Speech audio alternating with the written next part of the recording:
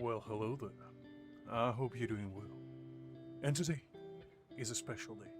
As today, not only are we back to our roots, back where we belong, in a gorgeous Thunderdome, but today is also the day where I continue my streak of being the luckiest man alive. I have somewhat of a track record already in the past 2 or 3 summoning sessions. I have the greatest luck this world has ever seen, and today is not going to be any different. Today we're still going to continue on that streak. Unless Liz comes and curses yet again. We'll see about that. Anyway, hi there guys. Hopefully you're doing well. On this Saturday afternoon. And I guess I'll give people some time to join up. We're probably going to be doing pulls in about half an hour to an hour. And we're gonna start with farming a little bit of stamps. You know, I kind of started doing this. Haven't got anything good though.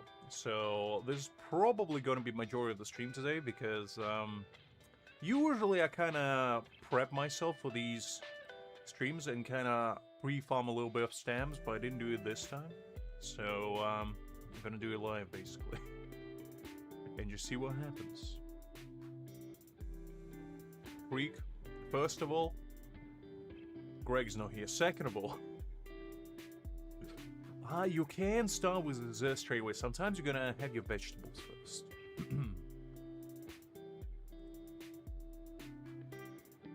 Now let's see. Oh right, I forgot. I switched off the volume on this. There we go. That's better.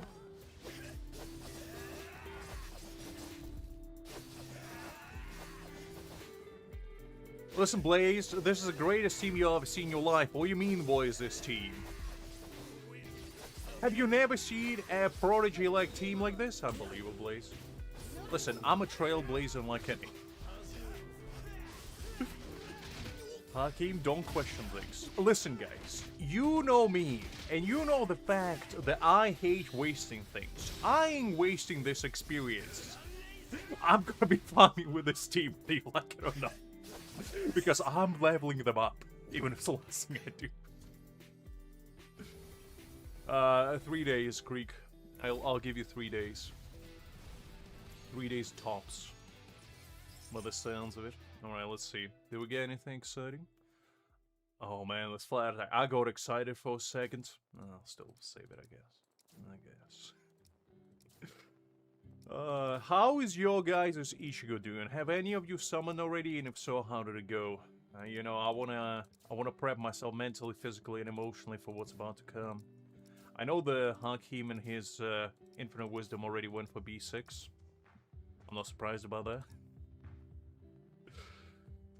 You got B2?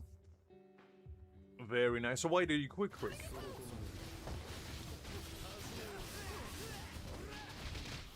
Nice, see Fuji, nice.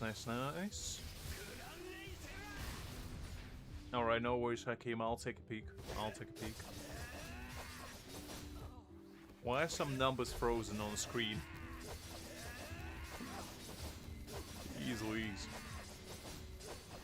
Nice, Cronus, nice, congrats on that. That's big. We always love to see double pulls. You know what, maybe we should go with core stamp, because usually when I do core stamps first, I get really good luck on the actual summons. I think that might be the strategy that we're gonna unleash. I still don't understand what's up with these numbers. Oh man. You're gonna go for B6, Fuji?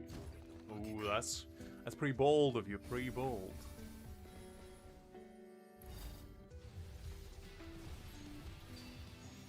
Listen, getting good stamps is the most important part, Blaze. Core stamp you can get some later point, but if you get some good stamps going, that's already a part of the battle done. Plus, I did hear that apparently they're gonna increase the rates. I don't know when or how. Let's attack. He needs ailment damage though. This is really good stamp, but I think for my boy he needs ailment damage, unfortunately. It's really good though. I'll keep it, because I don't like wasting good stuff, and that's some good stuff. Well, let's do one more. Let's run it one more time. Alright, I'll check it out in a second, Hakim. I'll check it out in a sec. I don't know if 214 pulls will be enough for B6 to be on Fuji, unless you get really lucky. Welcome back, Divya. Welcome back. Yeah, I thought so, Fuji. I thought so. But, listen, attack is pretty good. Pretty good. You can't really complain about attack. But I do understand that he needs kind of like the same build Gin has, where you stack up as much ailment as you can. But unlike with Gin, his reason for that is because he gets crit rates. And you want obviously as much as you possibly can get with that. No, I haven't summoned yet, DBL. We'll summon in a little bit. We're doing a little bit of pre-farming first. See if we can get lucky. You know, set the mood and all that good stuff. By the way, the reason, because I know you guys clowning me for using this team, the reason why I'm using it is because I already upgraded every single character that I'm actually using, and that's the only ones I can upgrade. Hi there, Greg. I'm glad to see you. Listen, I'm doing a service, Greg. It's an educational program where you learn what not to do by observing me. I'm like adding Attenborough, but for gacha. I show you gacha game in its natural habitat, which is a deep recess of gacha addiction. Okay, let's see. Oh man, slash damage. Sounds about right. Sounds about right. While we actually do this, let me tell you a story. Because showing up today was not easy for many reasons. Well, we're doing a little bit of pre-farming. So basically yesterday, I was sitting at my desk at work, right? This is a little bit of a long one, so buckle up. I was sitting at my desk, and I was finishing up for the day, and you know, I cleaned up my desk, stood up nicely, and was about to leave, and out of nowhere, I got a sharp shooting pain in my joints on my shoulder blade, on my right shoulder blade. And I was like, oh, I probably sat down for too long, so you know, I stretched a little bit, did a little bit of my patented stretches. You know, some feng shui for octogenarians. There wasn't no nearby park to go into to do it with my fellow, you know, octogenarians, so I had to do it by myself. And I started walking home, right?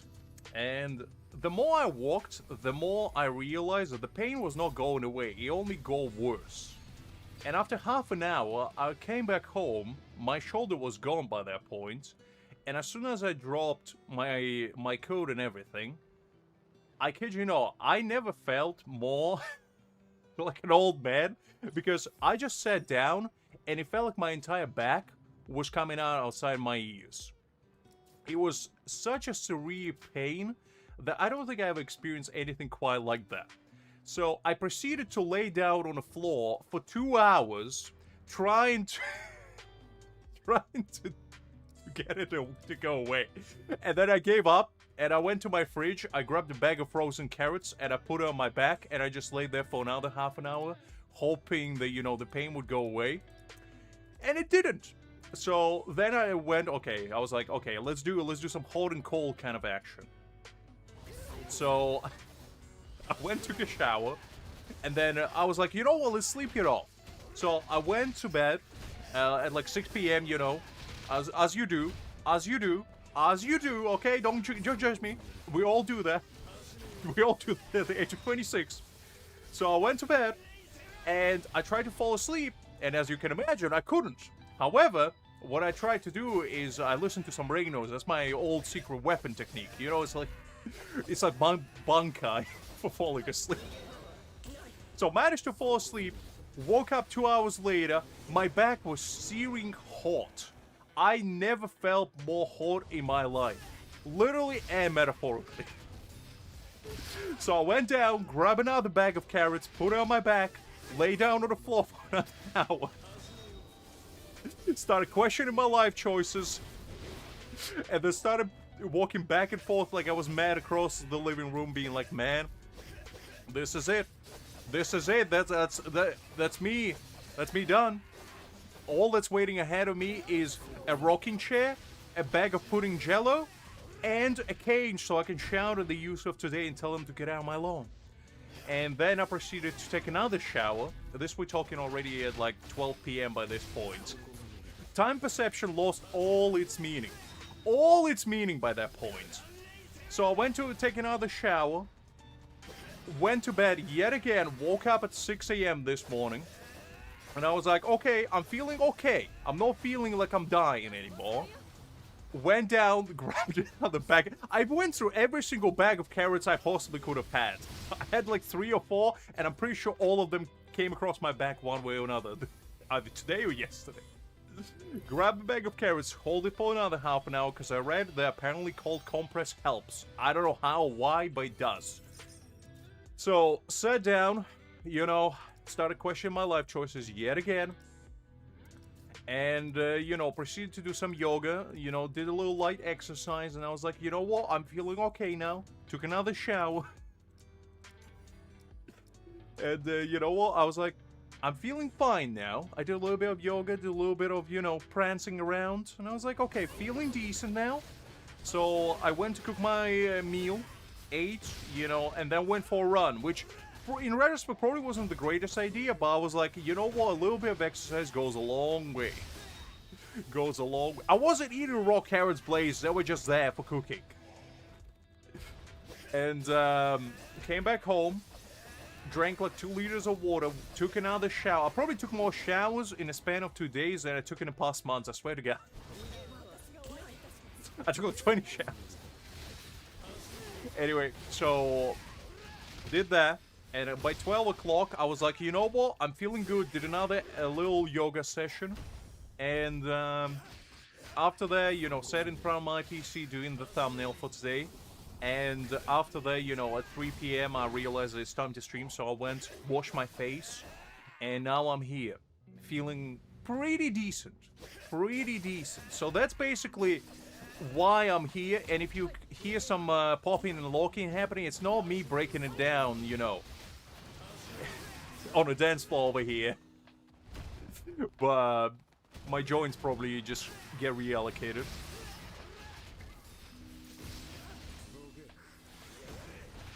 I mean, I take shower every day, but I never usually take 2 to 3 showers a day. That's obscene even to me, because I'm a bit of a germaphobe, but even to me, that's just too much.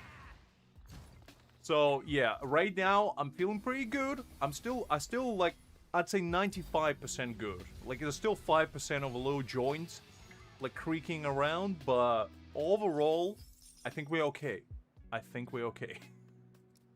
So that's basically what led us to this point, guys. So I just thought I would, you know, I'd level with you and I'll tell you exactly how it is.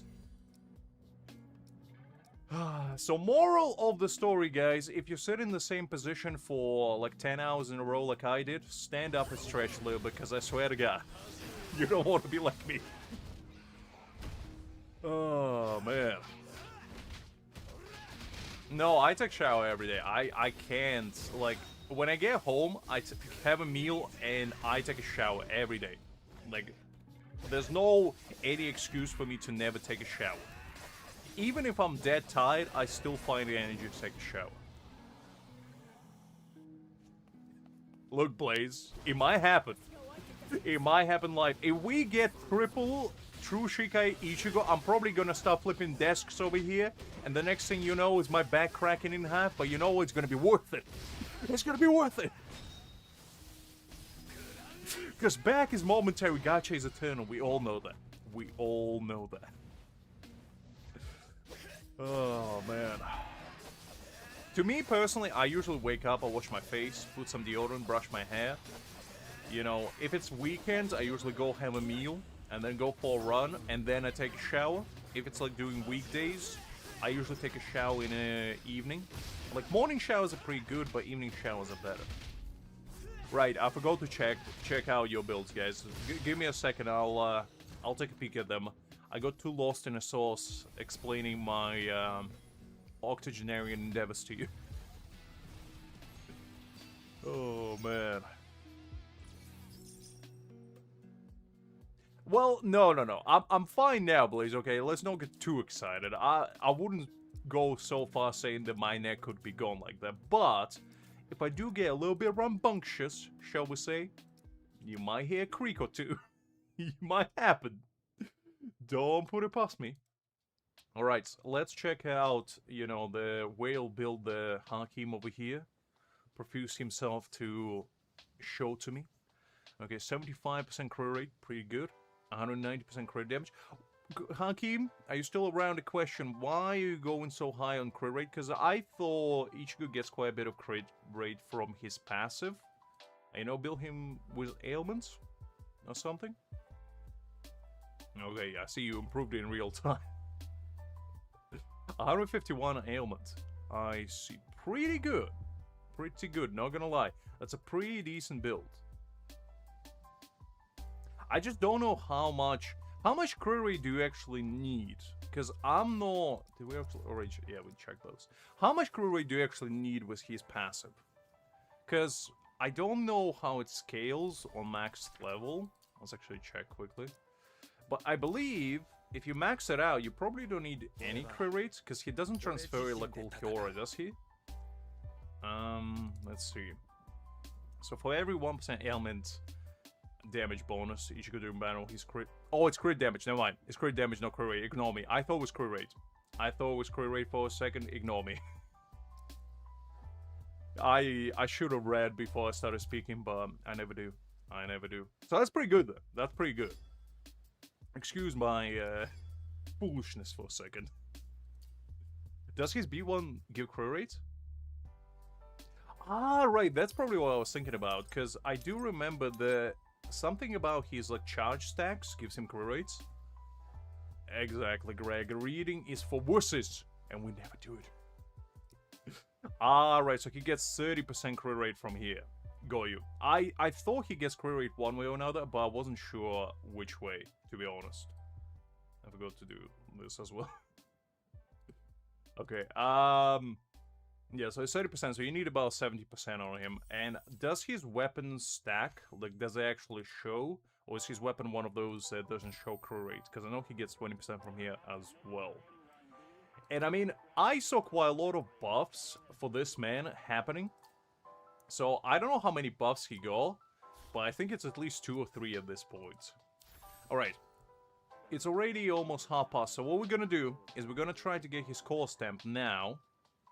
And then we're gonna jump into the summons. Because clearly we're not getting too much luck with stamps. And let's see if we can get some luck over here instead. I also improved my Spirit Team rotation, which I was bragging about in Discord before, earlier in the week. So,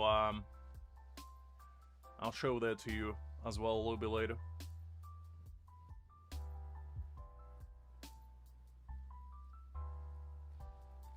Actually, using Gin Stamp is not a bad idea. The thing is, I'm considering using Gin's Bond set on him because it gives him 60% ailment damage. And I kind of feel like that's actually pretty good. Considering his own one doesn't actually give him that much ailments. And 60% on him is basically, like what? Like 15% crit damage? 20? Somewhere there? Alright, we're not getting too many gold boxes off the rip. Some Aizen shards. Okay, nothing too exciting here. Now, I'll check your build after we're done with this, DBL, don't worry. I didn't forget. Hopefully, Fuji, hopefully we'll see. We'll see.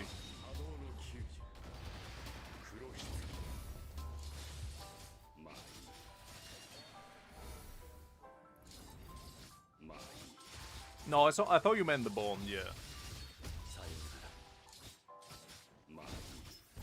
I'm probably gonna go for B1. I'm not gonna summon for weapon, because I just don't really go for weapons. Okay, we got Hidden Path. Okay, we might be done. Because this is no guaranteed one. Okay, oh no, it's Bald Man. Oh no, it's a Bald Man! No! Go away, Yami! Well, Ikaku's incoming, guys, so just be ready. Just be ready. This Bald Man never brings me good stuff. Yami is a harbinger of bad luck usually, but maybe today he decides to be nice to me. Maybe he decides to be... Okay, place your bet, guys. What we getting? What we getting? Oh, man, oh, man, oh, man. Hi there, Witcheries, by the way. Hopefully you do well. Ah, man. Let's see.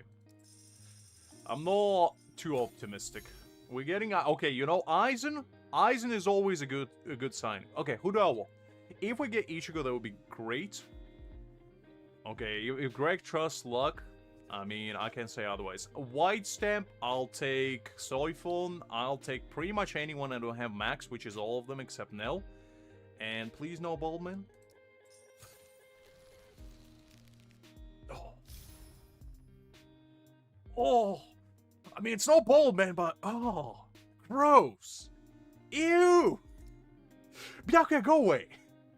Okay, we didn't see that. Nothing happened. Nothing happened. We good. We are okay. We are okay. It's no bald man, okay? It's no bald man. We can live with that. We can live with that. I saw that bald man, I was like, no, no. The prophecy can't be real. Listen, I'll take Byakuya over Ikaku any day, okay? That's the same way I'm thinking, Greg. We sacrificing the bad luck now so we can get the greatest luck imaginable on the actual pulls, okay? This is very important stuff. Alright, as long as we don't get Yami. As long as it's no Yami, we're gonna be fine. I can smell Ichigo. Okay, Grimmjow's good. Grimmjow is our boy. He always got us. Grimmjow is the man that we always like to see over here. No Yami, though. Blaze... I don't like the attitude. No, this one's guaranteed, Fuji. This one's guaranteed. Don't get too excited. The other one wasn't, but this one is. We're not getting too many gold boxes, though. Not they usually give anything. I'll take Aizen's. My Aizen's still not maxed out, but I would like Ichigo's, please. Oh! 5-star! Okay, you know what? This is sacrifice. This is sacrificing all the bad luck. We gotta get all the bad luck out so we can get good luck in. We gotta get the bad luck out so we can get the good luck in. Am I right? Am I right? I mean, it is Aizen. It is Aizen. I'll give you that, Witcheries, but you gotta specify which one.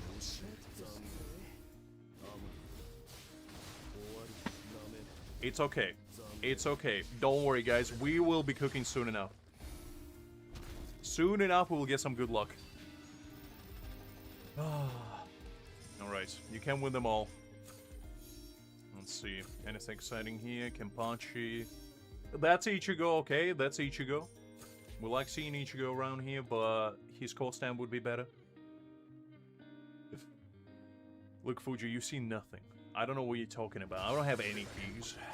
Clearly, I'm a broke free-to-play, and I always have been. I mean, I did get some gold box locks before. However, I don't know if this is going to be one of those cases. I'm not aware. What are you talking about, Fuji? I'm a true and proud free-to-play. To my core. To my core. Alright, let's see. What did we get? We got 2 gold boxes. Greg, what are you talking about? No, there's no such thing as being a whale. That's preposterous. Who would even think to assume such nasty thing about this holy as thou man? They've never seen in his life.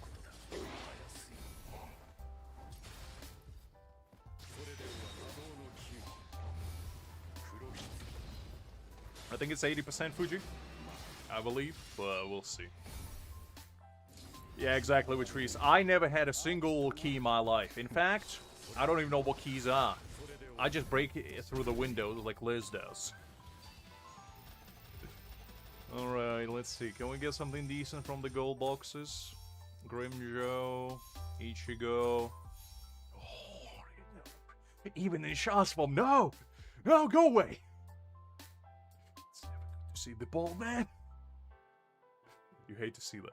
You hate to see that. I think we're at like 40% now. So it might as well be guaranteed, right? I'll take like Aizen's one, or you know, White Ichigo. I'll take those. Just please don't give me any 5 stars or any standards. I don't want any of those.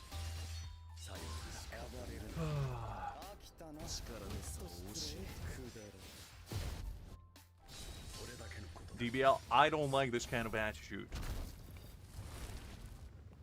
Come on, no Yami. No Yami, please.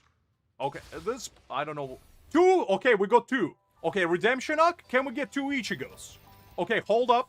Hold up. Hold your horses, guys. We're getting a bunch of gold boxes as well. Okay, we got 4 gold boxes. We got 2 rainbows. What are the chances both of those Ichigo? Could this be a Redemption Arc? Let's see. Let's see. We got Nelliel shards. We got Aizen shards with Ukitake. We got Toshiro shards. And we got another Kisuke shards. Okay. Okay. Hakim, I swear to God. I swear to God. Please. 2 Ichigos. Please. Come on. No. I mean, no. Tosin, okay, we go Ichigo. Okay. You know what? That's fine. That's fine. That was a double, so, you know. Tosin is alright. Tosin is alright. I can't be mad about Tosin. We still go Ichigo. Because Tosin, like, Tosin to this day, I think is very, very underrated. I think Tosin, you know, in the right circumstances is really good. And to be honest, I will ascend his. Because I'm still gonna keep him around. Because I think he could be a sleeper, you know? Could be a sleeper. I mean, all in all, you know, it didn't take us too long. We did get some trash, but, you know, it's fine. It's fine. Happens to the worst of us. I guess I'll upgrade this one as well. Why not? Why not? I can recycle them later, if need be. Alright, so with that being out of the way, I don't think I ever got 2 rainbow boxes before. That was the first for me, at least.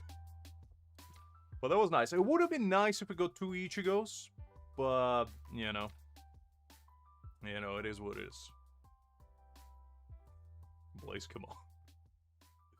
I actually do want to try him out, because I am pretty fascinated by his gameplay. And I heard they actually improved it. I gotta log this in, because the last thing I want is to waste it. Knowing me, I'll dismantle it by mistake. Okay, so gotta make sure we don't do that. And what does his core stamp actually give him? So increases breach damage for each stack of breach applied. Damage dealt by every ultimate increases by 3% up to 75. That's pretty good. And then consume damage dealt by ultimate transcend increased by 2% up to 50%. And increase characters ailment build-up rates. It's pretty good. Pretty good core stamp. I would love if he had a little bit more, like maybe crit rate in there or something that he piles up onto himself. Because by the looks of it, he only gets, well, actually he gets 50%, never mind, because 20% from attack, 50%, 30% from the passive on B1. But yeah, it's pretty good. Quite a bit of damage. I don't spend anything. What are you talking about? I never spend anything in my life. Okay, DBL, a question. Why did you go for B2? Because is B2 there good? Like, that was one of my questions I actually was gonna ask you guys. Is B2, like, actually worthwhile? Or is it a scam? Kind of like Grimmjow's worth? Because, okay, 170% ailment damage is pretty low. DBL, I'm not gonna lie. That's a little bit low. That's a pretty good one, first one. Crit rate, crit damage, attack, ultimate charge rate, pretty nice. The second one could be better. Crit damage alignment. And then the last one's pretty good. So the first 2 are pretty nice. The middle one could be a little bit better, but to be honest, it's decent. It's decent because it has ultimate damage on it. I don't know. Really? I don't know how much damage increase, because all it does is just piles up your breach stacks, doesn't it? But I thought his main source of damage is his ultimate, so breach is the ailment damage, isn't it? Like, I'm just reading this.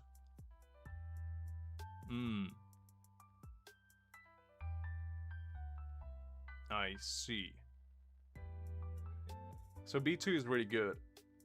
Because I was considering just going for B1, but now that you mention it like this, okay, how much damage increase are we talking here? Give me in like percentage. How much more does he deal between like B1 and B2? Because if it's like 50%, I'll consider it.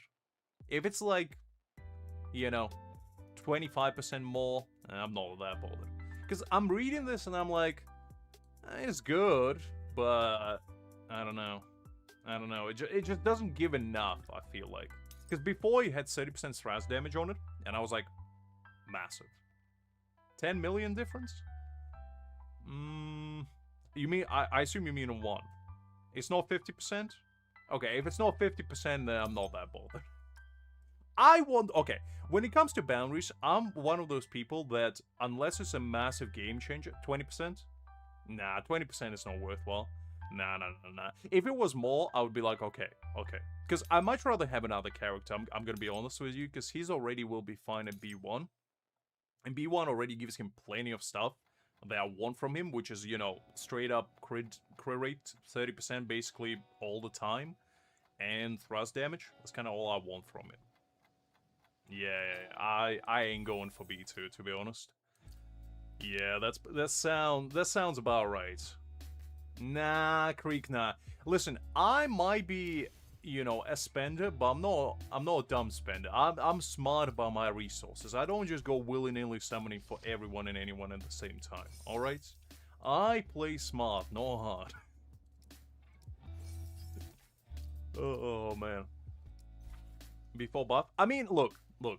I'll get him to B1 first, and then if we do get lucky, and maybe get a tricky double, you know? Maybe I'll go for B2, you never know. It all depends on how lucky we're gonna get. If we get really lucky, I will go for B2. If we don't, I'll stay at B1. Because I most likely will have to pull for the new thrust tactical unit anyway. Because I heard Nell is not... Like, she's not bad with him, but she's not great with him. So he kind of needs a new thrust tactical unit, which most likely will be Uru. I still believe that to this day. I don't see how it's not gonna be him. So, I don't know. Well, the thing is, to me, like, my Nell is B2, and she does give 80% crit damage, so for me to go for Uru, he needs to be really good at, like, B1 or B2. And if he's not, I'll probably just, you know, power through his Nell and just see what happens. Did it get optimized? Is it better now, then? Okay, interesting, because I heard that apparently it was pretty lackluster. It wasn't that it was unplayable, it was just kind of like, it's not really good. And that's kind of what people were hoping to get, because a lot of people already have Nell, like, B2, B4, B6, you know? And they really were hoping to have Ichigo, you know, kind of complement her. But unfortunately, it doesn't really work that way. Okay, let's see. I don't really know what his combos are like, to be honest. So, we're gonna learn as we go.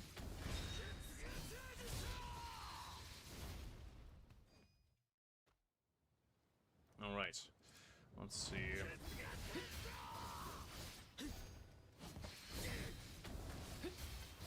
I don't know if there's like specific combo I need to do. I'm just kind of pressing buttons and hoping for the best. Okay, I can go in Transcendence. It does look like they changed Transcendence from dash into basic attack, which is kind of nice. Oh, now you can actually hold it as well. I believe that wasn't a thing before. That's actually kind of nice. Because I do like spamming buttons a little bit, but, you know, I like to not to have carpal tunnel too early, you know? But he is really fun. I do want to try, like, what his actual rotation will be, so, like, let's pretend this is, like, an actual proper fight. And just see what it would look like.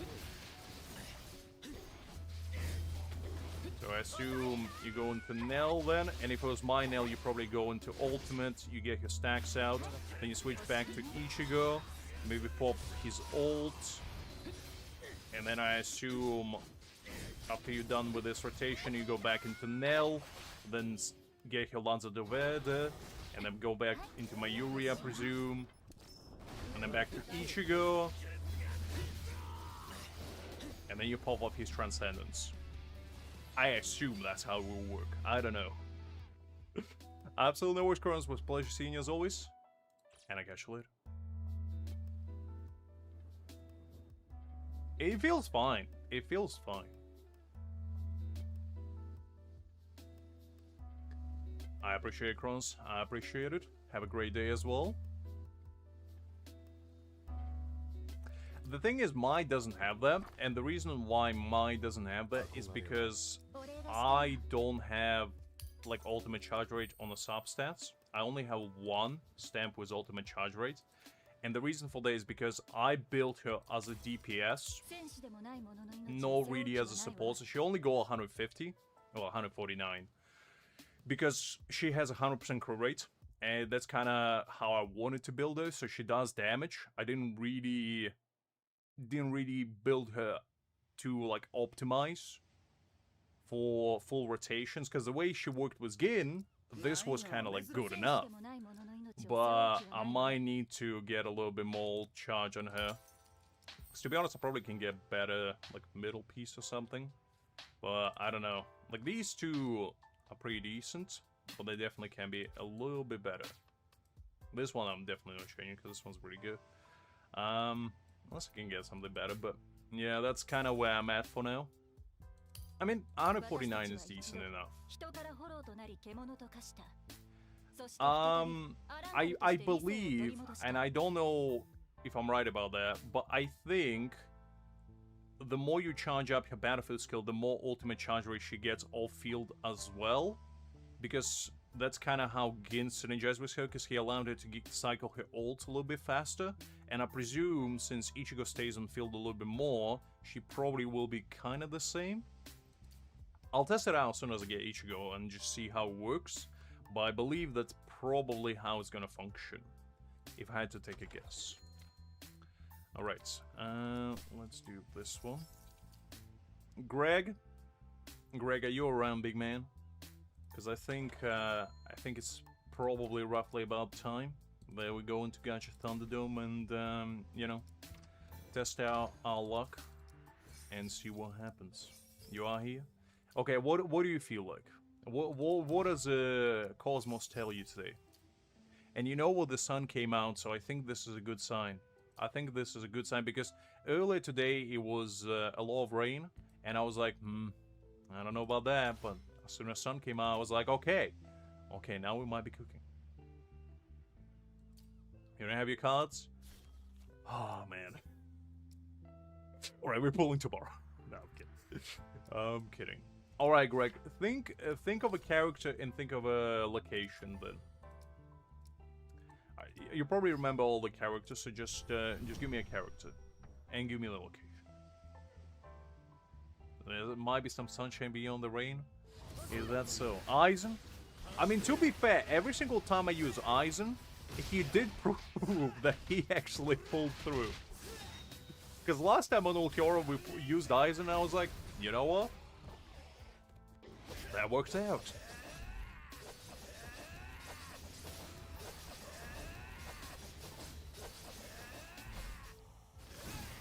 Alright, we'll run one more stamp.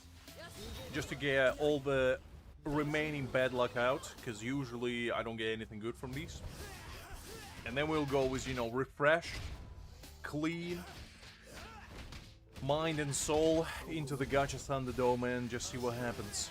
Just see what happens.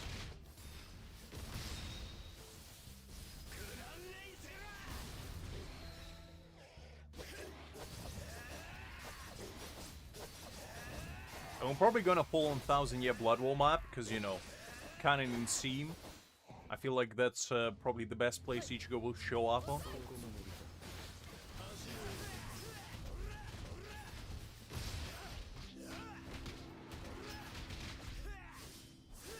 No, it's fine. I'll get plenty from substats. It will be fine. Because that's the same way I built my Aizen and the same way I built, you know, my Nell. Actually, no, my Aizen is with crit rate. Never mind. But my Nell is with crit damage. Alright, let's see. What do we have? Let's see. Anything exciting? No. No. No. No. No. No. Okay. Well, that's fine. That's fine. Yeah, I usually don't get anything good from here either, but I do have quite a substantial amount of, you know, stamps over here, because I pre-farmed almost max, because I did anticipate this was gonna happen, so we're gonna just re-roll a bunch of these, and I think I might have got something decent. I don't remember what I actually farmed. Let me just double check before we get into the gacha. Because I believe I might have got something decent. Let's see, is there any thrust? Crit rate, crit damage. Actually, hold up. I need 2 of these. Right, so I had this one, which is not great. But, you know, it's something. It's something. Oh, man, okay.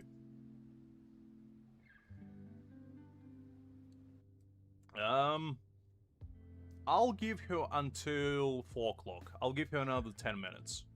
Well, I'll peruse around here and just double check. I mean, you can pin here if you want, Greg. I'll give you 10 minutes, because we usually summon about 4 o'clock anyway. Let's see. So I'll need crit damage on this one. Yeah, let's go with crit damage. What did I have? I have this one, which is decent. The defense is not looking too particularly nice. And I have this one, so... And I have that one. So I got some stuff in here. I would prefer all 4 stats to obviously be good.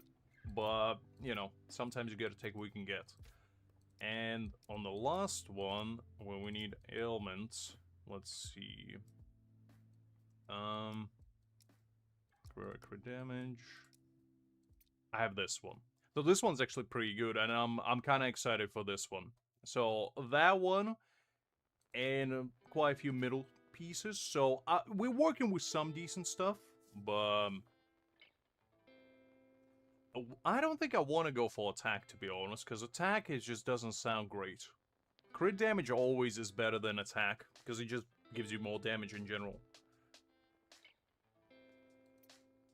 You know what? Let's wait. Let's just roll this one and just see what happens.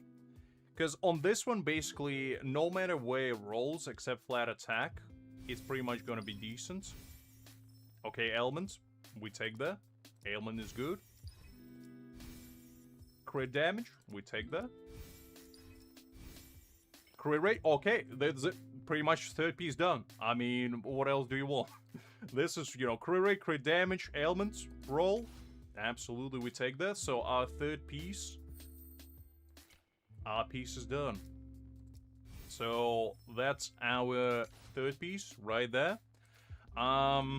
Let's see, did we get anything exciting for the middle piece? Let's see. Because I got these 2, and I hate the defense percentage, but to be honest, it has ailment, it has crit rates, and it has crit damage, so if we can bypass the defense on either one of these, I feel like that will be okay. So let's try. Okay. Well. Well. Crit rate, okay. Crit damage, okay. Okay, you know what? The 2nd piece is done as well. The 2nd piece is done as well. Unless we can get something better, this is basically our 2nd piece right there. I mean, you know, we're rolling one each. One each. I mean, defense obviously trash. Like, nobody likes defense. But, you know, I'll take what I can get. I'm not looking for, like, perfection at the moment. I'm looking for something usable. And, you know, he wants basically all 3 sap stats. You know, 1 crit rate in each. Balance, exactly. And we did have this one, but to be honest, I don't really like it, because it doesn't have ailment on it. and I do want ailment on every single piece. So we're probably not gonna roll this one, because it has crit rate, crit damage, but like flat attack and flat HP just doesn't really like spark my enthusiasm. Yeah, it's fine. I mean, a little bit of attack dip, it's okay. It happens, you know? You can't really complain too much. Attack percentage works, but the thing is, to me, I don't know if attack is better than crit damage, to be honest with you, because crit damage gives you, like, raw boost, but, I mean, I can check if I have attack, but to be honest, I just don't see it being better. Let me check. I don't think I have, but I might. Let's see, crit rate, crit damage, elements? Actually, all 3. No, I don't have any. So yeah, I don't have any. That's fine though, that's fine. Like, with these 2, I'm pretty satisfied. It's very minimal. Yeah, you see, the thing is, it's kind of probably like the first piece being attack or thrust damage. It's pretty negligible difference. So it's not gonna be that make or break kind of situation. Alright. So we still got 5 minutes. We'll give Liz another 5 minutes, and while we wait, I'll roll a couple of these and just see if we can get some a first piece that's kind of like decent at least. Let's see. So what are we working with? Let's do defense, HP. Let's do all of these bad sap stats basically. Yeah, let's do 3 of them. And click ads. Alright, let's see. We'll do a couple of those and just see if we can get lucky with the first stamp. We're getting slash, but not good slash, unfortunately. HP, crit damage, HP, crit rates, attack. Yeah, nothing too exciting there. Let's try again. Spirit. Defense. Ooh.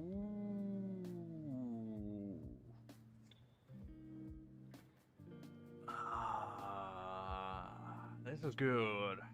No ailment. I'll keep it. I'll keep it, but yeah, he does want the ailment. He does want it in the first stamp.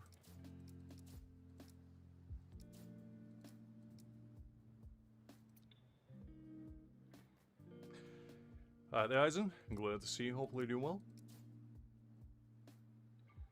He doesn't need any old charge? Okay, let's roll a couple more times. And just see if we can get something. I'll keep that. Even though it's not better than what I have right now, but we'll keep it.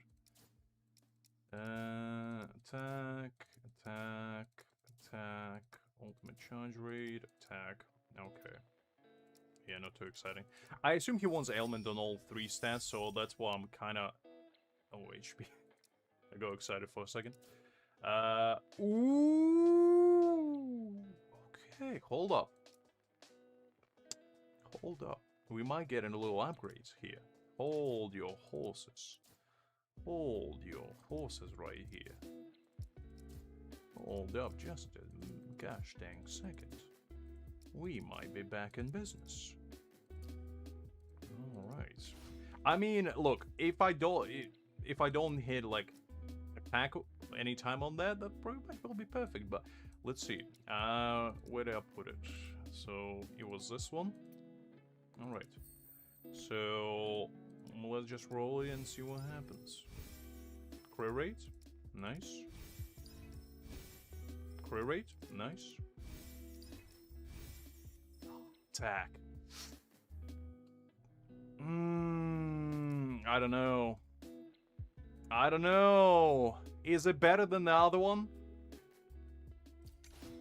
Is it better than this? I mean, it's attack. So, like, I can't complain about attack, but... is it better? I mean, it has all the good stats, so I get that. That's true. That's true. That is true. Alright, we'll probably keep this one. We'll see what our final build looks like, and whichever one, like, kinda, you know, because we might have enough career rate without that one. Let's try again. Let's try again.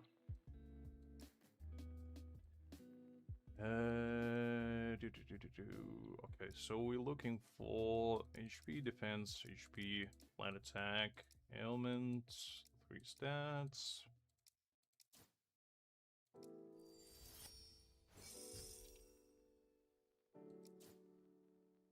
Nah, I'm not going for dupes in a weapon, so you are right in there. I mean, I never will, you know, disregard attack. Attack is always good. I can't really complain about attack. Oh, that's HP. Okay, nothing too exciting here. Let's try it again. I mean, we were grinding with our own 2 hands, Hakim. We were out there in the dirt. Grinding with the best of them. Great. Let's say that, I guess. Alright, nothing too exciting here.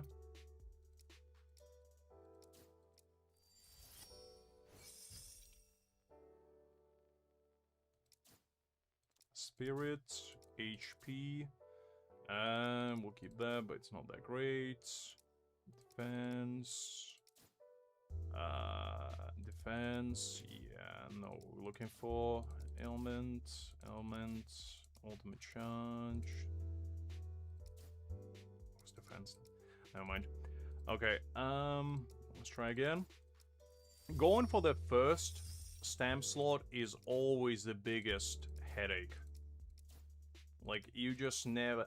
And honestly, what I'm tempted to do is wait for this, where was it? Like, this event right here. And just get it from... Actually, let's try to get it from here. Because if I can just try and go thrust and just see if we can, you know, if we can actually get some decent stuff. Yeah, I thought so as well, to be honest. Alright. Let's try this one.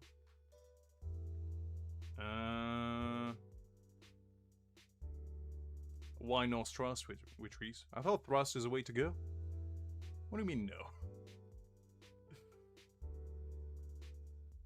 I believe no attack is not better on him, is it? Because the thing is, I don't...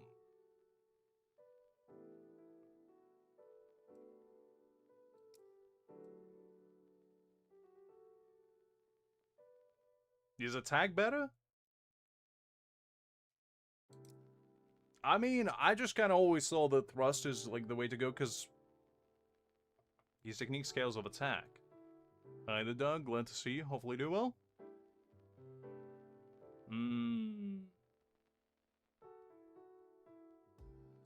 Okay, I guess let's try attack. I don't know. I mean, I know that ailment scales from attack.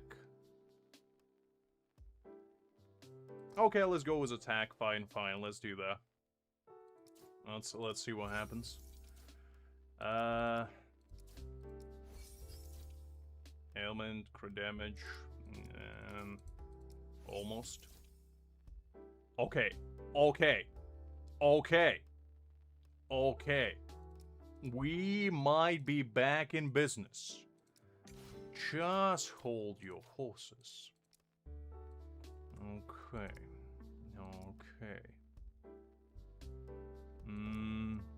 Let's see. Did I save it? Yes, I did. No, that's not the one. Where was it? That wasn't that one. Where is the one? Oh, jeez Louise. Okay, fine. I'll do it this way. It was ailment, crit rate, crit damage. No, that's basic stat. No, this one. There we go. All 3. I didn't lock it, that's why.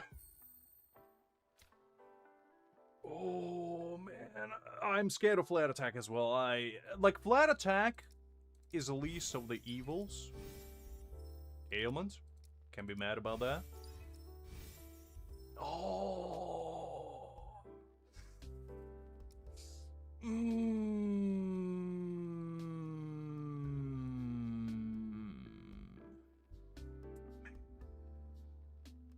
I mean, it's not terrible. It's not terrible. Okay, hold up. Let me try one more time. Let me try to finish up with these, and if I can get something better. Crit damage. So close. Okay, let's see. Alright, let's go again.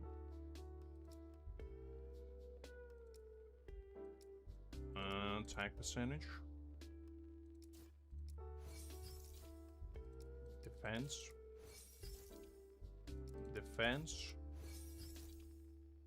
Attack. Defense. Why is it defense or attack? Spirit. HP. Man, these 50% ones suck! Oh, slash. Yeah, no, we're looking for... And now the slash. Golly. Strike. Another slash. Okay, well. Looks like we don't have anything decent. Let's see if this one will work out. Defense. Spirit. Yeah, I don't know. Listen, defense is cursed. Defense is cursed. I hate it. I hate it with all my passion.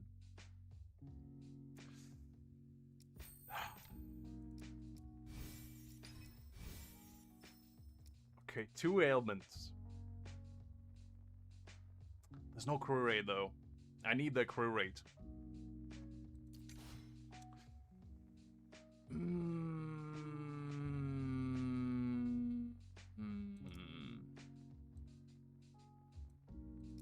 I don't know. I mean, it's fine, I guess. I am tempted to roll this one and just see if I can get... Because ailment is good. But... flat attack. A flat attack. Wait, hold up. Does it actually give you for fighting her? Oh, hold up. If it gives you for fighting her, I actually might do that.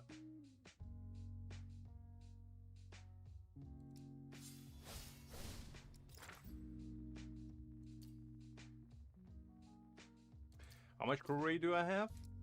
Well, that's the thing. I don't know yet because I haven't pulled. I kind of got into. Well, the thing is, I got decent. I got 2 rolls on one of them. Like I got this one, right? And then I got this one, which has 2 crew rate rolls, and then I have this one now.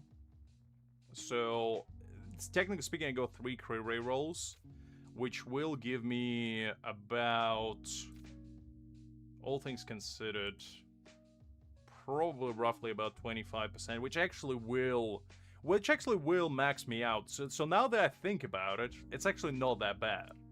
Because I think you only need 1 crew rate roll in each, and that's kind of maxes you out in B1. I don't think you need, well, do you need more? It's 50%. You might need a little bit more, I guess.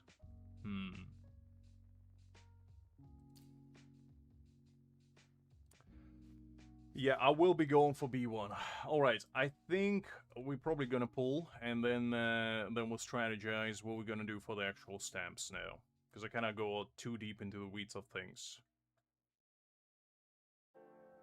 Listen, I have, at level 30, everybody else's. Listen, I always have been. Don't disrespect me like that, Hakeem. I know what I'm doing. Sometimes. Sometimes I do. Alright. Yeah, so we'll probably keep this one, I guess. Because I did consider leveling up this one right here. But it doesn't have ailment damage, and I feel like ailment damage is more important than having, like, rolls into crit damage.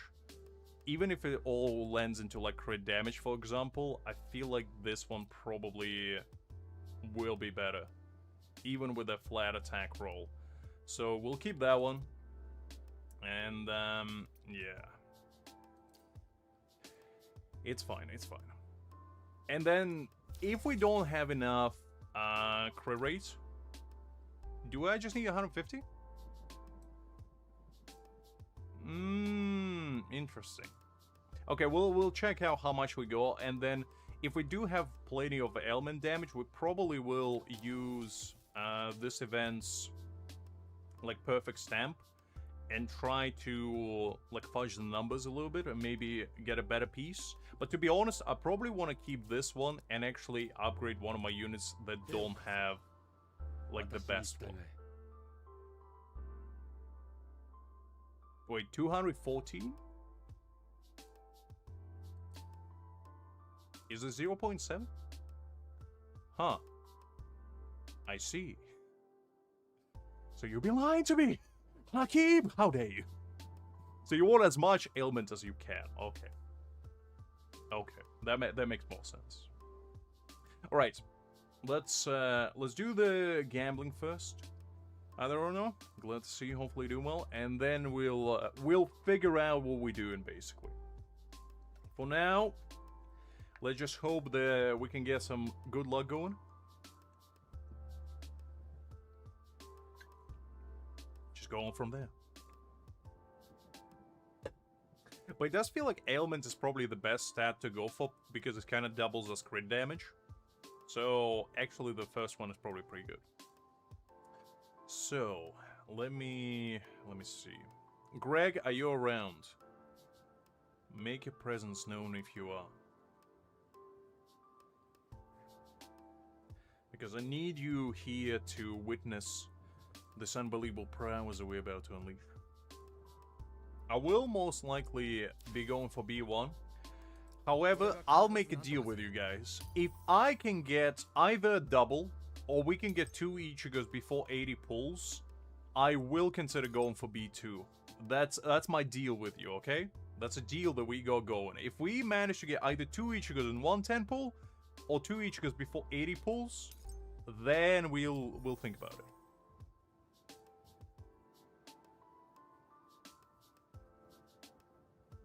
Look, Fuji, what can I say? I'm a man of good luck.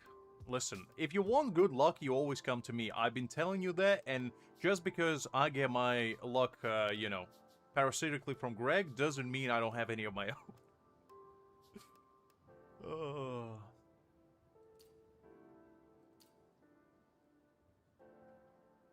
Alright. So...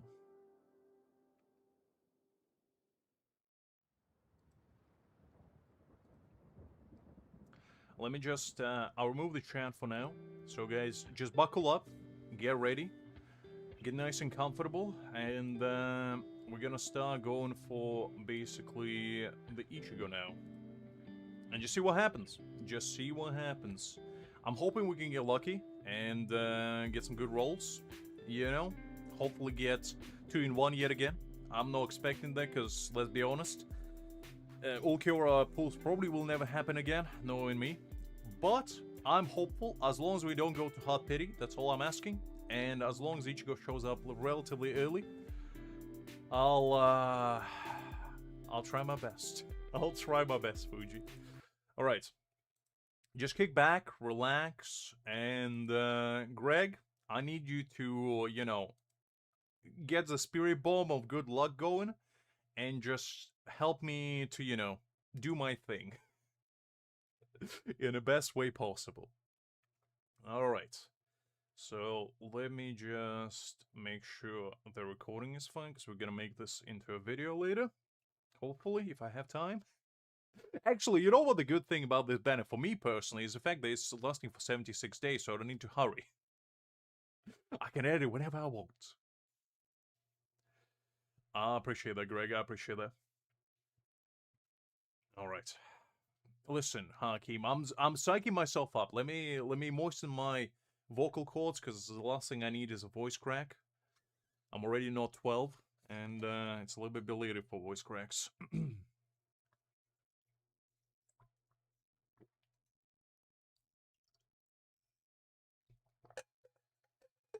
Right, that's a little bit better. Always gotta stay hydrated.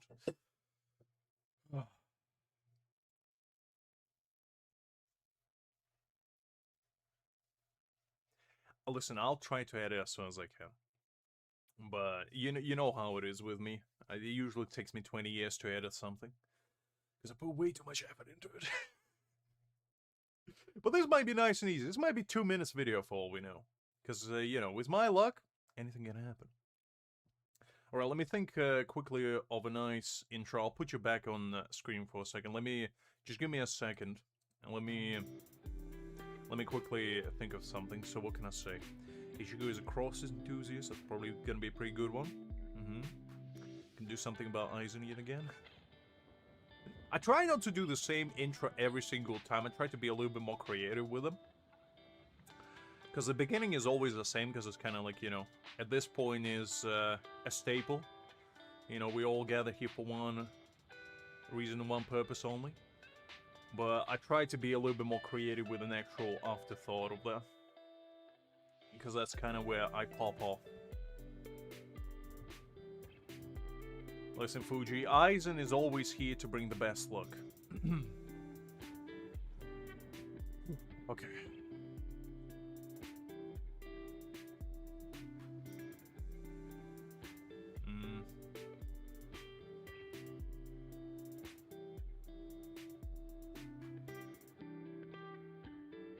Indeed, Fuji, indeed.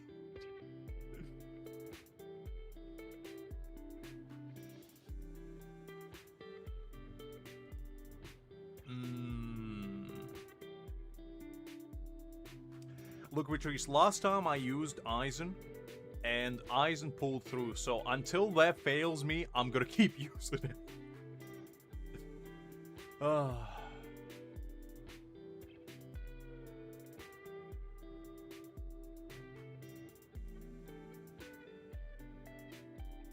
Orihime? Bathe the man with his wife? It's not a bad idea, but let's be honest.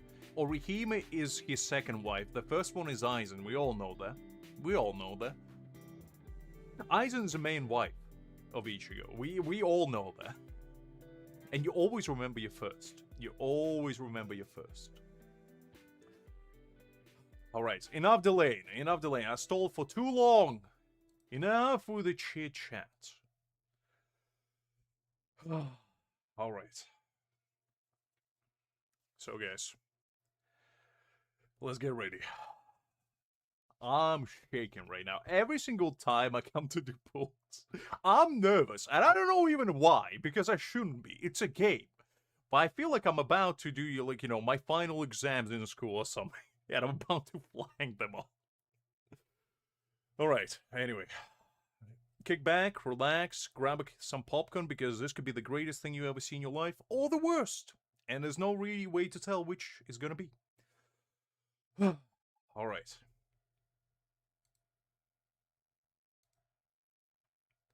We are all gathered here for one reason, and one purpose only, and that is to channel the greatest luck this world has ever seen, and celebrate the imminent arrival of the greatest series ever, 1000-Year Blood War Bleach itself. And who is better to bring the unimaginable luck than Mr. Aizen himself, the man that we see right before our very own eyes. The last time, he brought us the greatest luck this world has ever seen. And today, we're gonna run it back and summon, for one and only, the greatest cross-strong enthusiast this world has ever seen. The man, that has so much plot armor that he can put Onion to shame with the amount of layers he has of said plot armor. And that man is none other than Mr. True Shikai Ichigo himself. We're not gonna go just for one copy though, and we're not gonna go for 3, but we're gonna go for 2!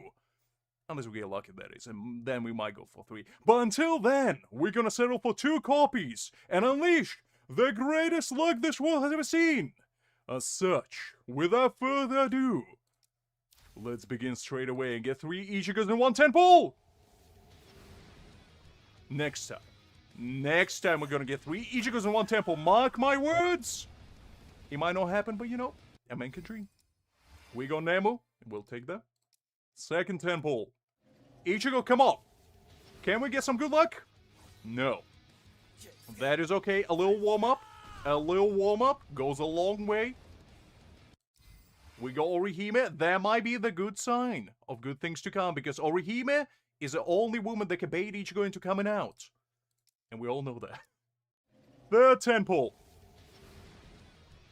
Alright, Ichigo. I'm shaking in my boots right now, not gonna lie. This is not looking too promising. But that is okay. That is okay. We go Nemu and we go another Orihime. Orihime, please come through. Fourth temple. Okay. Ichigo, I'm getting a little bit shaken, not gonna lie. This is not looking glorious. I was promised the greatest luck this world has ever seen, and all I'm getting is betrayal! In a form of your regular form. That's not the form we're looking for. We're looking for a glorious true Shikai, please!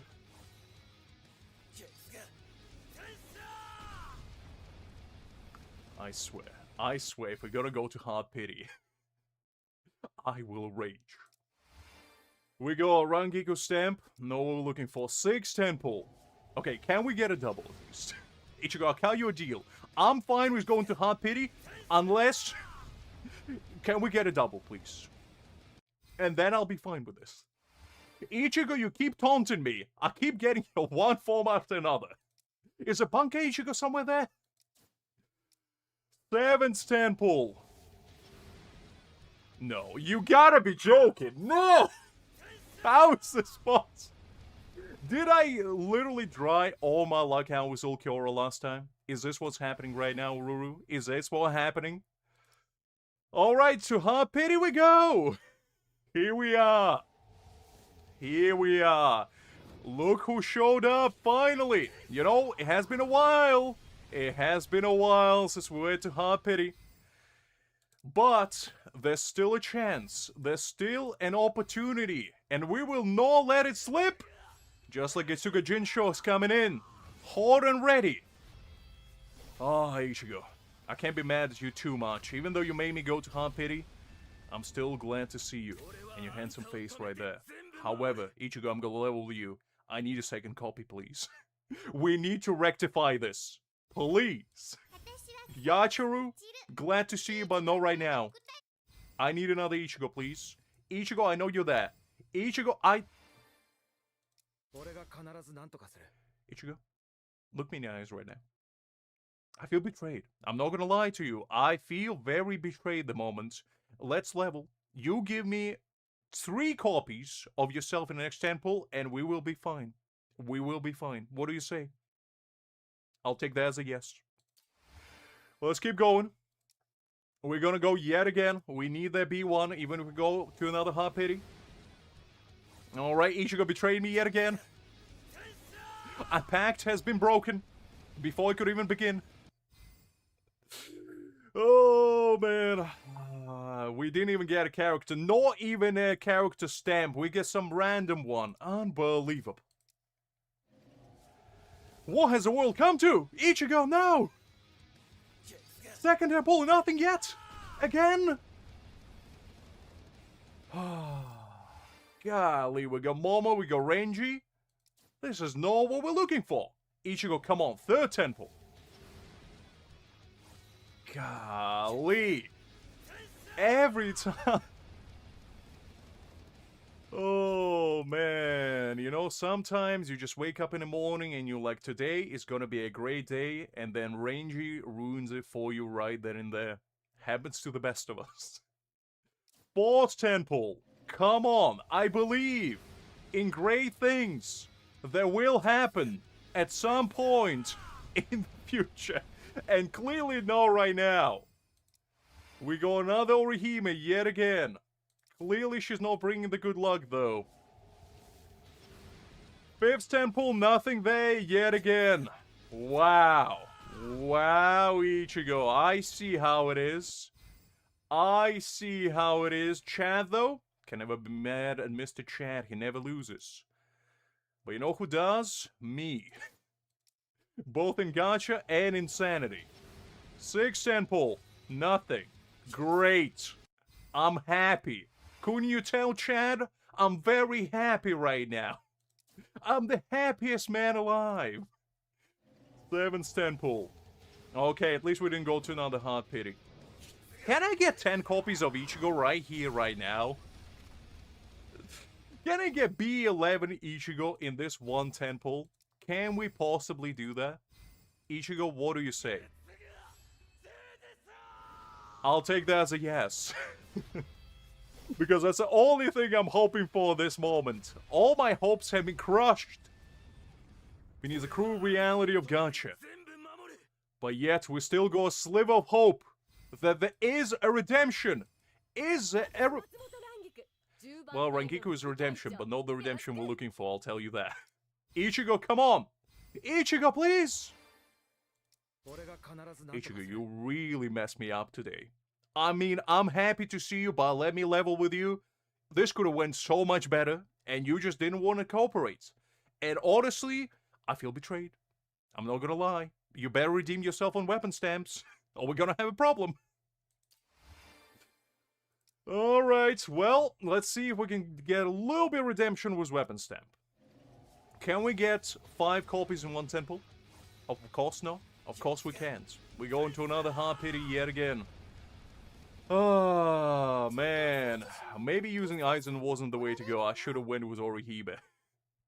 Ichigo is no loyal man. He never forgets his second wife, but he never remembers his first. Mr. Aizen. Ururu, don't you agree? Oh. Let's go for the second temple. Ichigo, come on! Man! I keep telling you, Ulquiorra drained us of all the luck. We ain't got any left. We only got Yachiru stamps. That's all we have. That's all she wrote. Third temple. Come on, I believe. I believe in misery. Because that is clearly what is on agenda today. That is incredible. Ichigo. Unyielding will. More like no will to live. Momo Renji. I guess welcome. I guess welcome. Alright, so let's get Ichigo stamp and be out of here. There we go. There we go. That's the man. That is the man. Unfortunately, today is just not the day. Today is not my day.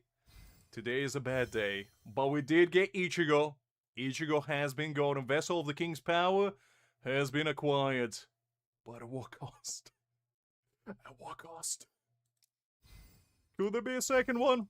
Probably not, let's be honest. At this point, we're lucky to even get one. We got Chad. We got Chad. Alright, the beautiful orange hue has been acquired. Ichigo, you drained me of all my resources, all my luck, and all my will to exist. Yet, I'm happy to have you. Welcome to the team, I guess.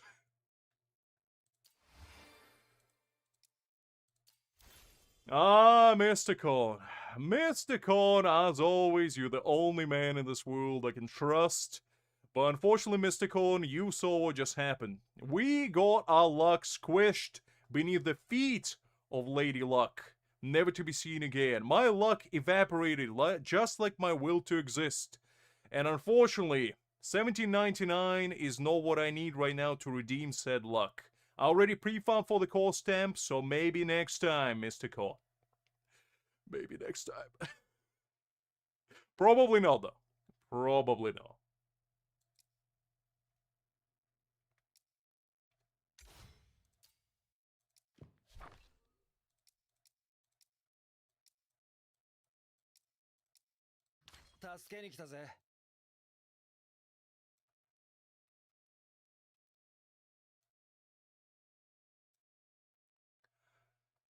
Well, what can a man say? We came, we saw, we lost our sanity, our will to exist, and most importantly, our luck. We set out on the grand mission to bring joy and prosperity to the almighty world of Bleach, to rain the unbelievable luck upon Soul Society, the likes of which he has never seen.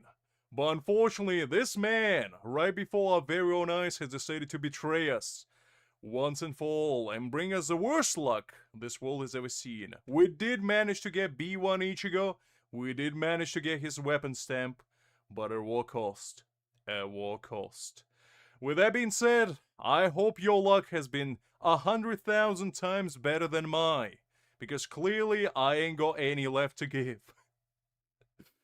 I hope the luck permeates your existence wherever you go, and your gacha pools be as glorious as the sun itself, and you decide your own fate, unlike mine, since unfortunately I'm destined for doom and gloom. With that being said, I hope you enjoyed, I hope you had fun, and next time, we will be back to pull yet for another 1,000-year Blood War unit. Who will it be? Could it be Candace? Could it be Bambiera? Or could it be Ichigo's forever partner in crime, his trusted sidekick, his Robin to his Batman, Mr. Uru Ishida himself?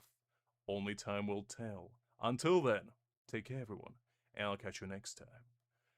Bye-bye. Man, I can't believe that just happened. What are the odds of me going to have pity every time? 100%.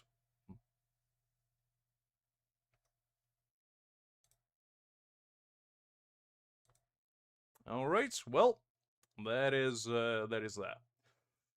It is what it is. It is what it is, guys. It is what it is. Look, at the end of the day, we acquired the man, and you know, sometimes you get good luck, sometimes you get bad luck, and it's just how it be. Sometimes that's just how it be. I guess so. Maybe that's because I didn't pull for him on day one. Maybe that's how, you know.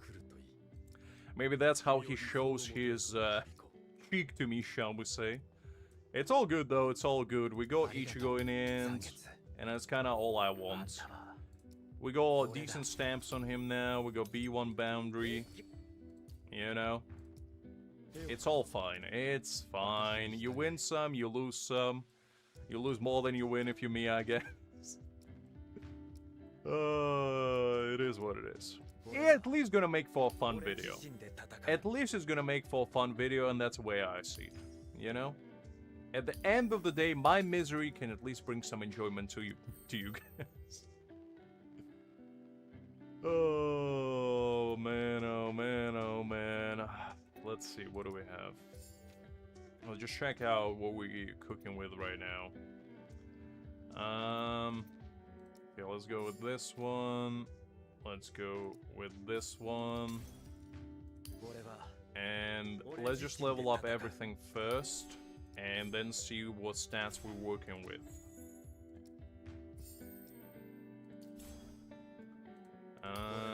Let's upgrade this. Let's ascend him. Let's upgrade this.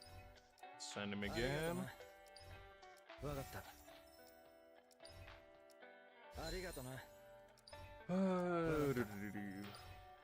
Greg, next time I need you to bring your cards, because clearly without your cards I can't do anything. The luck wasn't in the air, unfortunately. But you know what, at least we got some stamp luck, so you know, can't be too greedy. Because I haven't upgraded his core stamp to the max, that's why. His core stamp is just not maxed out for now. Alright, so we got that. Wait, did I not have... I thought I pre-farmed these. Did I really not have enough?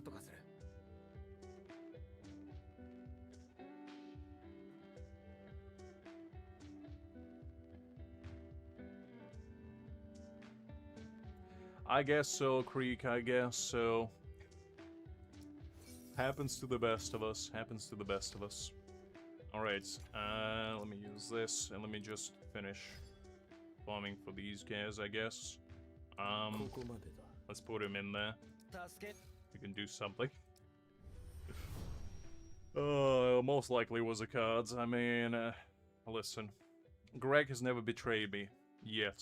And he did say he's not sure. So I can't even blame him. That is fine, though. That is fine.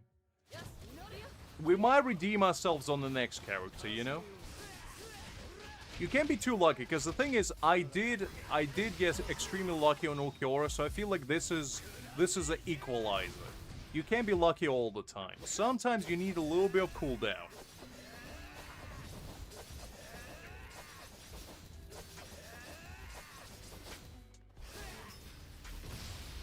Yeah, as I said, you know, I'll take what I can get.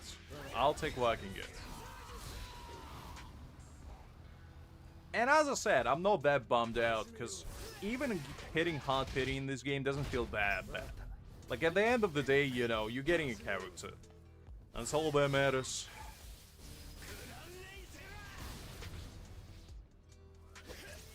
Yeah, I saw you go double in weapon stamp. I saw that. It is what it is. I mean, that's bound to happen if you go for B6, I guess. Maybe that's my problem. I never go for B6 units, that's why I don't have B6 luck. I'll get the premium tier luck, shall we say. Alright, we need one more. Let's run it one more time. Mayuri is already maxed out full level, Fuji. I'm not using that man. That man is not worthy to be on this glorious team.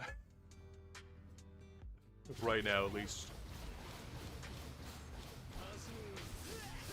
I guess I'm the opposite, DVL. I get lucky on stamps and get shafted on the characters. It's equilibrium, you know? You can't be lucky in both things. You can only be lucky in one of them. And to be fair, I'd much rather be lucky in stamps than in characters, because stamps farming is gross, shall we say. That's one of the biggest hurdles we all have to cross.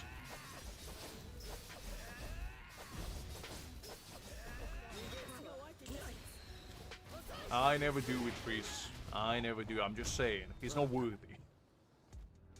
We'll have him at some point next time.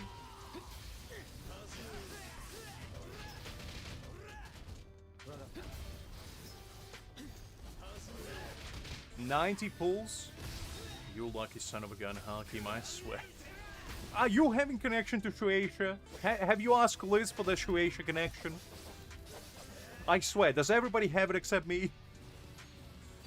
Feel betrayed. Not gonna lie, feel betrayed by you guys. I mean, it's nice to hear at least you get some good luck on my behalf, I guess. Alright, let's put him to level 95.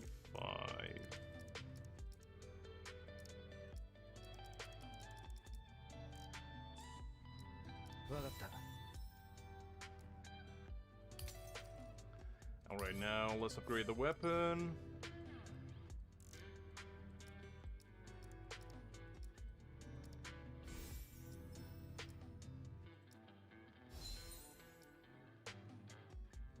It is indeed, Retrice, it is indeed. I'm breaking grounds over here. I'm using only the finest teams this world has ever seen. Nobody can match my genius when it comes to team setups. No, no, Creek. How many times do I need to tell you never max out the unit to level 100? Unbelievable. You never learn now, do you?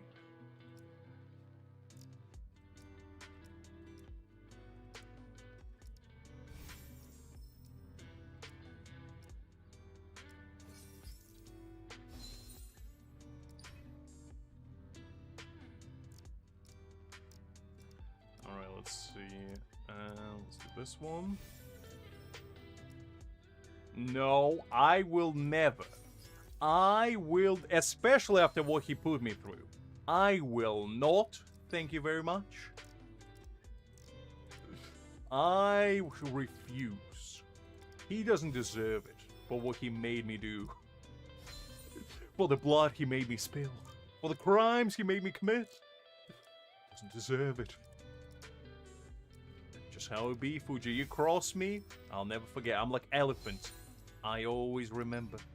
I always remember. Until I don't. Which happens more likely than you think.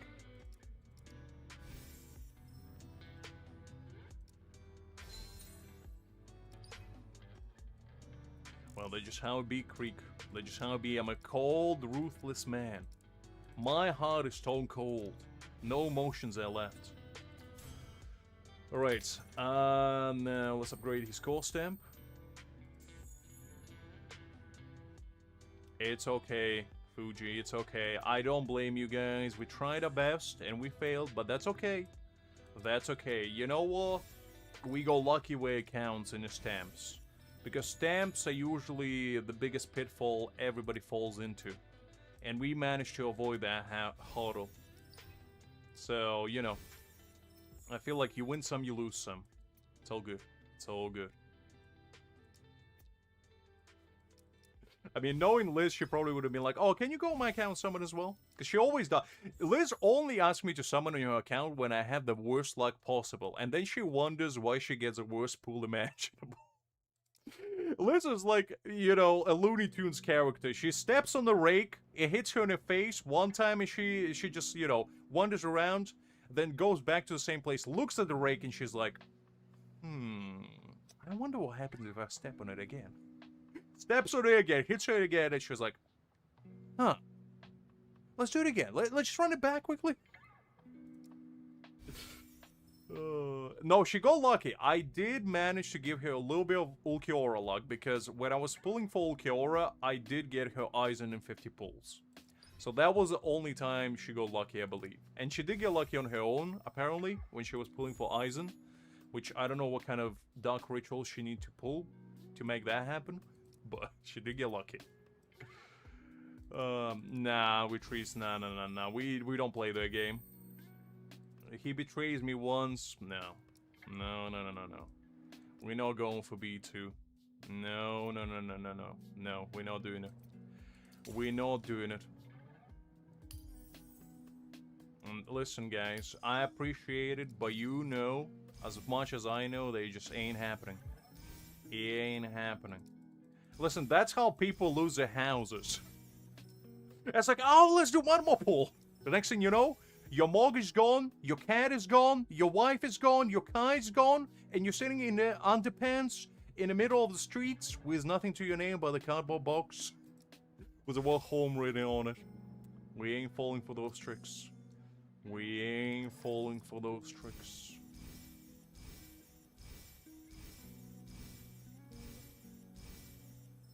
No, Creek. And we are not doing another temple. Nope. No. We're not doing it.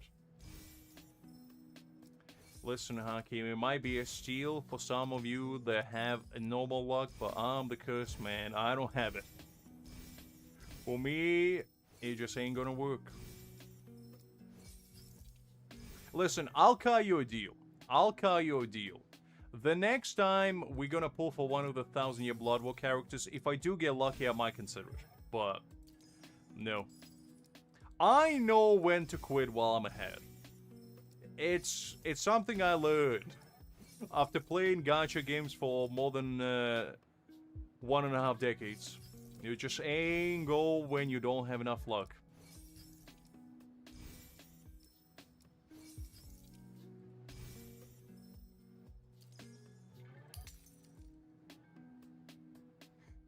And real winners have crippling gacha addiction. I know, Hakim, I know. Alright, let's see. So, we're working with... Does a weapon... Actually, hold up. I want to see. Does a weapon count? Okay, so weapon counts. Okay, go there.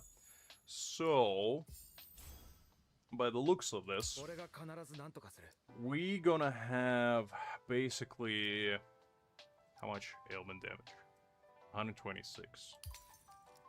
Okay, so if I fully max this out, I'm probably gonna have only 60% crit rate, which is not a lot. That's not a lot. Listen, Fuji, we need to first deliberate whether we're gonna go for the higher sub rolls or not. However, he does get 80% from here. So, I'm just trying to calculate. Okay, calm down. Give me a second. Give me a second. So, 48. And then we're gonna get another 3.6, basically from all of these, which is gonna be about 11%. So we're basically gonna work with about 60%. There's gonna be 90%, which is not too bad. Absolutely no worries, Greg. Was a pleasure seeing you as always. You get a good night rest today if I don't see you again, and I'll catch you later.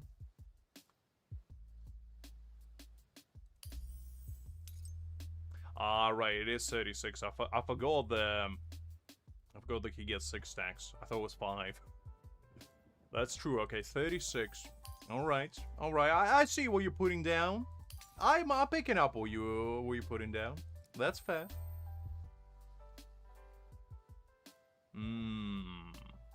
Okay. I do like the sound of that. Now, the question is, which one should I go for?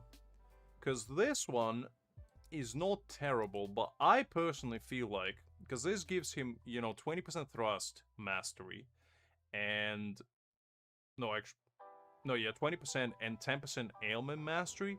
But I personally feel like, because he does technique quite often, and this is going to give him 80% ailment damage, I just feel like Gin's is way more worthwhile because it's just going to give him so much more crit damage. They're just going to outpace it entirely, and it's going to allow him to actually max it out as well. Like, the actual crit damage fully. So...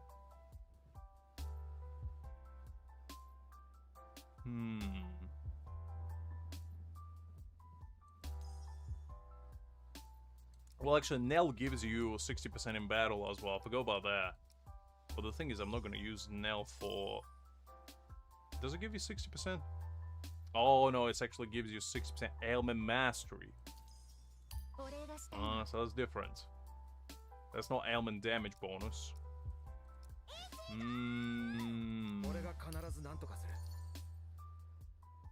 Interesting.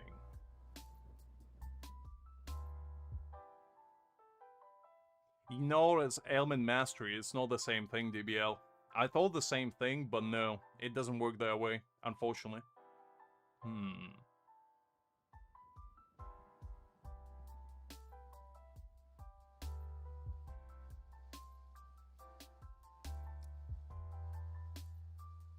Does Nell give? I actually didn't... I don't remember that. Hold up. Does it? No, that's ailment mastery as well. That's not the same thing. No, it doesn't. Okay. Unless it is in this one? No. Yeah, but...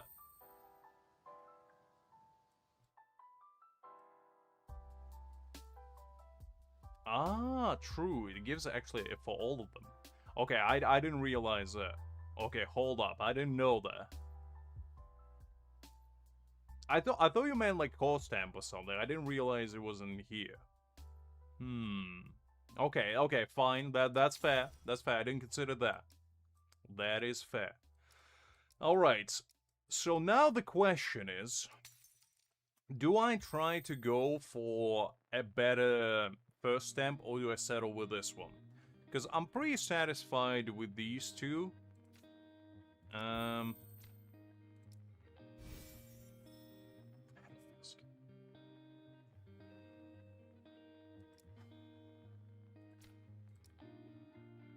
Special attack. replace it. We'll replace it. I ain't setting for battlefield skill. That's worthless. That's actually worthless.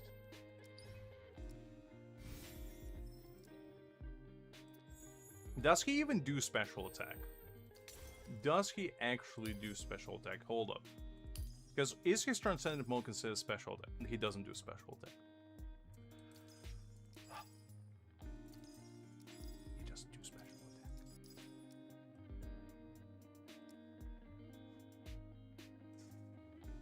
Oh, man.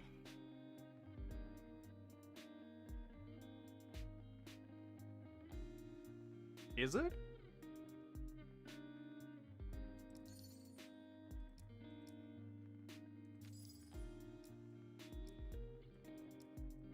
Because, doesn't actually show.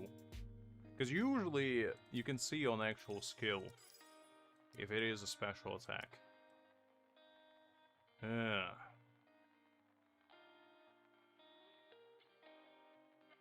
Because if it's Transcendence, I mean...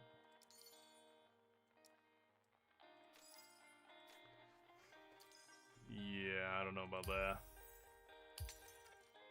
I don't want to waste my Nexuses, to be honest, on this thing. I'll just keep it. Doesn't really matter, to be honest. Because wasting Nexuses is a cardinal sin in this game. That's like the worst thing you can possibly do.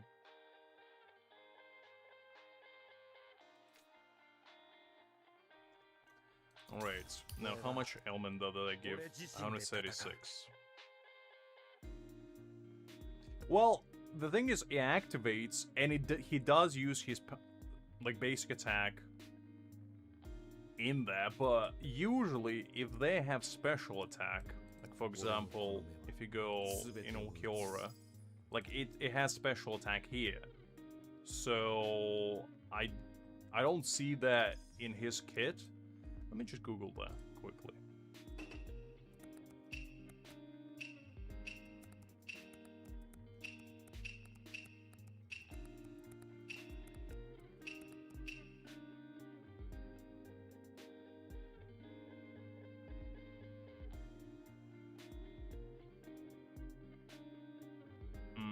Doesn't actually say.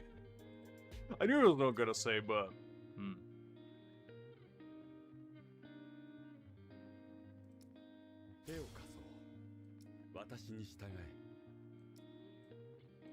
I assume there's no. Because it would have said, and Transcendence mode is it probably counted as his ultimate? Because this is, I assume it just counts as his basic attack. Because that's what he's using.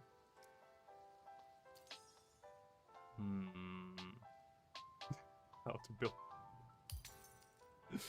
Listen, I know what I'm doing. Kinda.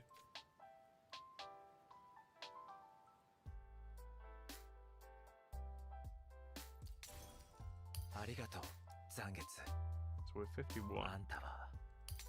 Well, that's why I'm considering finding a better first one. Because if I can get a better first one, then I don't need more crit rate. Because I need just like one rolling crit rate, and they will be fine. That would be 100% at that point. Choices. Because the second one is fine. I'm not too bothered about it. I do have this one, but the defense one is just saying it. Like, just saying it.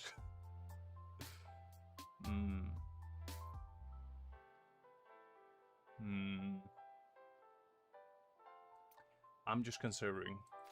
Because there's nothing better, really. I'm just thinking, he's gonna have about 150% ailment as well. Which is not great, because he wants more. But I think with Gin's stamp, it's probably gonna push his crit rate actually higher, because then I can max it fully. Well, actually, no, with Nell's one is gonna be at 190, so it's gonna be about roughly roughly the same. No, it's not gonna be enough. That's why I'm not upgrading it right now. I'm trying to think whether I should try to farm for a slightly better one. Because this one's good, but all it does is give me more crit damage. Which is good, don't get me wrong. But the flat. It's just saying it. Because if I had one more crit rate roll in any of these, that would basically guarantee 100% crit rate. And then I wouldn't really...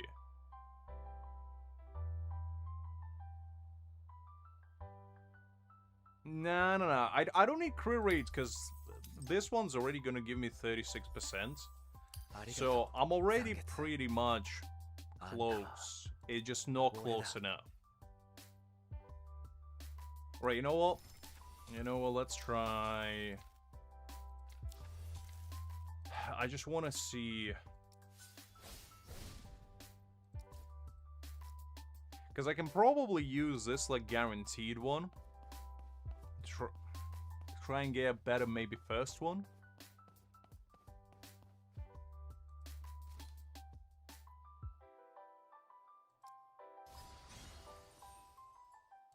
I will not level up to level 30 stamps, Fuji, just for the love of the game.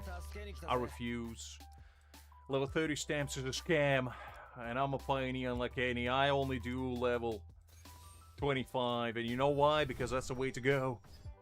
Whoever tells you level 30 is the way to go is a liar. Don't listen to them. Save your Nexuses for the rainy day. Ooh, man, Candace actually looking nice.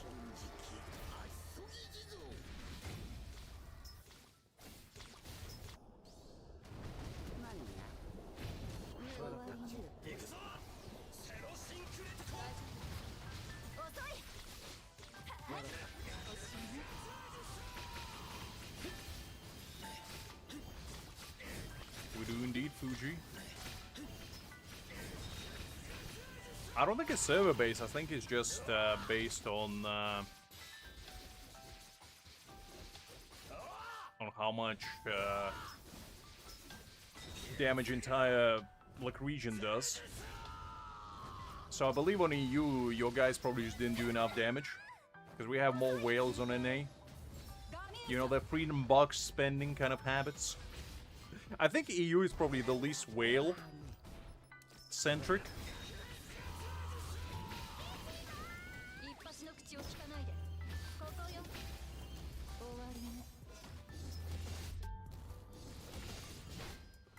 We'll run it on order this time. I'll do it properly after. I just want that guarantee crit, guarantee stamp for now. Well, I believe CA is obviously the most whale-centric. Like, nobody compares to CA. But I believe after the NA is pretty close, because we do have quite a few whales running around, so we usually don't struggle like world bosses or anything like that. And EU probably has the least amount of players as well.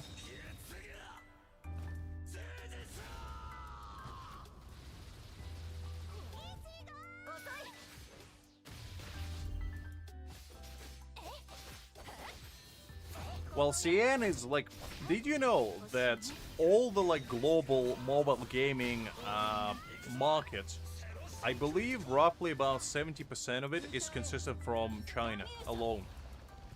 So like CN players are popping off when it comes to mobile games. They go crazy. Us in the West, we're pretty tame in comparison. If our gacha addiction is like a level 10, theirs is level 100. They go ham on those gacha pools. I didn't yet, no. I believe only CA got it so far, so I didn't get any either. I was looking forward to them.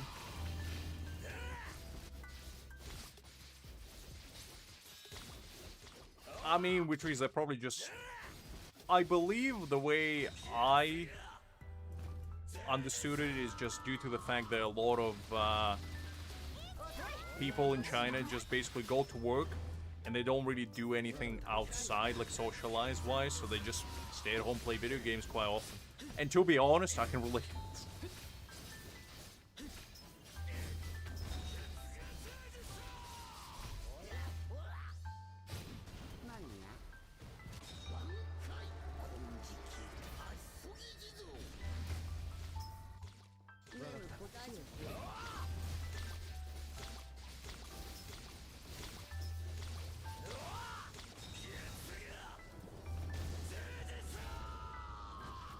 Probably DBL. I don't know, to be honest. We still haven't got it. Usually we are the last ones to get the updates. The update itself is actually rolled out. We just didn't get the compensation yet. But we'll get it at some point. Just usually delayed. Is a Crunchyroll supreme business. The DBL will get used to it. We are here for the long haul. Unfortunately. Unfortunately. Alright. Obviously not the best run. I can do way better, but... Alright. Let's see where it actually puts us damage-wise. Probably not even like top 61. Yeah, I thought so. I thought so. Okay, so it's only thrust as well. Yeah, we can definitely do much better than that. If we play properly. Alright, now... The question is, do I go for, you know, try to get a better stuff on Ichigo and go for, like, this one with just better main stats? And I think I will. I think I will. Because I just feel like it just makes sense. I don't know. Well, that's the thing, like, I'm just very on the fence whether I should use it now or, like, save it. Because the thing is, like, the middle one is good, like, you know, to create one attack, really decent. The last one is good, and the first one is okay. It just, I don't know.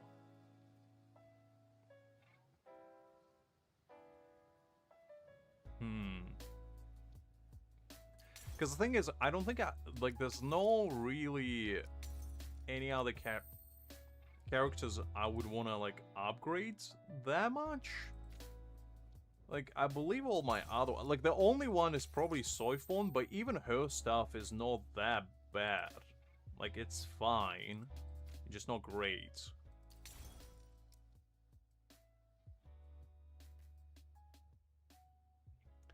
I don't know if I found enough, Fuji. I don't know if I found enough.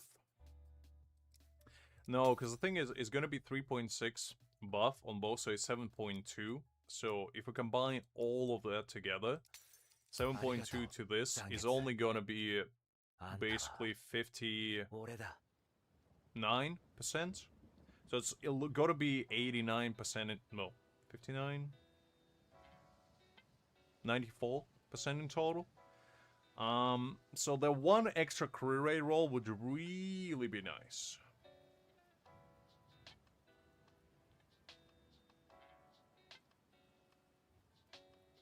No, I don't lack ailment yet. Actually, I lack on this one because I didn't level it up. Okay, you're right on this. I'll give you that. I thought I leveled this up. I don't know why I didn't. That's all I have. There we go. Alright, so that's 80 now. What does that give me? 147.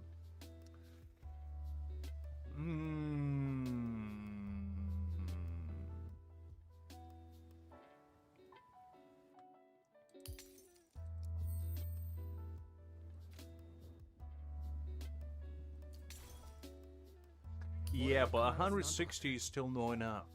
It's not enough. It's not enough. You want more. You always want more. I'm just deliberating whether I should use the selector for this one, because 2 rolls in ailment damage is pretty good, right? And obviously, flat attack is not decent. Well, it's fine, I guess.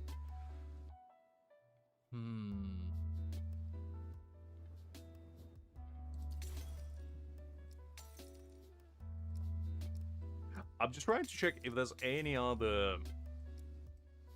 I'm just trying to check if there's literally any other units that could use an upgrade over Ichigo. Because if there is, it might be just more worthwhile investing into them. And to be honest, I don't think so. Like, I genuinely... The only one is Soifon, but even with her, I don't really have, like, that much need for it. Because, I mean, she's fine as is.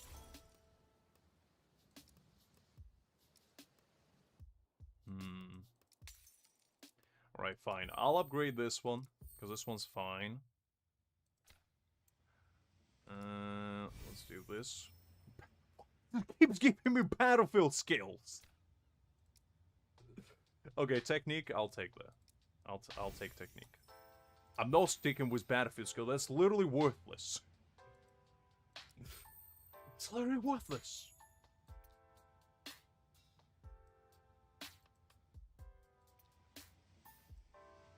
Well, that's true. That's true. I didn't consider that, EBL. That is fair.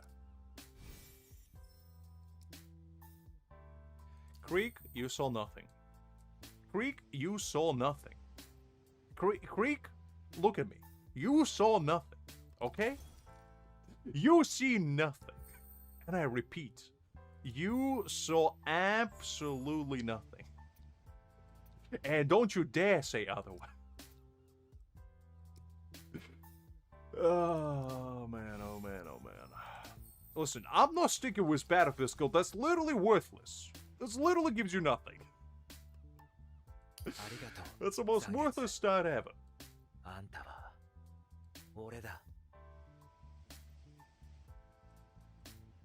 Alright, 156.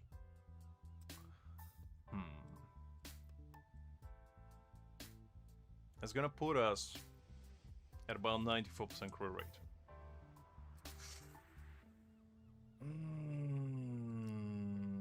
Okay, you know what? You know what? Let's roll. Let's roll the first one. Screw it. Screw it. You live only once. Let's just try this and see what happens.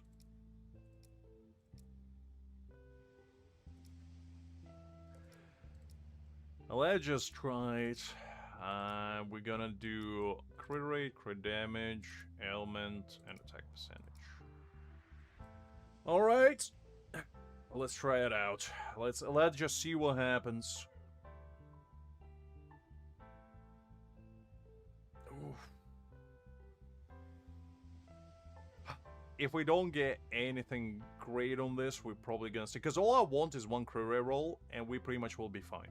We pretty much will be golden. +3 crit. Creek, don't do me. DBL, come on. Come on. Guys, I need some, you know, some positive thoughts. Oh, man, oh, man, oh, man. Oh, look at that. Look at that. We just got the perfect piece. Let's go. Yes. Man, I hope this event comes all the time. Like, jokes aside, I genuinely love this. Like, this is the greatest addition to this game they ever did. And I just hope we get this event every month. Give me at least one chance every month to get a perfect stamp. Like, that's all I ask. At least once. Oh, man. I just want one. Like, literally only one. You give me one a month and I'll be happy. And the problem is, you can't save it, so I kind of hope that they're gonna release some sort of item that allows you to keep it for, like, future. Because, like, obviously it's good to have it in real time, but if we have, like, a little selector, you know, and then you just use it on a rainy day, shall we say, that would be amazing. Alright. Let's just see if we can get lucky and finish up the build strong. Alright. So, no slash. Attack. There we go. And this one. Whew. All right. Ailment. Love that. Ailment. Love that. Please be crit rate. Crit damage. It's better. It's better. It's better. Because crit damage I'll take over flat attack. It's not the same, DBL. It's not the same. Let's not get too excited. Let's not get too excited. It's not the same. But I'm keeping it. Like, this is as good as it's gonna get, so I'll keep it. I'll keep it. Good damage dealt by special. He doesn't do special. Does he do special attacks? I don't know if he does special attacks. Like, I can't tell. Does he do special attacks or not? I don't know. Hakeem, tell me, does Ichigo do special attacks or not? He does.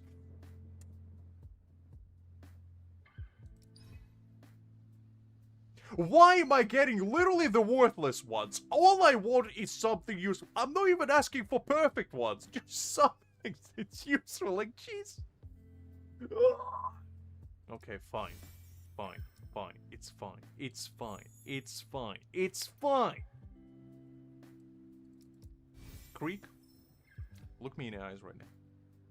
Creek, look me in the eyes right now. Look me deep into my soul.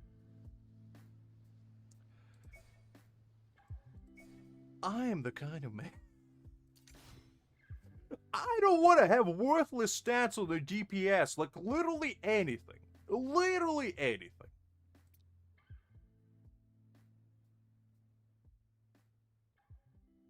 East Transcendence doesn't count as a special attack. It doesn't say that it's a special attack, so I don't see it being a special attack. I need somebody to tell me if it's a special attack or not. Before I might commit a mistake. Because if it's a special attack, I'll take it. But I don't think it is. Because it doesn't say. Like, it doesn't say. I think it counts as an ultimate.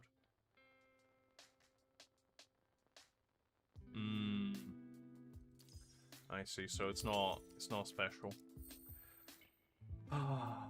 I mean, I got technique on here, which is good. I don't think I have any stamps at like level 30 that I want to discard at the moment. So, I'm just gonna... Okay, guys. Do as I say, not as I do. Never do what I'm about to do. Just don't. Just don't do this, okay? Just never do this. Okay, that's fine. That's better than what it was. Just never do what I'm doing right now. And, you will be fine. You will be fine.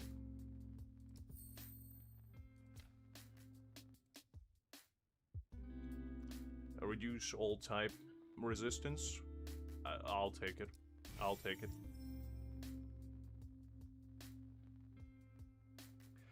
Listen, I just want something that's actually working. Like, I don't care what it is. I just want something that's actually works. I genuinely don't care what it is. And you know what, Creek, come here. Come here. Sit down. Sit down for a second. I'll do this for you. Creek, this is just for you. Okay? Don't tell anyone about this, Creek. This is between you and me. Creek, look me in the eyes. This is between you and me right now. Okay? We don't talk about this, Creek. You see right there, we got 10 more. And nothing happened. Nothing happened. You see nothing. You see nothing, Creek. It's between you and me. It's between you and me. Don't listen to anybody else, Creek. It's between you and me. Creek, how many times do I need to tell you? It's between you and me. Listen, I just wanted something that works. I literally don't care what it is. Like, I'm not gonna roll for perfect ones. I just want something that works. Like, Hakeem, you see nothing. You see nothing, Hakeem. You're lying to yourself and more importantly to me. Do not lie to yourself like that. Fuji, you saw nothing. You see nothing, Fuji? You've seen absolutely nothing.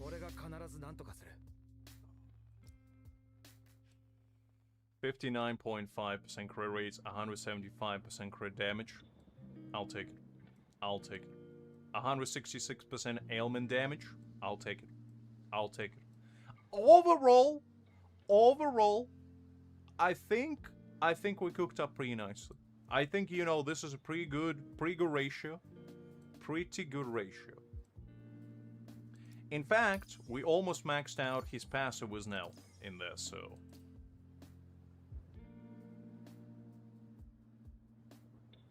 Listen, Witrees. Listen. Listen to me. 95% is good enough. 95% is good enough. No, we're not pulling for weapons. We're not pulling for weapons, Fuji. We're not doing that. That is a weak mindset, and we're never gonna do this. Why do I need to pick up... Why can't I save this? Like, why can't I save this? I don't understand. I guess I'll go for Ulquiorra. I mean, Ulquiorra is better, and I will probably have use for him in the future. You don't actually get a cool avatar with him. That kind of sucks. Oh man, oh man, oh man. No, Fuji? No.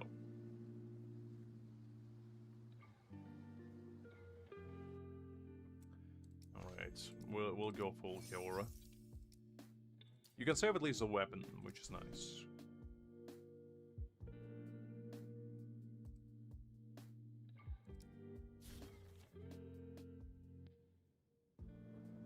That's actually not a bad idea, Timmy.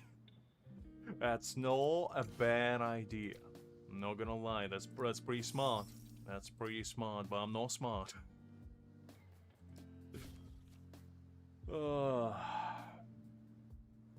Alright, I think all in all, we did pretty well. Like, all things considered, our Ichigo is relatively well built. Like, he's not amazing. He's not amazing. But... Hi there, Stefan, by the way. Hopefully you're doing well. He is okay. He is okay. Rotation? Okay, let's see. What can we do? Oh, actually, let's go and do Candace boss fight. I don't know how to play this rotation, though. So, don't expect me to, like, pop off right now. But I'll try my best to, you know, do what I can. Man, Candace looking nice. Like, not gonna lie, they did justice Candace with her model. Like, that... full wings form of her? Whew. Some good stuff. Not gonna lie, some good stuff. The animation on those is crazy. I might have to pull just for visuals, because, I don't know, something about the green hue on, like, the lighting is just really cool looking to me. Like, design-wise, I love it. Okay, hold up. No auto, no auto.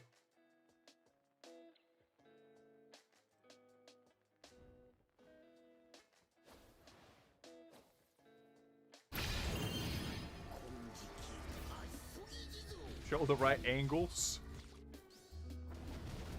Listen, Hakim. Stop being a horn dog. We are here to, you know, appreciate the finer things in life. Not to goon. Okay. Now that I'm thinking, I probably should use Ichigo second. We're gonna learn the rotation as we go.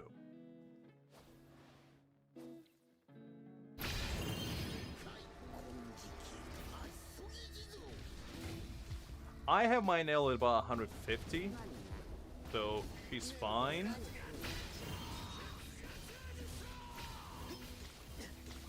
Okay, let's go with this one now.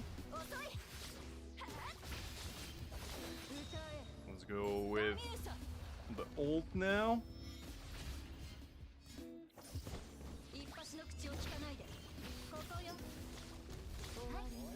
Okay, let's go with Mayuri. Back to his ult.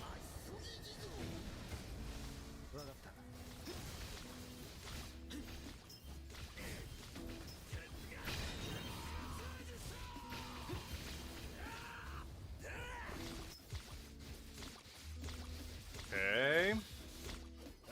That's doing something.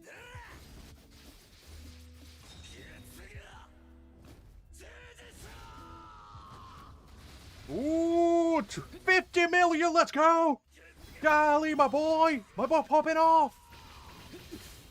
Alright.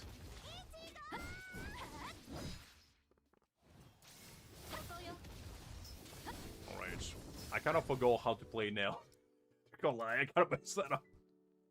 How do you do the one where she jumps in the air? I forgot.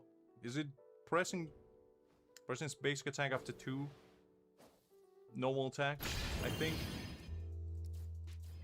I need to figure out how to do rotation properly.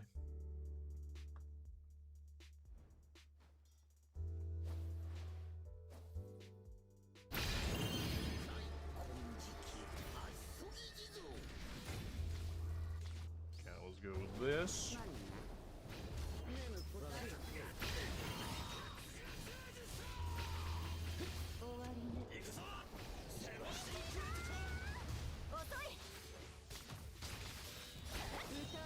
Okay.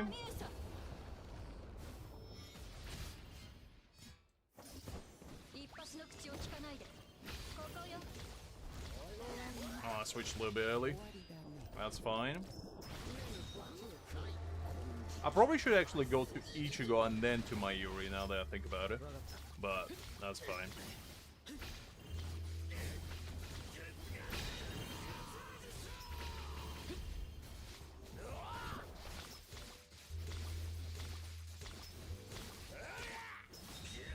Okay.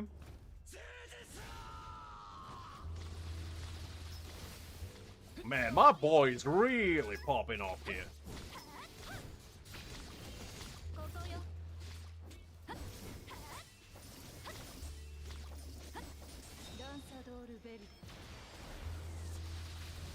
Nell's not doing too bad either.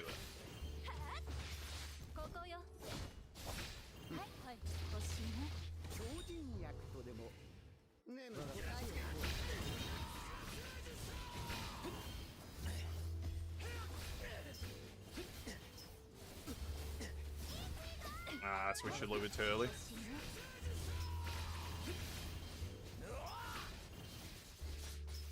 Okay.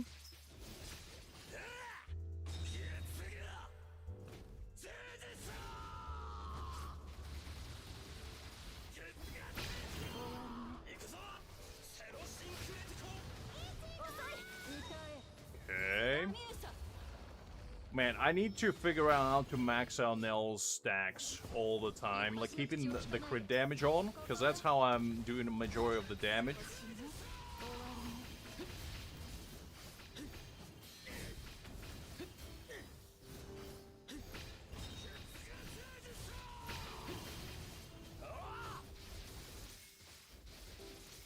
Ah, I missed my Mayuri stack. Man, I keep forgetting to actually switch to Mayuri. I need to figure out the better way of doing this, because I'm doing it wrong. And that's influencing my damage.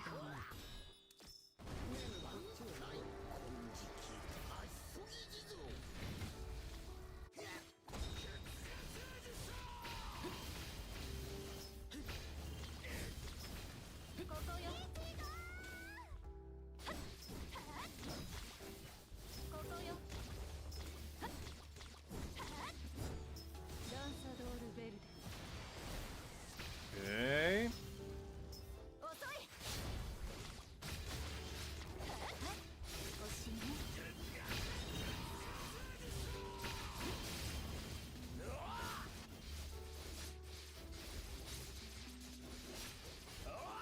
I don't know why.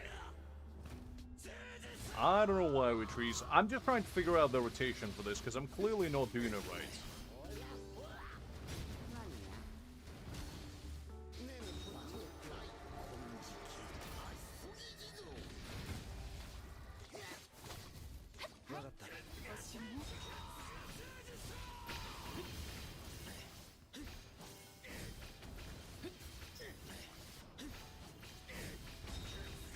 Okay.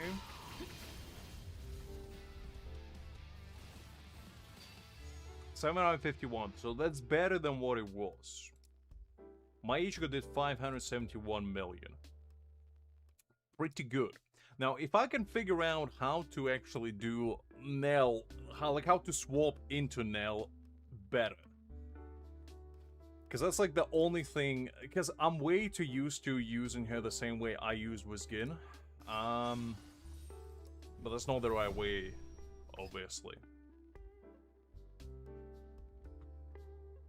I will never level 100 him, Fuji. After what he put me through, he's not worthy. I mean, just watch my victories and just tell me if I'm doing something wrong, but if you don't mind, I would like to watch it as well. Because the only thing that I don't have enough is ultimate charge rate on my Nelliel to pop off the ultimate straight away. I kind of need to do a few basic attacks to do it, which slows me down slightly.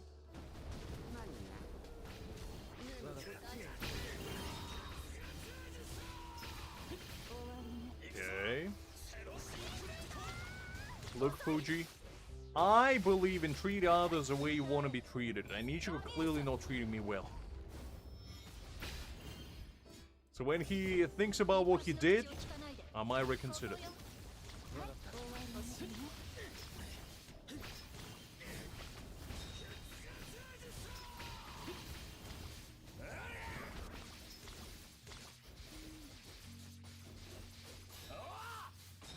Okay.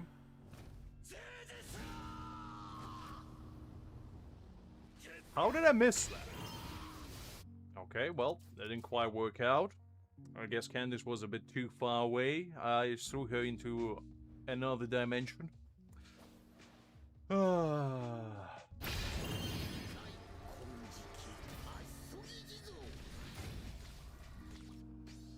Perhaps, Astra, perhaps.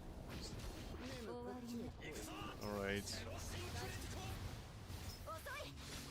Actually, no, hold up. No, not that one.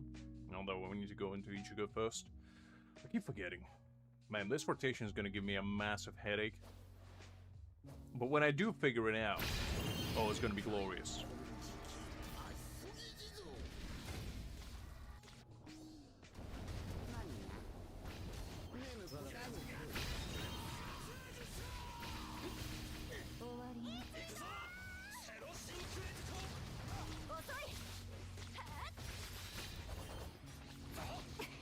Oh, you absolute...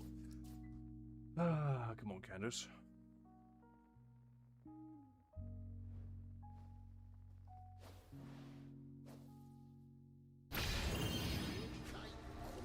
Using your skill especially? How do you get your ultimate then?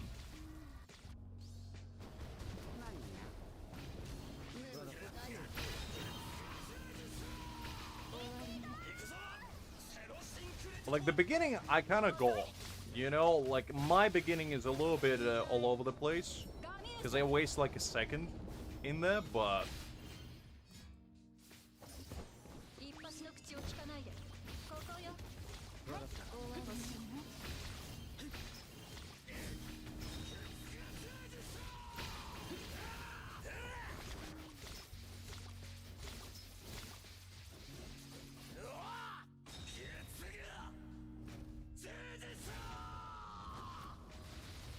Okay, not too bad.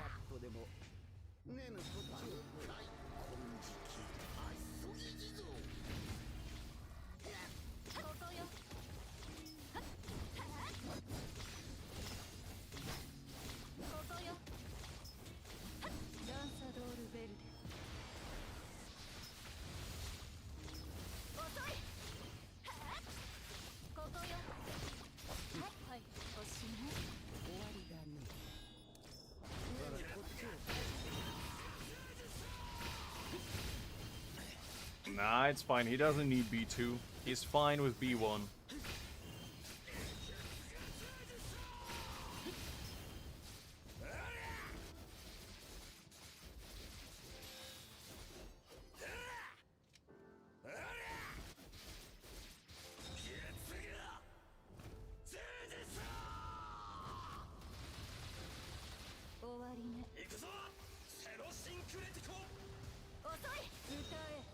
Okay.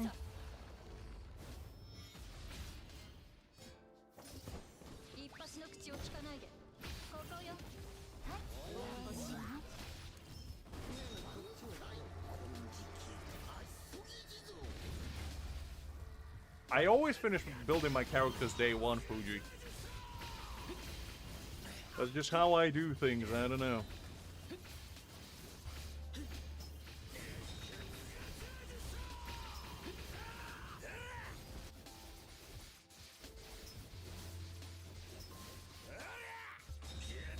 Okay, there we go.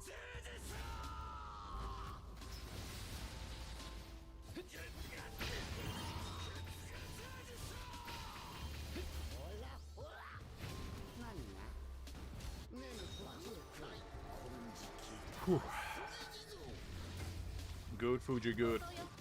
Learn the art of the patience, and then you shall achieve great things.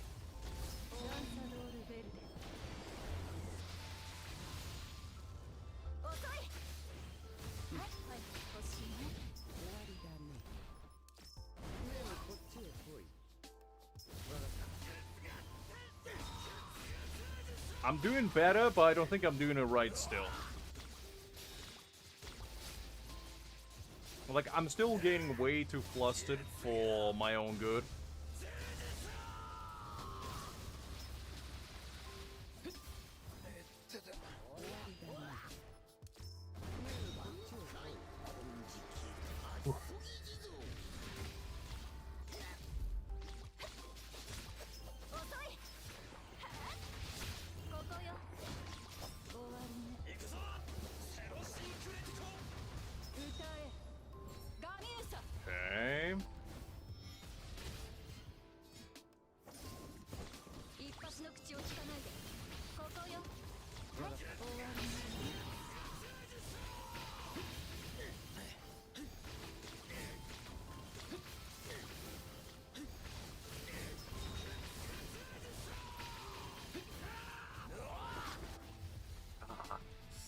Not too bad. 870 is a bit of an improvement. A bit of an improvement. I get flustered on when to switch off from Ichigo. Like, that's my problem. I don't know when is the right time. When top 29%, not too bad. Not too bad. But we definitely can do better. I can do 1 billion with B1 if I do proper rotation.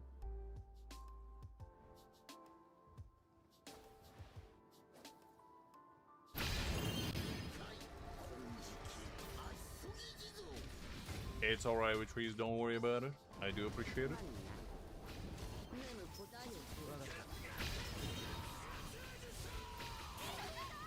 Oh, messed it up. Golly.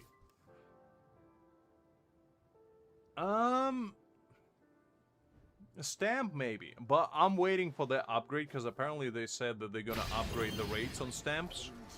So I'm just waiting for that. The only reason why I went for his call is because obviously I need to use him right now. But, oh man. I keep getting flustered with... I keep thinking that this is game rotation where I need to pop in Nell after Mayuri, but no.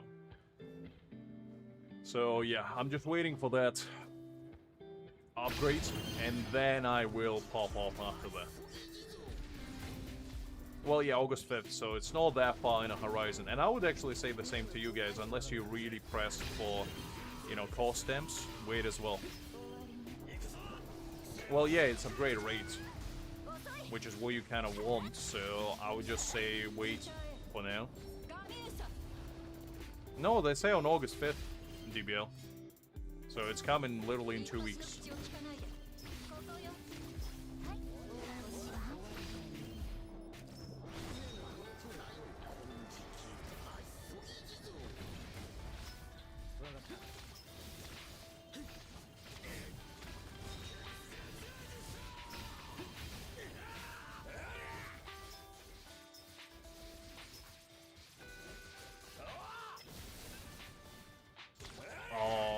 It up.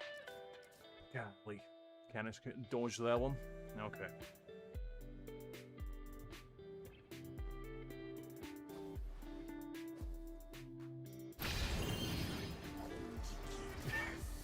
The man is still living in the past, so that's alright, DBL, that's alright. We all been there. We all been there. It's all good.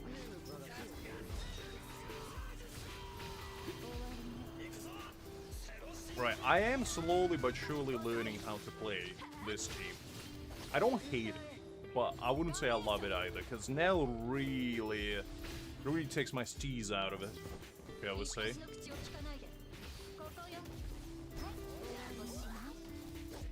Okay.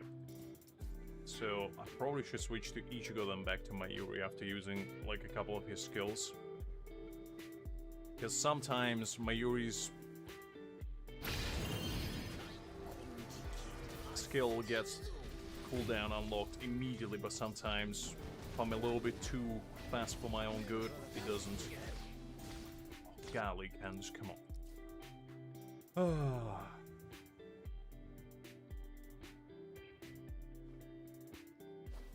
That's pretty nice, Fuji. I mean, finishing 90 is pretty good. I don't go for fully upgraded stamps either, but that's just me being, you know, a hoarder, unlike Annie, I would say.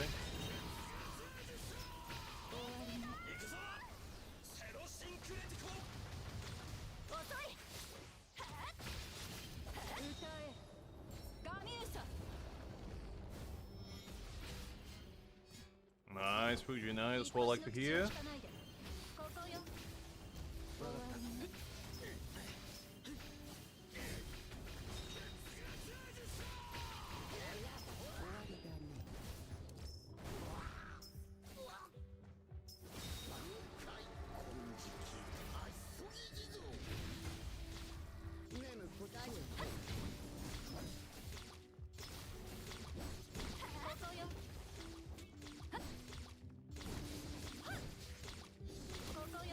I forgot what Nell's special attack is, where she jumps up to do another crit damage buff.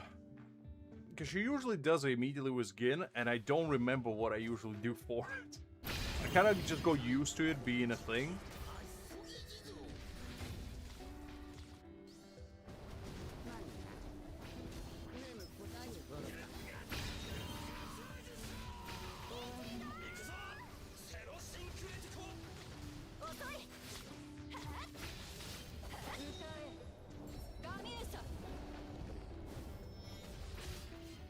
Go.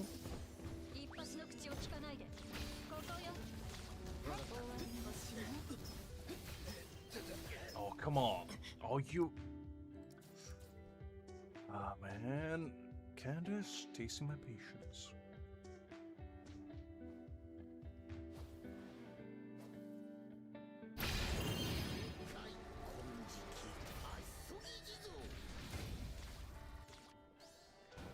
It time freezes in gold, so you don't actually waste any time.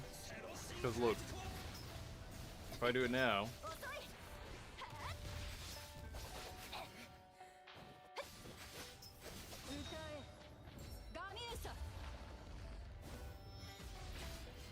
Like, keep attention to time, so it's 150. It freezes the time, so you're not wasting anything.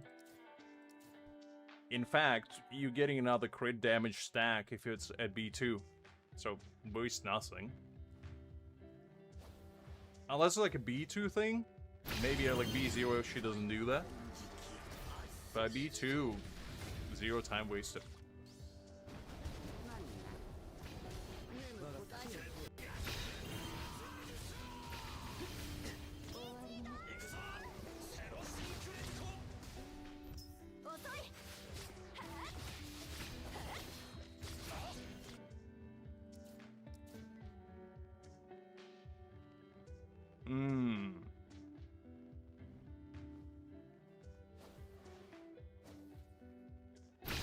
I don't know, because... I mean, I'll try without using her counterattack and see if that works, I guess. I'm just missing crit damage buff. That's like the only thing that... I just don't really see the reason not to use it, but I'll give it a shot.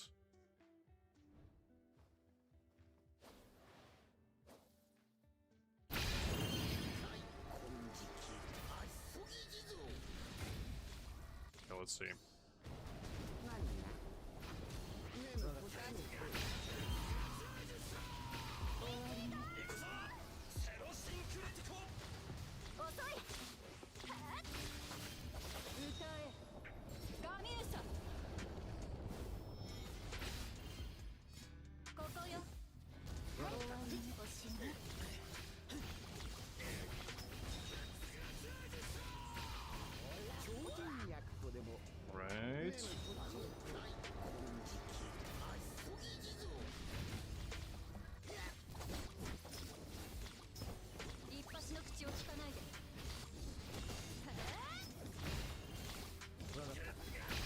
Are you not using your counterattack at all, or using it in the second time? Because that's the only thing that I'm not 100% on.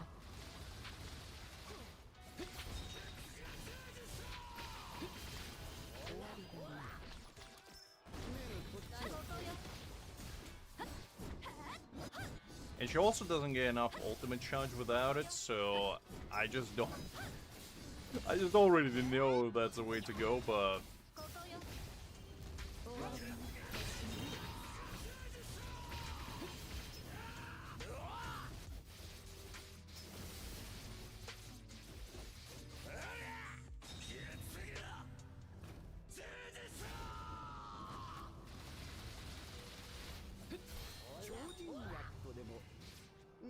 okay, let's go with this.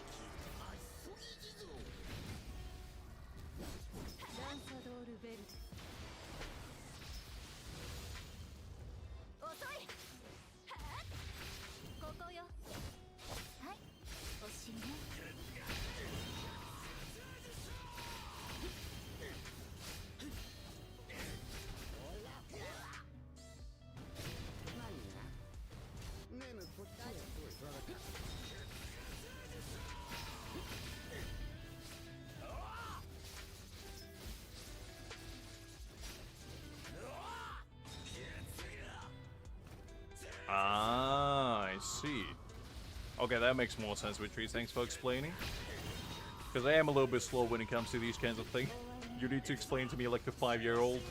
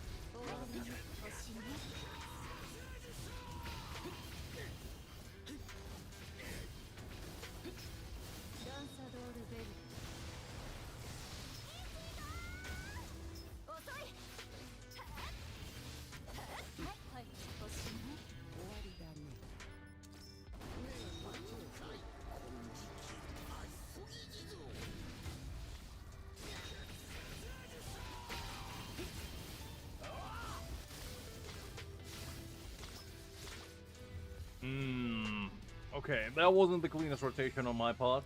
I kind of messed that one up.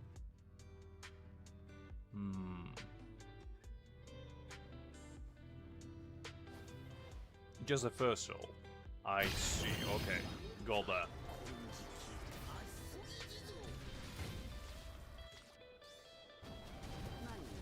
Alright.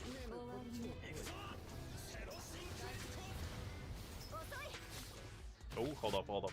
I messed that one up a little bit. I was running back. Oh, the horses, let's see.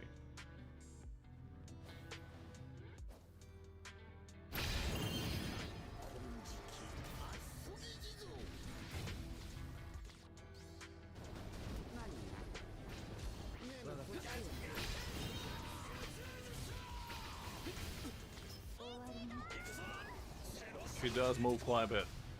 And that's kind of one of the things that messes up the entire rotation, because sometimes she evades, like, even the tactical skill damage, which messes up the entire thing. It's a little bit of luck as well. Nice, Fuji. Nice, good work.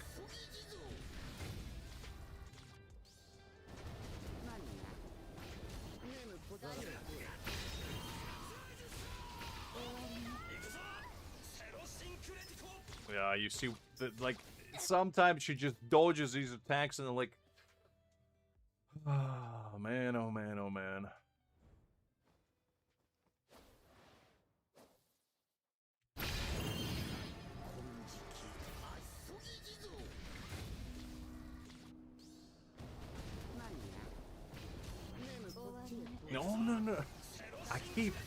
I keep pressing F for the tactical skill. I'm way too used to play my thrust team that way. That's something I need to just learn for myself. I'm a creature of habit. I learn how to do things one way and then I can't learn the other way. It's fine though, it's fine, it's fine.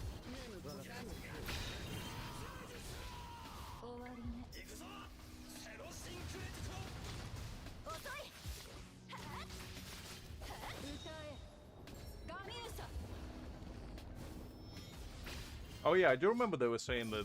Oh no. Okay. Oh man, I do remember they were saying that there was Mayuri selector. To be honest, I don't really know if I want Mayuri because I already have him at B1. I don't know if his B2 is gonna give him anything, but I mean, I'll get it as well.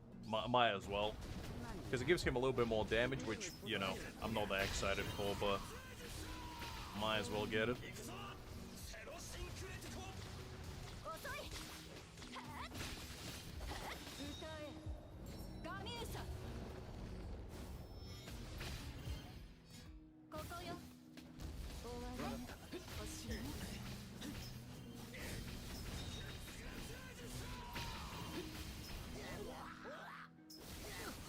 No.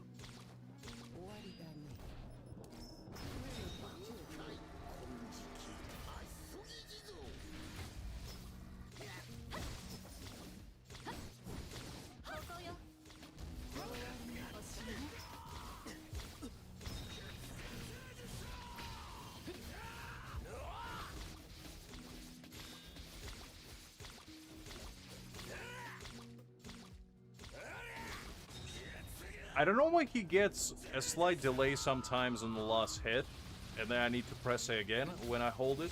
I don't really understand what that's all about. But that's fine, I guess.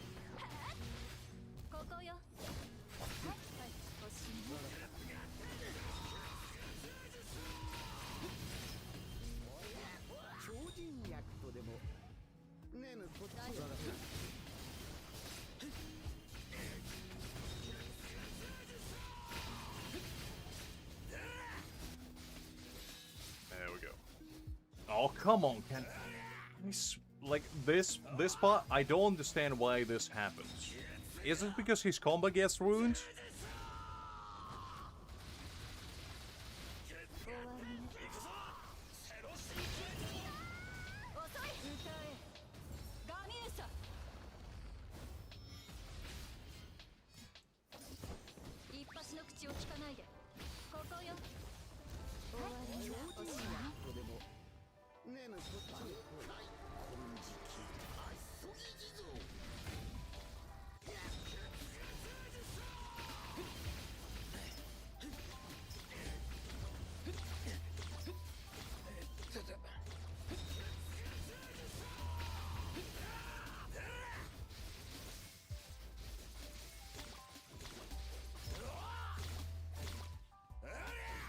Man, that last hit messes me up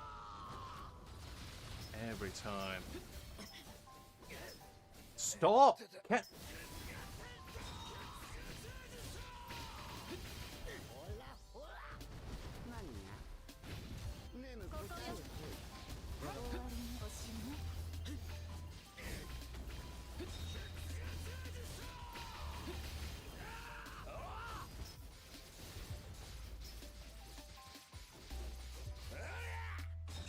There we go.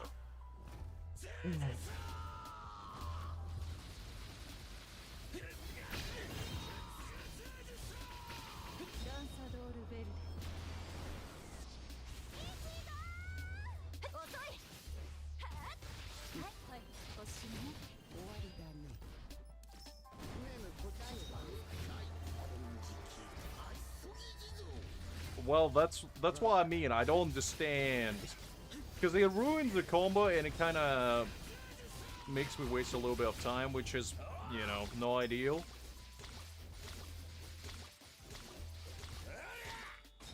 Okay, there we go.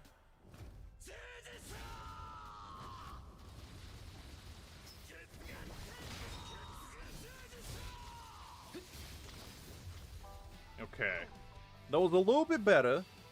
867. Not too bad. I definitely can break a billion, though. It just... I keep getting my steez ruined. Don't let me ruin my steez. I just need to figure out, like, the most optimal rotation for my units. Because, like, Nell is, like, the wild card right now. I never know when to switch to her. And when to stay in Ichigo to, like, optimize the damage the most. Because my Nell is B2, so she does give crit damage buffs. So I do want her to be on field, at least to rebuff Ichigo. But the only problem is the fact that I just don't know how long I want her to be there.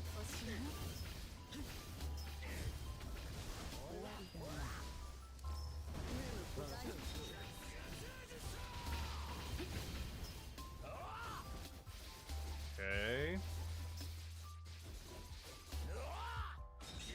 There we go. How did I miss that? Candace? How is that possible? I think I'm missing a tiny bit. Because I'm at 166, so I'm probably at 206 at the moment. Or something like that.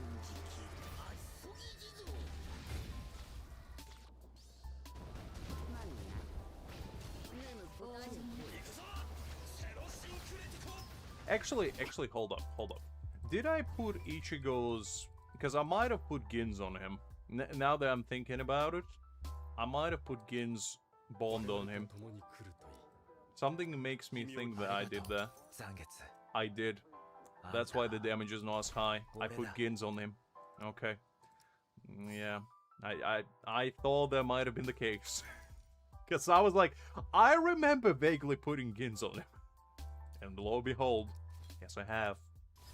Yes I have. Look, I forgot. I was playing around with a setup. Look. I'm not going B6 retreats. No. That's not the game as we're playing over here. The only units that I will ever B6 will be Old Man Yama or Aizen. Those are the only two units. I got lost in the sauce for a second. Okay, hold up. We're running in the back. Nutrition wasn't the cleanest. No, Fuji, no.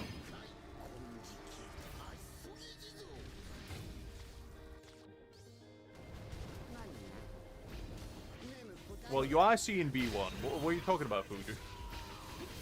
This is B1 action. Creek, I didn't... I miss it. Listen, I didn't max him out because he doesn't need it. I was talking about future Aizens. If it's a butterfly Aizen, I will do it all day, every day. And Bankai Yama. I can do it, Fuji. I can do it, trust me. Trust me, I'm the kind of man that will prove you wrong, even if it's the last thing I do. You never challenge me.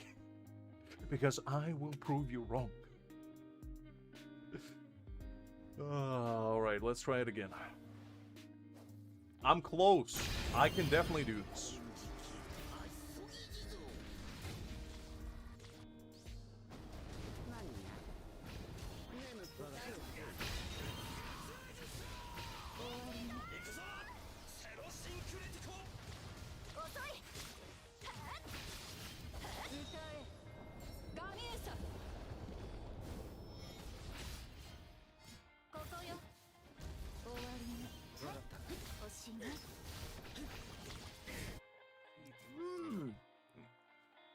The other problem with Nell is that she keeps missing her skill, so I don't get the other crit damage buff. Golly. Come on.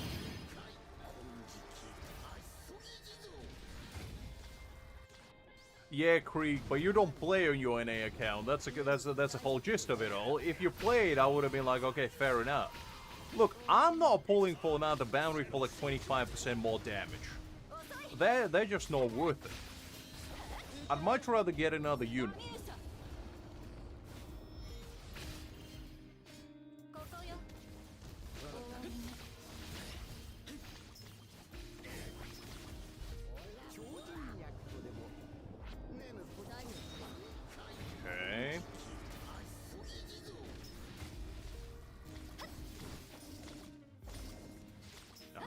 no. I need to go back to Ichigo.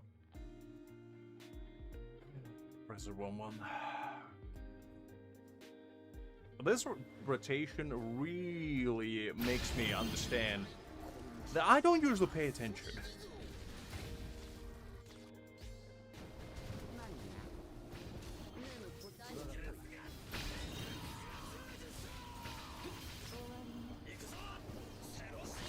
Yeah, but you don't play there, so you might as well you don't have any Ichigo Creek. Because if you don't play, it doesn't count. It's like me saying I have B6 Aizen on a CA. I don't play there. Now, you can't prove that I don't have him. I just don't play on that creek. That's exactly the same principle. Well, how can you prove it that you have it, creek? Unless you played, I don't believe it. Oh, man.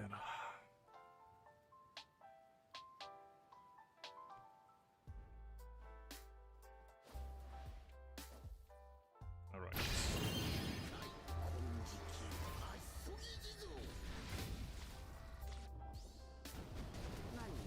Well, considering he's like level 40, no. The man probably has fled defense on all three stamps. I know, Creek. I know the kind of wicked schemes he's planning.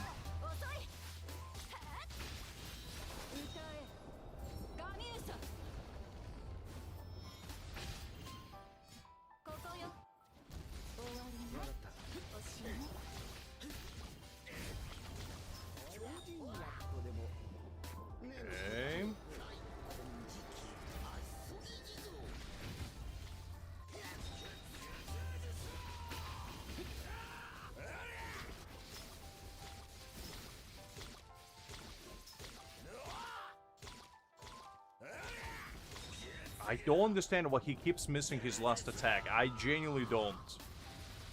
Like, that's so annoying.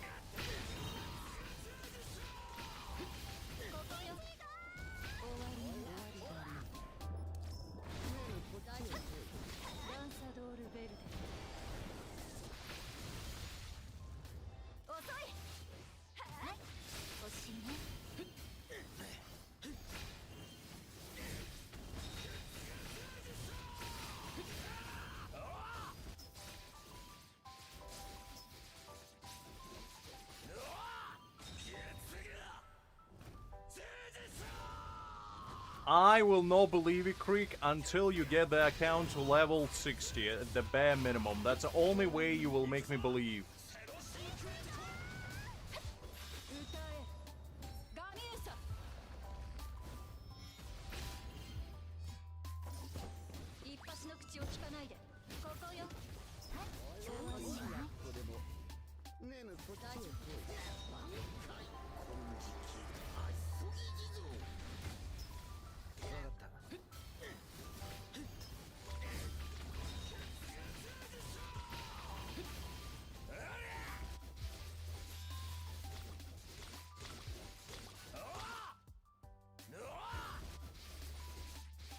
I don't understand what causes the last one. I genuinely don't get it. But whatever. It's fine.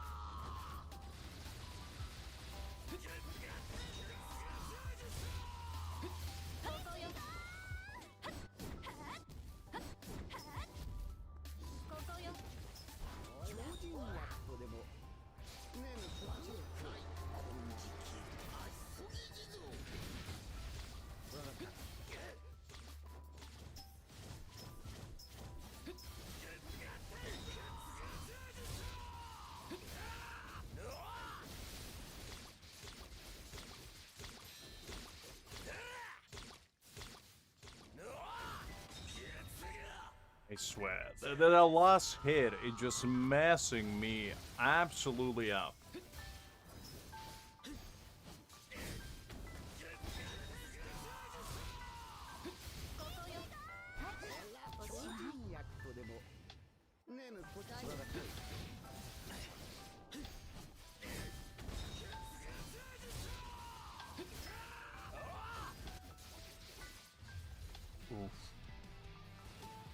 934.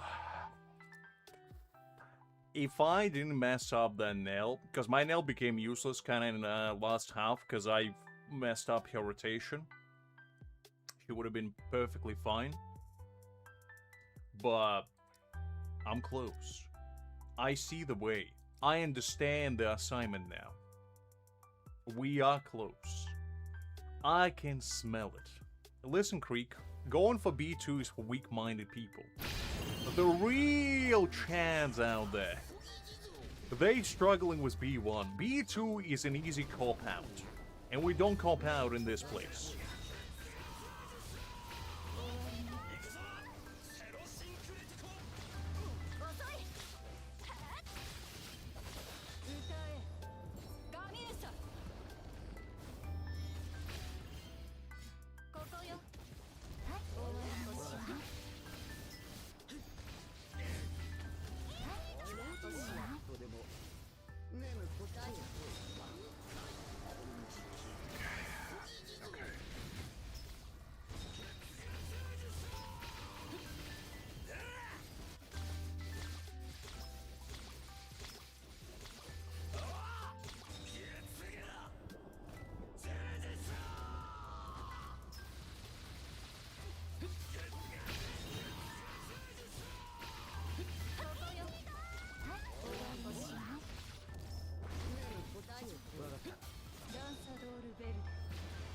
Alright, I think I kinda understand now.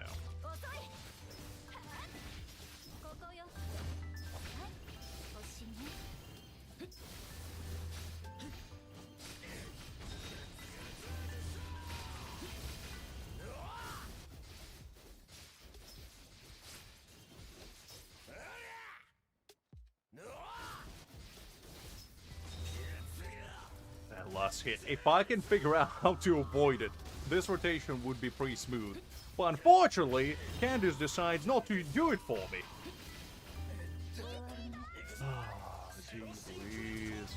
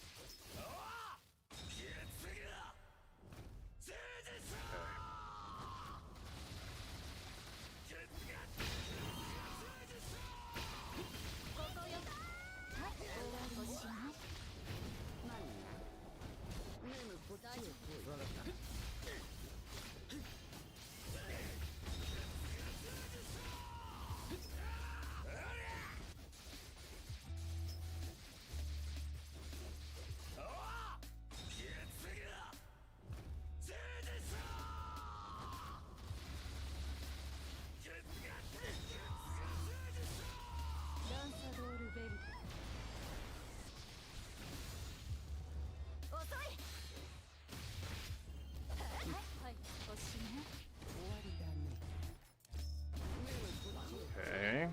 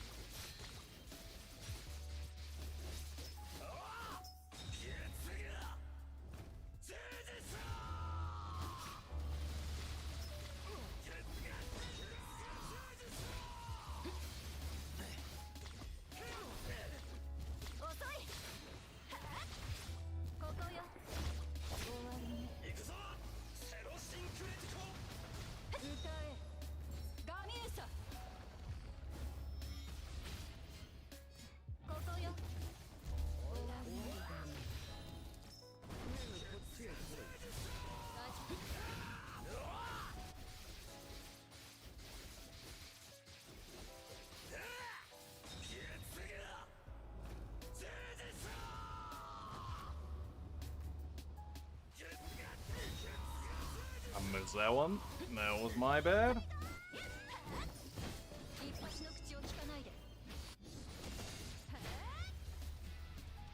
Alright, that could have went a little bit better. I messed up in the end.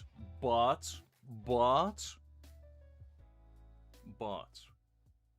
You see, Fuji, I'm just built different. You see, while other people going for B2, I'm just the kind of man that just comes here, puts his legs on the table and be like, I'm just built different. No, Fuji. No. Creek, I'm not cheating, I'm just built different, and you know it. And you know it. You guys might not believe in me, but you know who does? Ichigo, I guess. And just like that, we're in top 10%. We just build different over here. We're just doing crazy stuff. But that was pretty good. That was pretty good. Alright. Now that we conquer Candace, I could have pushed for 1.3 billion if I used Ichigo at the end. But I understand the rotation now, so the rotation's pretty clear. I do understand how you guys doing your unholy things now. And it's basically all it rolls down into is that the fact that Nell's counter messes up everything. And if you don't use his Nell counter, you're pretty much fine.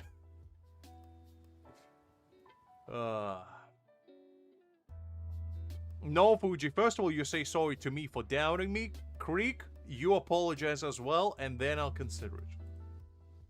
Say, Lux, I always believed in you, and apologize for the error of my own ways.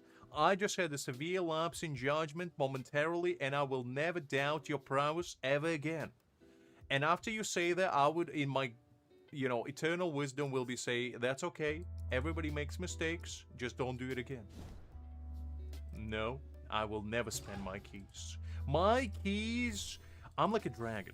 I'm holding all my resources until the end of times. And I will never spend them. But this new team is actually really fun. Like, all jokes aside, I do enjoy it quite a bit. It's much more pleasant, I would say, than Wizgin. Because Wizgin, it's very static. And the damage just never really amazed me. But with this Ichigo, it definitely feels more substantial, shall we say. This, like, approaches the level of Spirit Team, I feel like. I'll still prefer, like, Spirit Team my favorite. But this is probably my second favorite, like, not gonna lie. If you use Nell properly, the only thing is this team, you can't use it on auto. Like, this team just not gonna work on auto. And Gin will be better for that. But if you play manually, this team is actually does some nasty stuff.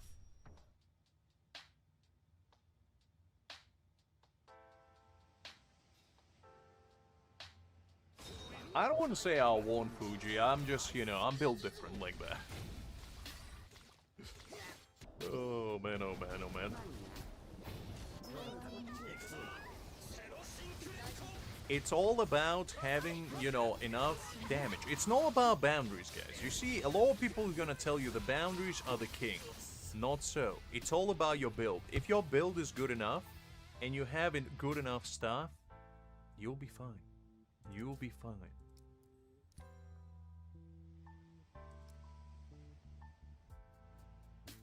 Oh, absolutely. I really enjoy the gameplay on this Ichigo. Like, this gameplay... Probably, I don't know, it's between him and Ulquiorra, really. Because, like, Aizen's my favorite character overall, but, like, animations-wise, it's kind of tough. Because both Ichigo and Ulquiorra kind of have the same thing going. They both kind of almost the same unit, really, when you think about it. Ulquiorra is easier to play, though, so...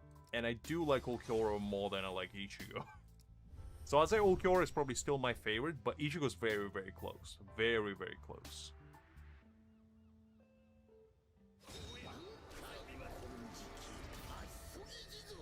I mean, that's true, Creek. I won't deny that. However, I personally feel like his B2 is just not on the same level as Ulquiorra's B2. And to me, a boundary is only worthwhile going for if it's a massive upgrade to your damage. Ignoring 100% defense on Ulquiorra is huge, even though it's only on techniques. It's massive. Ichigo just does a little bit more damage, like 25% more damage. And while that's fine, I'm not really climbing like high-end rankings to really bother about, you know, having a little bit more damage. All I care about is how character actually plays. And Ichigo at B1, I feel like he's at his optimal place, where you don't need anything else, he's good as he is, and that's all you want.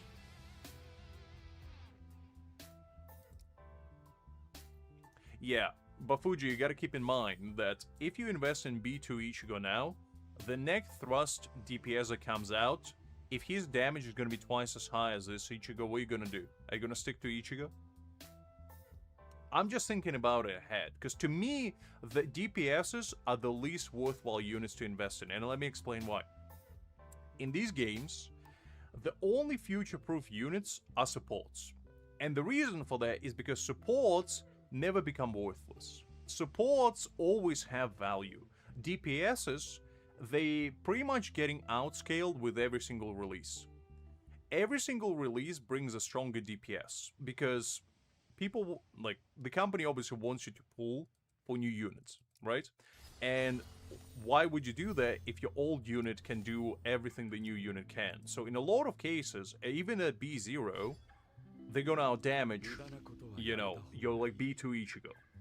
And that's just how it's gonna be. So to me personally, I don't see a point in investing a little bit more damage unless it's a core gameplay mechanic, kind of like with Ulquiorra, where it speeds up his techniques so he can unload them faster and ignore 100% defense. So to me, that's kind of what I'm looking for in a boundary in order to use it. But he doesn't really have that on B2, it's just more damage. So to me personally, it's not that important.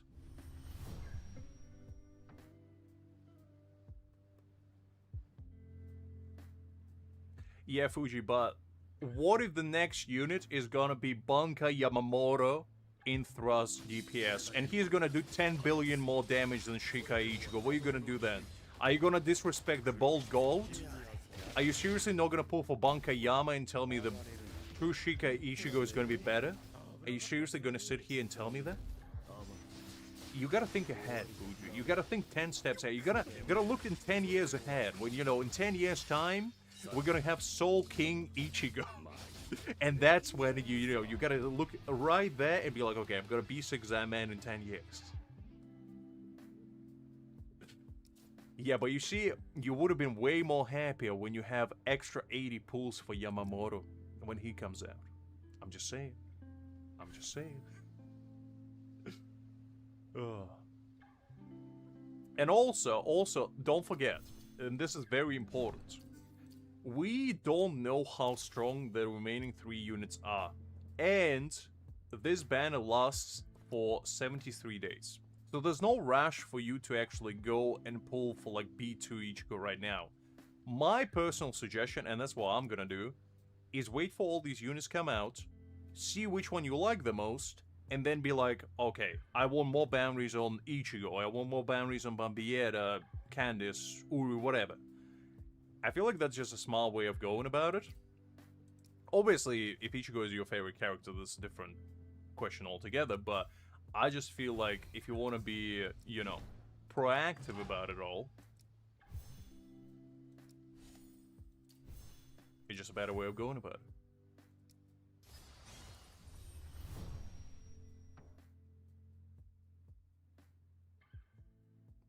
They might, Fuji, you never know. I mean, what would be the reason for them to release a new thrust DPS in the future if he's not going to be better? That's why I will never get a B6 full assault unit. I will never do. I will get tactic B6, because tactic to me is the most worthwhile, because even if Aizen, like, let's say the next Spirit tactic unit is going to be stronger than Aizen, I can still use Aizen on the same team, and he can be just my sub DPS.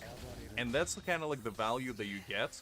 Meanwhile, if Ichigo getting outclassed in the future, you can use him as a support, because he works only as a DPS. So that's why I'm not gonna hyper invest, to be honest.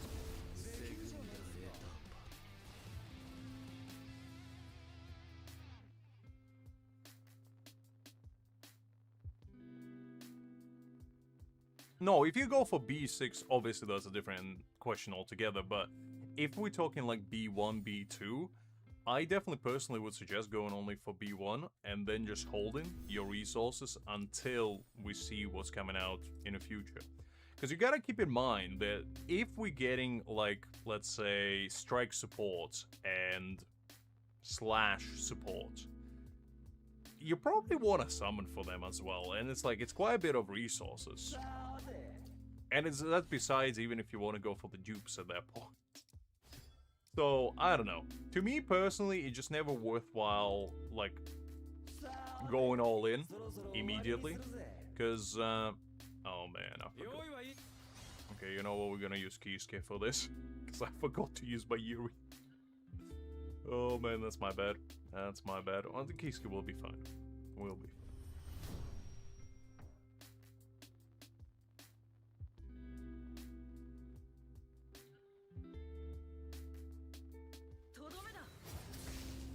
I mean, they did say that they might double with PvP in the future, and to be honest, I feel like this game will have a pretty decent PvP if they do ever decide to do it, because the devs are pretty smart. Like, the devs know kind of what they're doing, and so far, they haven't really made any bad decisions, at least as far as the devs concerned, like Shueisha aside. They've been making pre-W decisions pretty much since day one. So I'd say they probably would do it justice, but yeah, I don't know. They definitely said, I believe in the recent post that they did, because a lot of people were mad about 1000 Year Blood War collab, like not a lot of people were happy with Ichigo, and they basically addressed a bunch of like questions and whatever no they're getting all the time, and one of the things that they did mention was that they are planning to add like more permanent game modes, which you can play like on a daily basis, but they don't want you to treat this game as a job, which I was like, you know what? That's fair. That's fair. I don't want to play the game 24/7 either.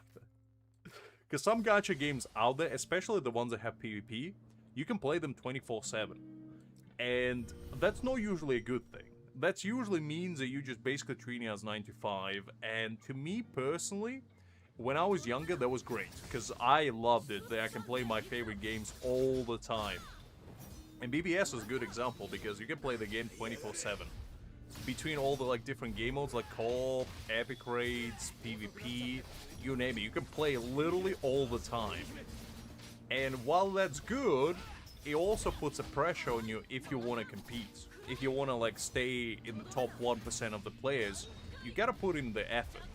And when I was playing that game, I was pretty much playing it like 12 hours a day. I would literally have my phone red hot all the time by running like co-op, PvP, epic raids in the background or whatever not. And that's not particularly healthy, as you can imagine. That's not something you should be really doing, but, you know, that's something I was doing.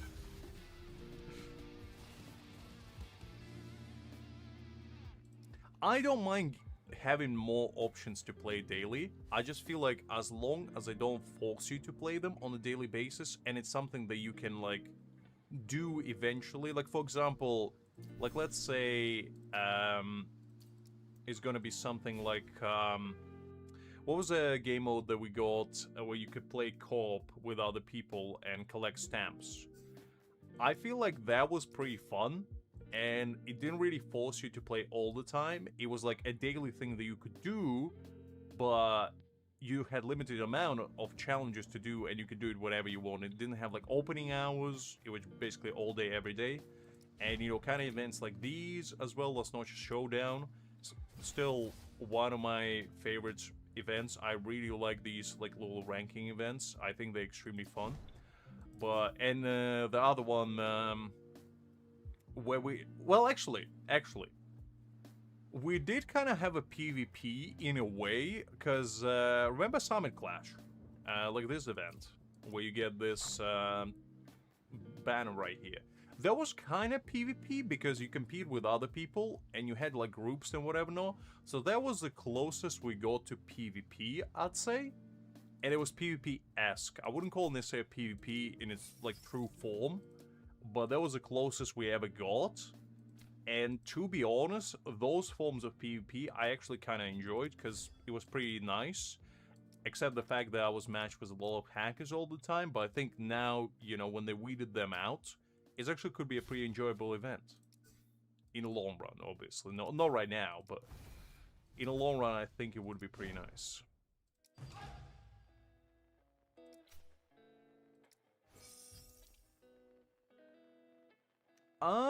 I would like that as well, DBL, but the thing is, you kind of run into the problem where whale's gonna whine, because the entire point for whales to whale is the fact that they can stomp free-to-plays, you know? Because it's kind of like, it's a cycle of whales feeding on, like, mackerel.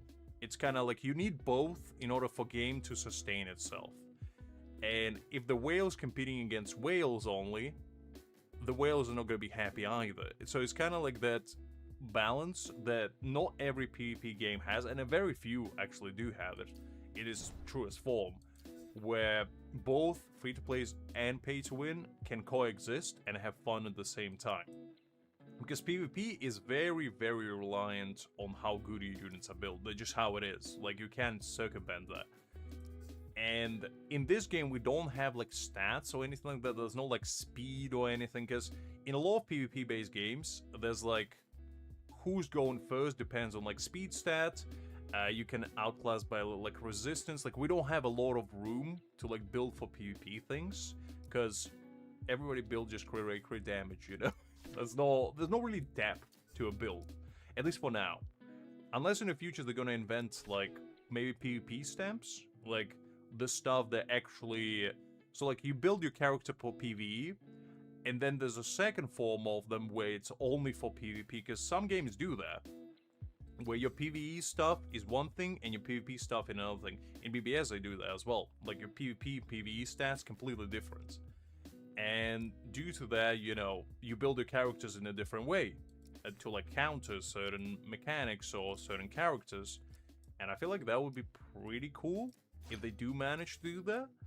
But we're still talking, you know, like, future kind of improvements, maybe. Because, like, right now, I just don't see them do that. Considering we still don't have, like, a very, very solid PvE ecosphere where, like, we have enough PvP, or PvE, excuse me, to do, like, all the time.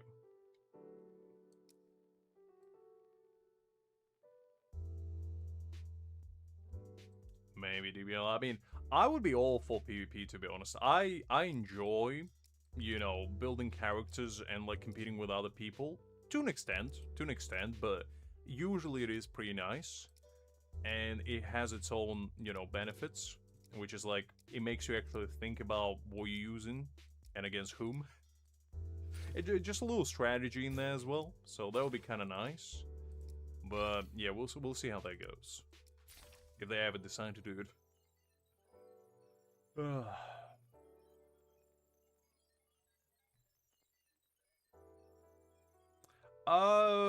I mean, to be honest with you, Fuji, like, and take it with a grain of salt, like, from somebody that just, you know, doesn't have a single B6 unit.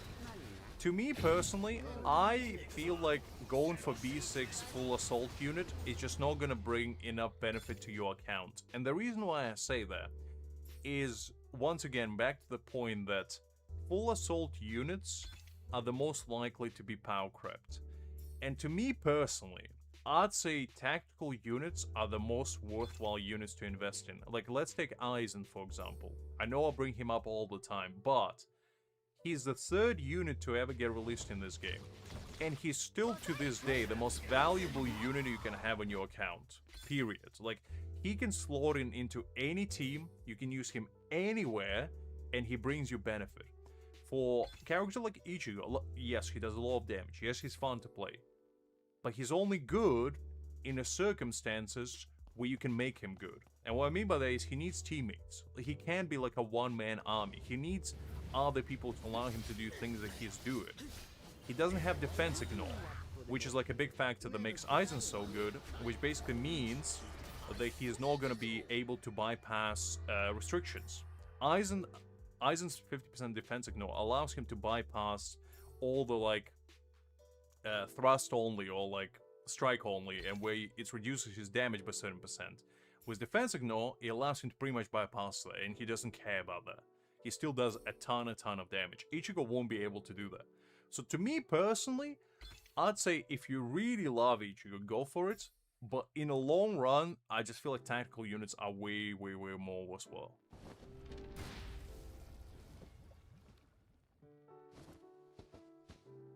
As I said, if Ichigo is your favorite unit, Fuji, go for it. But if you just, like, let's say you wanna prioritize, like, your account growth. To me personally, I wouldn't go for B6 Ichigo. Instead, what I would do is I would get, like, B2 3 units. And the reason for that is because, like, let's say you get Uru B2, you get Mayuri B1, and let's say you get Candice or Bambietta B2 or whatever. I feel like that would just bring more value to your account overall in the long run, because you can beat the entire game with one unit, because you need multiple teams, and if your thrust team is so overpowered, like, yes, you're gonna be able to clear all the thrust stuff, but what about your strike team? What about your slash team? What about your spirit team? Like, if you spend all your resources on one unit, and unless you're like a mega whale, that, you know, doesn't really matter, I just personally feel like if you are going for B6 unit, it should be somebody that you can use everywhere. So it's up to you, I'd say. But that's my personal opinion. I wouldn't do it, but I'm the first one to admit that if Aizen came out and, you know, he was in his chair form and he was full assault unit, I would B6 him day one. So if Ichigo is your favorite unit, there's no shame in B6ing him.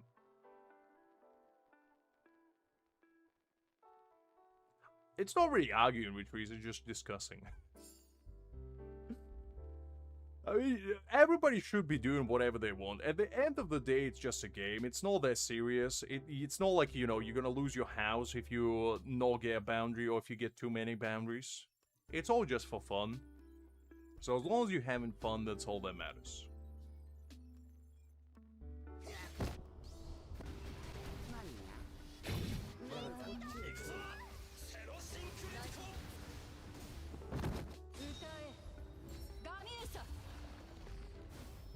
As I said, Ichigo is very fun.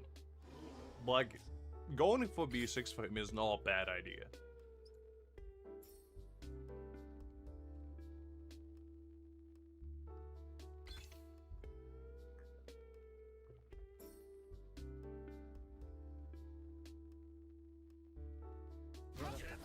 Man, I was yapping too much. My throat feels like a Sahara Desert.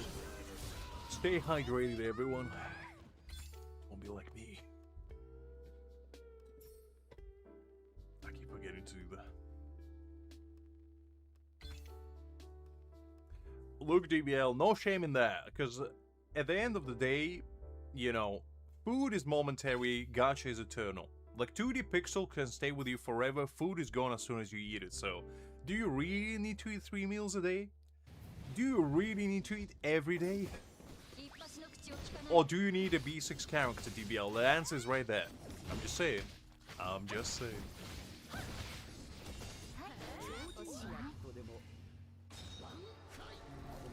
No, Fuji, like, don't take it the wrong way. Like, as I said, at the end of the day, this is just a game. Like, this is not you making a financial decision, like, to invest everything you ever own in Bitcoin or something. This is just you asking if you want to get a character that you enjoy in a video game. Like, at the end of the day, it doesn't matter. You'll be fine either way. Just do whatever you want, and worst case scenario, you just never have to get another thrust DPS ever again, and Ichigo is just gonna be your permanent thrust DPS. Which is what some people did with Gin, because a lot of people have B6 Gin, so they just didn't pull for Ichigo. And that's fine. That's what a lot of people do. To me personally, I just prefer playing with new units. That's why I probably will never go above B2 on the unit. Because to me, I much prefer like building new units, trying them out, seeing what they feel like, than going for like just one B6 unit. But that's just me. Just me.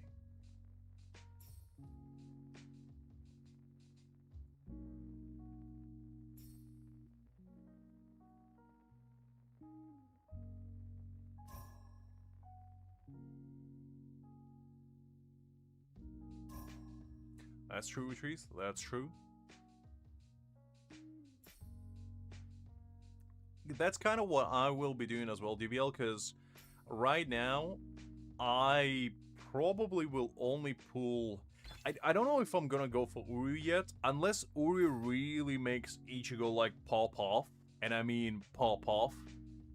I probably will just stick with Nell and just make her work. Because she's already B2, so... Unless Uri just absolutely godlike, out of this world, I just still would stick with her and then pull for strike, support, and maybe slash support in future as well, just to have an option. And then save everything as well for a while, because I just don't see a point of going further. And I'm gonna be real with you, if this wasn't 1000 Year Blood War collab, I probably would have skipped whatever unit it was for the thrust as well, because I'm just pulling for these units because I don't know when they're coming back, and I kind of want to play with them, because we might not get them rerun anytime soon, since they haven't really been clear what they're gonna do with them as soon as they leave, and usually banners that last like 90 days or something mean that they either never gonna come back, or they're gonna come back very, very periodically. So, I don't know, we'll see about that. That's fair with Trees. I mean, Bankai Unohana is pretty nice. I'm not gonna lie, she is pretty nice. For me personally, Bankai Yama or, you know, Hogoku Aizen is my goats. Maybe Mugetsu as well. I do quite like Ichigo in that form. Vaster Lord Ichigo obviously as well. But that's a given. Because, you know, I skipped Kenpachi, and to this day, I'm hoping and praying that Vaster Lord Ichigo will be the next slash DPS. I have all my resources banked on that. Because otherwise I'll be struggling.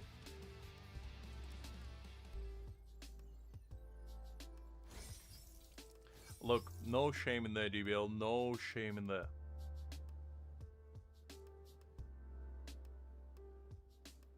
He will be slash Creek. You can't avoid it. He will be a slash DPS. You know it and I know it. Just accept your fate. Just accept your fate, Creek.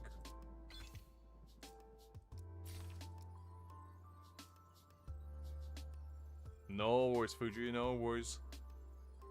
As I said, just enjoy the game, do whatever makes you feel happy, and they'll be fine. I mean, if he is a new type, that'll be great, Creek, but I'm just saying, if it's not a new typing, then, you know, it will be slash. You can't avoid it.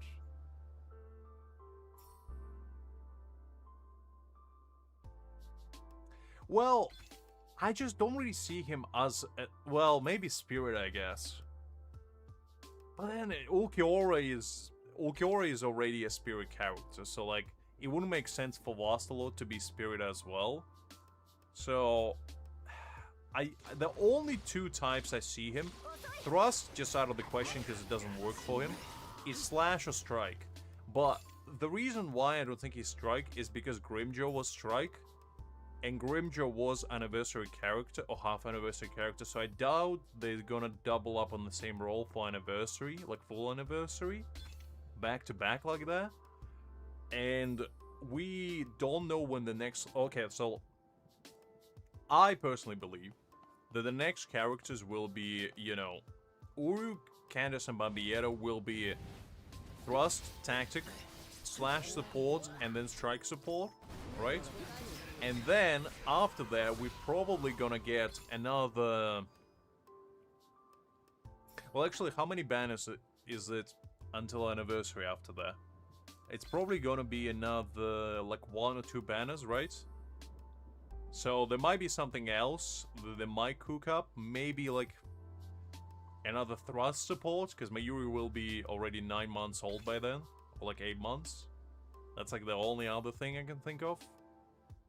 And then save, like, the Slash DPS for Vaster, but it all banking on the fact that the new units won't be the new type, because that rumor has been flown around as well. Like, the remaining 3 will be a new type. And if it is the case, I feel like we're all gonna be cooked. Because we all would need to summon for them, and that's a lot of resources.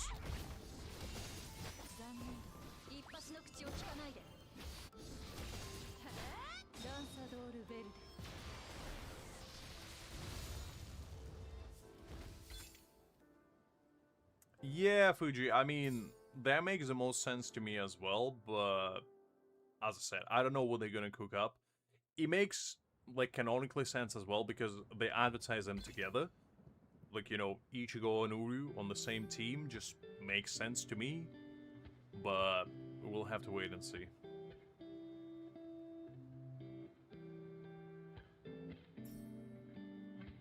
I don't know, Creek. I don't follow leaks, so...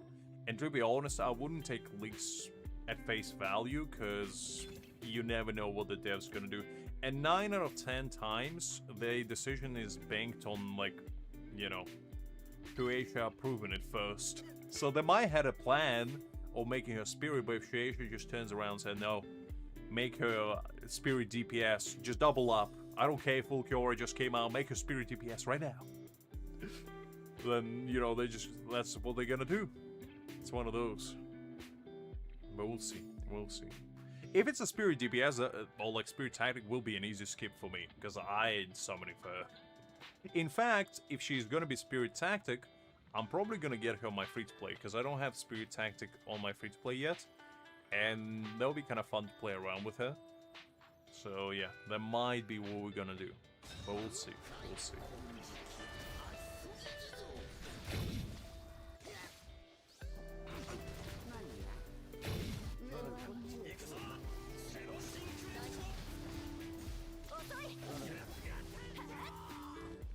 My Mayuri is already B1. I got double Mayuri when I was summoning for him, so I don't need another Mayuri. Because his B2 is kind of whatever. It just gives him more ultimate charge rates and a little bit more ailment damage, which I'm not that bothered by. But it depends on what the selector will have, because if the selector will have... didn't they actually show on their selector, I believe in League, that it's gonna have Ichigo's weapon? Because it... Oh, actually, no, it was Ulquiorra's weapon, wasn't it? I believe it was Ulquiorra's weapon. Because I was gonna say, I might just get cheeky Ichigo's weapon and max out my crew rate now. It doubles... No, it doesn't double. It gives one more stack of excitement, I believe, which does give more... attack or crit damage, or one of those. Because B1 is pretty good. B2 is fine, but like, if you already built him properly with ultimate charge rates, you don't really need it.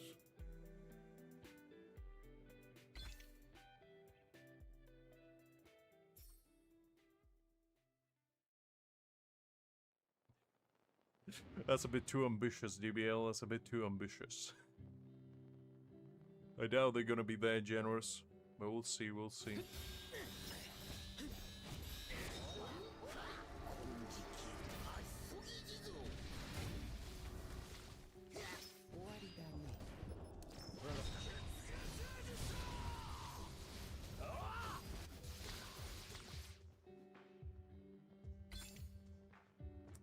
Alright.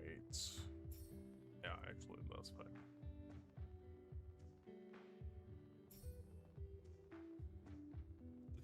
Fair enough, Fuji, fair enough. No shame in that.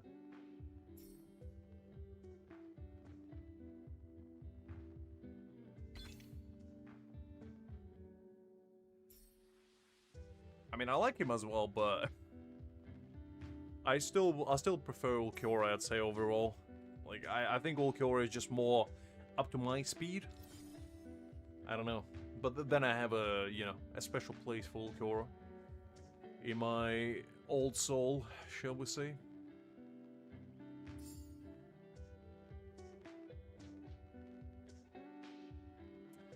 They probably will give us on tomorrow's reset, I say, because usually for these kinds of, you know, rewards, it takes them roughly about a day or two. But we'll see, we'll see.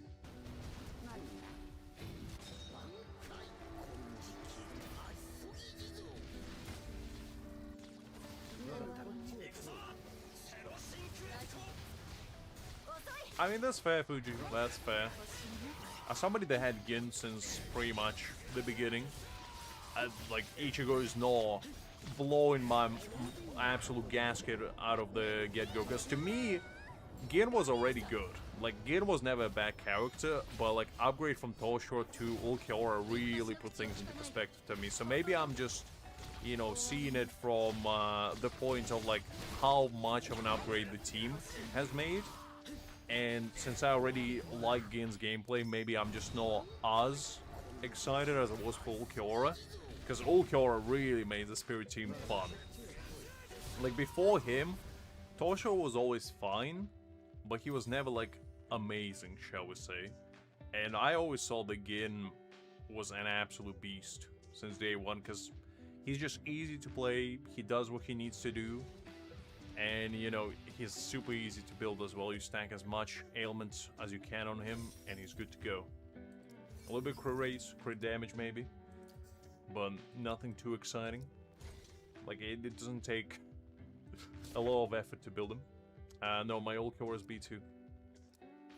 Because I thought his B2 was absolutely great. Increasing, like, the speed of releasing technique by 50% and ignoring 100% damage? 100% defense, excuse me. That's crazy. Now, that's kind of B2 I'm looking for personally. Because that's a B2 for the ages. Because we all know how crazy defense ignore is. Like, this boundary right here, increasing 100%. All of it. So, like, let's say in the future, there's gonna be a stage, right? Where you need to use, like, a spirit team. But the kick is, the character that you're fighting against, like, let's say Szayelaporro, who's the tankiest one of them all, I'd say, has a ton of defense. Like, you're just not doing any damage unless, you know, you fulfill certain conditions. With this, Ulquiorra can just say, nah, I'm good. And just keep doing his own thing. So, defense ignore is definitely the strongest ability in this game, and so far, only 3 units, well, actually, no, 4 units have it. And that is, both 3 units, actually, because Grimmjow has it, Ulquiorra has it on his B6, Aizen obviously have it on B4, and Ulquiorra has it on B2. So these are, like, the strongest, I'd say, boundaries in the entire game damage-wise, because ignore defense is just an absolutely busted mechanic, and it just absolutely blows out of the water anything else. Like, it just crazy. I'd say Soifon's B1 definitely a must, but for Ulquiorra, I mean, his B0 is fine. It's not crazy, but it's not, like, I wouldn't say it's terrible. Like, it's not amazing, obviously, but I wouldn't say it's, like, absolutely unplayable. And take it for what you will, but because I played Ulquiorra when he came out, was B0, and I was like, he's fine, but, like, B1 definitely improves his gameplay by, I'd say, at least 50%. It definitely is a massive, massive upgrade. Because there's a lot of other units where you can get their boundaries and you're like, this is good, but, like, this is not required. And, you know, that's kind of how I prioritize boundaries as well, how far I go with them. Because to me, a boundary is not really about how much damage it does, but it's more about how much utility it can provide to make that damage feel better. Because it's one thing, like, let's say, Soifon's B2, for example, it buffs your final damage by, I believe, 40%, which is good, but you take that into comparison to something like Ulquiorra's B2, which doesn't directly buff your damage, but it ignores mechanics, like, it ignores defense and speeds up your, you know, techniques. Which is kind of what I personally prefer, rather than just raw damage, is improvement in gameplay to make it more fun and more enjoyable.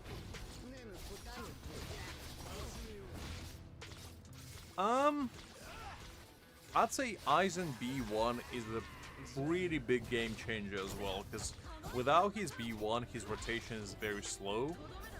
But other than that, I mean, Ichigo's B1 is, I'd say, pretty required, to be honest. Because at B0, like, you don't have 36% crit rate, which basically makes you build him in a completely different way. But I guess it's not in the same way required as Soy Form and Ulquiorra. So I can give you a pass on that one. I'd say it's a must if you want to do like an easy build on him. Because 36% crit rate is pretty important. It's kind of like, without it, you're really missing out on quite a bit of damage.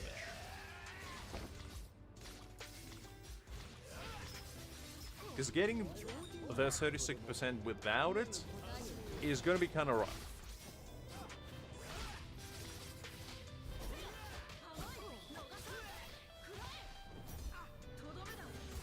But I do agree it's not like a requirement though. That's why I always feel like going for like B1 or B2 is probably the best investment. Because so far, the only character that had like a really strong B4 is Aizen. And it's usually between like B1, B2 or B6. Like, you don't really stay at B4, for the most part at least. And due to that, you basically have a choice. Either you lowball invest into a character, or you go all the way.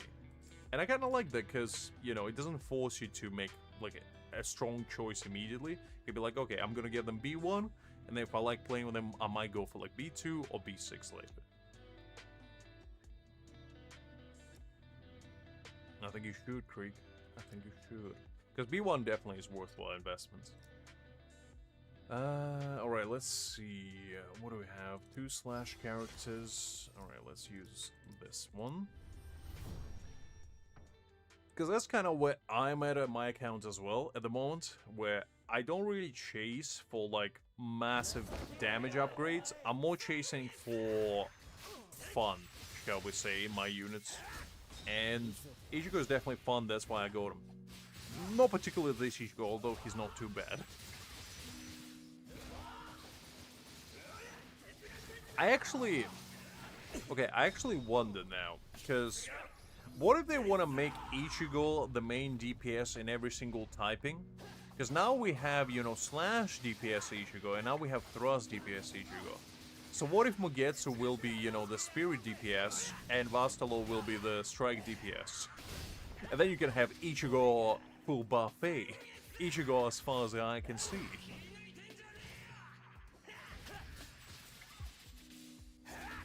That's true. That's true. And unlike Ulquiorra, he doesn't have, you know, crit rate, crit damage leniency. And that's kind of why I prefer Ulquiorra as well, because Ulquiorra is so easy to build.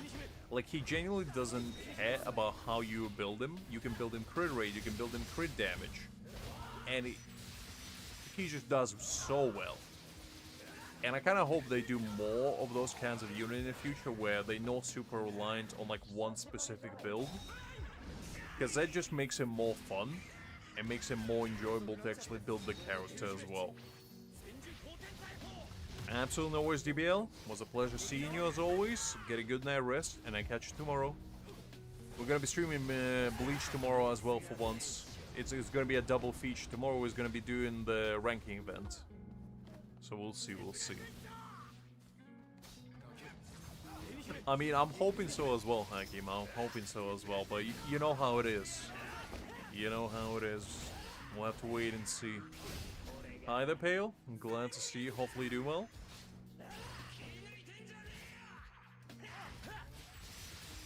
Ah, you're living on the gacha addict kind of schedule. I see. Been there, done that.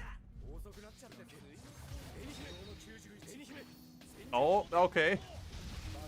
I guess you can use me as a little sleep aid, if you will.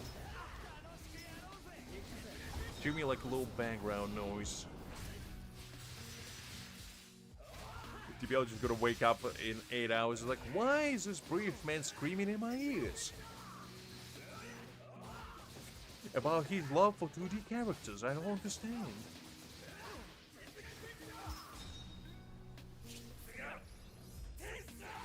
Well, it's a requirement for this stage in particular, Fuji, so I kind of had to. Ooh, we go a step. I didn't know you can get these from here. That's interesting. Fascinating. Ooh, and look, a bunch of these as well.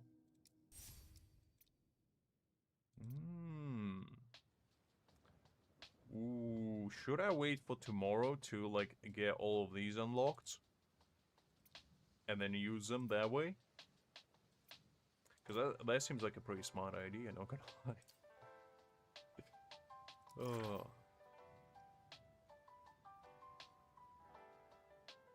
I don't know what to tell you, Fuji. Auto Master is better than me. I never said otherwise. Listen, I'm the first one to admit that Auto Sensei knows what they're doing, unlike me. Alright, let's do this one. Because Ichigo is human, right? Should be considered as one. Unless he's not considered in this form. Is he?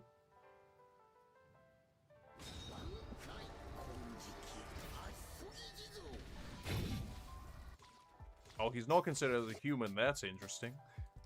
Okay, well, that's fine.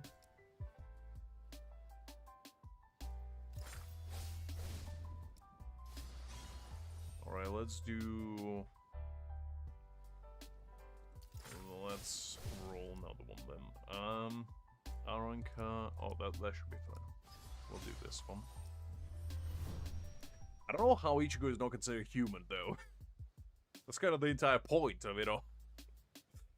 It is what it is, though. Oh, really? I didn't know that. I still haven't carved out some time to actually catch up on all the, like, Bleach stuff. Because I haven't watched anything to do with Saturnia Blood War. Because I finished reading manga a long time ago. And I kind of was letting it marinate a little bit so everything get released so I can just binge it all at once. But I might break that rule and actually start indulging a little bit here and there. Because I am curious what's Kubo cooking out there. Because apparently there's a bunch of original stuff that's not in manga. And that made me quite excited.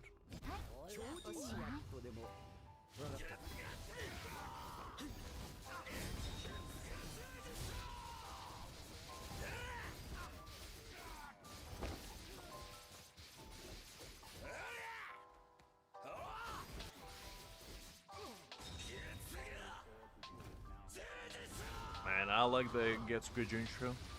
Something about it. The passion behind the man's scream really resonates with me.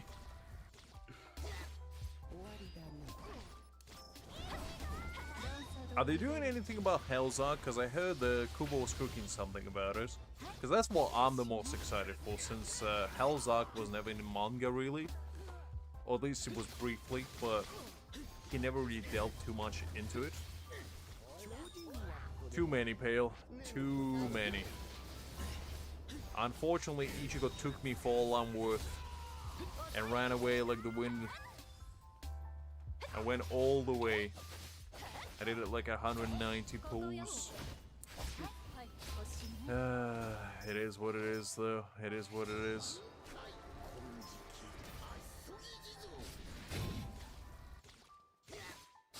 You win some, you lose some, as they say. And I'm just prone to losing.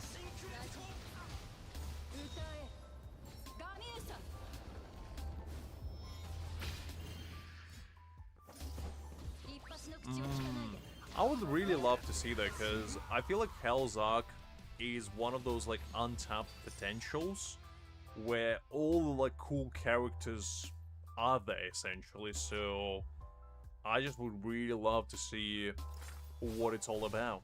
Like, what are we working with there?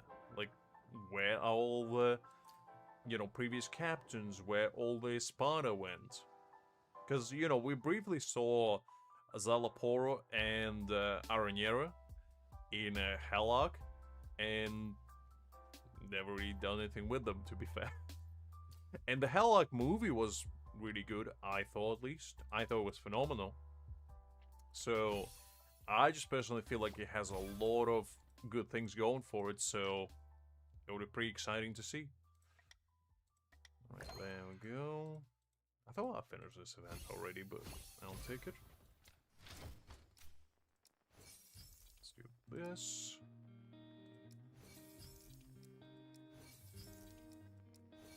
And also, Ichigo Hell form, like, you know, the one with skulls and everything.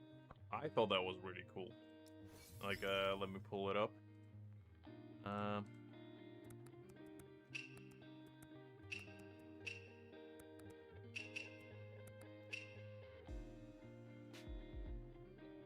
Yeah, this one. Okay. So this form, right here.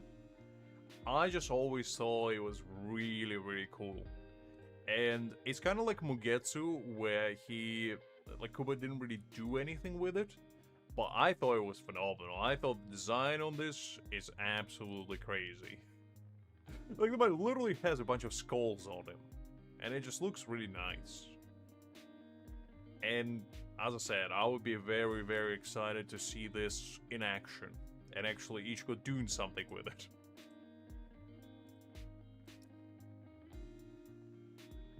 I checked the gacha, which is what I was interested in.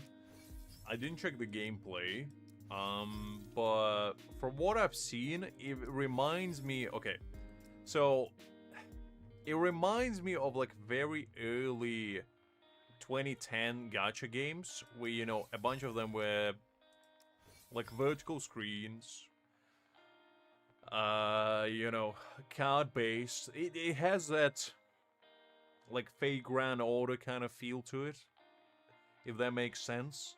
Which is not bad. Like, I heard the story apparently is pretty good, which is nice. The gacha, I don't know. Like, the fact that you can get different rarities of the same character is interesting. I don't think I've seen that before in... well, I might have seen that before, but I don't remember. But the fact that, you know, obviously the 4 stars are better than, like, 3 stars or 2 stars is pretty significant. And also the fact that... the fact that it takes you 200 pulls to get one character is kinda well, it is pretty crazy, to be fair, because it requires you 3,000 of those, like, orbs, whatever they may be. So it's 60,000 currency, and apparently from what I've heard, you don't get, like, a crazy amount of it from weeklies. You only get about 1,000. So basically, in order to guarantee a character, you need to spend 60 weeks saving for them, which, you know, no ideal. I'm sure you get more, but, like, from what I saw so far, it just not that crazy to me. Like, personally, I'd say if you can get at least one 10 pull every, like, couple weeks, I'd say at that point it could be like, okay, you can get 20 pulls a month, so, you know, you need to save 10 months for one character. Still crazy, but at least then I could be like, okay, maybe. But, like, only having 1,000 a week is I don't know, just not enough, I feel like, to justify. 1,000-Year Blood War could be a good point to start. The only thing is, like, they're skipping a lot of really cool characters, which I don't know how they will involve back into the game. So that's, like, the only thing. No worries, Fuji, no worries. Some nice ice cream is always good to have. Nothing quite like a bowl of ice cream on a Saturday afternoon in summer heat.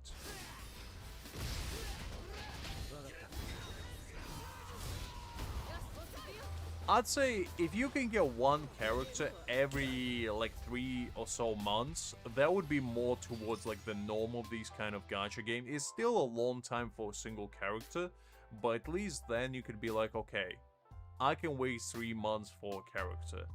But you gotta keep in mind that a lot of those characters also required to have like ascensions to them, like this copy system in their game, and I think the max is like 8 copies or something.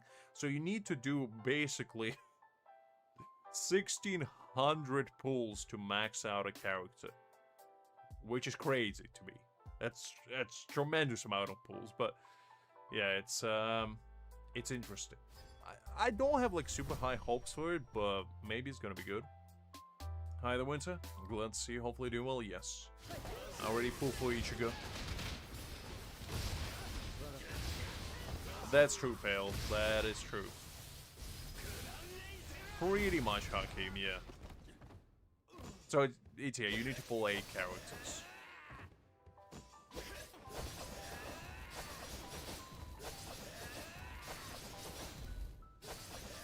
I will probably try it out, and I might just treat it as my free-to-play account in this game, where I basically will just log in, do the dailies, and log out, and then occasionally I will show up on stream. Maybe we'll pull for like 1 character or something, if the game is fun. Because I love Bleach, and I'm willing to give it a shot as long as it's fun. But I'm not gonna, you know, hyper invest into it. Neither time nor resources, because PvP-based games like those, especially with companies like Bandai, I usually orient towards whales. Like, that's pretty clear. And there's nothing wrong with that, just that's not the kind of games I enjoy. So we'll see.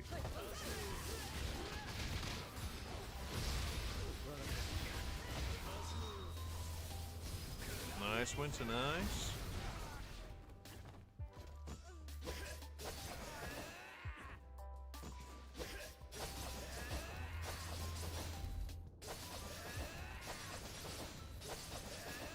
So yeah, I will be playing that game when it does come out, but don't expect me to be like super invested into it, unless they do like crazy amount of optimization, because from everything I saw so far, the game doesn't have like a ton to do, and that could be either A, because, you know, it's not finished yet, but from everything I heard, apparently it was supposed to get released in August, so if that's everything they have at this very moment, I just don't really see the game like popping off immediately.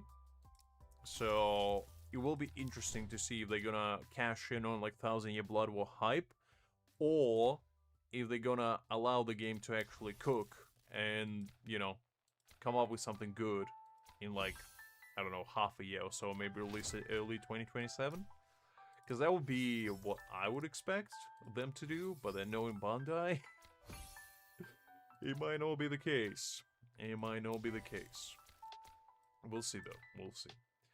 Alright.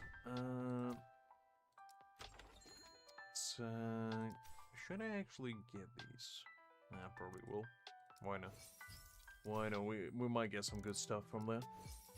I don't really need them, to be honest, because I kind of finished building all my characters, but there might be something I can cook for soy form, I guess. Like a little upgrade here and there.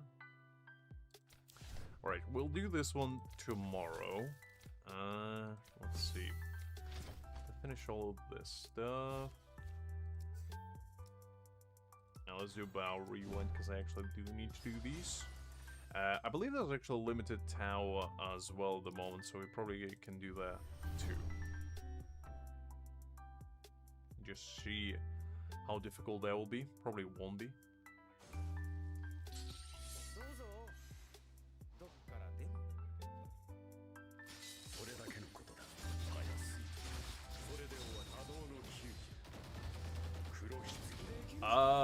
Oh yeah, I kind of forgot about that.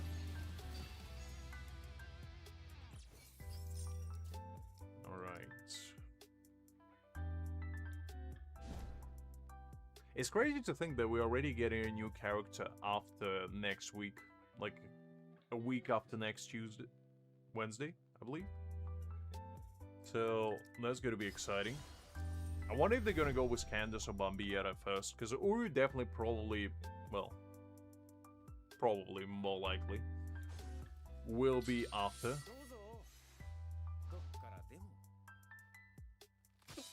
The next unit.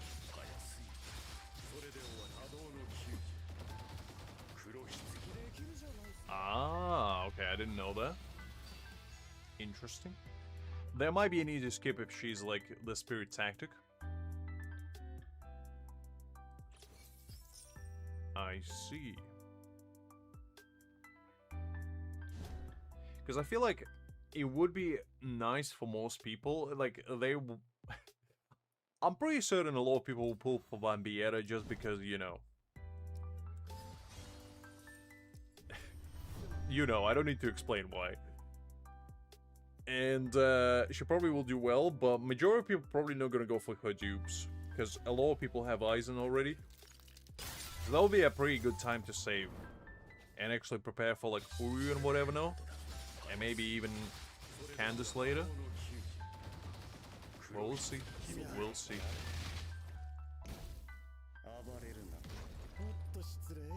I still don't know if the rumor about the new typing will hold any water.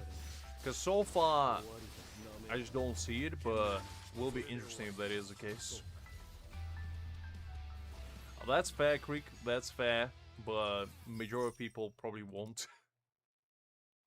Or at least people that, you know, they don't collect waifus, shall we say.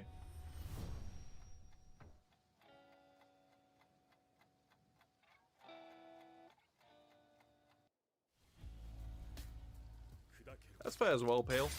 I mean, you don't need to summon for boundaries, to be honest. Especially if Candace will be like the support.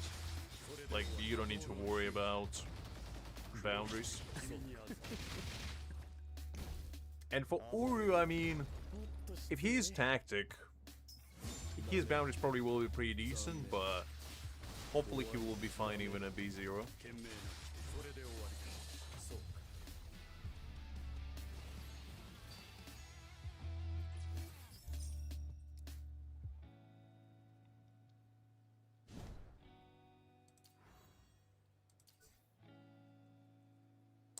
The strike support works. Okay, so that basically means that we're not getting strike support in the next 3 units.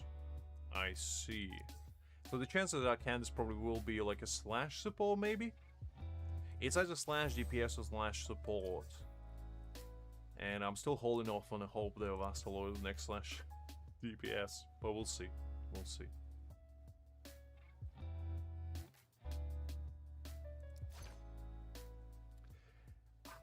I mean, I don't know if they already cooked up all the like 1000-year Blood War units, and that's why they say they will make somebody a strike.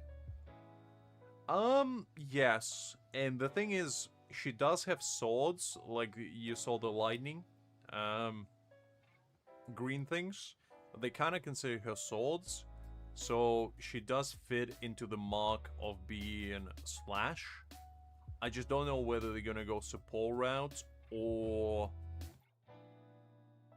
the DPS route, because she is more like DPS centric from anime and like manga itself, but I'm hoping that she's support. We'll see though, we'll see. Alright. Let's use... Oof, what team shall we use? I probably will run this Ulquiorra team with Momo and Rukia, I guess. Yeah, that should be fine.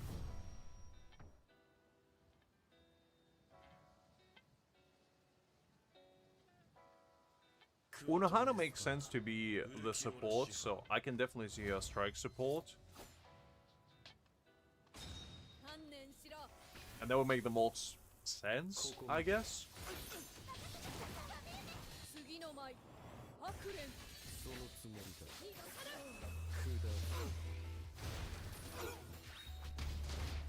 I mean, I just don't really see why they're hating this game so much, considering how popular it is.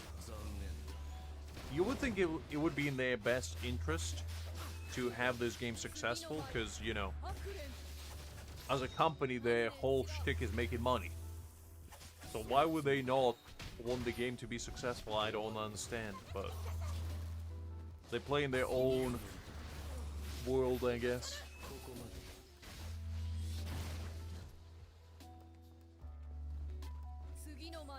I did see they're gonna fix it, but I just don't know when.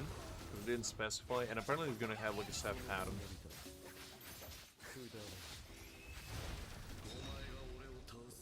I don't see Unohana being slash support. It just doesn't make sense for her because she doesn't use her Zanpakuto at all. Like Minazuki, she only flies on that thing. I never seen her use anything besides Kido in her base form. Before, you know, she pops off, shall we say.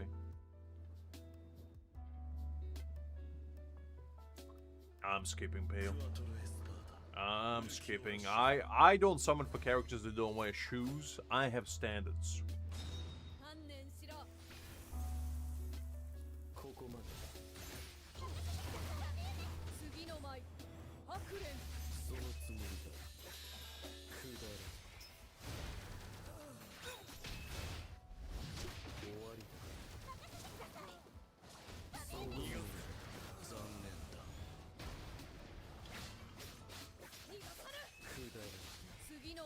Creek, listen, Zanku's coming out after this pack, and I might rather get her.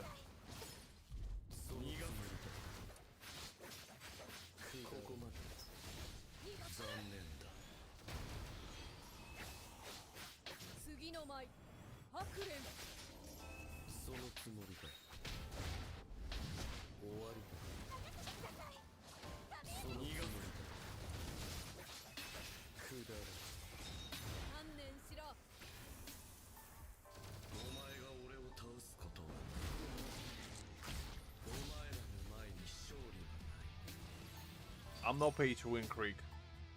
I'm free to play there. I don't know what you're talking about. And also, I don't really like Shinku, gameplay-wise. I like her as a character, I don't like her gameplay. Just not my thing. It's very clunky. I much prefer my boy Chaos's. He's fun. Shinku's one, at least without any dupes, is just not it.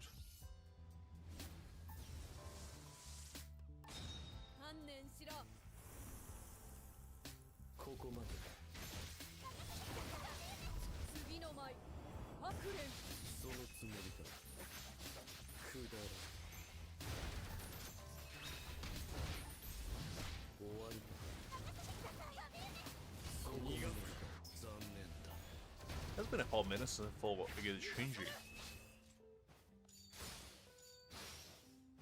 I wonder what they're gonna make of this boy, a playable character, the ball count enthusiast.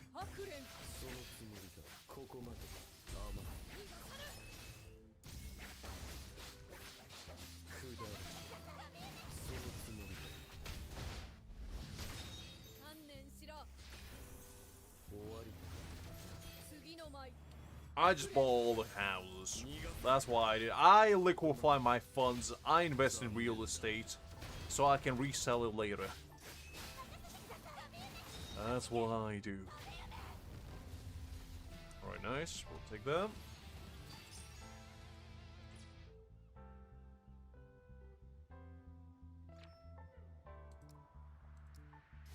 Alright, let's run this one again.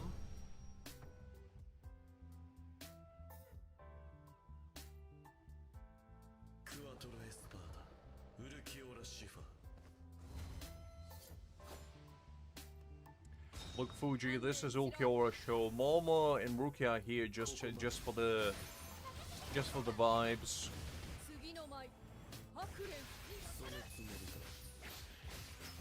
To be honest, I haven't really built this Ulquiorra that well. He's only level 59. I'm just using low level characters to clear the first few stages.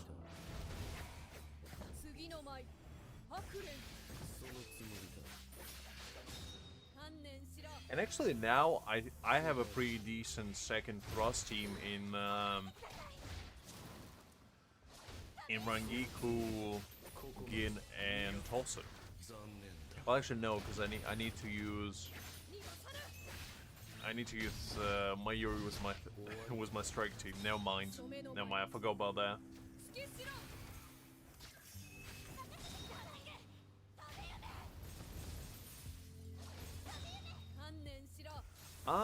I mean they work, but it's probably better if Kenny stamps because it gives him raw 50% crit damage and 20% attack, which seems better.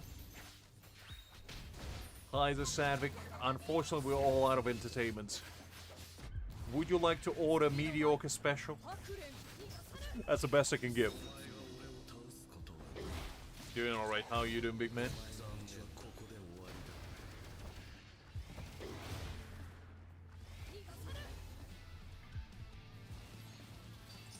Alright. So with that.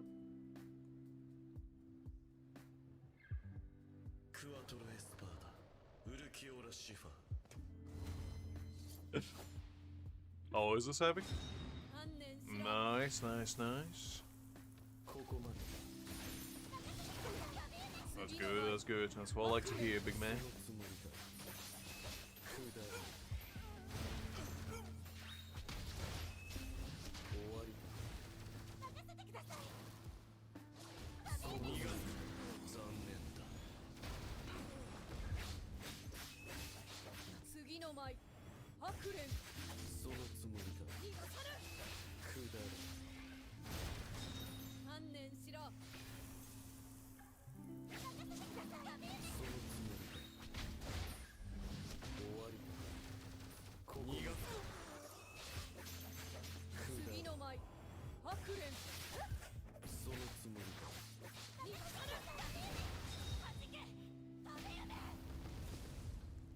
Not too great. Oh, actually not too bad. Like Ulquiorra putting in his weight. Do not too terribly.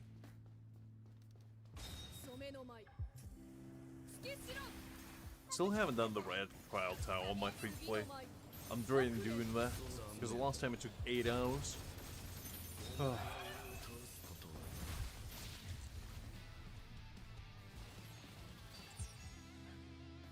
Indeed, Sadvik, indeed. I remember the late nights I used to watch Bleach on. Oh, those were glorious. Nothing quite like staying awake for 48 hours binging Bleach on summer vacation. Oh, it was great.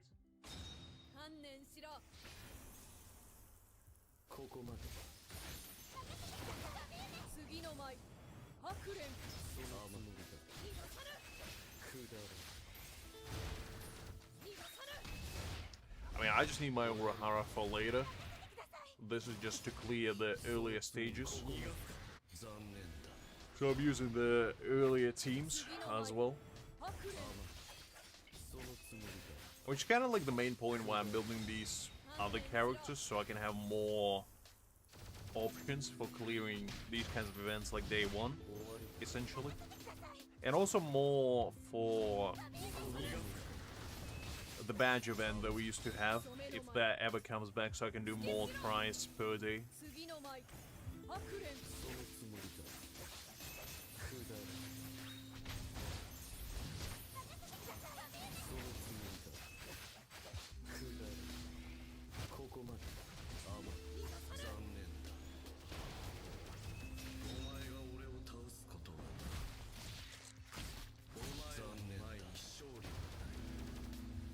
Nice. Let's see. Second stage is clear now. Let's do the third. Alright, what can I do for this one?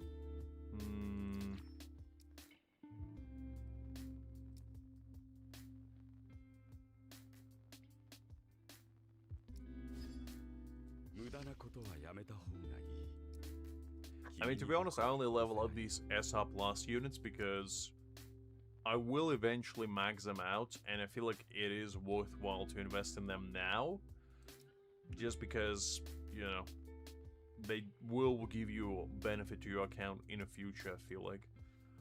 Okay, who else can we use? They already have a second good team. I guess we can use Torsen. And then maybe...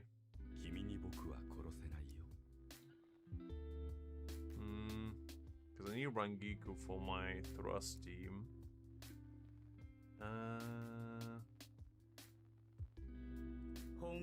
Use Gin. Maybe just food.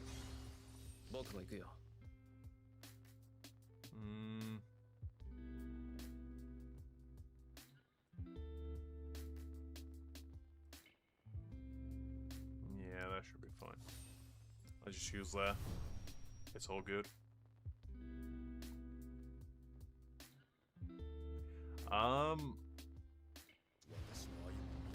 Vegetarian. Southland Sadvik. You can get some like stir-fried rice, you know, like vegetarian variation, like a nice Chinese stir-fried rice. Some samosas, very nice, you know, in your neck of the woods. Quite enjoy those. What else can you guess? You can get some tofu curry. That's pretty nice. You can get some mashed potatoes. That's pretty good too.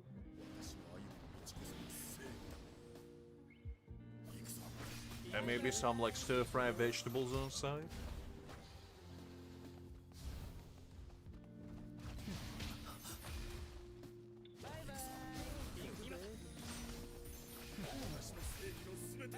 I think this is the fourth one, or the third one.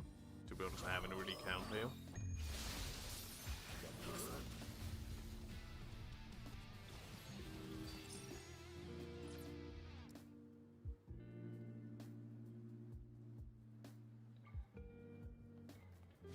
Garlic mashed potatoes are pretty bomb. Not gonna lie, I could eat those every day and be happy.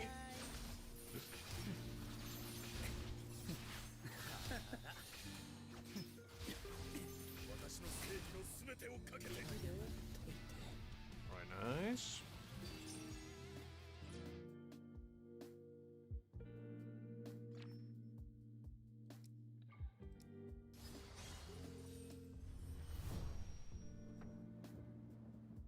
And I think we'll clear the remaining stages.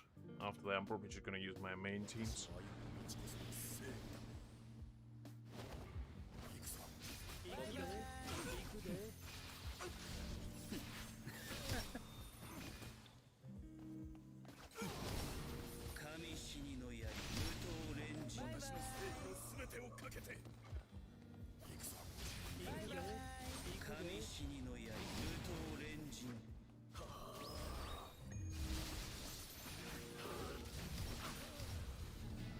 That was quick. Alright, we'll take that.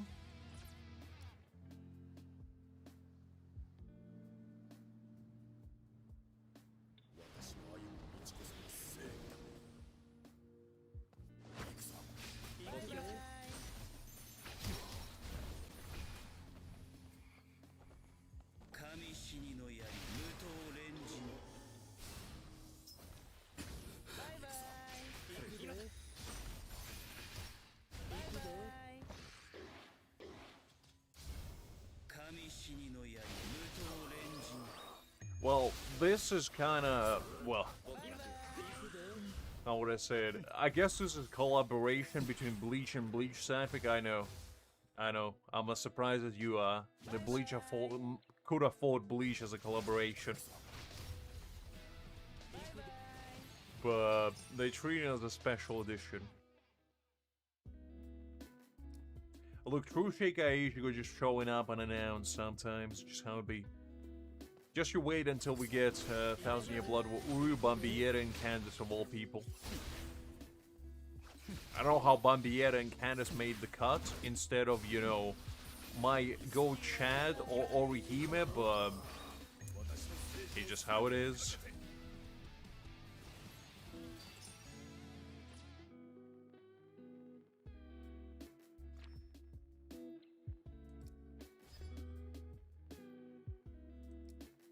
Alright, let's use...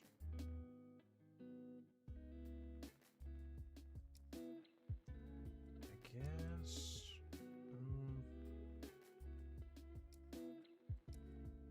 I guess let's use the strike team.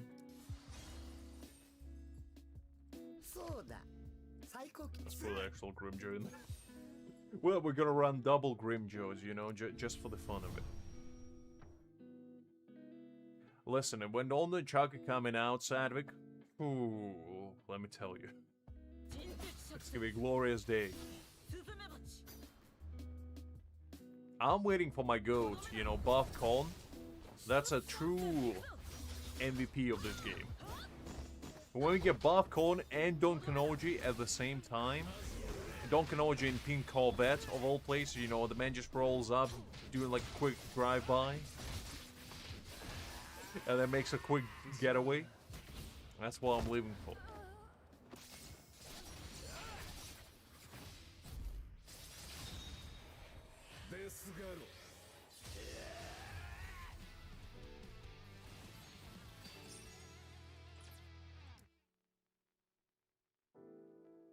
Probably quite a bit, Creek. Probably quite a bit. I mean, the thing is, I assume they will make the most money out of Ichigo. Because, you know, a lot of people like Ichigo. I'd say Uru probably will be the most, like, the lowest one out of them all.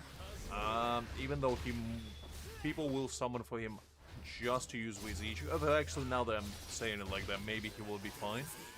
But I feel like Bambietta will be the lowest if she is a spirit tactic. Just because there's so many people they invested in B4 or B6 Aizen that they're not gonna swap. So that's gonna be a bit rough. Unless you're just absolutely out of this world.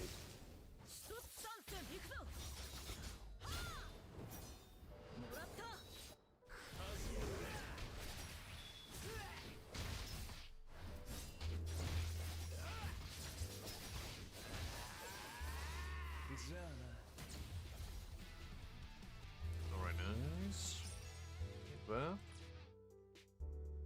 Which, to be fair, if she is pretty fun, I probably will get her my free-to-play and just play around with her. See what she can do.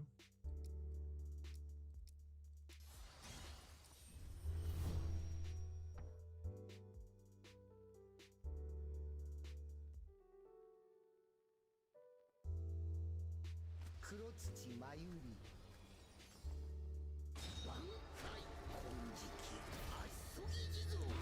I just, you know, I'm a trendsetter unlike any Fuji. I run my own teams. It's nothing quite like doubling up on Grimmjow. Make a little Grimmjow sandwich with soy phone in the middle. That's how it be.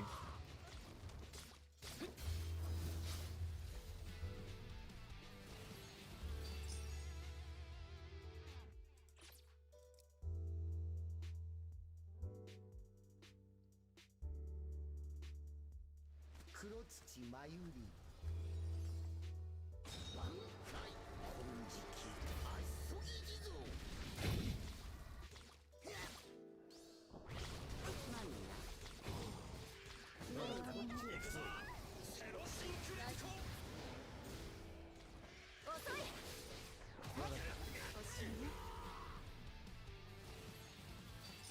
Nice, we'll take that.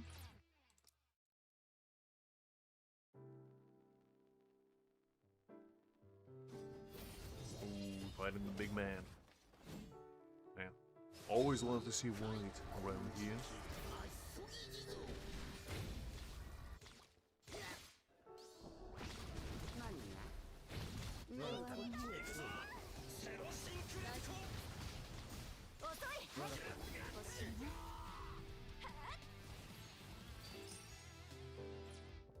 Making a quick work out of this.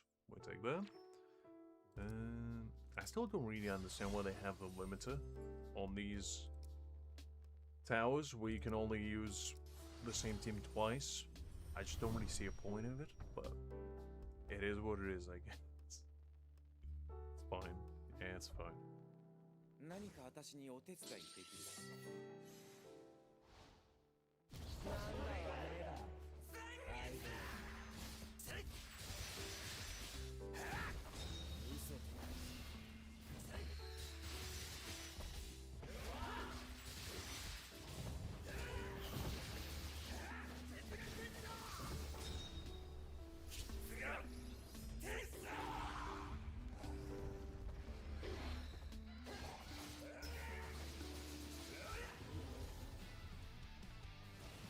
Okay.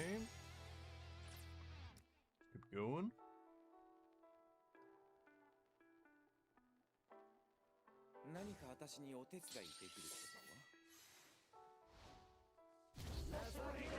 It has been a while since I played with Ichigo, I'm gonna be honest. I just kind of been running only Spirit Team as of late. I don't know, just kind of using it for everything. Guild boss, raids, dailies. Actually, no, for dailies I'm using, you know, pan-and-panded Grimmjow with Ulquiorra and Rangiku team. Very elaborate strategy that only the brave can replicate. And unfortunately, the only brave one enough to do is me. Maybe inept enough. Probably more accurate.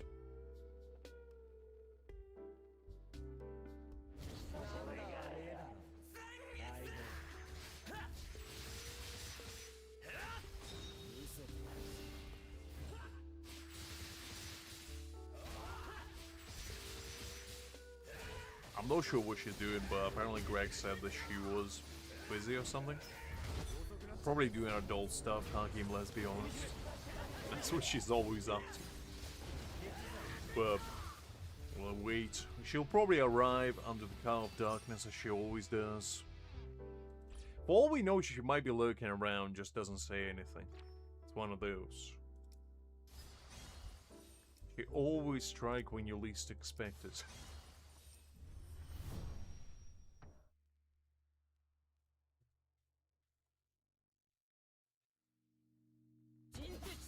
I don't know, Hakim, and I'm not brave enough to ask.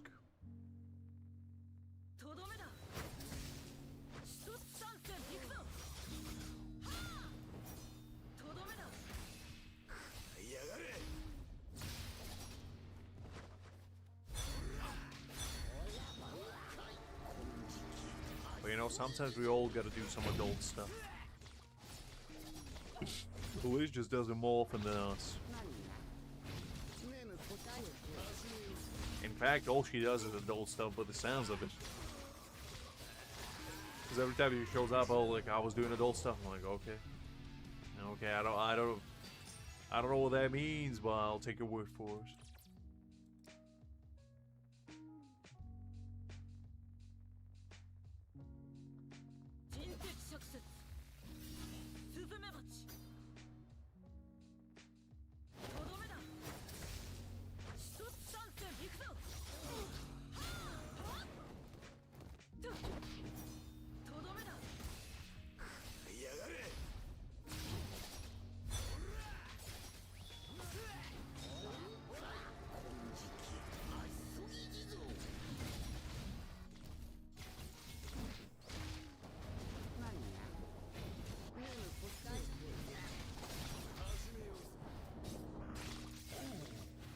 Man, watching auto gameplay of some teams, it makes me realize that A, I'm not as bad as I thought I was, and B, I was as bad as I was.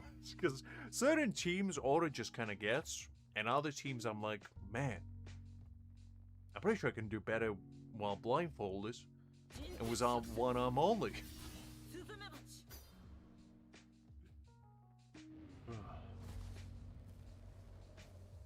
Especially the strike team, like, man, the amount of times Grimmjow just runs around, just, you know, circling his prey is quite astonishing, not gonna lie. It's quite fascinating. You can learn a lot of things watching auto play sometimes. On what not to do, what to do, and sometimes, very rarely, on what to exactly replicate. Sometimes auto kind of pops off, especially on the events where the ranking is determined by like the most randomest things possible, like by the amount of time you switch around or something. Auto kind of gets it. Anytime you need to do proper rotation. Barragan? That'd be kind of fire, but I just don't see him being a support, to be honest. I see him more like a tactic unit or DPS, but I mean, if he's a strike support, I'm all about it.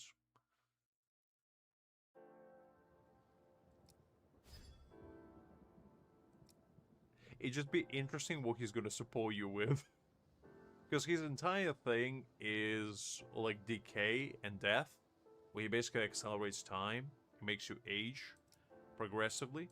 So I don't really know how that would work in the context of, you know, support. Maybe he's gonna be kind of like Mayuri, I guess. But I don't know. We'll have to wait and see.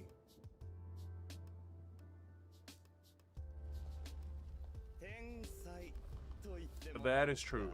But the thing is, Grimmjow doesn't really rely on his ailment damage. So unless they're gonna set him up for like future strike DPS, then I'm not sure. Because like strike is kinda ailment based, but not really. Because that's not where they're getting their main bulk of damage like Thrust team. So it would be interesting to see that. I would be for it. I do like Bargain. I think he's a pretty cool character. Especially in his resurrection form.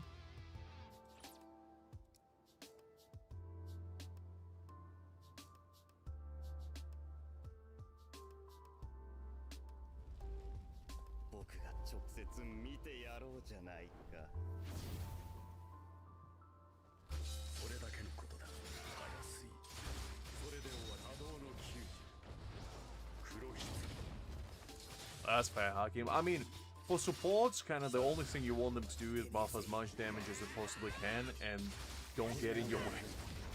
But it would be interesting if they try to do some funky stuff with supports in the future and, you know, actually make them more kind of like hybrids, DPS, kind of like tactical units are.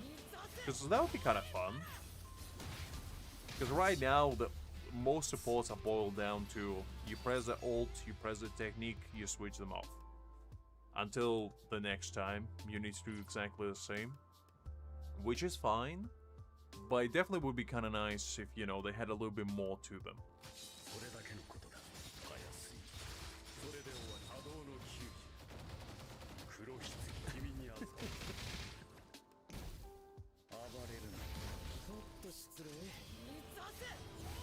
Okay, well, it's not really up to them. It's kind of just, you know, it's depending on whether they can get licensed for it.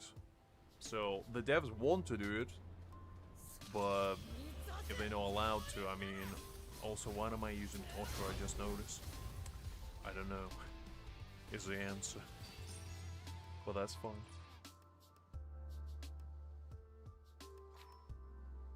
Shueisha basically just slowing down all the stuff they plan to release, and that's unfortunate, but you can't really do much about it.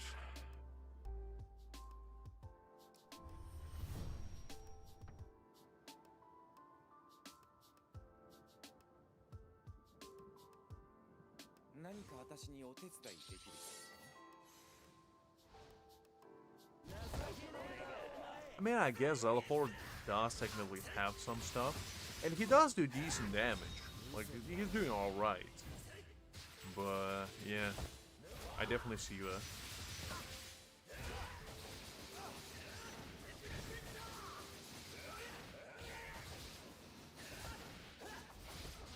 I think cutscenes would be nice, but to me personally, it's not make it or break it either. Like, it's good to have them, but if we don't have them, I'm not gonna cry about it either. As long as the game is good, that's kind of my main priority. And all the fancy stuff, you know, we can wait for. When they finally get released from the special jail, Shueisha holds them in.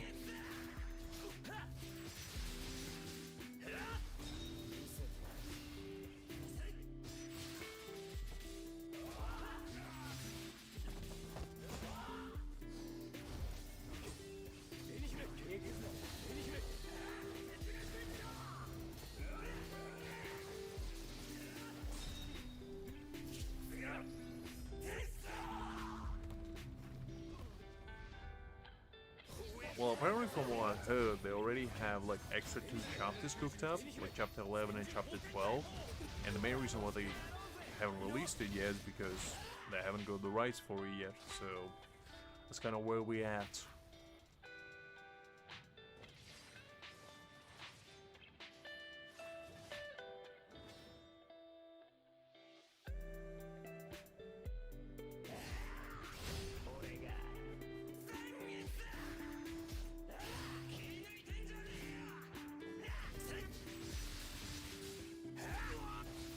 They already have it all animated. They're just not allowed to release it for whatever reason.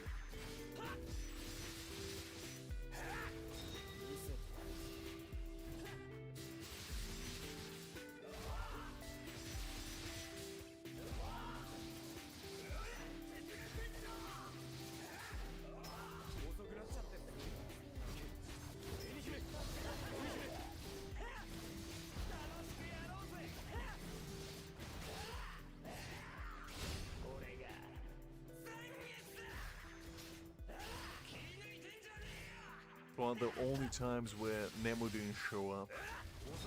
Every time I find Mayuri, I'm definitely horrified of growing up with. Well, actually, no anymore. I used to be. It's crazy to think that only like 6 months ago, Mayuri used to be the most annoying fight in the entire game. That's before we go, you know, your Ulquiorras, your Szayelaporros, and all the other fun stuff, Grimmjows. Now that Mayuri just looks like Weenie Han Jr. kind of level.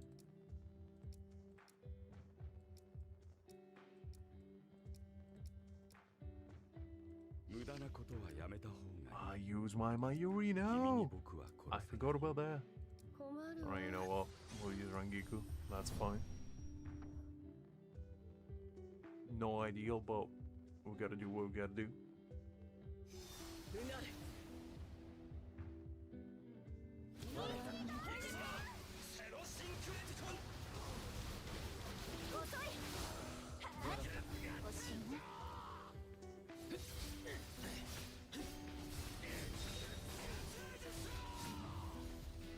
I mean, if it's like on a ranking event or something, it definitely is an annoying mechanic. But, you know, on the frenzy feast or stuff like that, it's not really that big of a problem anymore. It's more random than anything, because sometimes he does it, sometimes he doesn't. Which can really, as you can imagine, impact the run and how fast you can clear it due to that.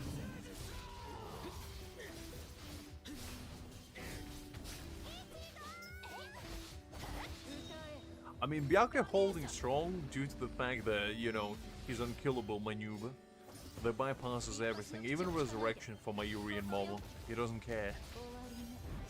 Man is sending you to Valhalla whether you like it or not.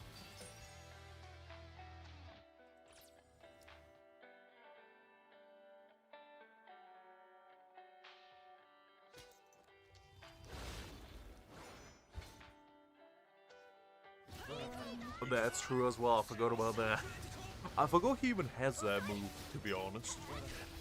He always catches me off guard because I'm like, right, I forgot that the big caterpillar baby can eat you. I went for B1. I already went to every single hard pity. I wasn't gonna tempt fate to go for B2. Maybe later, maybe later. When I feel the luck is in the air, perhaps, we might go for B2, but for now, B1 is good enough. You always gotta quit while you're ahead.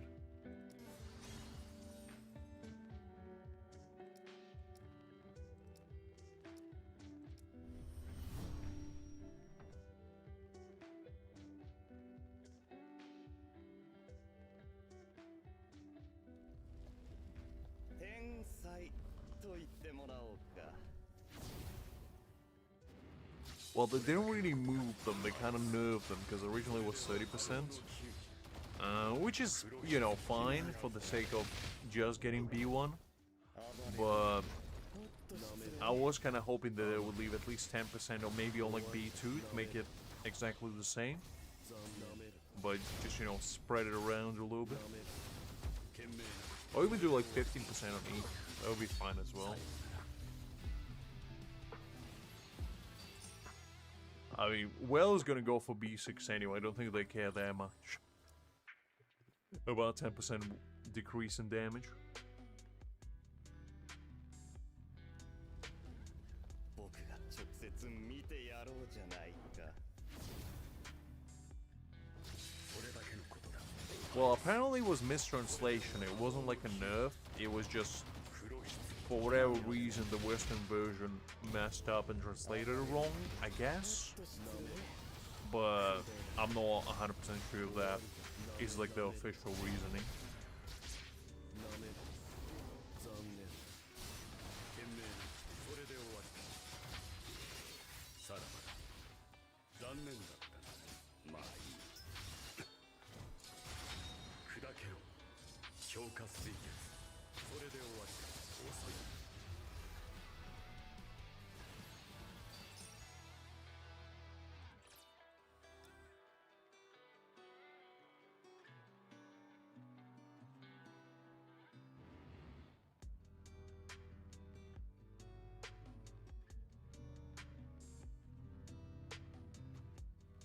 それだけのことだ。たやすい。それで終わり。波動の球技。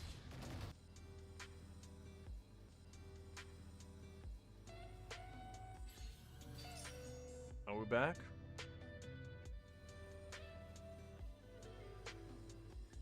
Okay, I think we're back. Apologies about that. I don't really know what happened. But that gave me a little scare. Jeez Louise. The last thing I needed to just get... We're already not having the most amazing stream ever. After that unbelievable performance by Ichigo. Actually, it's fine. Yeah, it's fine. Last thing I need is a 4-part series. Not on my watch. Not on my watch. You know what? Let's redo this thing. Now that we go Ichigo, I'm just kind of wondering if we can actually clear this. Because...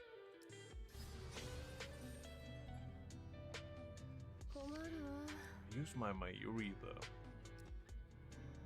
I wonder if I can clear this by using Ichigo actually.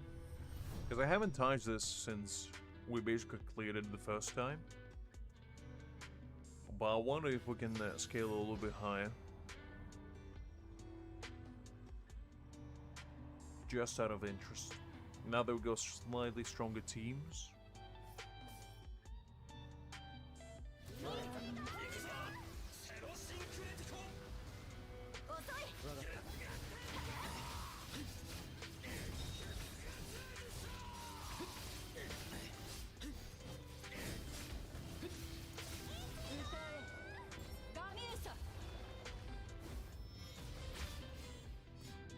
Mayuri as well, which, you know, is not gonna bow too well. I might have to do this manually, to be honest. We'll see. Without Mayuri on my own, this is gonna be kind of rough, most likely.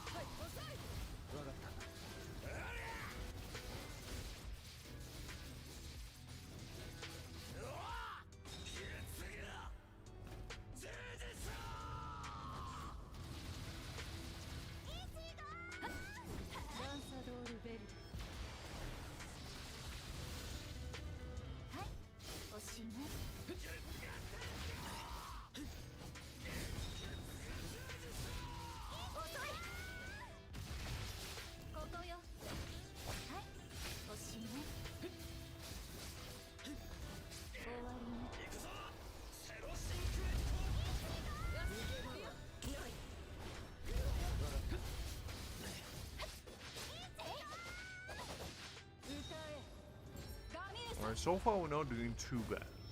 It's actually going better than I was expecting. Mostly due to Ichigo, but not too bad.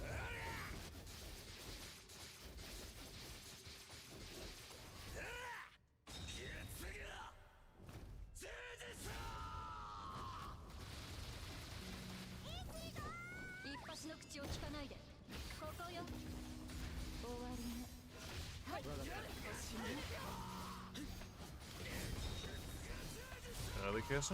Glad to see you. Hopefully you're doing well. I do indeed. And what if I told you this is not even the half of the stream? Because usually we go for like 10 hours. I don't know why you didn't have it to begin with, Hakim. Did you upset Shueisha or something? Did you like write them a very strongly worded letter of your displeasement? And that's why they were like, nah, that man, he ain't getting speed feature anymore. He can dream about it.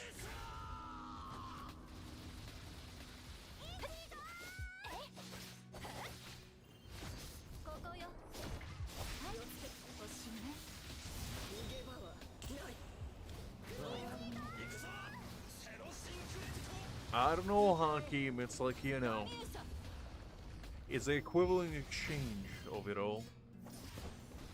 You gotta give some to take some.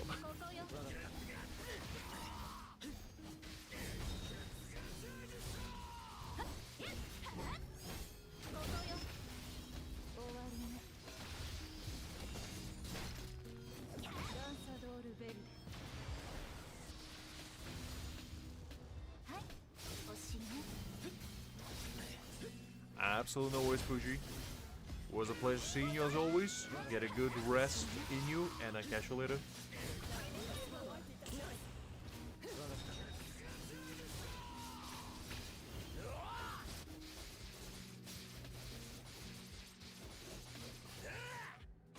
I mean, that is fair.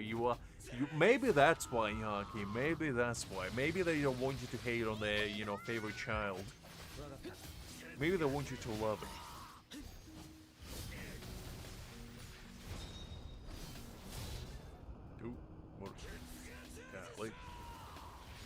Hi there, Angel. I'm glad to see you. Hopefully you're doing well. What do you mean in the morning? It's only 8 p.m. This guy.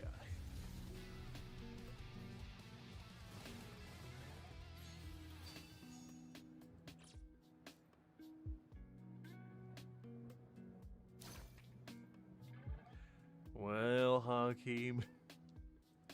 Sometimes a favorite child doesn't mean it's the best child.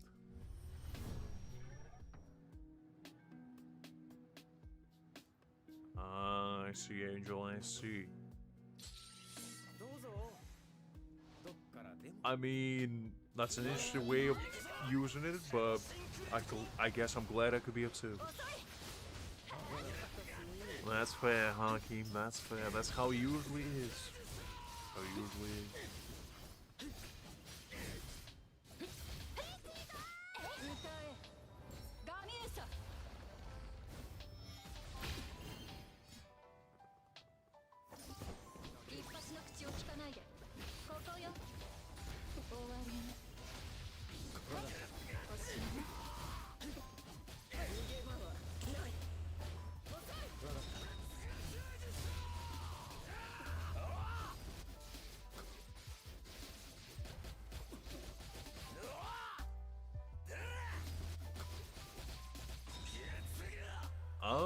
I mean, it was fine for the most part. You know, we did some gambling.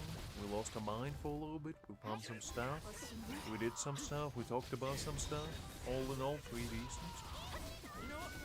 Nothing too exciting. Well, some exciting stuff, I guess. But overall, just, you know, chill Saturday, as usual.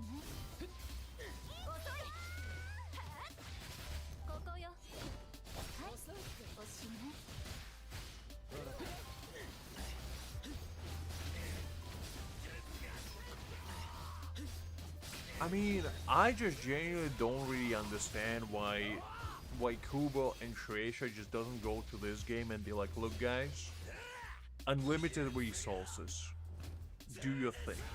Like, I genuinely don't understand why they don't do that, because the game, like, this is the best representation of Bleach game we had in a very, very, very, very long time. And I just genuinely don't understand what they have against it to, like, mess it up on every single turn possible. Like, I don't get it at all. The only thing that I can think of is the fact that it's not made by a Japanese company. That's like the only thing that I can think of. And they don't like that, I guess. And they want it to be like, you know, if this game was made by JP developers, this probably would be like the greatest game ever. But unfortunately, due to the fact that it's not, I guess it treated it as, you know, a forsaken child. I guess, Hakim, I guess, but I just personally don't really get it.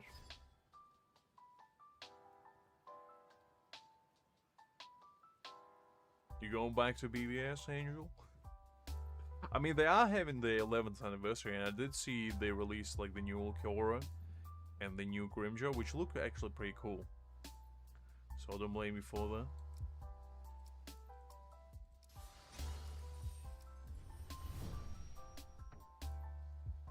I mean, the thing is, when you think about like at least gacha games nowadays, majority of the big gacha games, if not all of them, are made by like Chinese developers. Just because, you know, they just know what people want to play.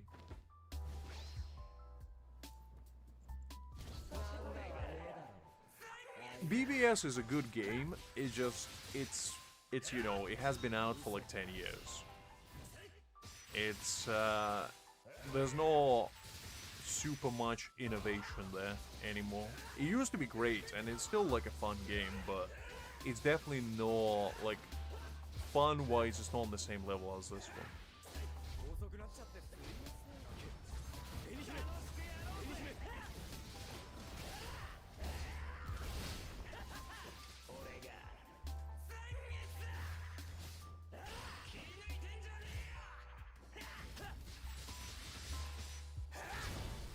And you would think that like JP developers would be like ahead of the curve as well, because when you think about it, majority of like the big game-related things came from Japan originally.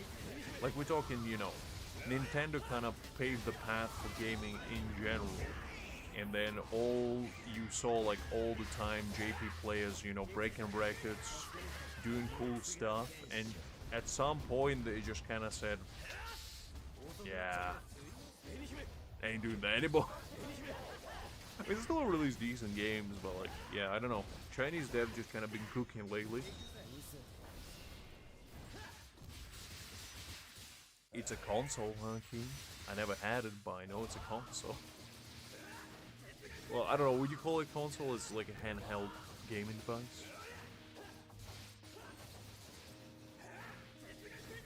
Kind of like PSP and all that good stuff.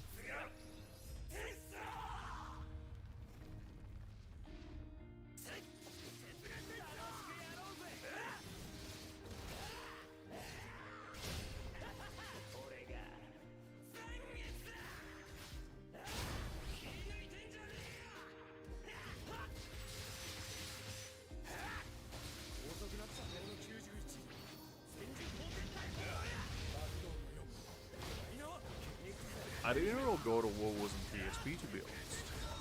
That's news to me. I heard it was really good. I never had it because I was never really a console enthusiast. But I heard really good things about it.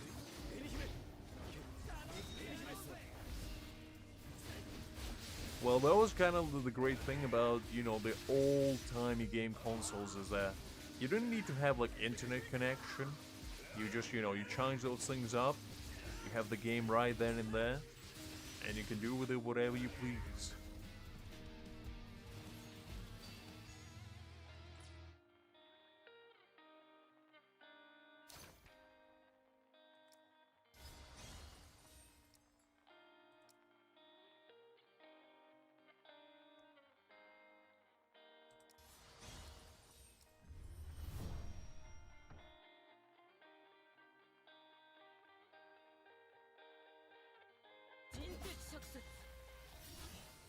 I mean, it is pretty old. Like, even in my era, it wasn't really that prevalent,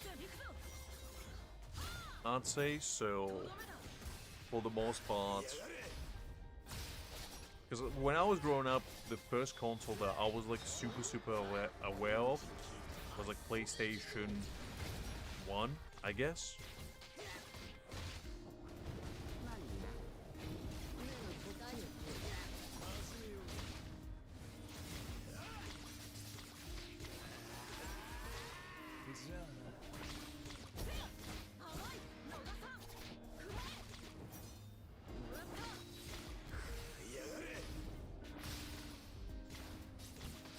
don't know. I grew up with PC. I was never really a console guy. And by the time I was, I had my first one, I was just already too old for them. Well, not too old, but like, I was always a PC enthusiast. Hi there, Liz. Glad to see you. Hopefully you're doing well. Are you done with your adult stuff?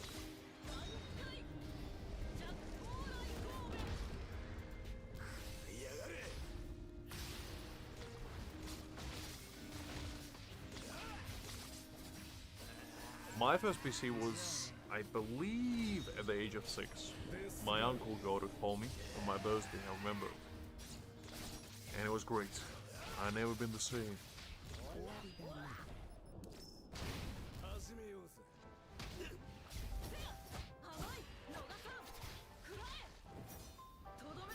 Which is kind of why, I guess I never really grew appreciation for consoles.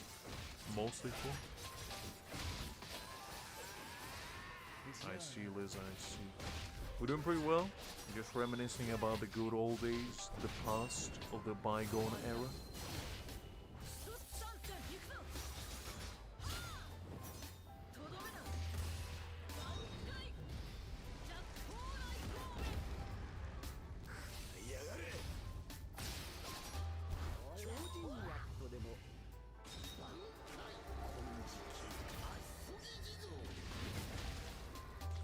You were 4 days out. We were hiking somewhere, escaping from the law, hiding in like a forest, in a wooden cabin.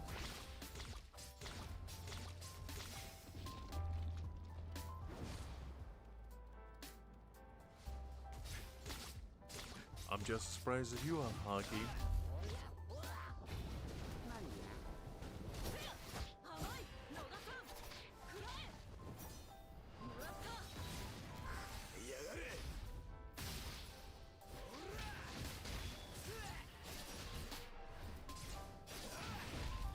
Only Liz would complain about the weather where it's sunny. She was like, this big glowing red orb in the sky? Get it out of my face. I don't like it one bit.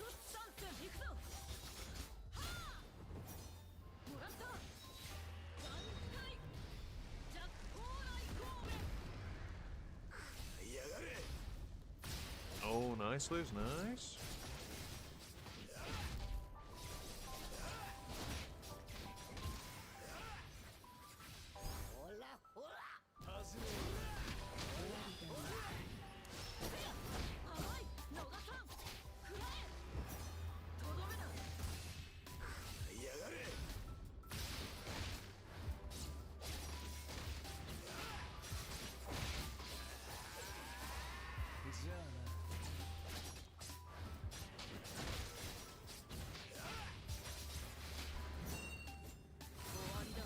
As well as social interactions, Liz, we know.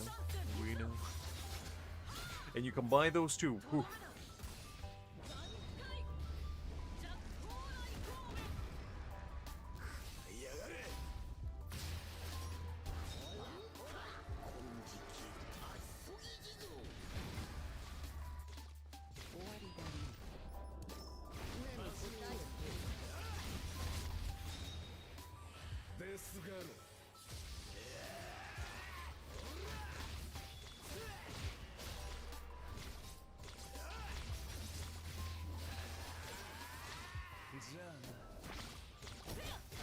As far as we know, Liz, as far as we know.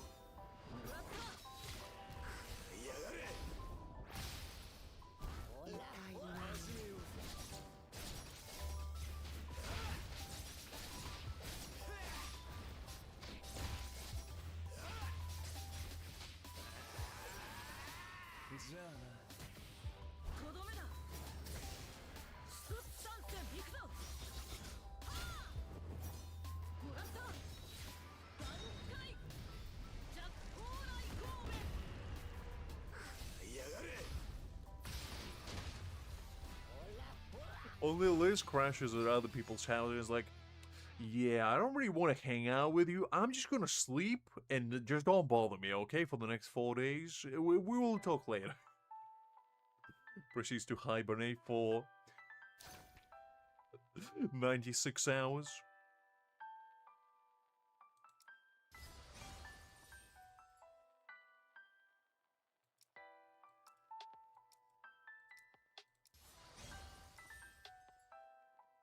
そうだ。最高級の待遇で迎えよう。困る。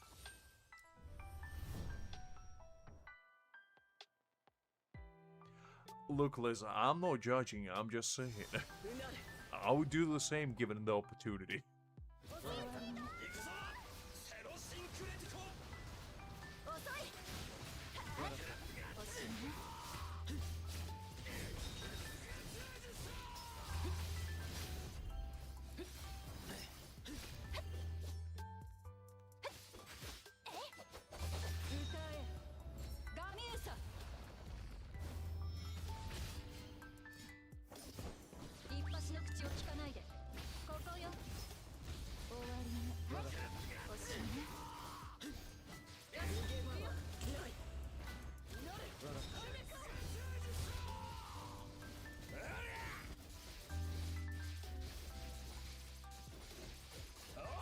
Your alter ego creek.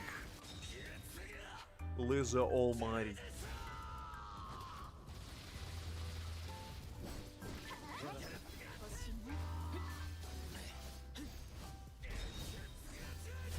Whenever Liz goes to bed, you know, she just wakes up with another face, another name, and another agenda to portray.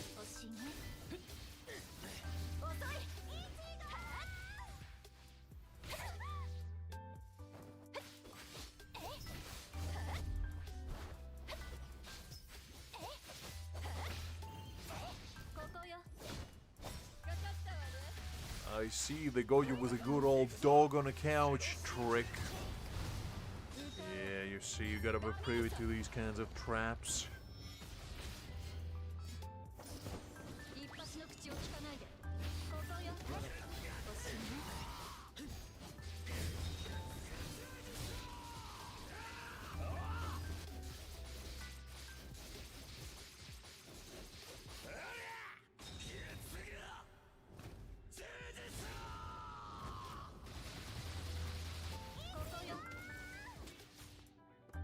Freak, the less you ask, the better.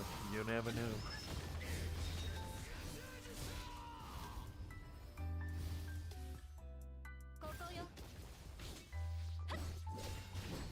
I just imagine Liz rocked up to her friend's place, and her friend was like, "Oh, would you mind sitting on a couch?" And there was like just a very convenient placed dog over there, and you know, Liz started petting it, and the next thing you know, she passed out for 4 days in a row.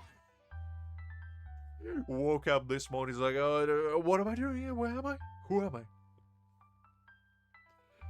And her friend just shows up from the corner. "Oh, you know, you just passed. I thought you passed away for a second.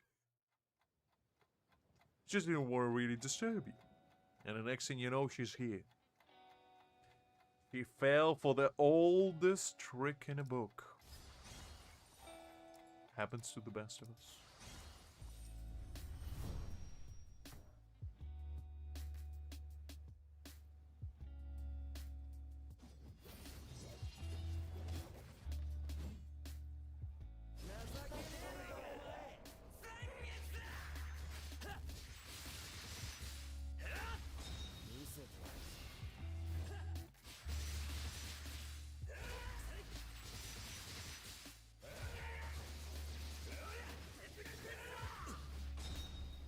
No shame in that, Hakeem.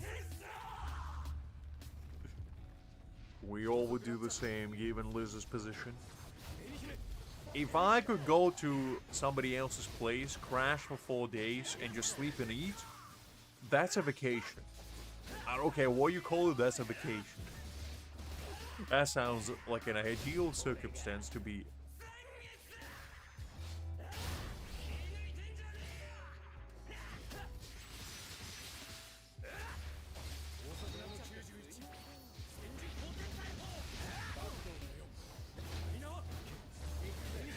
I don't know what to tell you, Creek. I mean, I'm doing this tower just for funsies, to be honest. I'm not expecting to clear it fully. I just want to see how far I can take my characters.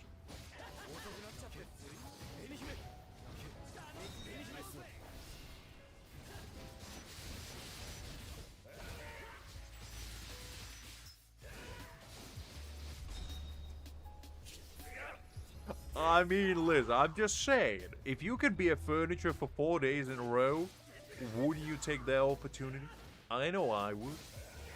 If I can just roll up to my place, knock on a door, be like, "Hi there, Steve! Steve, I'm just gonna, you know, I'm just gonna get myself invited." Just be like, "Oh, didn't expect you to come over. Yeah, you know, I just was in the area, and so I'll come show up." And then just conveniently sit on the couch, and next thing you know, I'm just, you know, bear hugging their dog, just passing out on the couch, and like, okay, well, I guess this is what's happening. And then just waking up in the evening, be like, "Okay, what's for dinner?"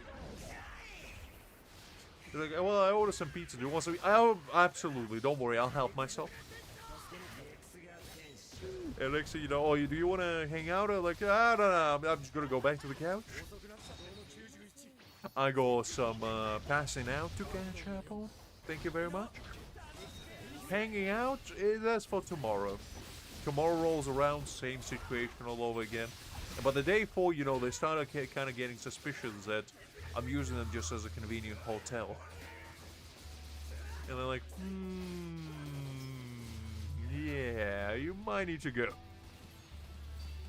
And at that point, that's how you bring back, that's how you're like, "Oh, we should hang out today." And then, you know, after the one hangout, you roll it back, and there's another 4 days in the bag for you. Thank me later.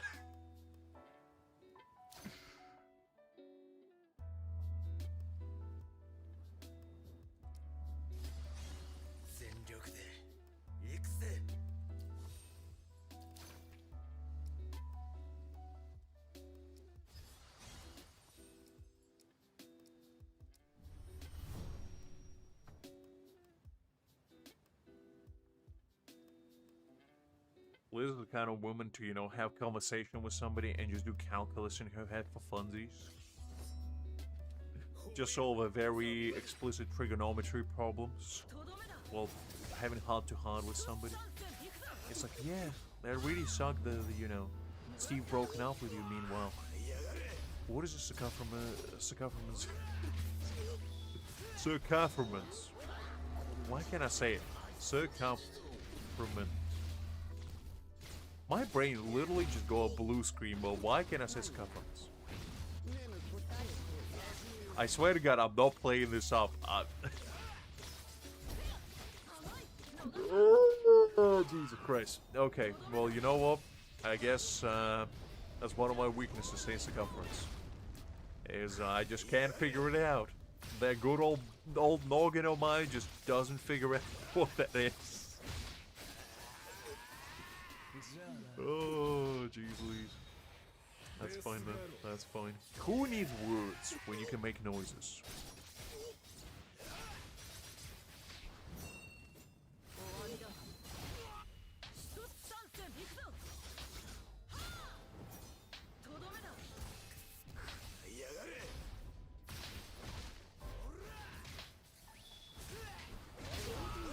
Look, I can promise you, I can say circumference. I wish I was smart enough to play it up and make it as a joke, but it's not a joke. I'm just that dumb. Clearly. Anyway, you know what? Sometimes you come across a chance and you come across an opportunity. And sometimes you just have to take it, and sometimes Mother Nature takes it for you. Because I pride myself on being quite, you know, an intellectual being, you know, somewhat of an enlightened gentleman. But sometimes the caveman Lux comes out to play. And that's just how it be. And you know what I blame on? I have a little bit of a headache, so I'll blame it on that. Oh, man. Liz, you can do whatever you want with it. I don't have any power around here.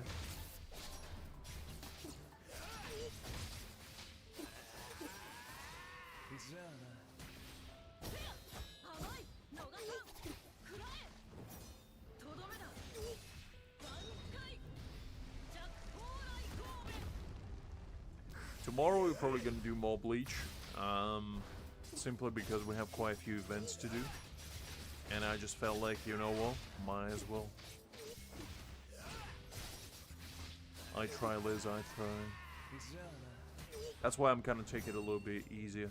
I took my headphones off because you're just banging on my head. So, I don't mean to be extra sultry today, it's just, you know. I'm just trying to get this headache out of my brain.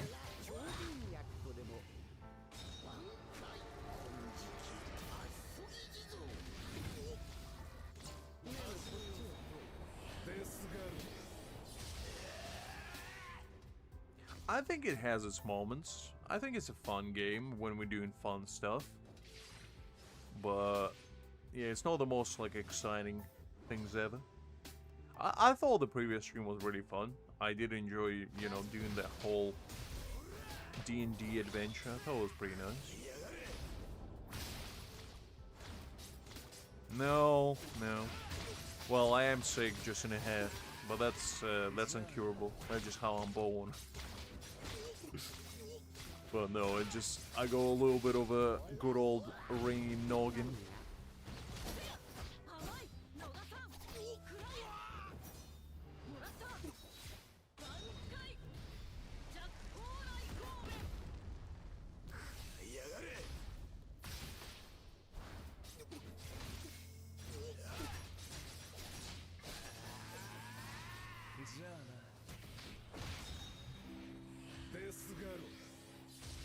Couldn't be me, freak, couldn't be me.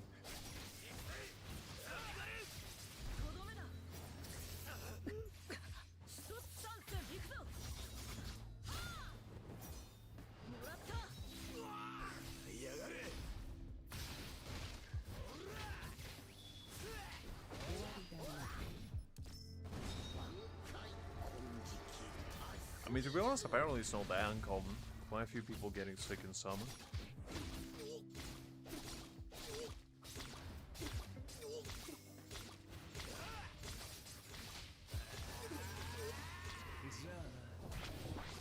I mean, if you're adult, yes, Liz. If you're a kid, getting sick is awesome. You don't have to go to school, don't have to do your homework. You just sit at home and play video games all the time. As an adult, it sucks. When I'm getting sick, I can barely get out of bed. I don't know how, as a kid, I managed to, you know, just have a full productive day in a way of playing as many video games as I possibly can stomach. Nowadays, I'll be happy if I can even wake up.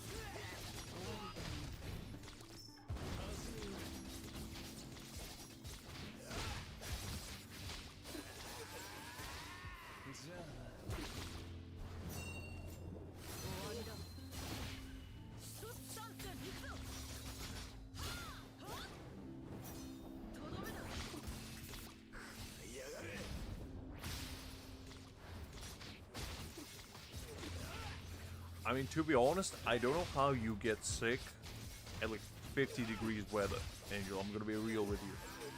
Because at least in Europe, you know, it's not as bad. So I can see how some people might get sick. But for you, I genuinely don't understand how that's humanly possible.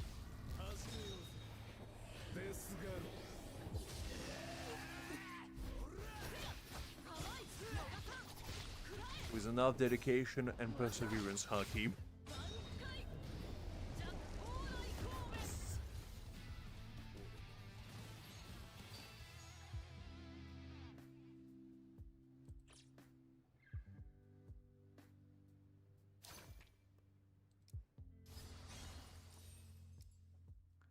Right, let's do... thrusting will be fine. Yeah, let's do that one. Actually, no, hold up.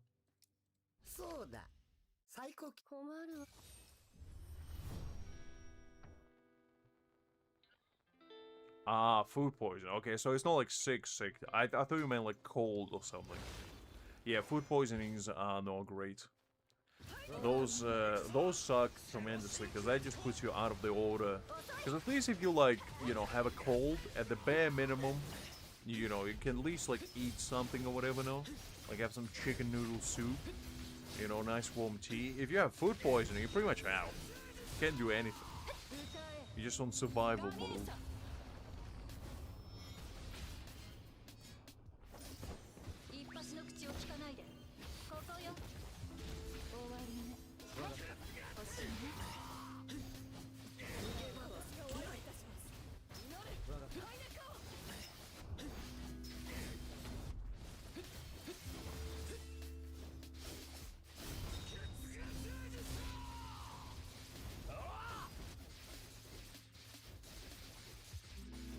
It pretty much feels like your stomach is coming out outside your mouth on hourly intervals.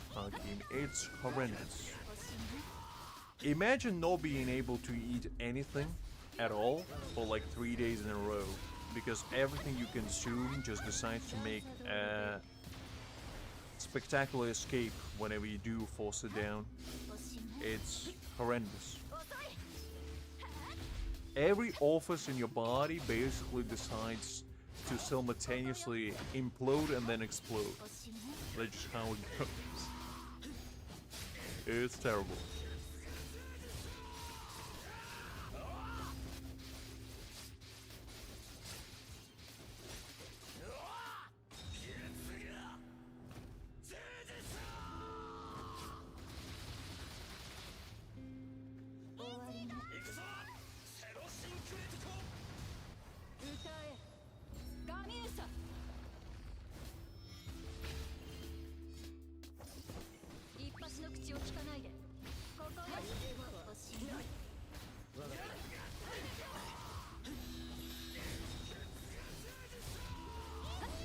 I wouldn't wish food poisoning on my worst enemy, to be honest.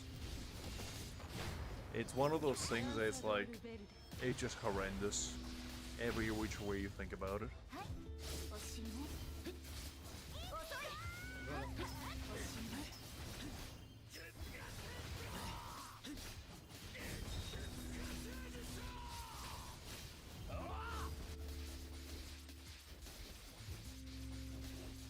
I mean, drinking actual poison, Angel probably will have less chance of making you sick than whatever grabby, dirty hands they were making your food with.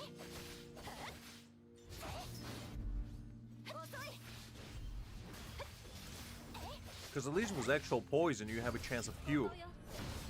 With food poisoning, the only cure you have is pray to Zeus himself that he will spare you and grant you salvation.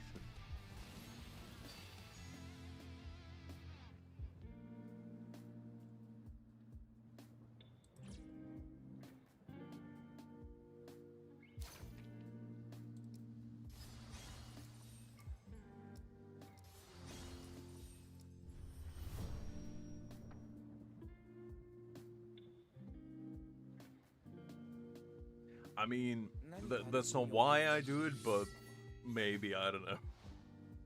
I used to get food poisoning pretty frequently, to be honest. And I don't know if that's necessarily due to, like, the restaurants that I went to, just not being hygienic enough, or if it was just my weak stomach. So, at some point I was like, yeah, I'm probably just gonna cook for myself and just try to avoid that as much as possible.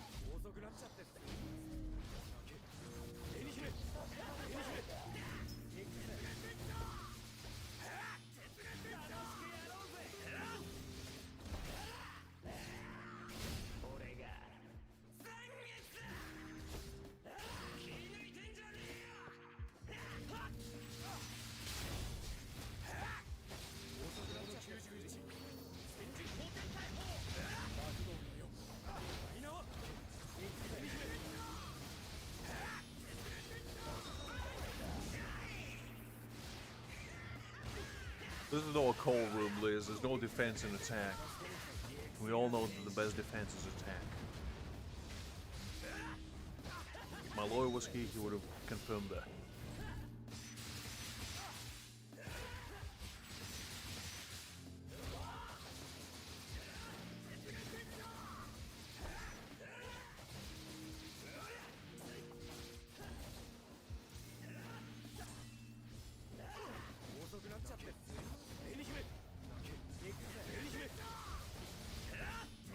Just take his hand.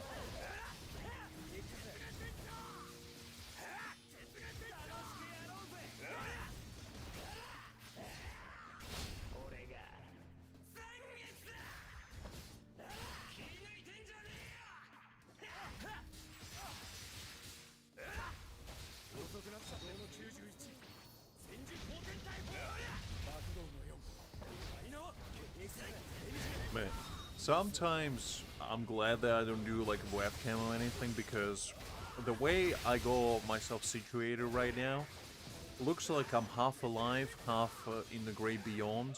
My legs are on my bed, my mic straight up in my face, my arms crossed. I'm looking into the window to contemplate my life choices, while Ichigo is, you know, doing his own thing. I got the fan blowing right in my face. In other words, pretty good. Pretty good.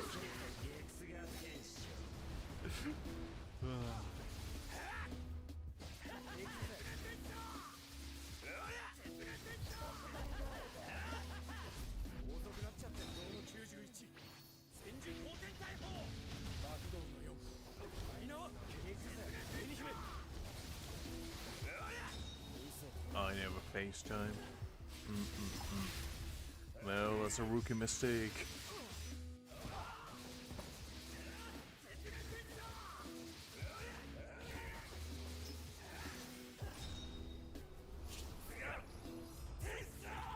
I mean, even if I did jump out the window, it's only second floor, Creek. I'd be fine.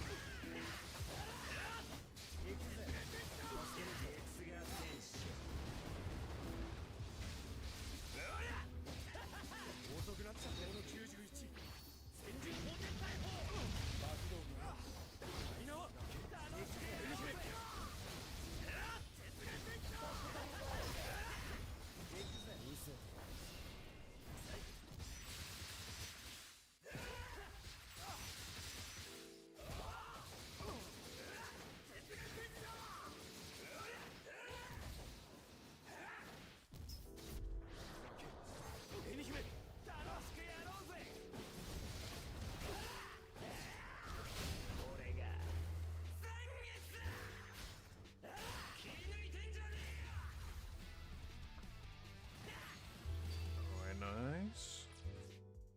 I'm not really sure why I'm doing this trial tower, but to be honest, it just seemed like a fun thing to do. Just test out our limits, see how far we can go. There was a pretty mediocre, but you know, the actual stages are pretty decent at least.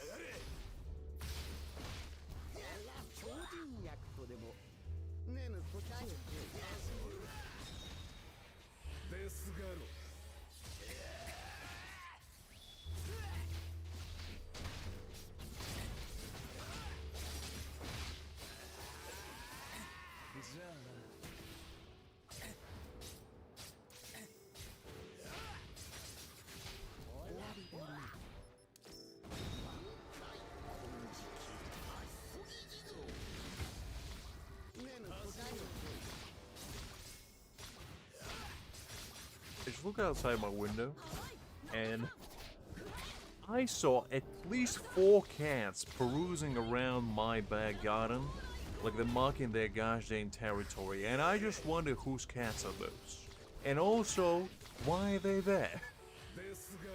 Like, the past few days actually, I was coming back home, and every single time I arrived home, there was one cat in particular that was just laying right outside the door, like literally maybe 1 meter away from it, on a little like stone pebble path that I have.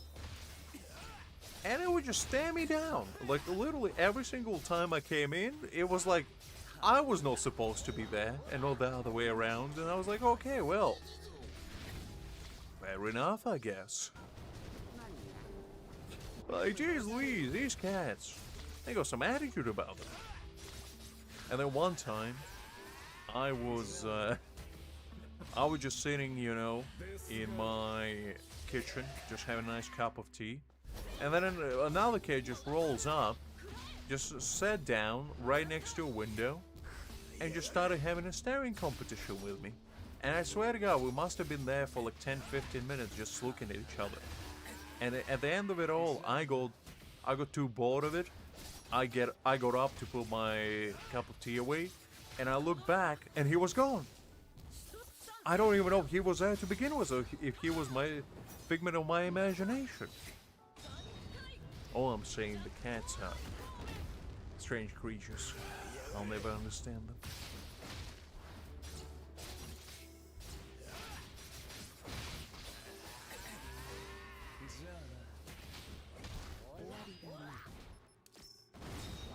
I mean, maybe hunky, maybe, I don't know. It was just laying there, you know, having a nap or something.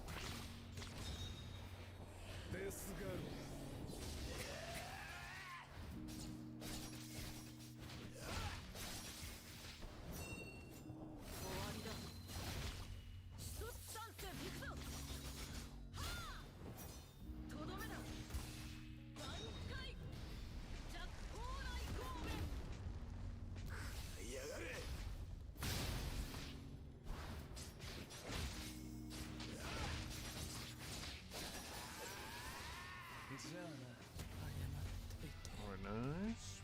I'll take them. Man, these trials really take a long time. Golly. Alright, let's do... Let's see.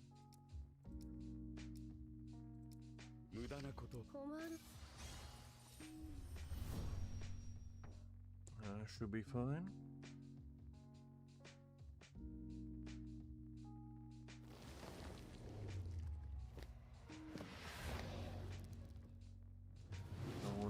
Szayelaporro.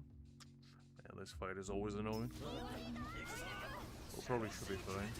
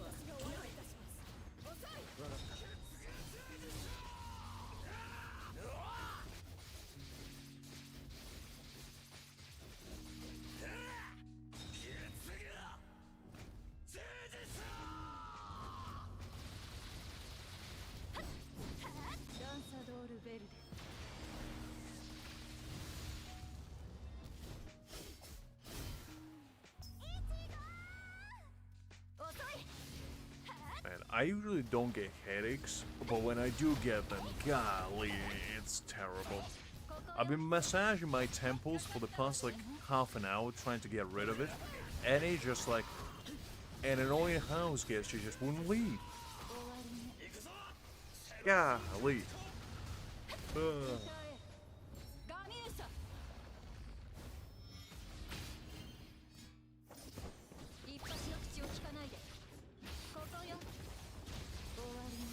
I appreciate the enthusiasm, Monkey. We'll like to hear.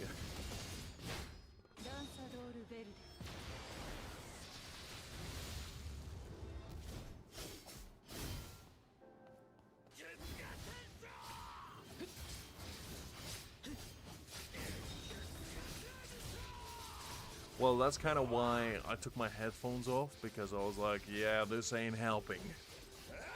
This ain't helping, that's for sure.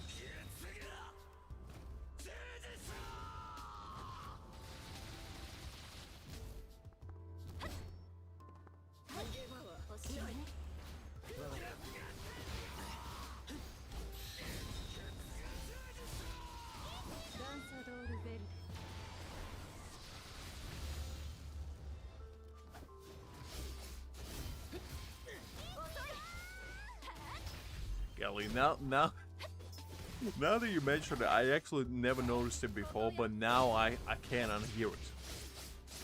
Every time Nell switched in, she screams Ichigo. That is indeed the case. Welcome back, Liz. Welcome back.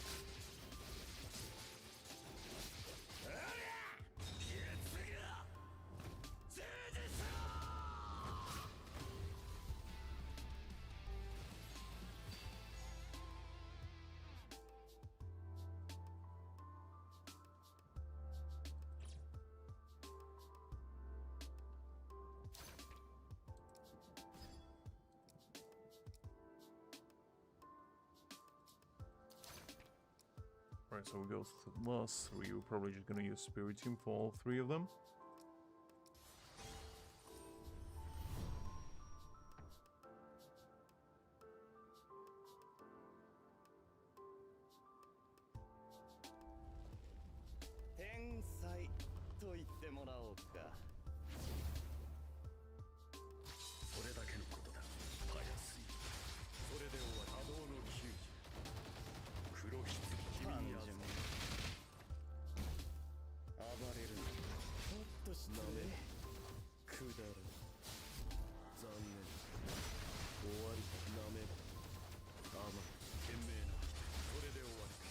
So it's a selection of snacks, just a bunch of nuts and crepe.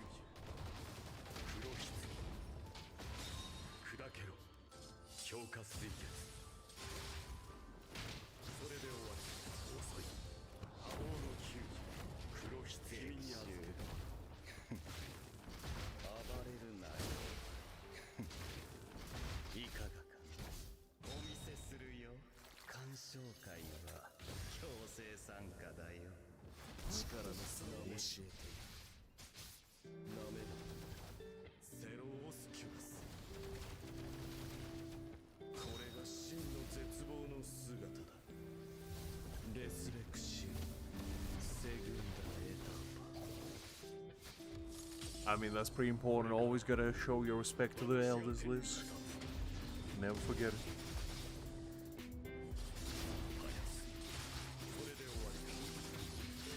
I mean, to be honest, that sounds like a pretty good afternoon meal. Some nice rice, fish, you know, good vegetables. Nothing wrong with that.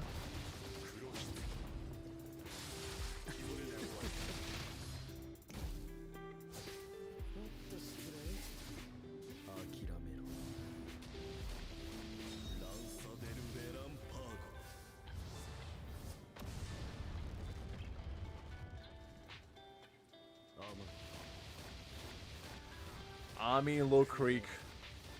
Being on a diet, no shame in that. Been there, done that. Gotta keep a check of your waistline. While Hakeem and Liz out there indulging themselves, you are there grinding. You're getting not only 6-pack, you're getting 12-pack.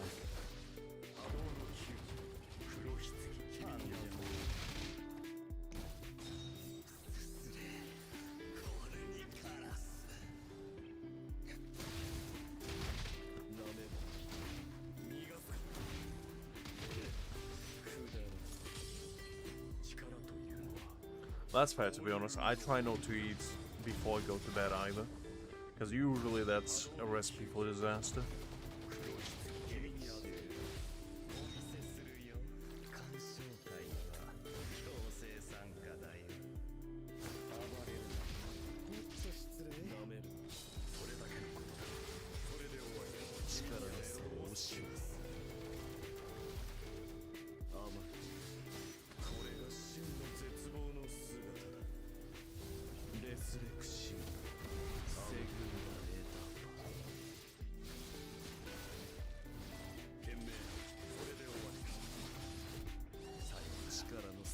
Yeah, I don't know about that, Liz.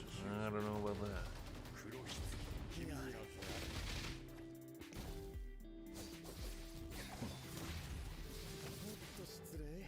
You and your magical time zones.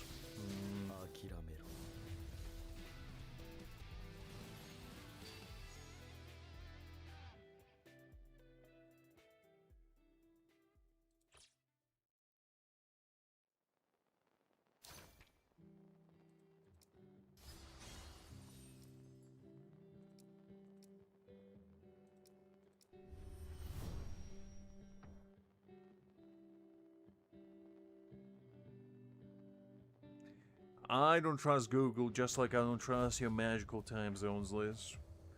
They're all full of deceit.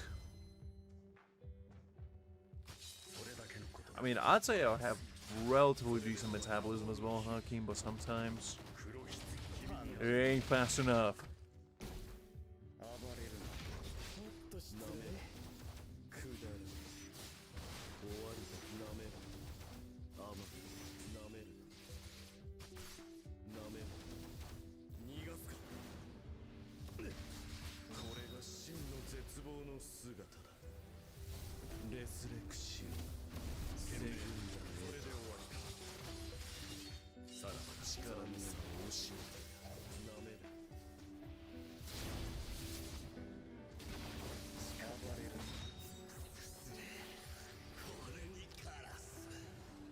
I think so, Liz. I'm not sure, though.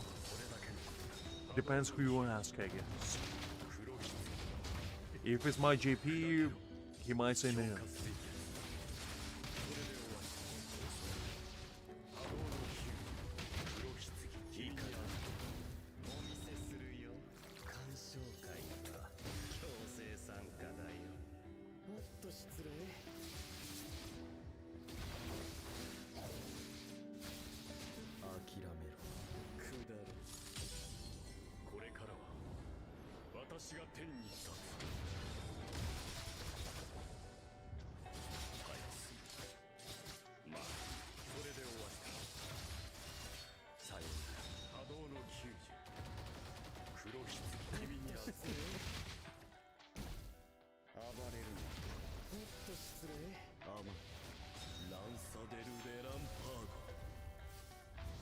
I mean, you're not wrong about that, Liz, since only a few of us have it.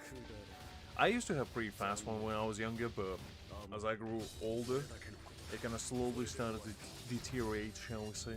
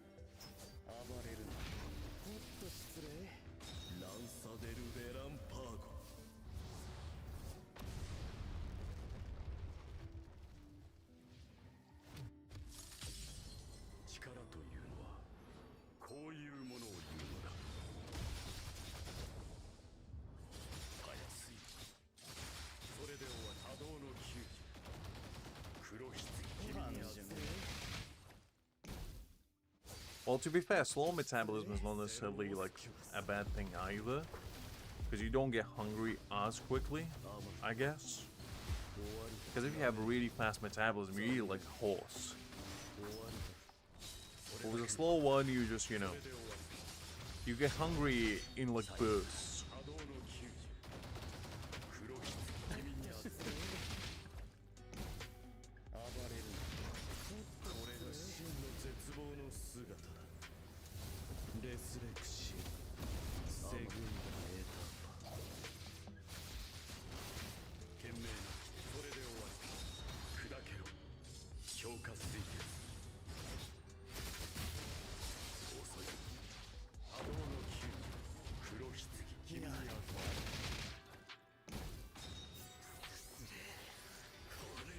I don't think we're getting that man anytime soon, Haki. I'll be pretty stoked about him as well, to be fair. 諦めろ。これからは私が天に立つ。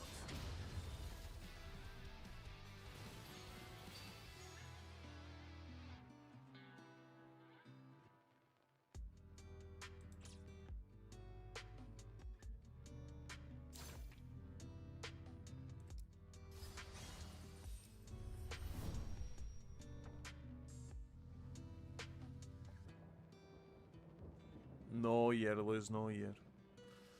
I mean, when you're younger, you're growing up, so you obviously need more calories. It's kind of a given. A lot of kids are like troglodytes. They eat anything and everything in sight.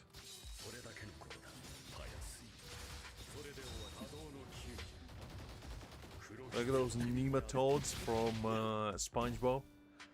You know, they just devour everything and anything they see within their path.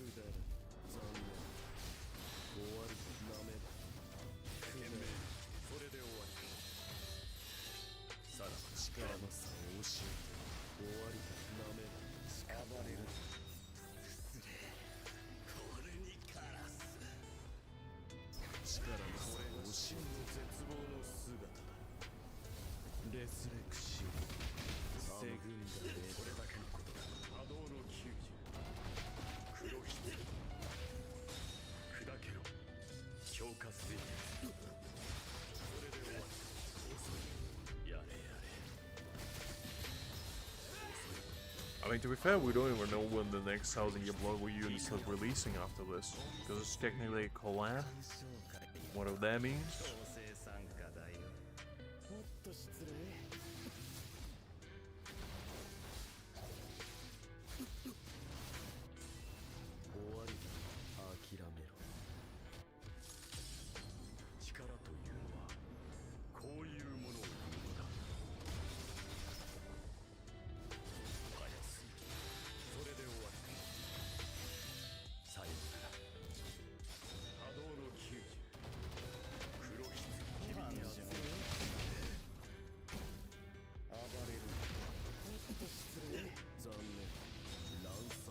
I don't think I ever seen it Winter. I don't think I ever seen it. Or if I did, I don't remember.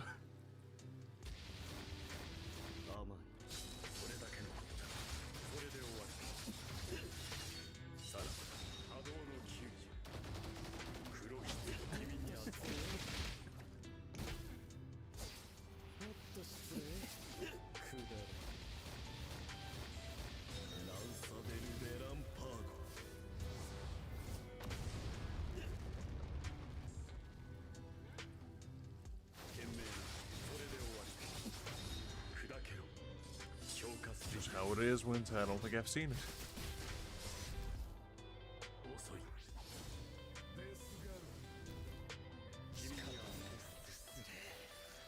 I don't think so. If I have, I don't remember. Now you gotta keep in mind what I always say. My brain is an enigma, unlike any.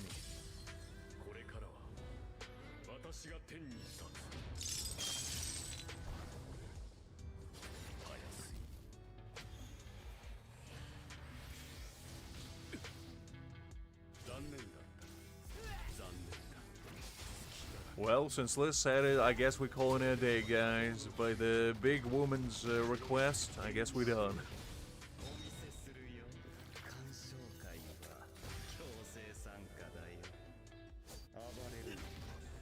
I don't think so, Winter. アマン終わりだ。これが真の絶望の姿だ。レスレクシオンセグンダエターパ Well, Liz, I mean, when you say it like that, I don't know. I just probably never seen it. I don't remember. If I seen it, it was a very long time ago. 諦めろ。下る。懸命それで終わり。砕けろ。強化水月。遅い。波動の球児。黒棺君にある。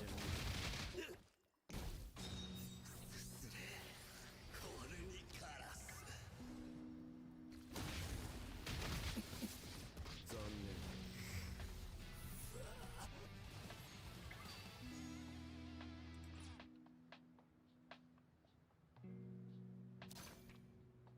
Ah, interesting. I mean, I obviously know the name. I've heard it before. I just don't think I ever seen it. Or at least, unless, as I said, my memory is not that great. I'm just trying to remember, and I can't think of anything. So chances are I never seen it.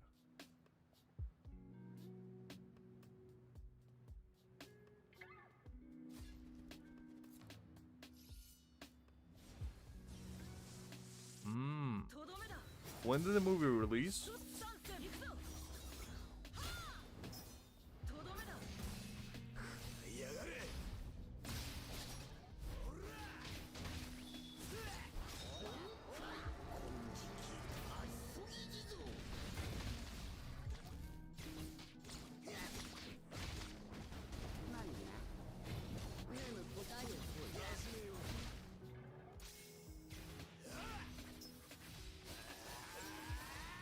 $2014.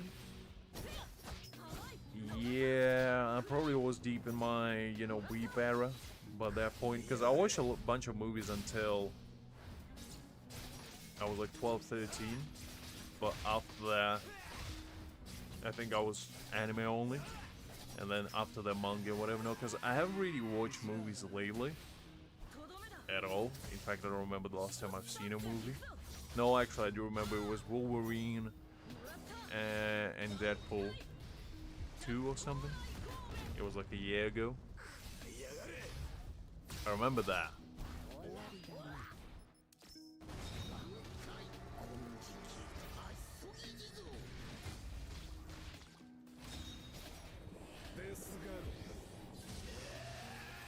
Actually, now that I think about it, it might have been 2 years ago.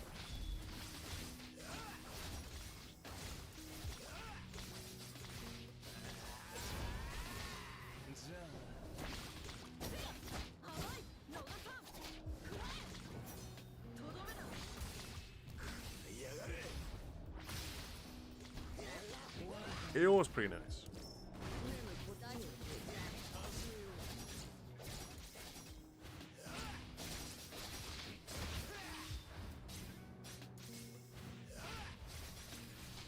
Like, I'm not the biggest fan of superhero movies, but Deadpool is one of those where I'm like, you know what, it's kind of fun. I can get behind this.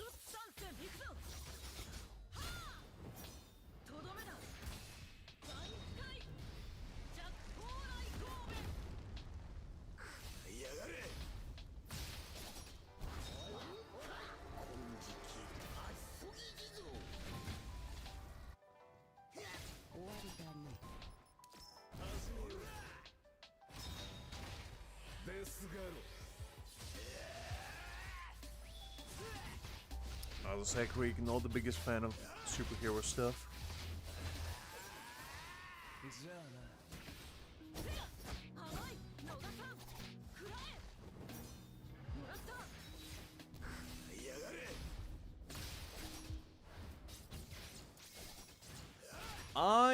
I wouldn't say I dislike them. I just never really was into superheroes, if that makes sense. Like, if it's on, I'm not gonna be like, ew, gross. It's just more like, I don't really watch it, you know?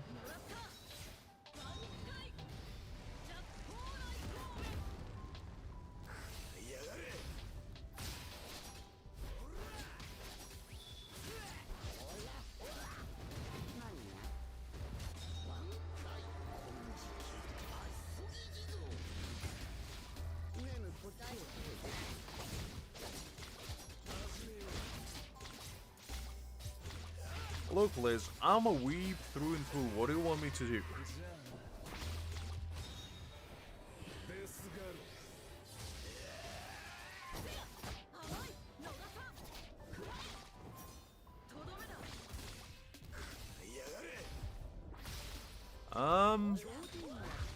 I might have. Like, I don't think I've seen that many superheroes movies, period. I watched, like, Green Lantern back in, like 2008. I watched, like, the original Spider-Man with Tobey, you know? Those were classics. I watched Wolverine. I watched, like, X-Men. I've seen quite a few of them. It's not like I haven't seen any of them. What else have I seen? Iron Man. Seen Iron Man.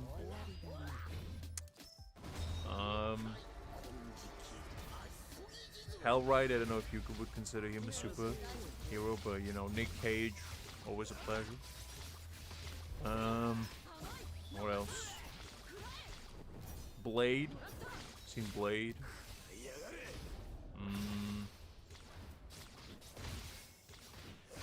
I don't know what else. I never seen, like, any MCU stuff. Like, Marvel movies, like the newest ones, you know, Avengers and all that stuff, I never see. I've seen Thor. Now that I think about it, I've seen quite a few Thor movies.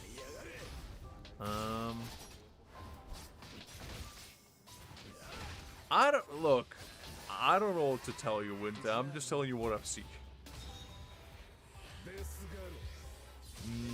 What else? I never say it was good. I'm just saying I've seen it. I enjoy, like, the early, you know, Iron Man. I thought it was pretty decent. Blade was really good. I enjoyed Blade. I don't know. X-Men's, like, Wolverine stuff was pretty decent as well. I won't call them, like, trash movies, but the superhero movies just have, how would I describe it? They have this, like, plot line where it's, like, linear, you know? You start with a superhero, and then you start with a bad guy, and they have a goal to defeat the bad guy. And by the end of the movie, they probably defeat the bad guy. Like, the only superhero movie that defies expectations is kind of like Deadpool. And that's why I prefer anti-heroes to superheroes. And that's also why I kind of like Wolverine. Because I'm not really into the idea of having this, you know, no-kill code.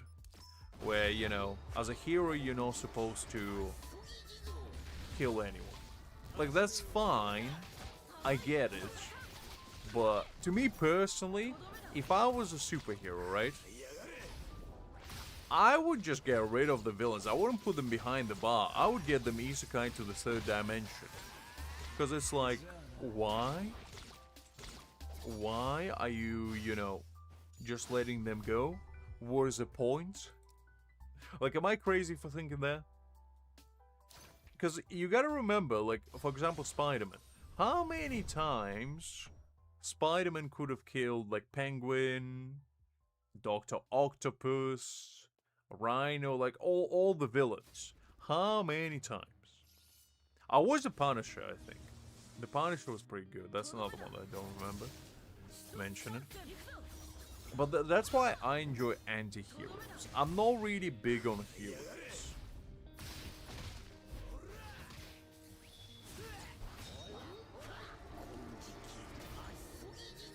Kill Green Lantern. Did he kill Green Goblin? I'm not that big on, like, Spider-Man stuff, so I don't know much. But I'll take your word for it. I'm just saying, like, in a lot of concepts, with, like, the main hero, they like, follow this no-kill code. Which is, as I said, I don't have a problem with it. It's just more like, I don't get it, because, like, for example, Batman, right?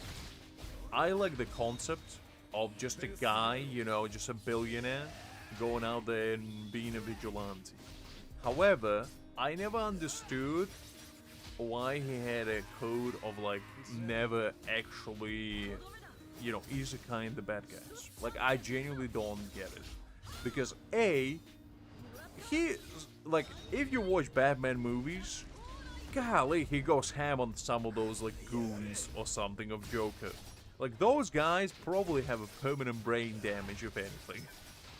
You can't just throw a manhole cover onto somebody's face and expect them to remain the same man they were this morning.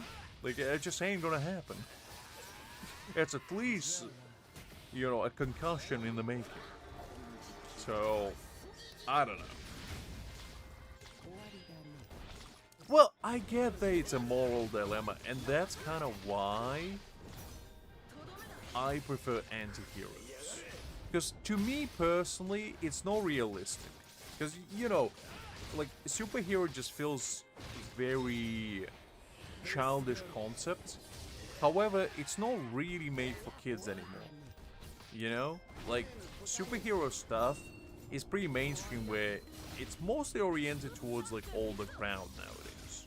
It's not anymore, like, kid-related stuff. And yet, they still have this thing about heroes having, like, the moral high ground and being like, oh, I don't want to succumb to being the same as a villain. And I'm like, I don't think that's right. It's like, just get rid of the villain and you're done. You call it a day.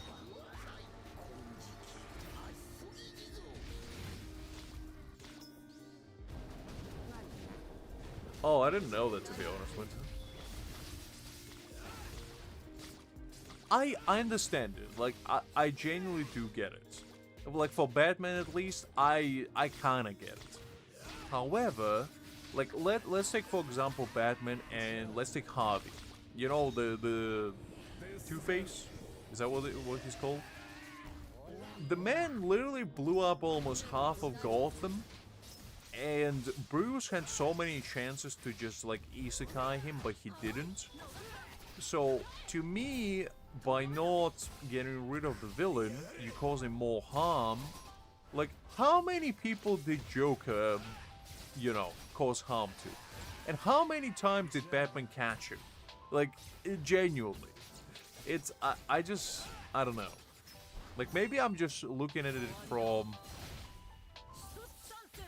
like, pragmatic point of view, I guess, where I just see it as numbers, and that's not really what it's about. So, I don't know.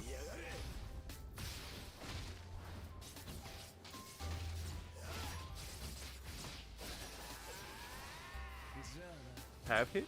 Okay, if in the actual, like, proper story that happened, because I never watched or read comic books, so I don't really know what the, like, original lore of it all, if you will. But that's kind of like my gripe with it all, that it just in a lot of cases feels like you already know the outcome, where, you know, the hero catches a bad guy, nothing happens, they maybe get sent to jail, and that's kind of it. And I'm like, yeah, I don't know about that.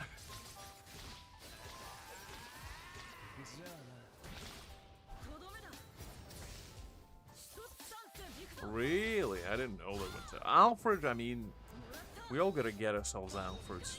Like, Alfred is just the man. I don't think I've seen that one, Greek, so I don't really know.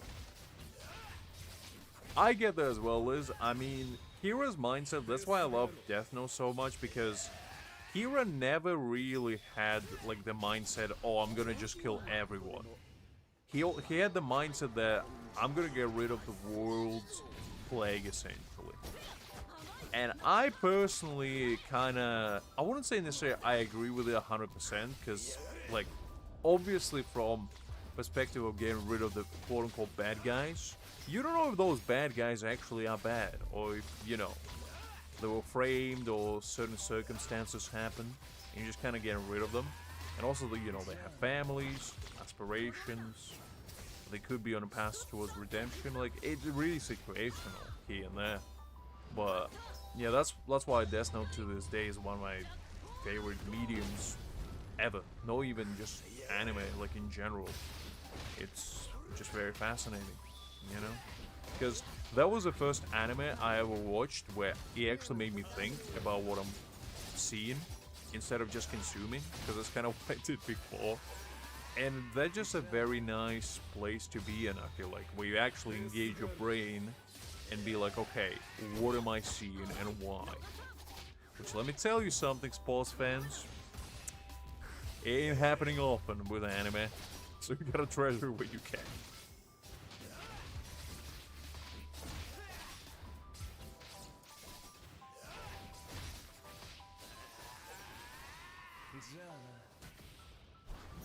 Iron Man.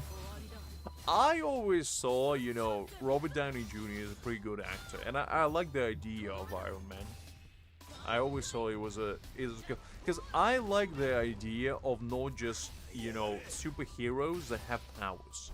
I like the idea of having these, not necessarily like, you know, freaks of nature, but like just guys that trying to do good things. In like Iron Man is just somebody that's like super smart, you know? He's just super smart, and Bruce is just somebody that's super rich. And I like that because, you know, it just puts things into perspective. Being like, even somebody who's quote-unquote normal, you know,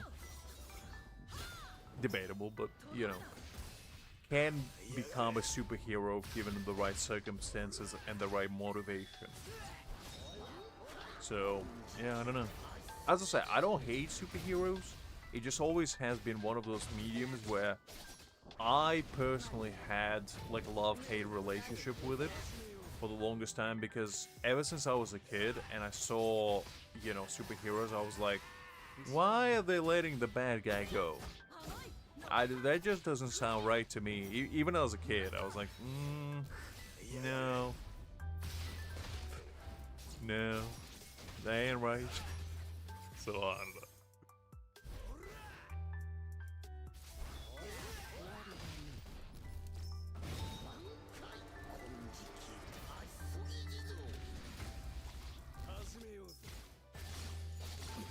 Lego Batman? I don't think I ever seen a Lego movie.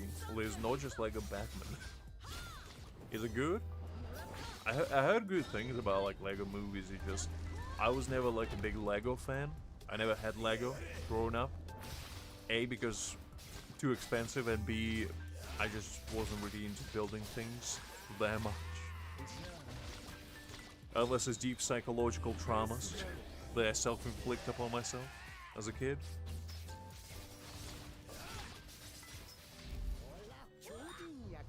Was it really? I didn't know that there was a patch code. That's actually kind of funny. No.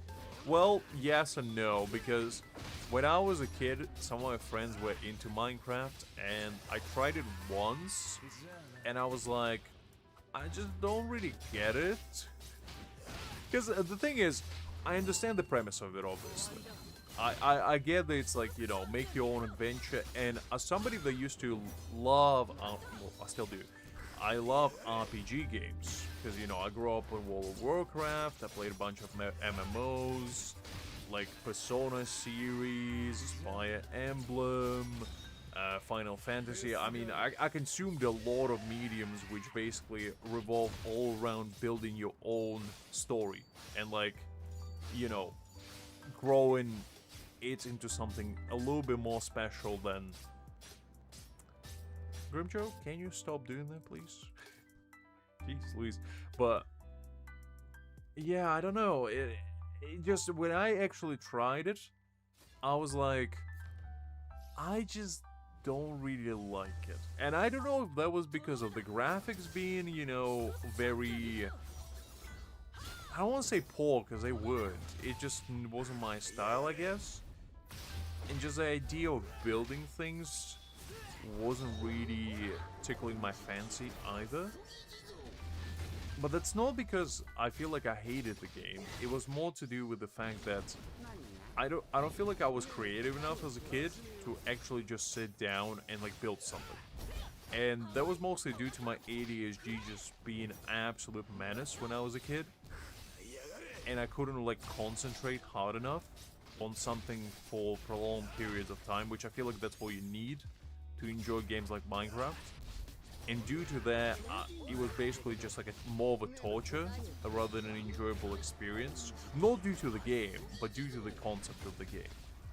So yeah, never really played it, I guess.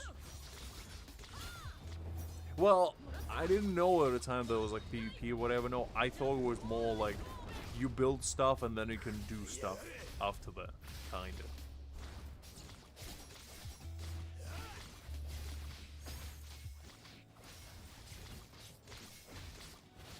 Wow, Liz, whoa.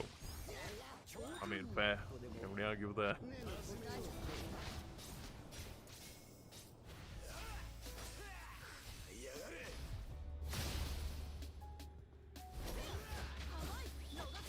But yeah, I don't know. It's like, I never played any, like, Sims games either. I never played any Nintendo games. I never played any first-person shooters. Now that I think about, like, my childhood literally revolved around RPGs. RPGs and MMOs. And mobile games, I guess. Because I did play League quite a bit. That was, like, the only game... And gacha games later on, which we all know how that turned out. I wasn't rotting in League. I was playing with other people. Sometimes. No, like... Since the age... Okay, so... Since the age of like 6 to age of 10, I played a lot of like disc video games. So I would go to stores and I would pick like whatever games were floating my boat. I had a bunch of SpongeBob games. I had some like Harry Potter games. A lot of like point-and-click adventure stuff or like actual adventure things. Some like RPGs here and there, but other than that, like, I'm trying to think, did I play anything else? Educational games, because my mom wanted me to play them when I was like 6. She was like, oh yeah, you gotta do this, learn your alphabet mini game, and learn English while you're at it. And I'm like, yeah, I don't know about that, mother. I'd much rather play Shadow Fight. Do any of you know that one? Any Shadow Fight enthusiasts? Well, that's a classic right there. Golly, that brings back memories. And Shadow Fight actually started, if some of you played it before, as a browser game. And I used to play it, and it was basically, you had your shadow, right? And you were fighting like different bosses, and sometimes you would have raid bosses as well. And it was basically you could join a clan and like do raid bosses together. So my entire shtick was like joining a bunch of raids and, you know, mastering the art of shadow. It was great. It was great.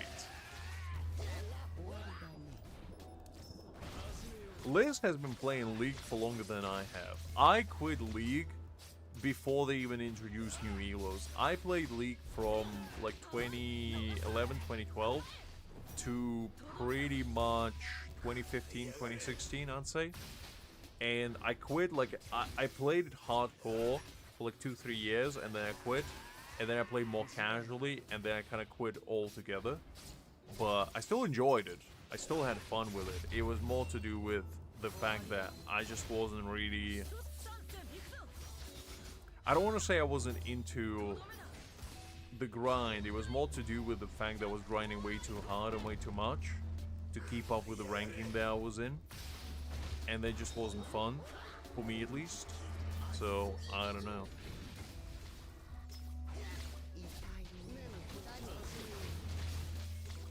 Look, Winter, we are octogenarians over here, I don't know what to tell you. But any of you guys know Shadow Fight? Like, you didn't answer me. Because that was a big part of my childhood. And I wonder if there's any Shadow Fight enthusiasts out there. Because, man, I I just had like a nostalgia wave. As soon as I said those words, I'm like, man, those were the times. And also there was another game that I used to play a lot of, and it was called War Mix. And basically what it was is Sync of Worms, but with extra steps. And that game, ooh, I played an absolute echo. Fatal Fight on 3. Nice, Winter, nice, you're a classy man.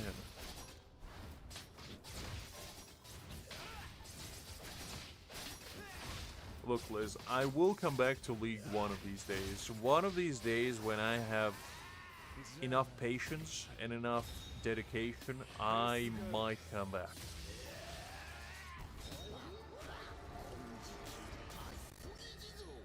I played it a very, very, very, very long time ago. We talking when I was like 10, 11, somewhere there.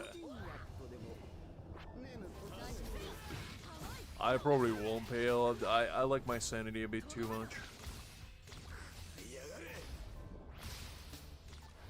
They wouldn't let you to play Shadow Fight, Liz? But how are you gonna master the art of Bushido?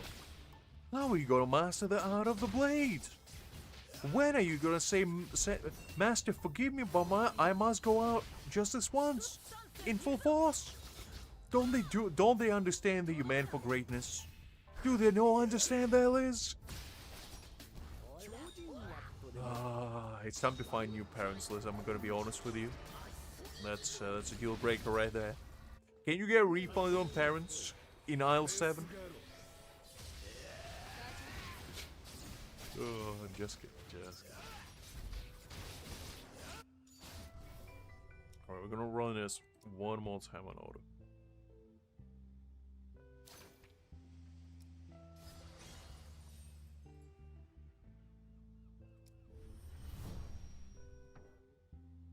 I mean, to be honest, my parents didn't really ever limit me on like games that I played.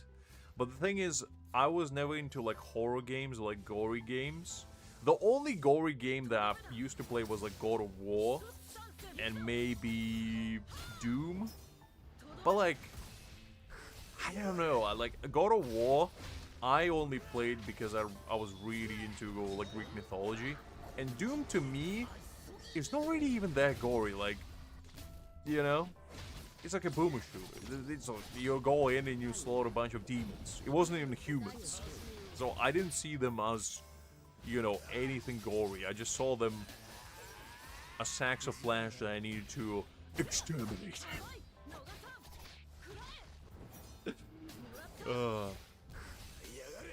So yeah, that's kind of where I was at.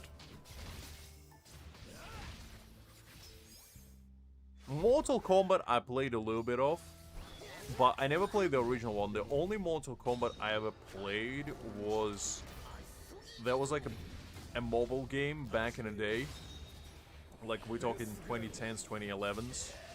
And we collect like cards. And basically those cards were like the characters. And you use them to fight. Yeah, I think it's still on the Play Store. It's like one of the most popular games ever. It has like 100 million downloads.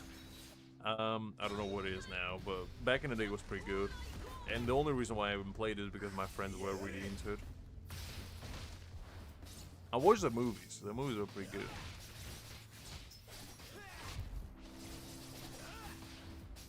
I mean, I never played like Street Fighter, for example. But I played a little bit of Mortal Kombat. To be honest, that's not a bad idea, Liz, because the last thing you want is your kid, you know, screaming rip and tear as they perusing through your living room, you know, eating a bowl of Cheerios. You just have a quiet morning, afternoon, you know, you're reading your newspaper.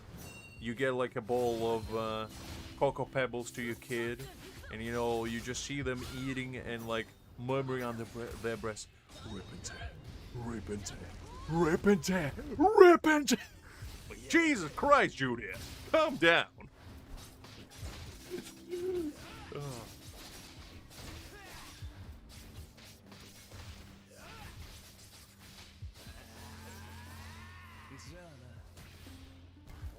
人ワットでも挽回金色遊び地蔵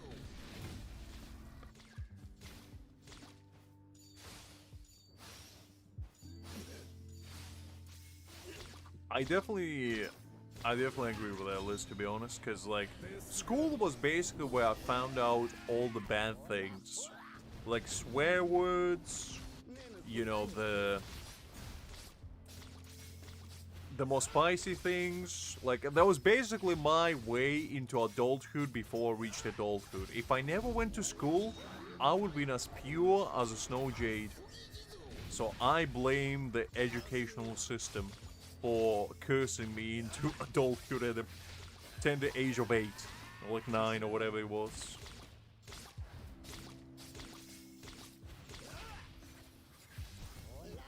I don't think I started with violent video games, to be honest. And to me personally, I never really understood the correlation between like violent video games and being actually violent in real life, because if you play violent video games, I feel like you're letting out the steam, you know? Like, if I play, let's say, I don't know, Mortal Kombat today, and I do a bunch of fatalities, it's not like I'm gonna go out there on the street and just, you know, take a ball in chains and just do the Scorpion-style fatalities on people. I just know how that works. If there's, like, violent individuals, just because they play video games, doesn't mean that's why. Just, you know, case-by-case point, really.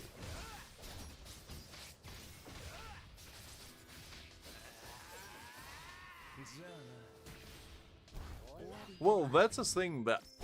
Another thing, like a bunch of people that play horror games, it's not like they get mentally incapacitated, become an absolute crazy loony beans out there. I just don't get the correlation between these things.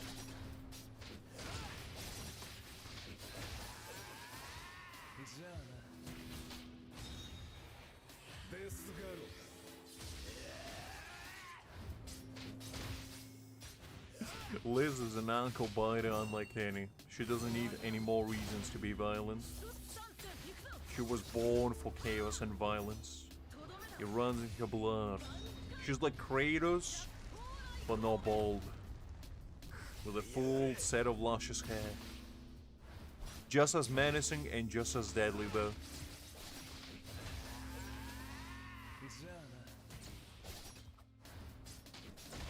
Just imagine if she was bald, though. Ooh. Good luck surviving out there, guys.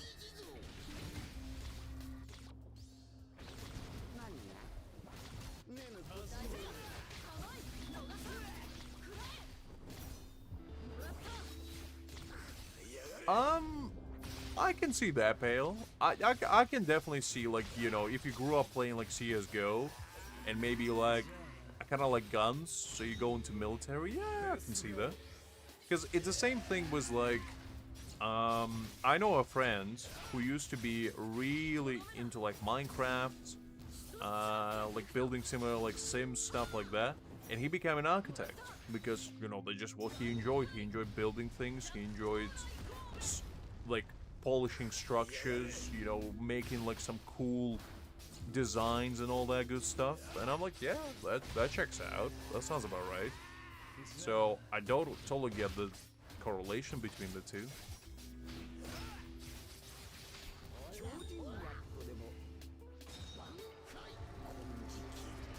Well, Winter, what a way to put it.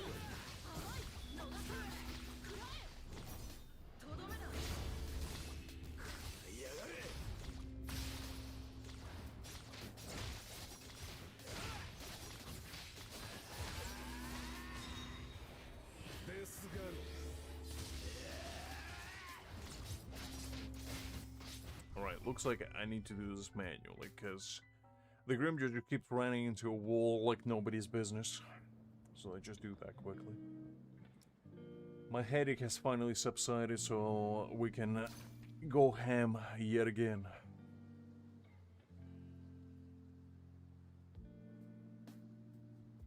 Go, Joanne. I don't know, Winter. I never gambled in real life. Like, I never really went to casino, and I never really had the urge to either. So I don't know if I would be a good gambler.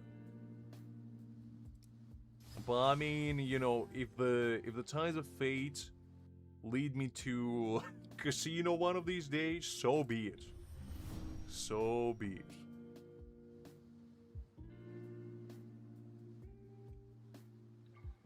Ooh, Jesus Christ, Liz. Yeah, that sounds horrific.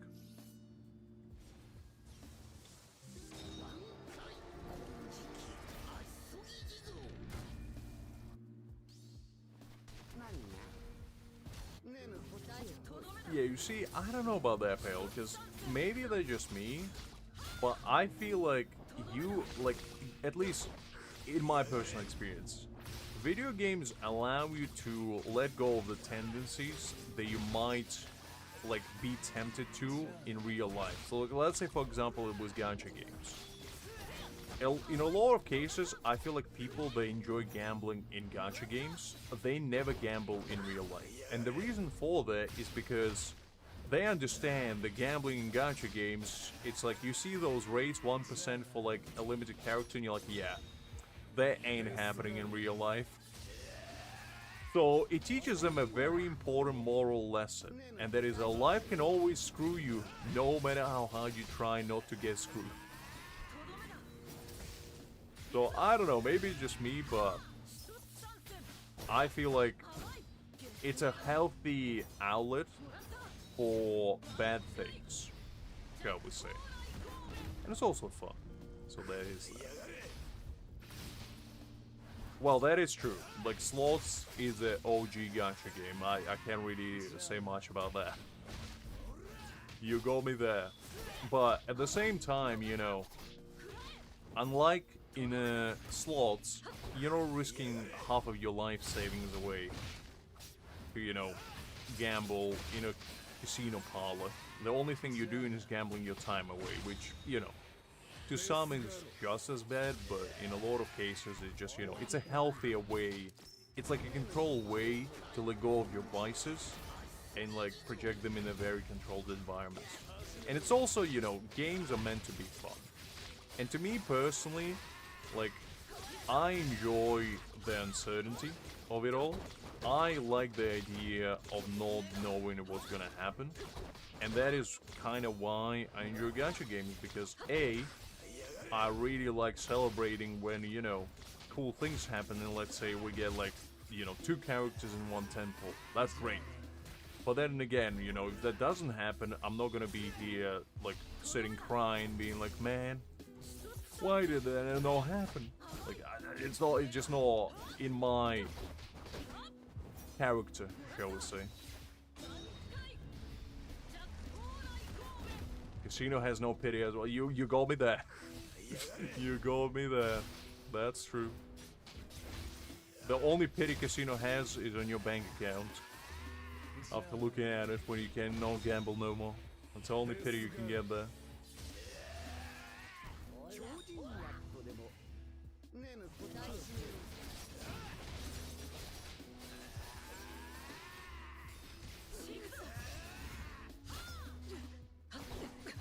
Other side, I don't, like, I never gambled in real life.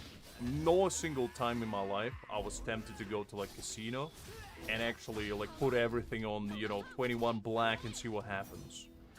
But that's just my personality. I'm not, like, I know I might seem like I'm a very eccentric individual, but in real life, I'm a very, like, cautionary individual where I don't really like doing risky things that much when it comes to, like, financial stuff or anything like that. And I usually tend to just go with, you know, safer options if I can. Like, I don't invest in, like, stocks or anything like that. I never, like, went all in on GameStop stocks and being like, okay, let's see what happens when it was popping up. But they just, you know, they're just kind of like my personality. While in games, I'm as reckless as it can get. In games, I'm an absolute heathen. You telling me there's 10% chance of me getting an outcome that I want and 90% chance of me failing? set up the table, let's play. Because I'm winning there no matter what. You can't stop me. You can't tell me I'm gonna lose statistically because I don't know what that means. Because I can only win. The only way you can lose is if you don't play. Always play. So yeah, I don't know. It's just kind of my personality. But it is funny to me when people say, oh, you know, if you play like gacha games, you're gonna lose your house away, sell your wife, sell your kid, and, you know, spend everything on the 2D waifus. And to be fair, in some cases, some people do. That is a real thing. But those real cases are few and far between.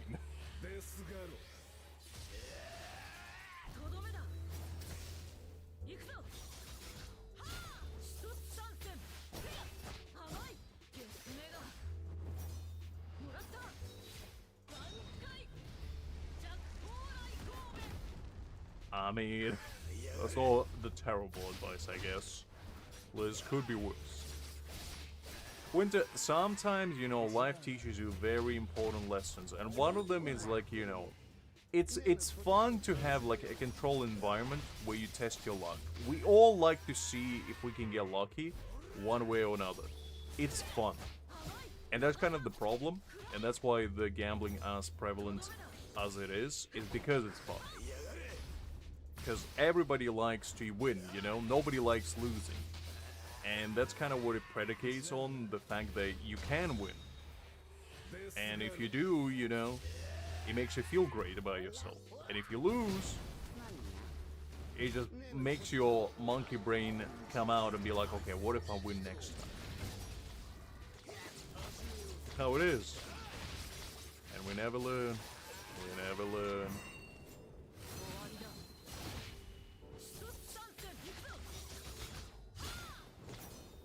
Well, funny you mentioned that, because I remember reading a story, Winters, where there was one guy, I believe in Puerto Rico, who bought like a casino table for like dice, and basically learned since like the age of 10 or so on how to play said dice.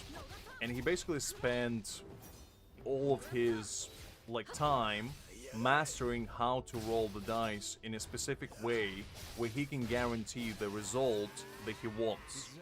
And then basically he goes to like casinos nowadays and just gambles all the time, winning money left, right, and center, and basically just allowing himself to have like pre-cushy life by going to like different places and, you know, roll a die here and there and see what happens. And he mastered it to the point where he basically just knows before the die even leaves his hands on what he's gonna get based on how he throws the die. Which is a skill, really. So you can, like, obviously become good at gambling. It just... you have to be talented at it, I guess. Which, I don't know how you can be talented at it, but I guess you need some talent.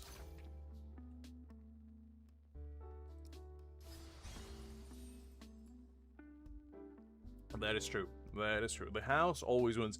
And you know what my advice would be? My advice would be, if you do ever gamble, quit while you're ahead. If you win, leave. Like, leave.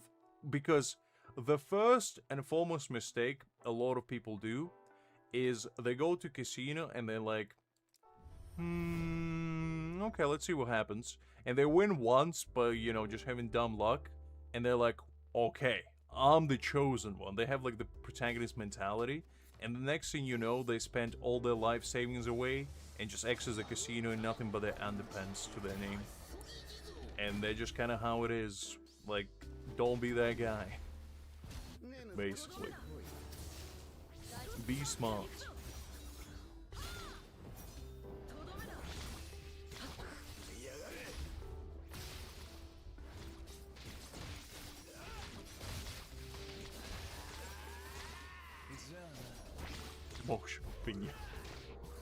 That's quite a fun way of describing yourself, Liz.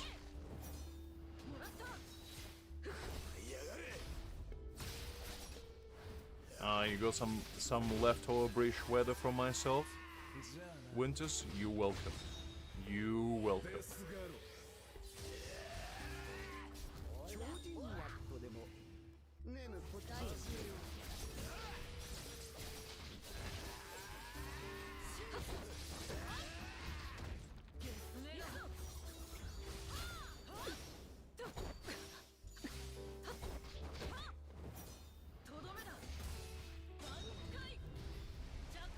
Go.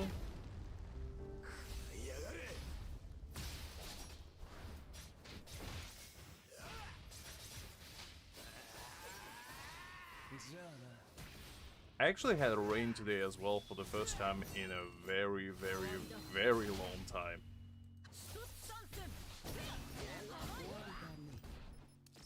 Which is kind of nice because I was missing it. I'll have me a good rainy day. Not all the time, but, you know, occasionally, every now and again, it's pretty nice. Makes you feel grounded.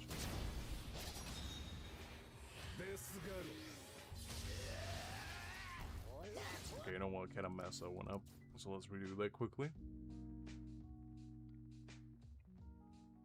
What is Molcaheadis, Liz? Do I want to know? You see, now you made me curious, Liz. And you know what happens when I'm curious? ねぬ答えと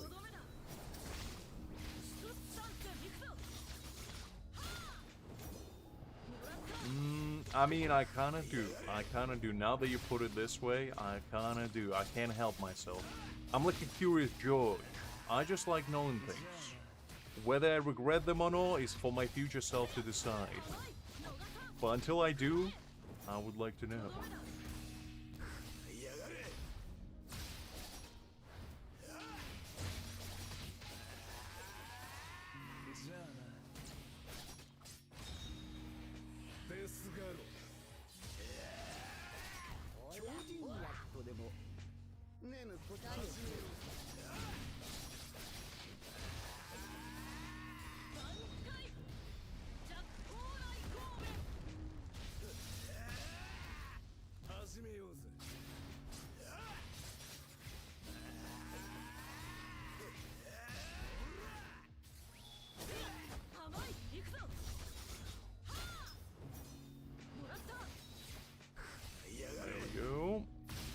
I mean, just remind me after I'm done with this, because I will forget.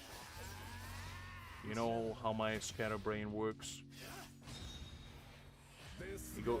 Things go in one ear and go right out the other. 超人ワットでもねぬ答えと金色あそぎ地蔵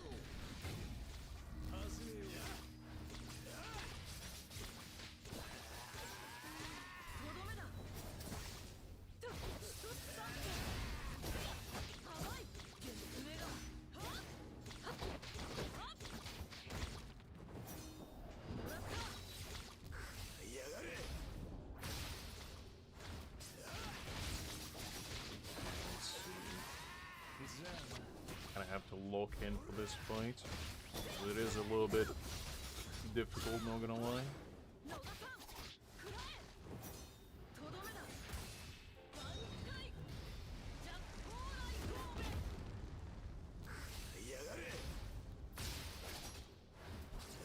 You don't make it a good case for yourself, Liz. You just make it sound like, you know, there's some nefarious thing that only Latin American people know about. I'm like, what are you hiding over there in a corn list?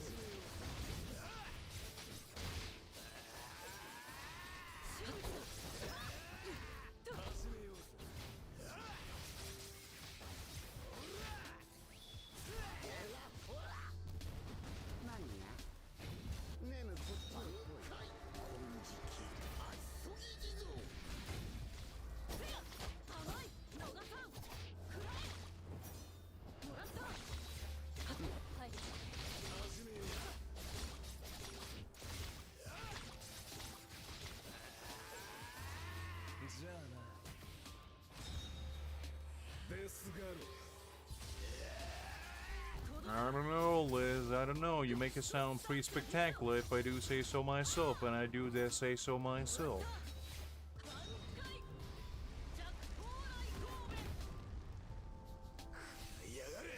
Man.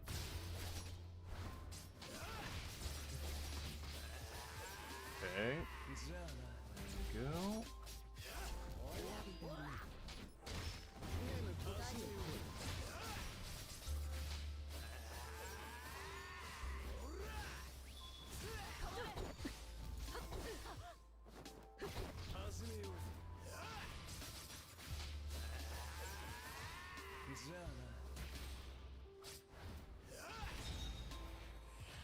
Very nice.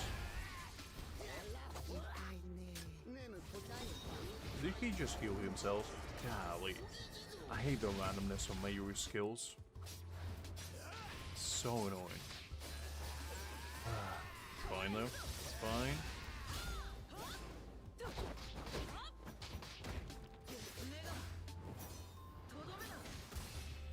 There we go.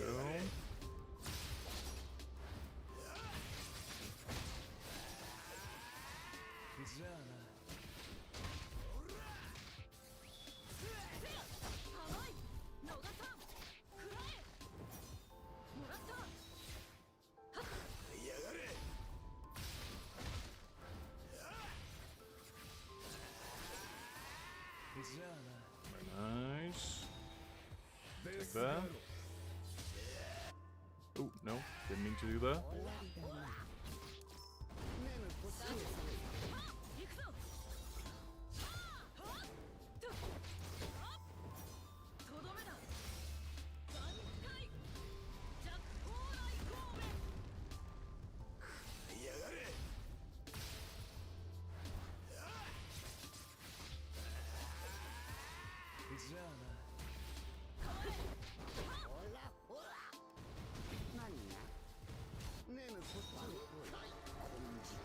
Alright. So far, so good.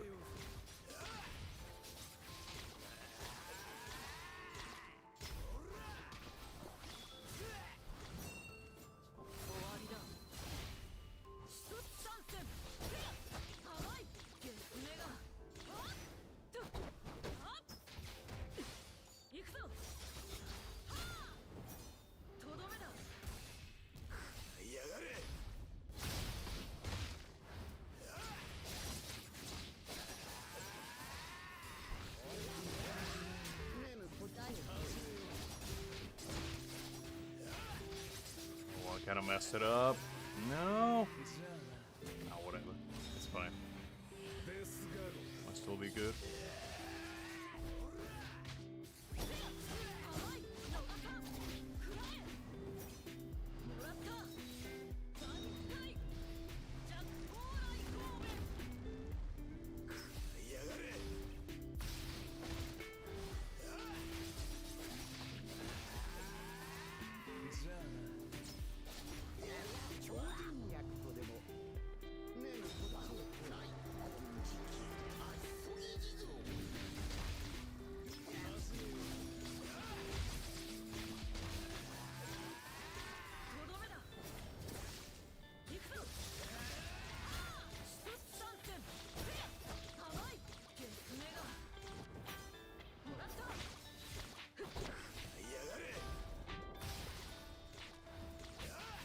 Oh man, so close. Golly.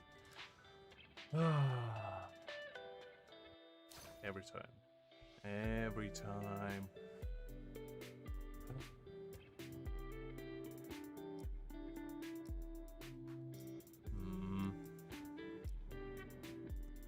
This endless trial thingy. I don't know, I just felt like trying it out because the last time Actually, I probably should be doing this on my free-to-play, because on my free-to-play I haven't even done it. Like, at all. Alright, let me check it out for you. Molka... Let's see what it is. I swear to God, Liz, if it's something weird... Oh, it's just food. It's just food, no? Is this what I'm looking for? Is it pestle and mortar? Is that what it is? Like this, right? Pestle, mortar? Right? So just pestle and mortar with 3 legs. I mean, it looks cute. I do like it. I do like it. I don't have pestle and mortar in my house, and I kind of want to get it because I want to be cultured and not just blend all my spices in a food blender like an absolute heathen that I am. And just, you know, I want to be a nice cultured individual that I never really was. I don't know. Alright, let's run this over because this should be fun.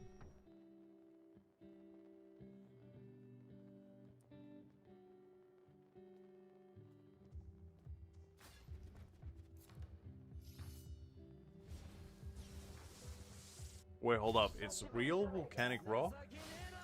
Okay, I didn't know that. I thought it was just granite, wasn't it?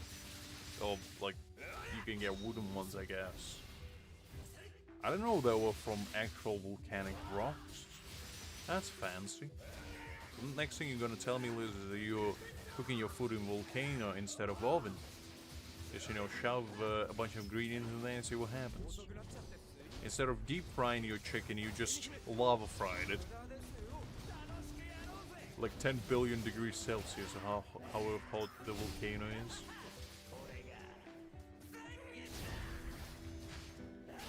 Nothing quite like pulverizing your chicken inside magma.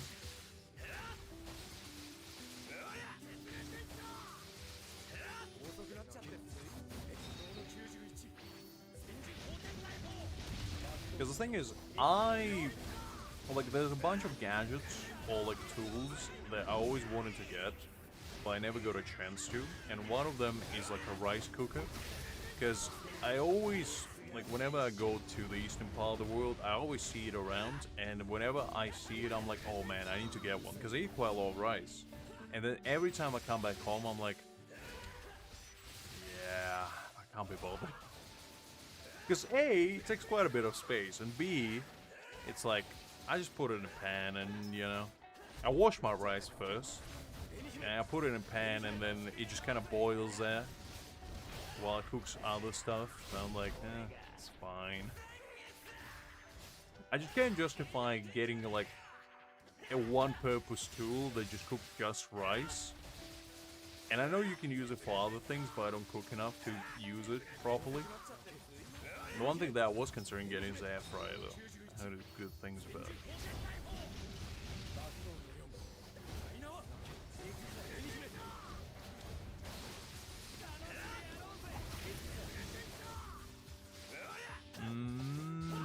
Interesting. I mean, it looks cuter than pestle and mortar that I saw in, like, Asian region of the world. Because, you know, it makes it look like it's alive. And I like that.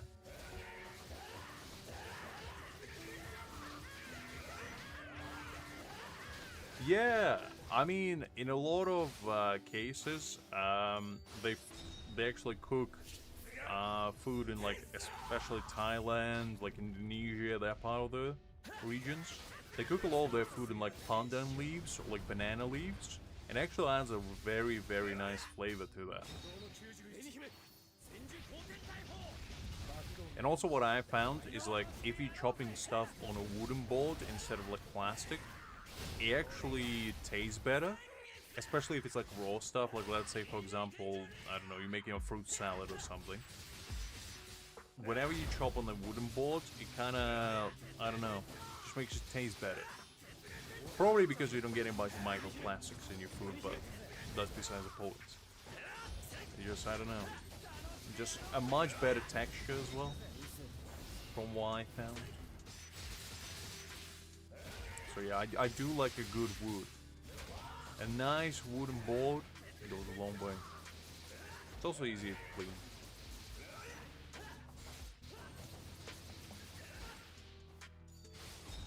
Mom got me one in the shape of a heart as well. which is interesting. So whenever my friends come around, they're like, "Oh, that's a very nice board you have there," and I'm like, "I know, I'm classy like that." And if you think I'm joking, I'm not. I'm dead serious. And it's not an anatomically correct heart, I'll tell you what. It's a nice board though. It's a good hard wood. It's like a carrot tree or something. I'll send a picture later.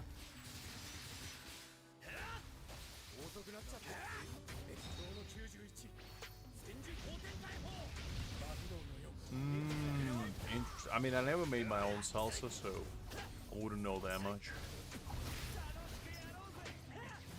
But I definitely know that, like, grinding your own spices is way better than, you know, just put it to, like, food process or whatever.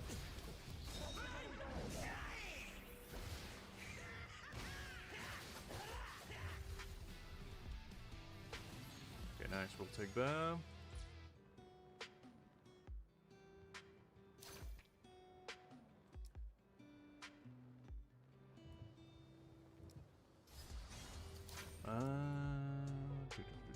Let's see.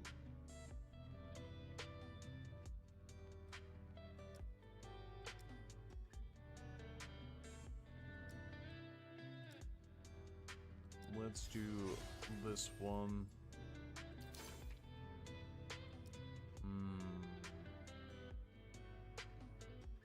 I mean, I'm not opposed to it, Liz. It's just the fact that it's very laborious. Instead of getting like a can of, you know, a nice glass jar of salsa from like some artisan individual that probably made it in Mexico. I don't know, when it comes to cooking, I'm a very simple man. I like cooking fresh, but some things I'm like, I'm just not making my own salsa. It's like, it's good as is. I understand that it's better if you make it yourself. 100%. 100% I get it. However.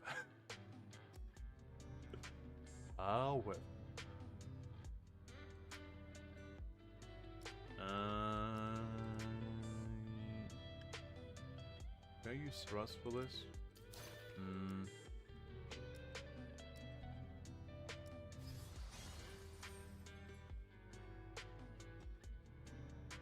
I get proper salsa, okay? I'm not getting, like, crappy stuff. I'm getting nice salsa. But, I don't know, it just... I know the salsa is, like, the easiest thing in the world to make. Because it's just a bunch of chopped up vegetables, like chopped up peppers and fresh tomatoes. With, what is a tomato sauce in there, Liz? Is it, like reduced tomatoes? Or something? I'm not 100% certain. I know it's tomatoes. I just don't know what leads to them becoming like liquidy. I assume it's kind of like marinara in a way. Yeah, let's go with this. That's fine. Actually, what do we need for the last few? So we need thrust, we need spirit. Okay, so I need thrust and we need spirit. So I'm gonna...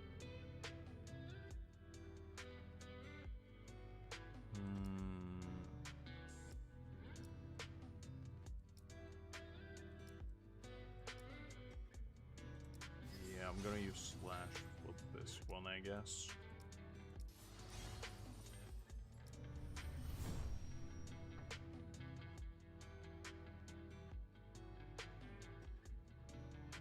Well, actually, I don't think do I need to?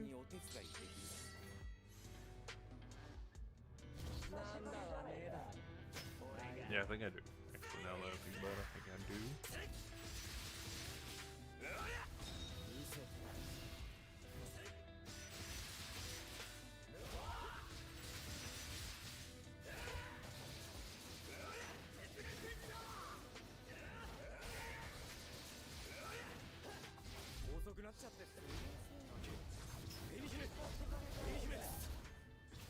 Ah, I see. Okay, hold up. That wasn't very nice.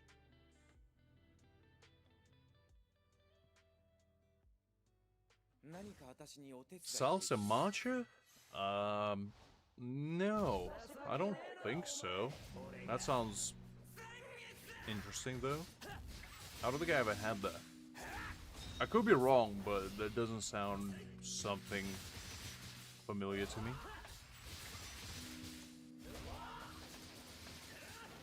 Let me see if I can find it.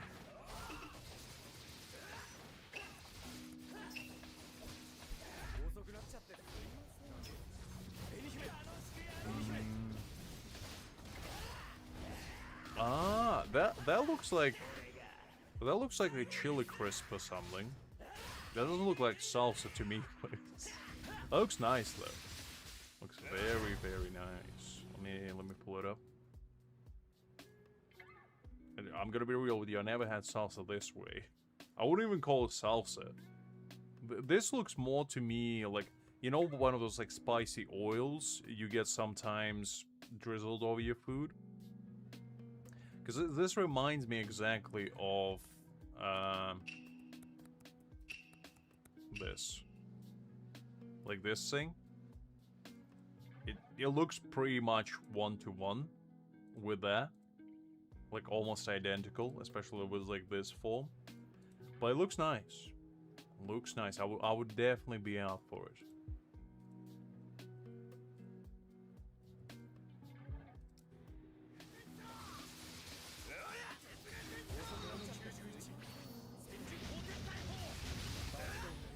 Because as you know, I like spicy food. It just, the problem is it doesn't like me.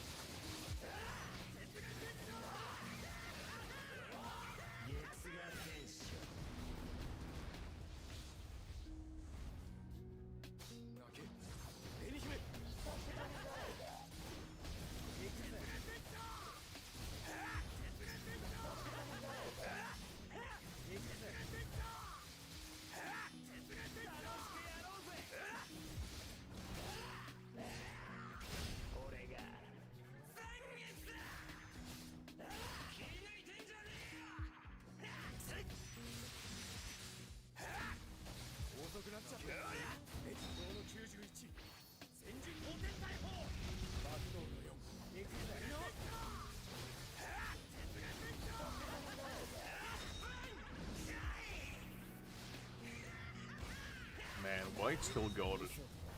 Like, I'm not playing with Slash Team a lot nowadays, but man, every time I play with White, it's just always a pleasure.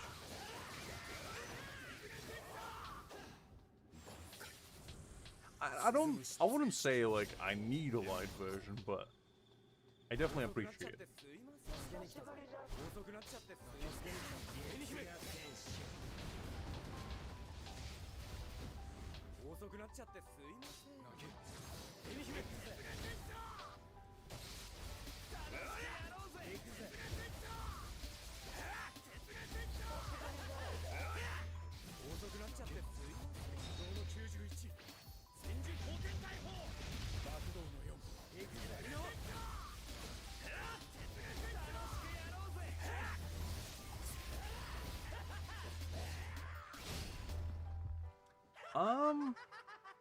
I feel like spice, at least to me, could be part of the flavor. Like, I don't like spice for the sake of spice, but I do enjoy spicy food where it actually enhances that flavor and makes it taste better as a result because it's spicy. However, if it's just, you know, spicy for the sake of being spicy, that's not my thing personally.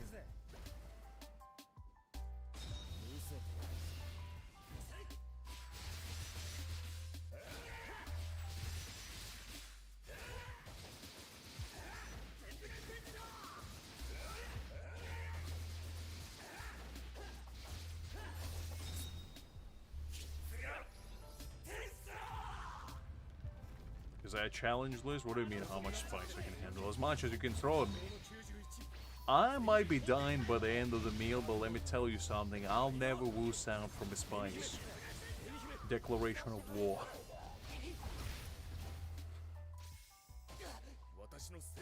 全てをかけて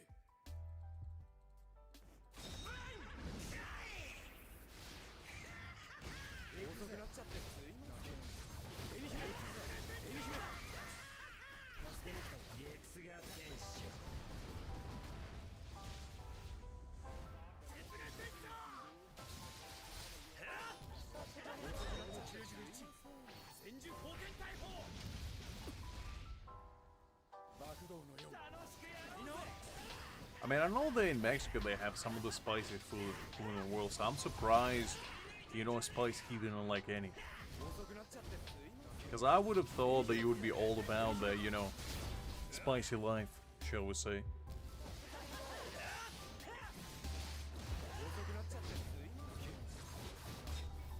Well, that's what I mean. Like, to me personally, the flavor is what truly matters. Like, I don't really mind if the food itself is like scorching hot to the point where, you know, my taste buds feel like they're on fire.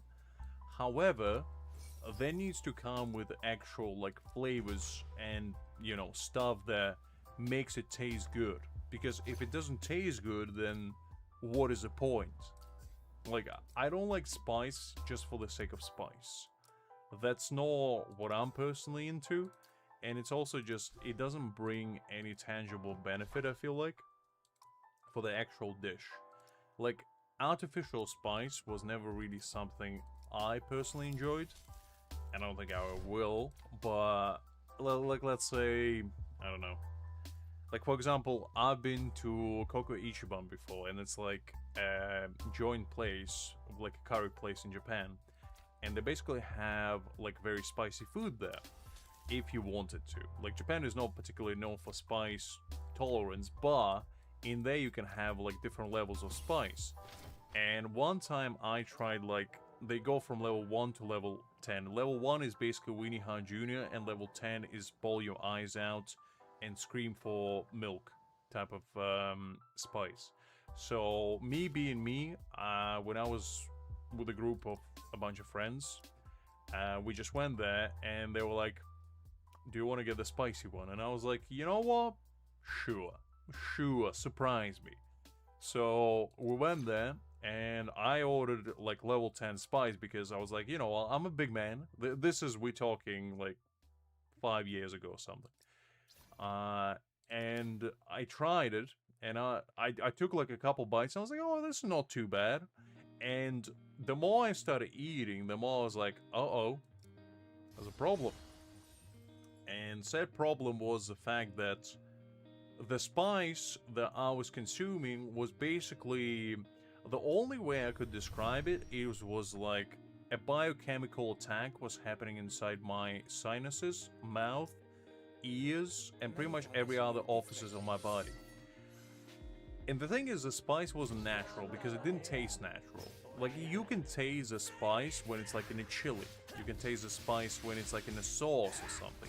But this spice is basically, think of it this way. It's like if somebody took a bunch of sand, put it inside the curry, and that sand is the most evil thing you could possibly ever imagine.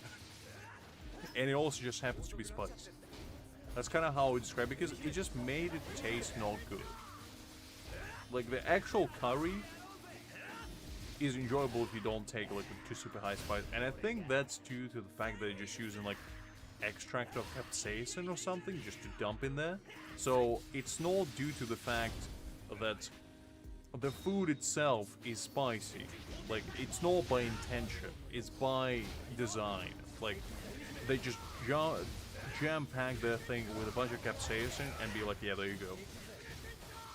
However, if you have like a naturally spicy dish that incorporates flavor, like for example Sichuan food, you know, Sichuan like pork and whatever, no, it has incorporated spice into it. Like, it's supposed to be spicy, and that's why you enjoy it, because, you know, it gives you the little numb tongue feeling, stuff like that, and it's just pleasant to eat. And that's kind of what I'm looking for if it's a spicy food, or like, you know, a spicy curry. You know, if you go to like a nice Indian place and you order like chicken vindaloo, or like lamb vindaloo, you know, it's very enjoyable because It's by design spicy. It's supposed to be that way. And due to that, it enhances the flavor. Well, I did finish it, however, I did regret it later. So I wouldn't personally recommend it, Liz. However, if you are, you know, a spice maniac, which I know you are, it might be enjoyable to you. To me, it was pure, shall we say, torture. But I did it just to prove a point. We did indeed, kind, we did indeed. We started talking about the spice tolerance and, you know, endeavors that people embark upon to chase their high of spice nature. Do you have any comments on that? Are you a spice lover or are you a spice hater? What's your take on it? We have indeed, kind, we have indeed. It wasn't like, you know, the most horrifying thing I ever ate in my life, but it wasn't pleasant. And I feel like that was like the worst thing about it, is the fact that it wasn't pleasant.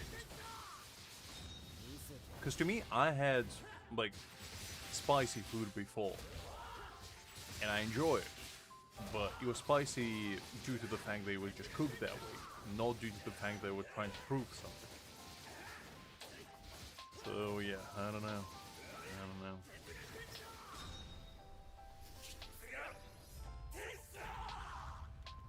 I like spicy food, unfortunately it doesn't like me anymore.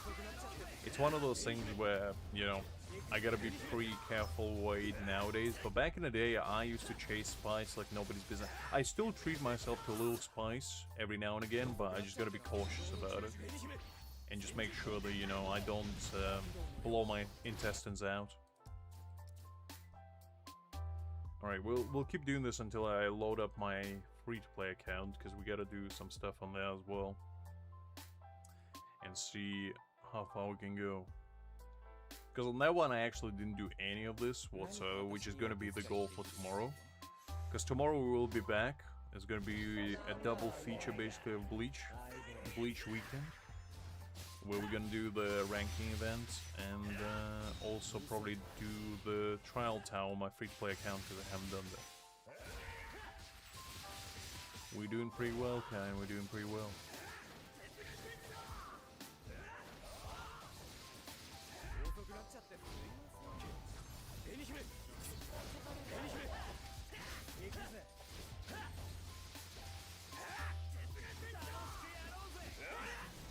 I mean, I haven't been playing like tremendous amount either. I just been kind of logging in, because this week was rough on me. You just missed my whole shabacle of my neck basically exploding on me yesterday, where I couldn't sleep, I couldn't eat. I barely just survived. And I was here, and then, you know, I got treated by 3 hot pitties in a row with Ichigo, and I was like, yep, that sounds about right. It was just a rough week for me, mentally, physically, and emotionally. It's all good though, it's all good. Happens to the best.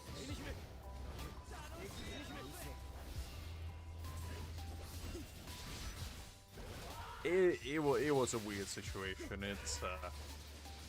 I was basically just working, and I stood up and my shoulder just locked in, and not in a good way. And then I was, you know, just had a whole shabacle with it. It was rough. It was rough. I went back home, laid on the ground for like 2 hours. Tried everything from ice pack to cold shower to crying to ice pack back again.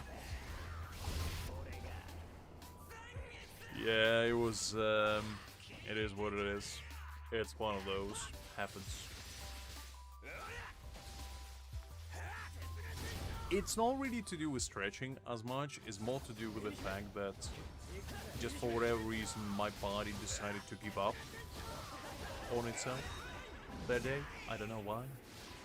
It's not like I did any like strenuous exercise or I did anything like rough, shall we say. It was basically just my body being like, yep, yeah, we're not doing anything today. We're just kind of, you know, we're just chilling.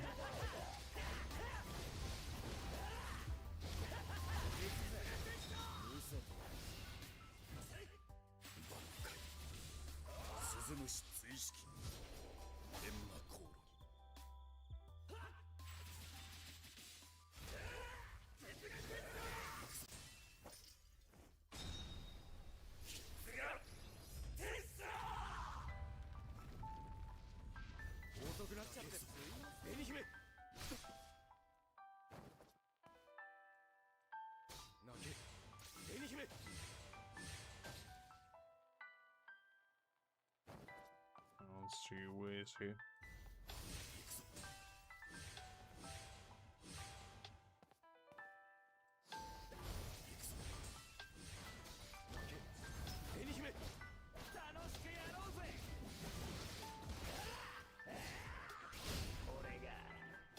Cyberpunk? I mean, maybe, maybe. Nothing quite like cybernetic arm. I do stretching all the time. Like, every morning I do stretches, I do yoga, I go for a run. I wouldn't say I'm like, you know, inactive or anything. It just, for whatever reason, my shoulder just decided to give up. Just being like, yep, whatever you're doing, we're not doing today. And I was like, okay, well. And the weirdest part is that I didn't have any discomfort throughout the day. Like, I think it's probably the way I slept. Because sometimes, you know if you sleep in a weird way, you have like a sore neck. And I feel like I had the delayed effect on that, where I went through the workday. And as soon as because I just sat down in chair for like 8 hours. And as soon as I stood up, I was like, oh no. Oh no. So I think it was just that, but delayed for me. So yeah, it wasn't ideal, but what can you do? What can you do?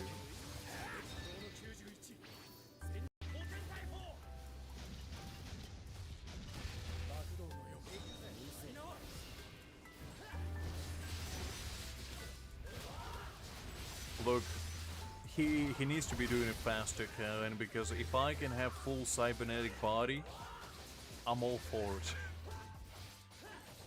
I guess so. It's like it was a weird feeling because if I was standing up, right, I didn't feel any pain. As soon as I put even slight amount of pressure, I couldn't twist my neck at all. Like, my neck locked in. I could twist it to like side to side, back to front a little bit. As soon as I tried to, you know, like do 180 with my neck, no. My body was like, nope. No, we're not doing that. I could like do like full arm, shoulder, you know, twists and all that. My neck, nothing. Couldn't even lift it. And then the worst part is, so I'm usually a side sleeper, right? I don't sleep on my back because, I don't know, I just don't really like to sleep on my back. And this time, obviously, I was forced to sleep on my back because I couldn't sleep on my side. And the worst part was basically whenever I was lying down, I would lie down, right? And my body would just start...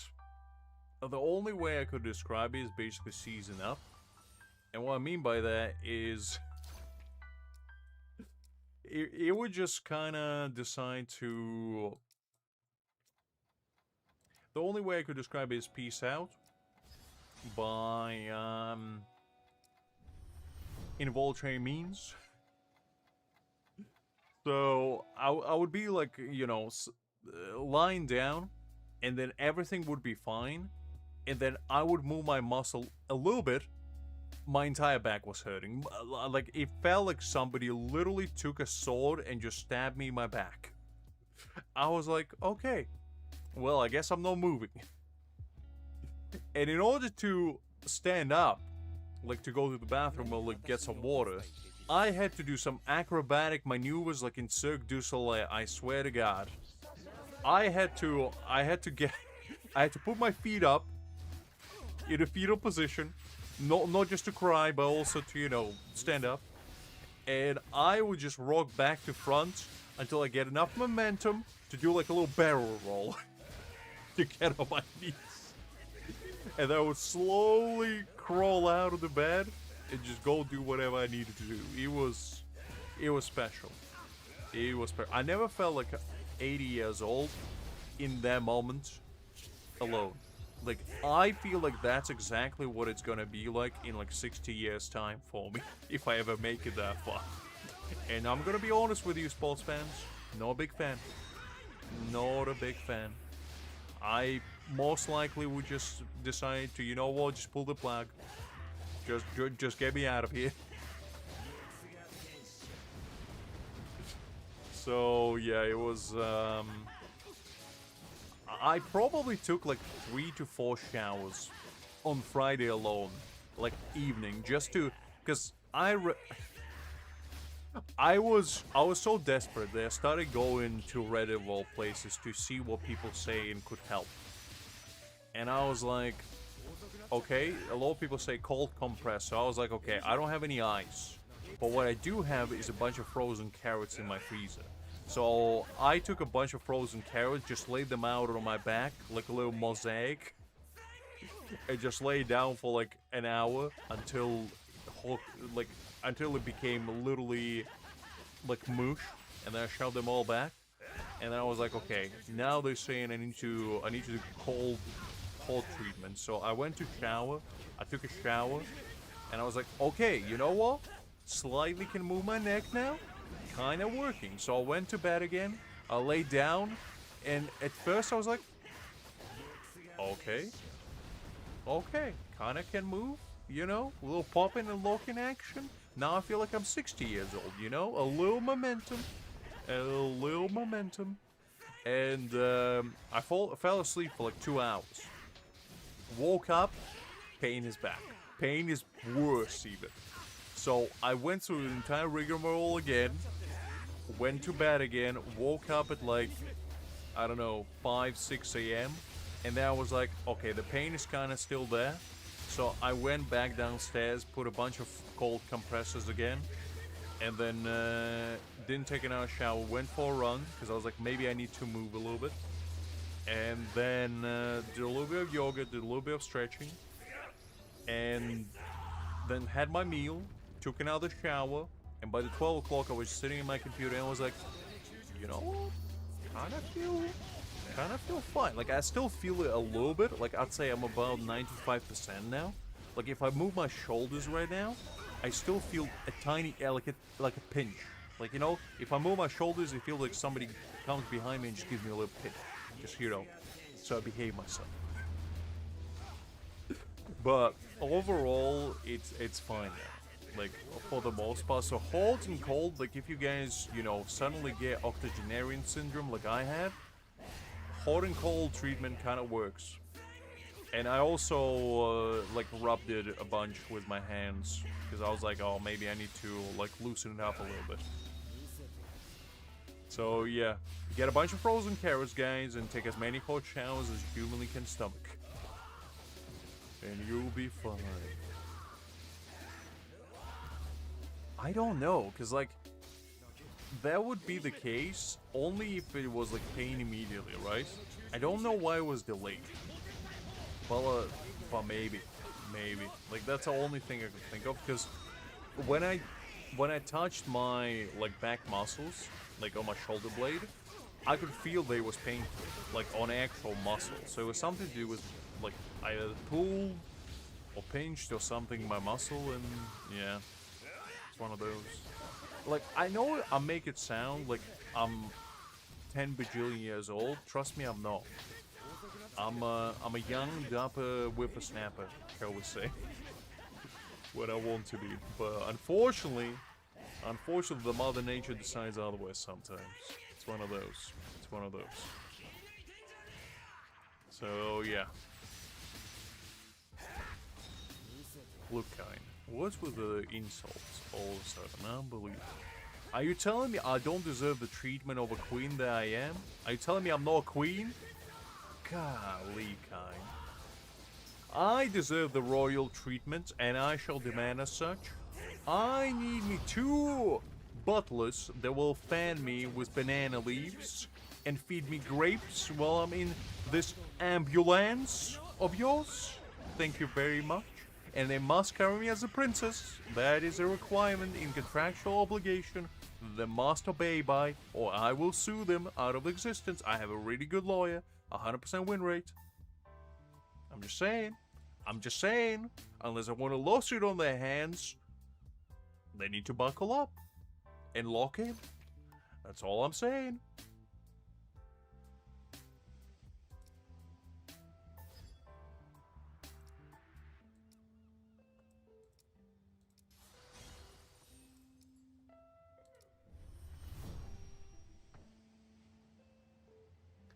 And Exactly, Kain. You see, you getting it.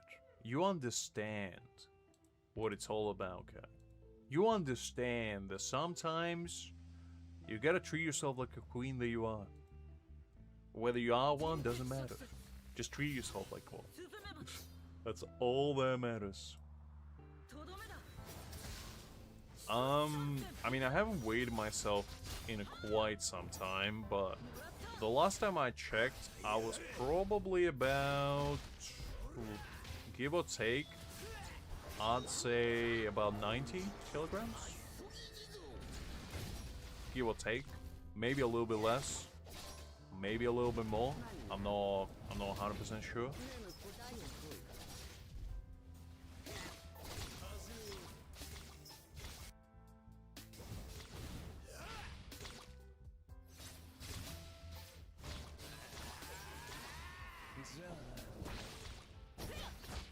Exactly, Liz. You see, Liz gets me. We all deserve sometimes to be carried like a princess that we are. Like, that's just a God-given right that we people have. We all need to experience at least once. I'm still yet to experience. I'm still yet to find a fair maiden strong enough to lift my almighty frame. Or a fair gentleman. Either one. I'll take whatever I can get. Ugh.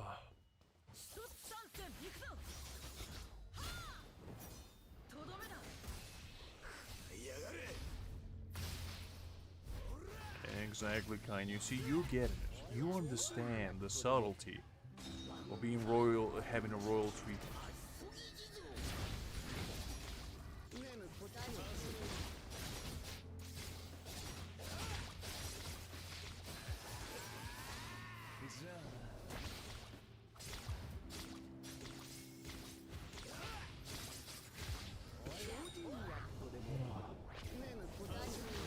I mean, to be fair,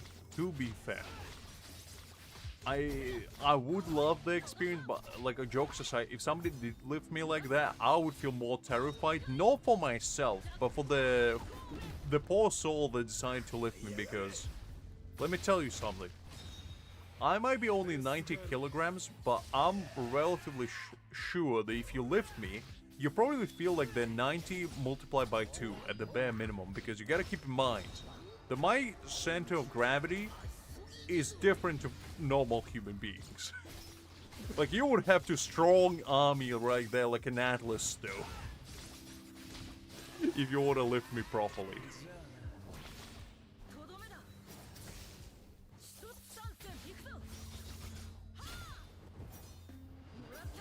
What do you mean I gotta? How am I gonna lift myself, Liz?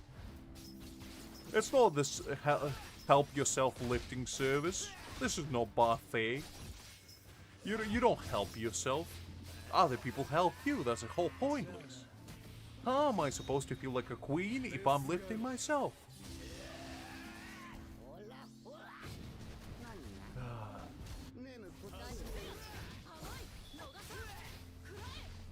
Well, I mean, I'll put my hands gingerly around their neck to, like, do a rear choke hold if push comes to shove, you know?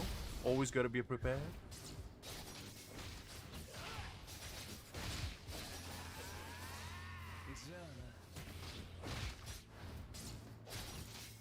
I don't think I'm that skinny, kind, but I'll take it as a compliment, I guess.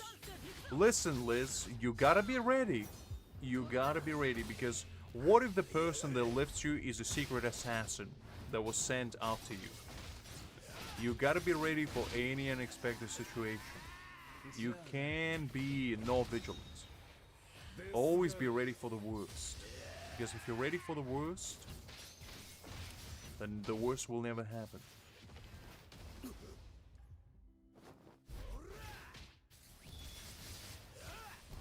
What do you mean keep dreaming, Liz? Listen, as long as you don't try any funny business, there's not gonna be real choke holds happening. I'm just saying. I'm just saying.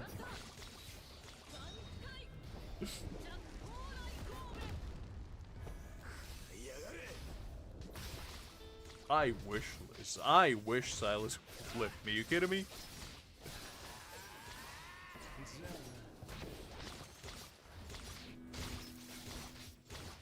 I don't know, Liz. I don't know. First of all, I didn't know you were partaking in the role of the lifter, first of all. And second of all, knowing you, Liz, you would absolutely try funny business. You see, you're just proving my point, Liz. That's exactly what I'm talking about. That's exactly the funny business that I'm referring to right here, right now. And as I said, no funny business. And you just like to be funny. You just can't help yourself but be funny now, can you? Ah.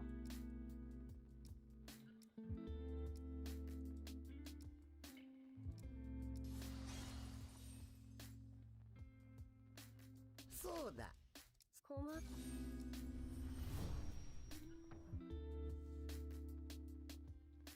You see, kind? That's what I'm talking about. Liz exactly knows that she's gonna pull some funny business. Listen, Liz, everything is funny for you. Let's be honest. You're gonna start drawing a little squiggly mustache on me if I'm passed out. You know, start putting some funny faces on me. Taking some incomprehensible photos like Patrick on a Christmas party, and then taunting me with your secret paper box of secrets with a little string attached inside that I will never pull, and discover a little secret compartment when you have incriminating photos that will perplex me for the rest of my life if I ever see one. I know what you're up to. You can't hide it from me. I know exactly what you're up to.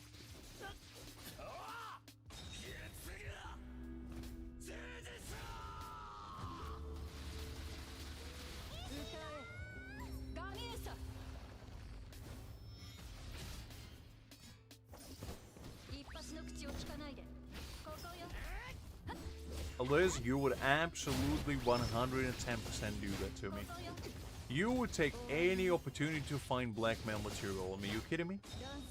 And you know why I know you would do that? Because I would do exactly the same, Liz. I would do exactly the same.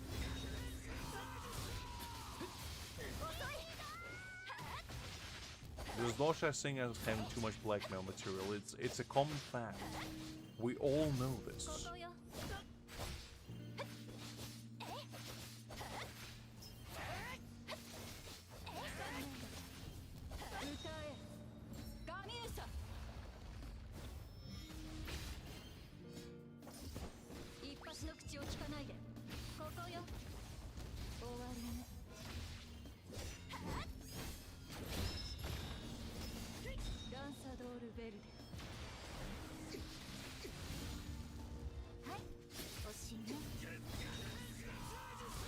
Look, Liz, all I'm saying is you would never harm me. However, you would take an opportunity to, you know, embarrass me. And you know that as well as I do. That's why I always gotta be ready for reenact chokehold. Just to ensure that no funny business is happening. When have you not blackmailed me is a better question, Liz. When did you know? You threatened me every other stream with clips that you apparently have on me. This woman, I swear.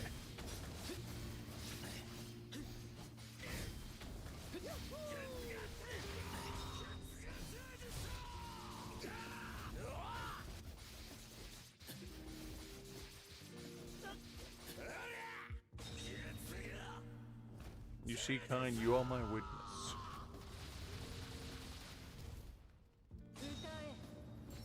And if Greg was here, he would have been my lawyer to defend me.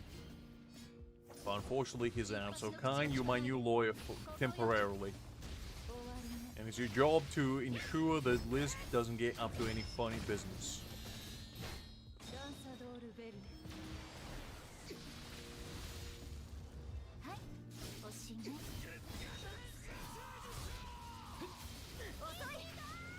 And Ichigo is kind of popping off, not gonna lie. Man, really putting in some numbers.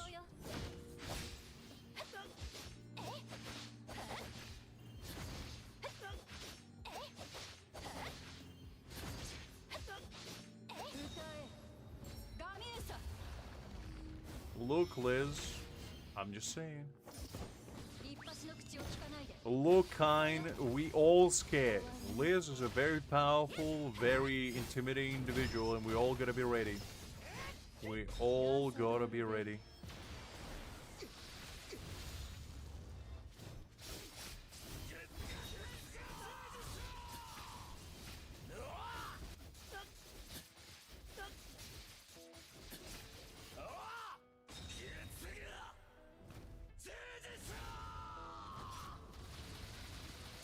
Nice.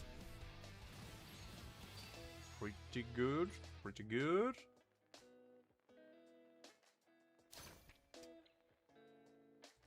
Ah, very nice, Cam. Very nice. False identity.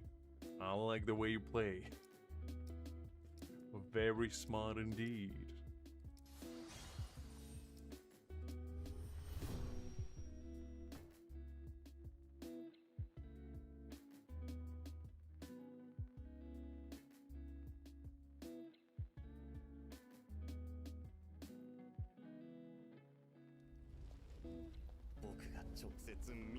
And you telling me, Liz, that you never threaten anyone or never blackmail anyone after you say stuff like that? I mean, to be honest, can't really argue with that. That's a very nice, polite, non-threatening, non-lethal way to tell somebody to be careful, I guess. A promise of friendship? That's a very interesting way to put that. Does promise of friendship require you to potentially, you know, put your hands around somebody's general neck area and squeeze lightly until, you know, they're begged for forgiveness? Is that part of friendship ritual? Because that sounds like it. That's the most friendly thing I ever had, in fact. Exactly, kind, exactly. That talk went out the window as soon as it started. As soon as it started.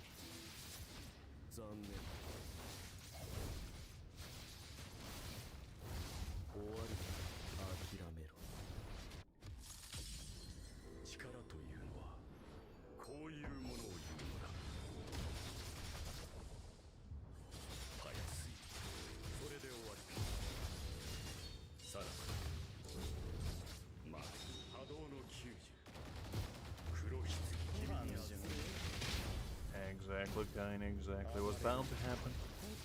It was bound to happen.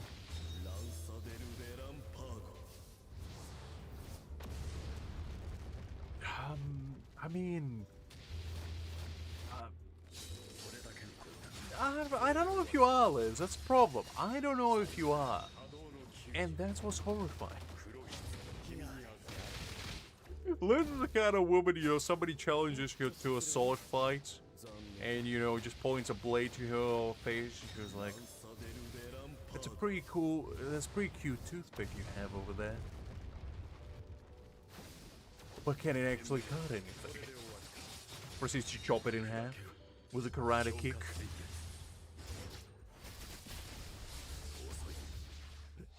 Liz is just your resident Chuck Norris over here. Kicking butts and chewing gum, and she's all out of gum.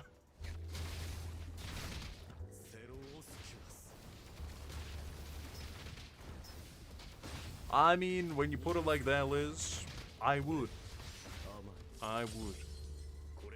Nothing quite like bringing two kindred spirits together than, you know, drawing blades at each other and seeing your opponent drawing their last breath right in front of you. Very romantic stuff. Couldn't agree more.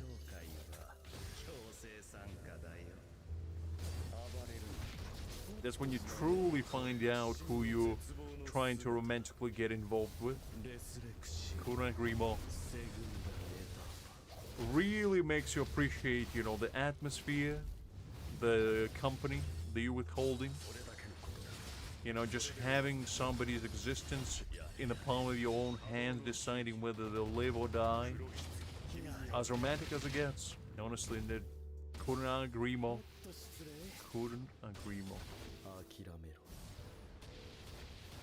ランサデル・ベランパーゴ I would personally challenge him to a duel of honor, not the fight to the death. Because, you know, at least you gotta know that they have honor to defend first. And then, you know, on the second date, that's when you challenge them to a duel of death. You can't just start with a duel of death, you know? You gotta ease yourself into it. You don't wanna seem too easy, okay? You wanna play a little bit hard to get. Like, be a little classy about it.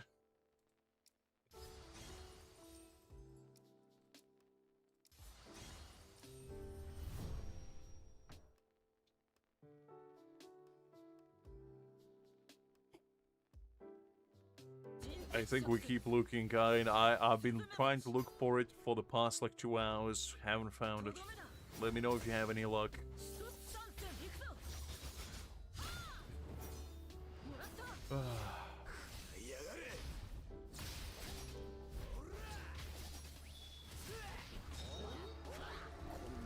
I don't know, Liz. I don't know. Sounds like a fine gentleman, though. Sounds like a very nice Eastern European gentleman. 6'4", tall, big frame, big ambitions, big gacha addictions. Sounds like a fine specimen to spend your afternoon with. Caring about the randomest things possible and realizing that the world is weird at large. Just how it be. Mr. Licks. Yeah, I've heard tales of him. Rumors on the street are floating by. Not good, the good kind, though.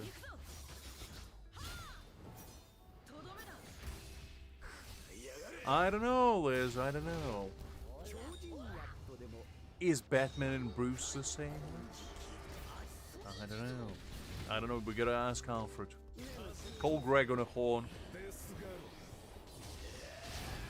My butler Grigori is gonna answer all your calls, and you know, if you call for Lix, he's not gonna answer. If you call for Lux, he might answer. And we'll go from there.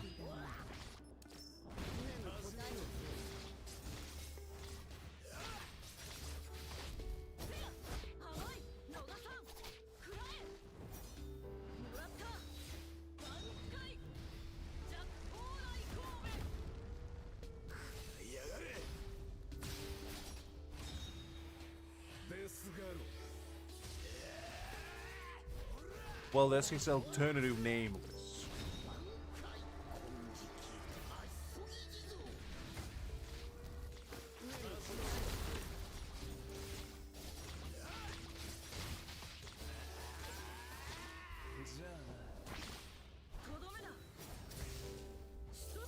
I mean, that's just the full name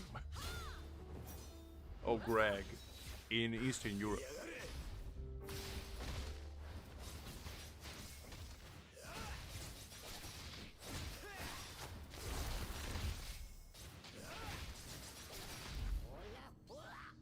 Yeah, just a legal name.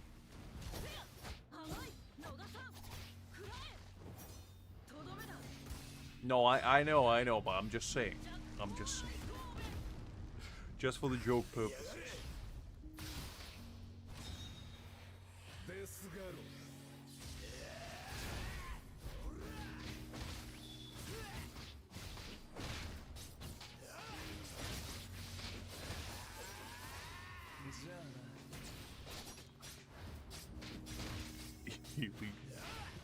I mean, you never know with that mankind, you never know.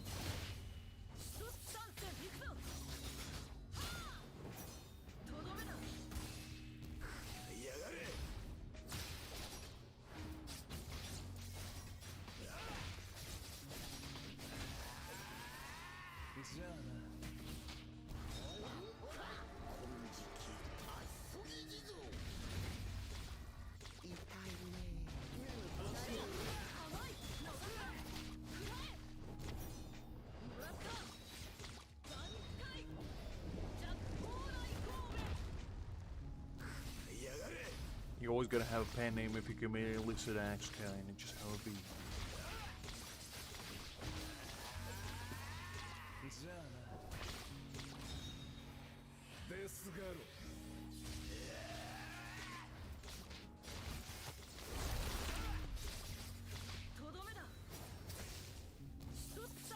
You know what? I changed my mind. Greg's actual butler name is not gonna be Grigori, it's gonna be Alfredo. You know, an Italian offshoot of Alfred. That's actually sounds better. Meet my butler Alfredo, the fettuccine of the fettuccine lineage, right here. He comes from a very prestigious line of the Alfredians.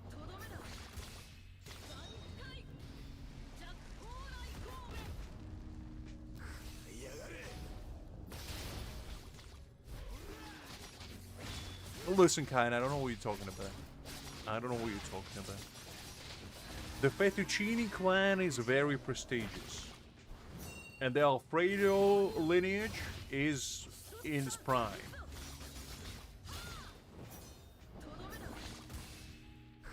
Listen.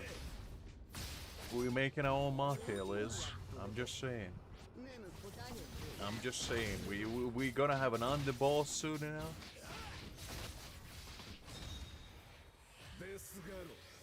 I'm gonna be something like Luxonor or whatever.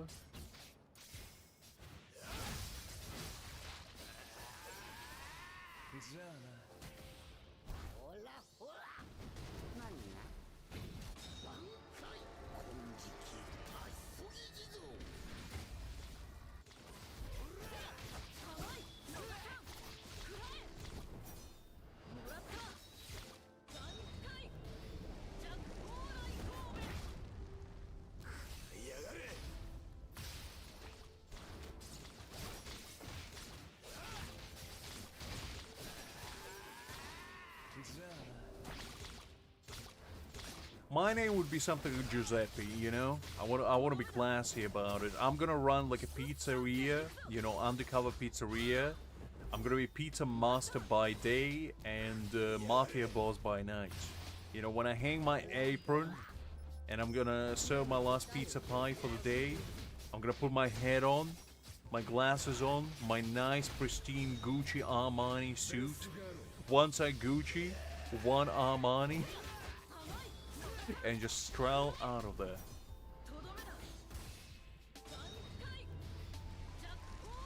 Giordano? Okay, I like that ball. I'll take Giordano. That sounds imposing.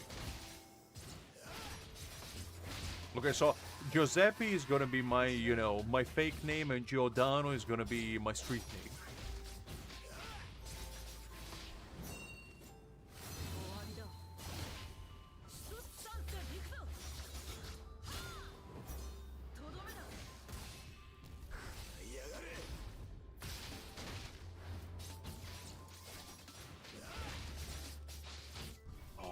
So close. Definitely do this.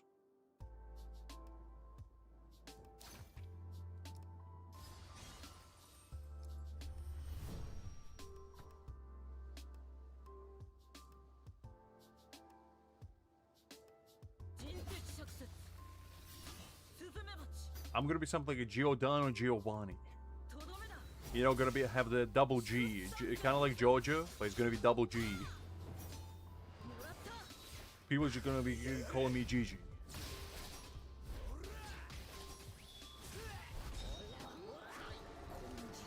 Or like Gogo or something. Actually, Gogo.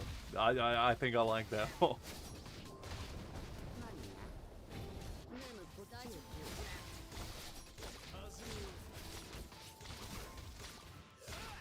We're gonna build our own cinematic universe. You know, Jojo ain't gonna have nothing on us.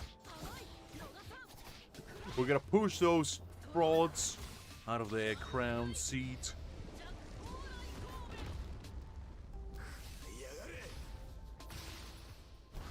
Listen, we gotta enlist our resident Italian expert on the case, Mr. You know.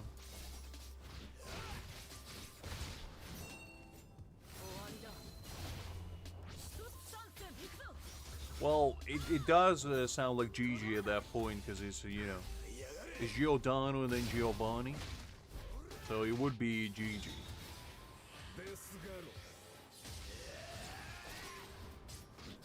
I think so, I think so.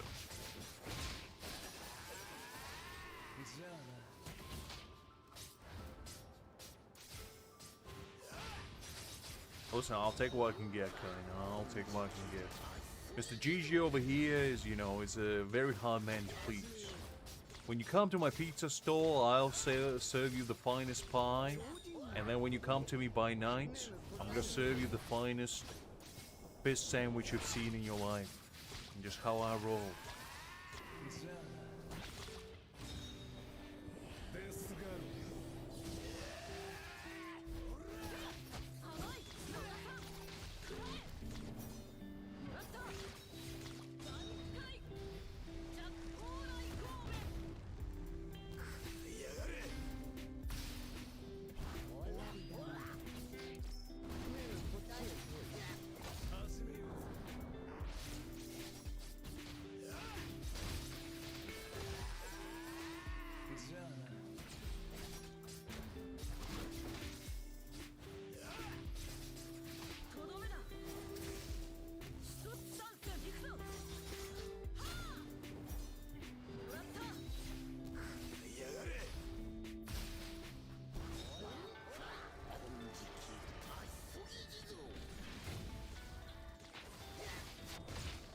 Everything at once, Liz. Everything at once. Kind of gonna have like the longest name in existence, you know. You gotta pull out the whole dictionary to even pronounce it. It's kind of like the one town in Wales, where the town is as long as the alphabet itself. Oh yeah, meet my acquaintance Giuseppe Giovanni Giordano, Giuseppe II. Coming from lineage of Giuseppe family, coming from the third line in the fourth quarter of the 5th century of the last decade, from the Sistinian chapel that was 3,000 years ago, from the Giordanos. Now you see, Giordanos back in the day, they had a rift with Giovanni, so a lot of people think that Giovanni and Giordano is the same thing. No. Giordanos came from the Giordanios family, which is even ancient. It's like in ancient Egypt, you know, there was Egypt and there was Giordano. No, just keep going on and on and on. And by the time you finish, you're like, it's an hour past and you're not even half close and everybody's like half falling asleep. And the next thing you know is like SpongeBob cutting comes in. It's like 10 years later. And just, you know, everybody's on the floor, half asleep, or presumed, you know, isekais. And by then you say, and just like that, you know, this is my very, very good friend. You can call him Giuseppe for sure. And everybody's like, oh, okay, well, a pleasure to meet you. I think kinda should be your shtick. I think you would really, really stand out with that.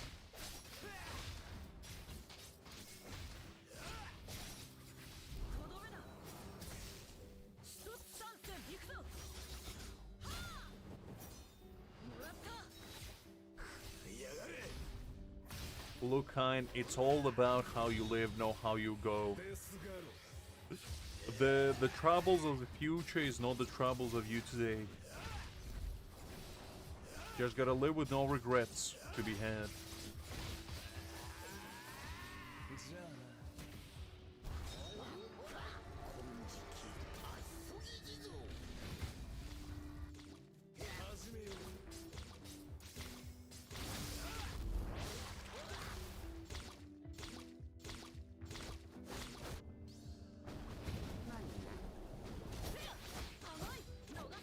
Exactly, Liz, exactly. Remember all that, kind, because next time somebody asks you your name, you gotta introduce yourself as such. I mean, it's you know, it's like with each new name, your aura level keeps rising. Your Reiatsu will be so strong by the time you finish saying your name, everybody in the room will just bow by default. They'll be like, wow. What a man. And I just be sitting in the corner slowly nodding, be like, yep. Taking notes.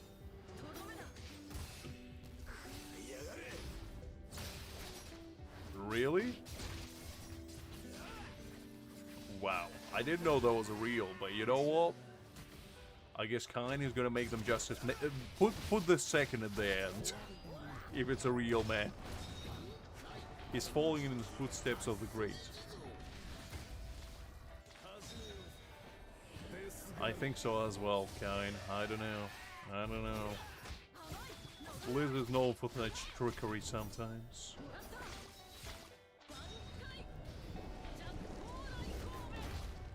But I think, you know, he's as good as any. Because, you know, she has an advantage. She speaks the language of the ancients, unlike us.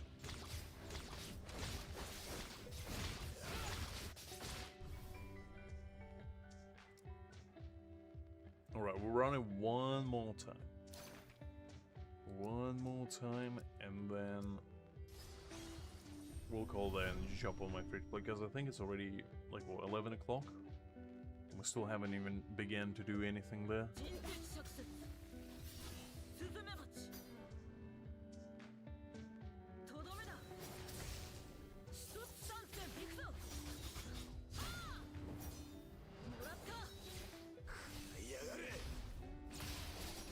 You gotta do what you gotta do, Kain. You gotta do what you gotta do.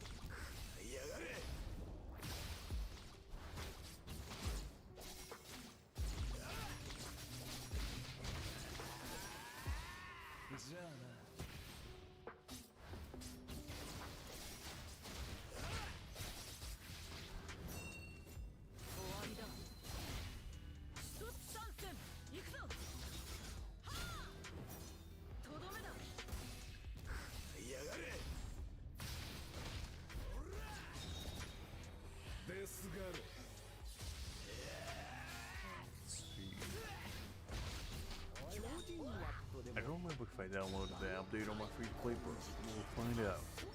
We'll find out.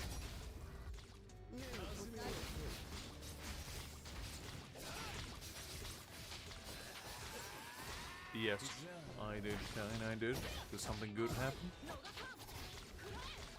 Because my Monday was, I mean, it was okay. I don't remember anything super exciting happening.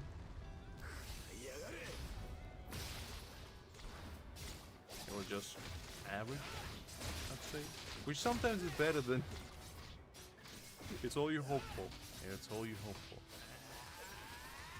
Well, Kain, happens to the best of us. Sometimes you wake up and you try to conquer the world and you're like, I'm gonna do all these grand things. And sometimes you find yourself passed out on a couch on Monday morning, trying to figure out how you got there, and we'll lead you to that point. It's just how it be. It's just how it be. If you're Liz, it's an undisclosed location as well, perhaps with a dog in hand.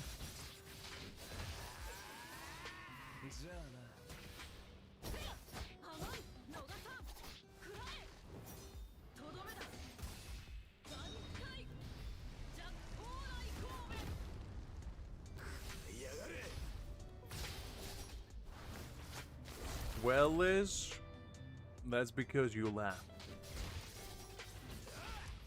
And laugh at another man's despair.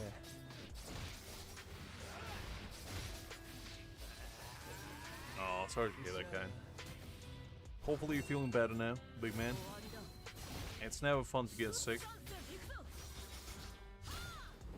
Try to avoid it whenever you can.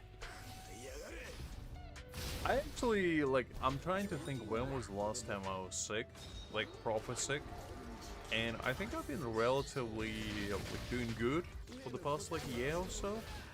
where I haven't really had any like spree of sicknesses, which I'm very fortunate for that, because before that I used to get like colds every other week. It was terrible. But now I feel like, you know, I'm like a seasoned veteran. I'm like a guy, like an old guy at the bar. I've seen it all, I've been through it all, and I know it all.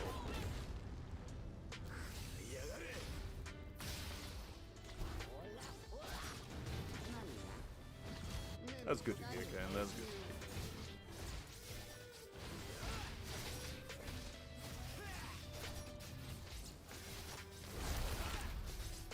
Nice, Ken. Nice. Always gotta have a little break every now and again. Never hurts anyone. Hopefully you didn't party too hard. Yeah, that's where you got the sickness from.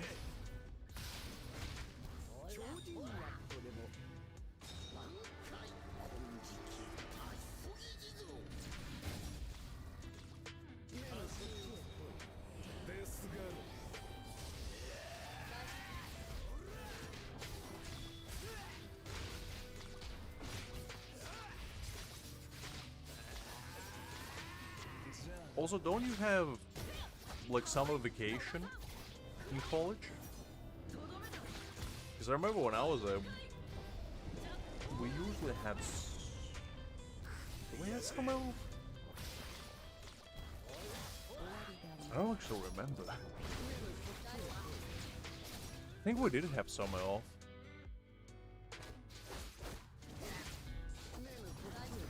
I'm trying to remember if it was the case. And I believe so. Kind of like the same regimen as in school. It was nice.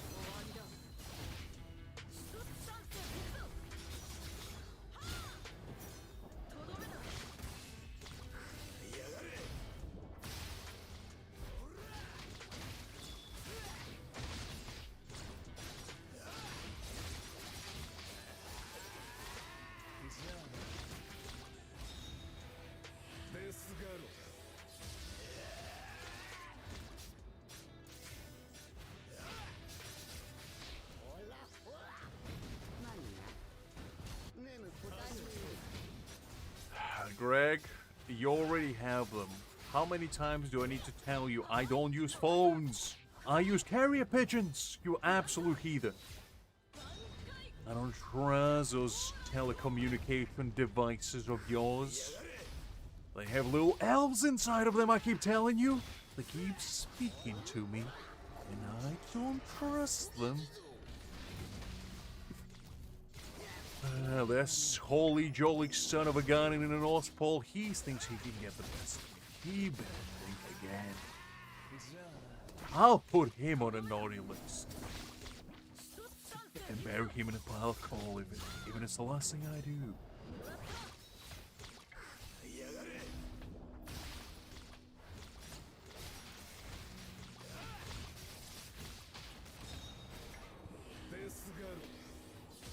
Welcome back, Greg. Welcome back. How you doing, big man?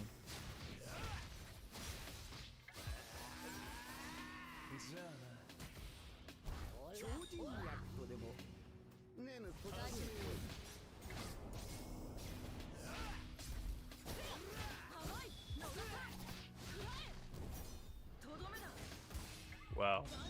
Fair enough, Greg. Fair enough. A call out straight from the get-go. I see how it is. I see how it is.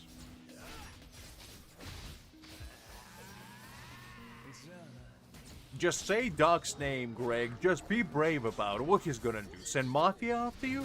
Come on.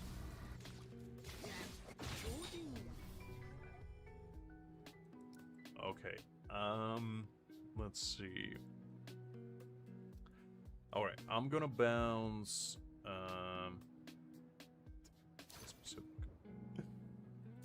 I mean, it happens. It happens. Alright. I think we finished up everything on my main. We finished with Ichigo pretty. Jaegerjaquez? Ooh, that's a good one. That is a good one, Greg.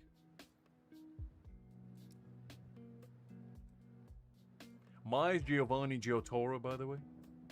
I'm going by Gigi. Kind of trying to infringe upon Giorgio's fame. You know, start my own Italian startup. And overthrow those absolute heathens. They think they can style upon me. I'm gonna build my own fashion empire if it's the last thing I do. I mastered every single Giorgio pose in existence. I can do them all.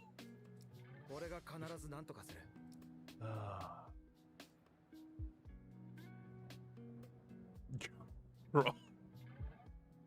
I just like to imagine we go to our meeting. We just go to our meeting and we're all introducing ourselves. And you know, Liz is saying, oh, this is Vincenzo, this is Giovanni Giotto, and this is John Rod. And just stare everybody down awkwardly, say nothing. And I'm like, that's right. I think I know who you're talking about, but I'll look it up. I'll look it up. Oh man, I know it's John. Let me see.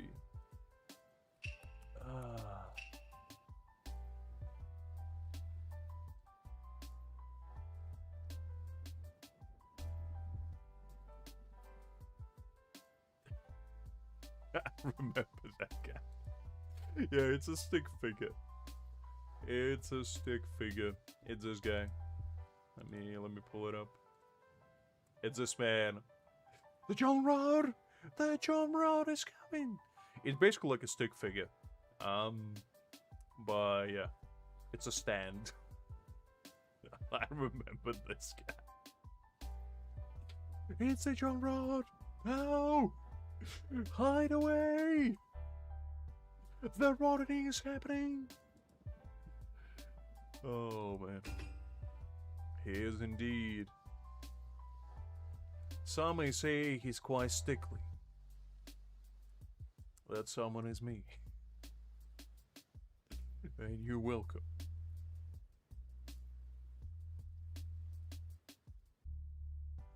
Exactly. So, our Ichigo is nice and built now. So we're gonna jump on my free-to-play and basically just do stuff and things and achieve greatness, hopefully. Actually, you know what? Before we do that, let's do one holo elimination, I guess. Yeah, let's get some more of these, I guess.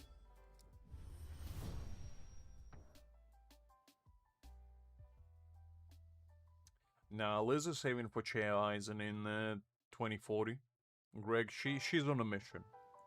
She is doing saving all of her pulls just like I do my free-to-play for Chair Aizen to get him at B69 to show her eternal loyalty to his cause, and I respect that.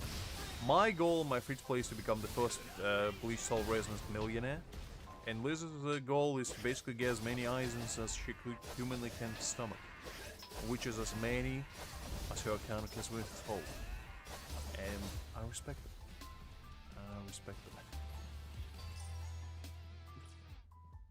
I mean, to be honest, we did get pretty good luck with stamps. Like, even though I go absolutely shafted with my, regular pulls, I got some heat with, like, regular stamps, which usually is way harder to get.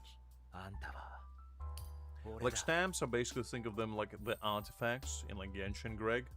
So you know how difficult these things to get. And I managed to sneak out with some absolute heat over here. Like, ailment damage, attack, crit damage on everything. On everything, I tell you. It's glorious. It's glorious. It's good stuff. Anyway, with that being said, let's bounce on my free-to-play now. And, yeah. Have you started? Okay, Greg, what is your account level? Tell me. And tell me, did you already get B6 Ichigo 1 Temple? You can change controls in... where was it? Here. Like, you can set them up however you want, Greg. it's in here. You just go to button setting, and you change them to whatever you want. It's literally an interface. Can you know? I'm pretty sure you can. Can you know? I mean, I'm playing on emulator. If you want, just download LD Player. And basically, you can rearrange on emulator every single button. Because, like, I'm playing fully with keyboard right now. I don't really play this game on my phone that much. On LT Player, you can literally rearrange however you want it. No. If you okay, let me show you this. So, if you go, so let me show you. So, if I exit the full screen, if you go in here and you press this, what was it? The keyboard, right? So you see, I renamed all of my controls into random things. So I have E for my technique, I have Q for my ult, I have right mouse button for my counter, space for attack, shift for dodge, F for, you know, tactical skill. I have this remapped for like buttons. So you can do all of this. Like, you can set it up to whatever you want, which is what I'm doing, and this is kind of what works for me. So you can do that. It's very simple. Because I didn't like the original controls either. I was like, screw that. Yeah, not in game itself. In game, I don't know if you can do it, but on the actual emulator, it's very simple. Alright, so... But I think you'll really enjoy the game. Like, I genuinely think this game would be very fun for you. Because A, it's not that difficult. Which, I know you don't have like a ton of time to play games nowadays. And this is like one of those games where you log in for like 10-15 minutes a day. Just do a couple battles, log out. And then do like some fun events on a weekend. And I think you'll really have fun with it. Alright. So, with that being said, enough pandering. Let's do jump on my free to play now. And see what happens. Alright. We jumping on this one now. Let me enable the music. There we go. That should be fine now.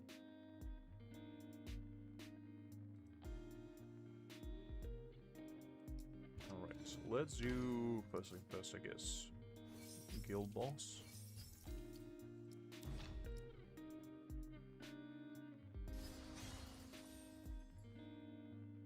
Yeah, that should be fine. And you can also do the same if you don't want to download like LD Player. You can do it with a Google one. Like, is it called Google Games or whatever? Like the official emulator for Google Play. You can get that one as well. I personally am not the biggest fan of that one. I just don't really like the controls that much. And it's also, I found it that it's a little bit more laggy. So, that's just not my thing. And LD Play is just very light, which I like. That's the one I've been using for a while.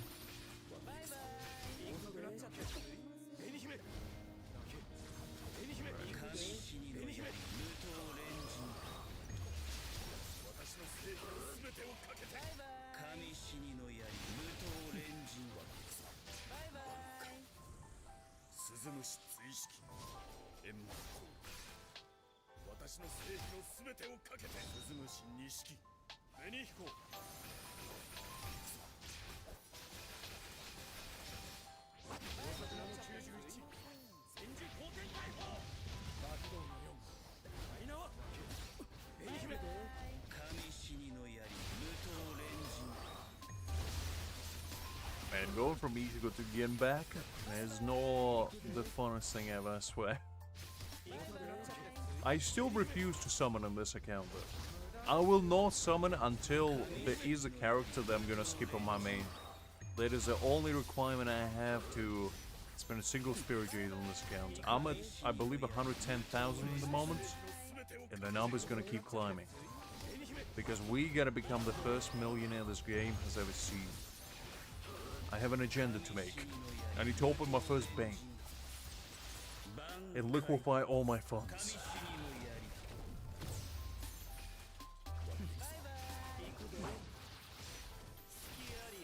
Fine, I'll do one after this, great. I don't know what my aim for this account is, to be honest, because originally it was basically to beat the game as a free-to-play, and I kind of achieved that for the most part. You know, I managed to do all the events as a free-to-play, just kind of like beating it, I presume. So now I'm just not sure what I'm doing with it.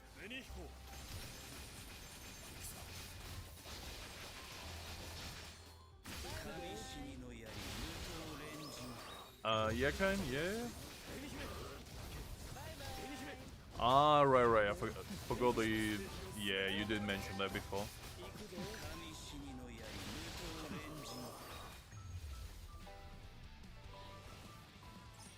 I just wasn't sure if in your neck of the woods it's a bit different, because I know that like different schools obviously have different rules. Because like for example in Eastern Europe we have the whole summer off, while over here in like Western part of the world it's only from mid-July, which I don't like personally, but you know. So you get 3 months off as well. Yeah, that's a way to go. The entire summer off is a way to go. Is it raining there? Nice. You always love a little bit of rain.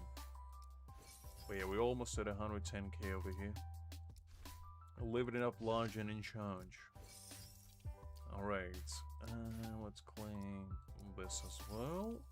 Yeah, that's fine. Take that. Let's claim all this stuff.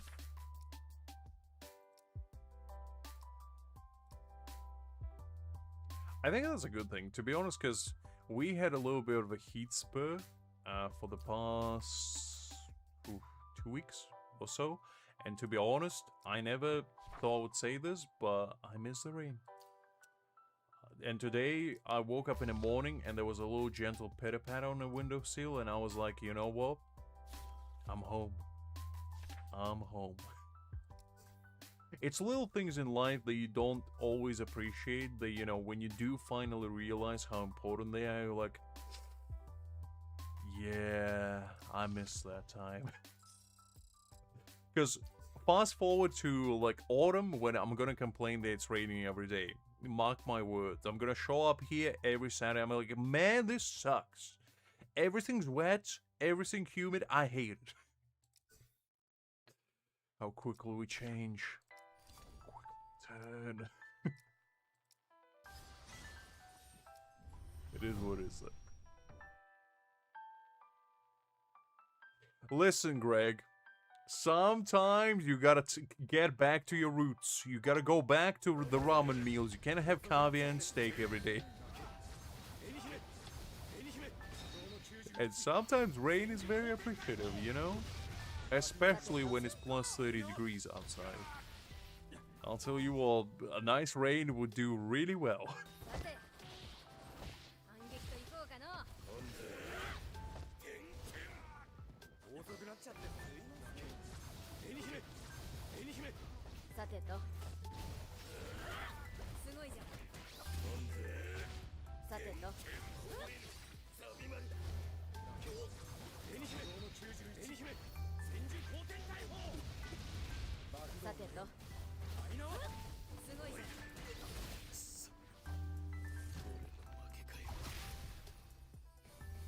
Right, so did we get anything exciting?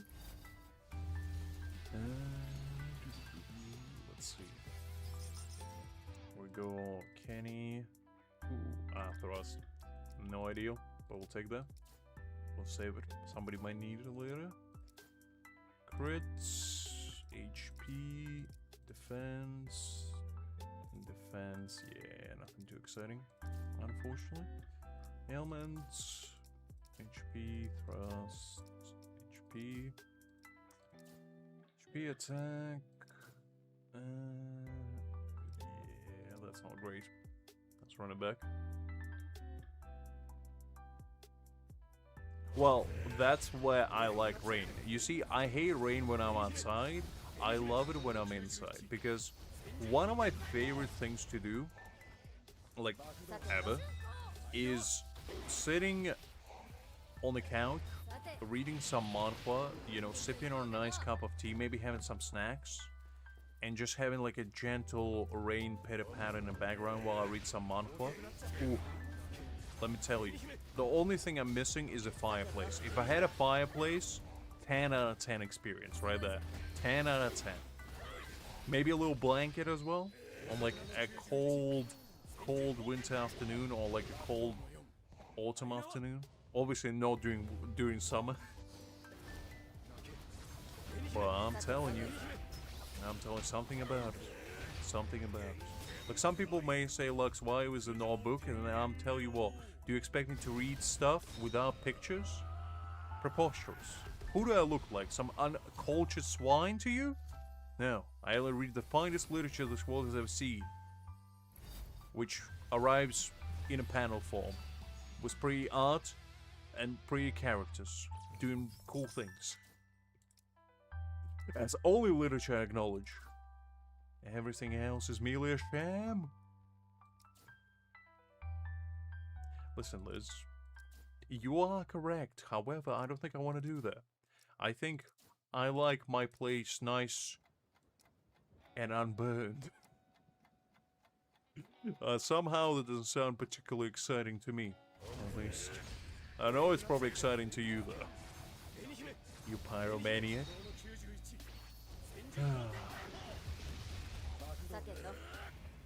Good idea, Greg. Now, you see, Greg thinks globally. You think locally, Liz. You're burning your own place down, inconveniencing yourself. Inconvenience other people for your own benefit. That's how it works.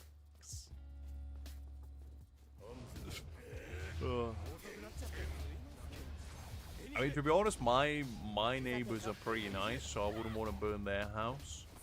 I have a very nice. So I have two guys, right? One of them is he works for a council, so he does like repair work and all that, and he's one of the nicest guys I ever met. And basically, the last time I had like a leaky roof, he offered to just repair it for me for free, and I was like, oh, if you don't mind. And then the next time I had a little bit of an issue with some like plants growing in my backyard. You know that like spiky thorn thingy that you get grown sometimes? I couldn't get rid of it because I didn't have like a machete or something to just cut it off. So I was struggling basically to do something about it, and my neighbor saw it and he was like, oh, if you want some help, my father does gardening like professionally and he can help you out. And I was like, yes, please. And I paid him like, I don't know, like $10 an hour, $15 an hour, and he fixed it all for me in like 3 hours. And I was like, thank you very much.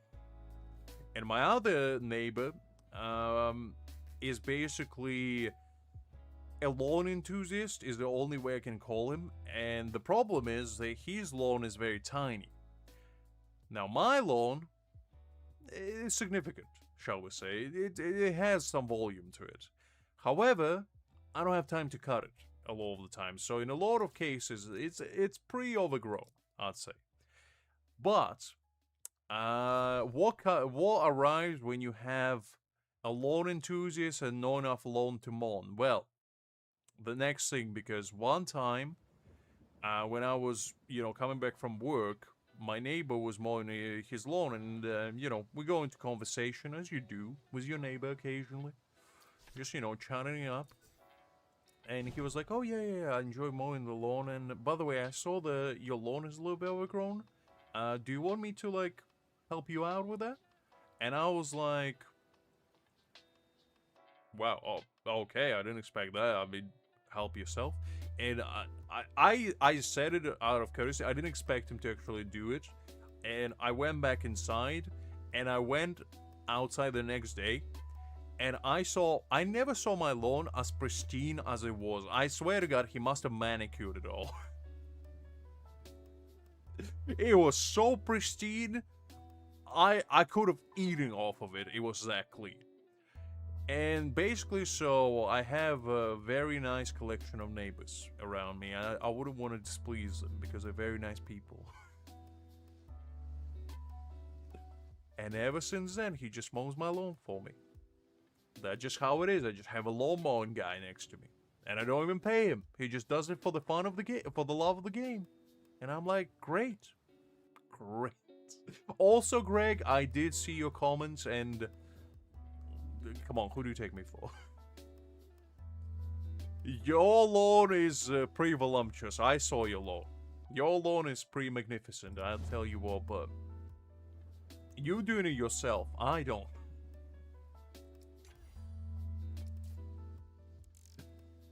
Okay, let's see.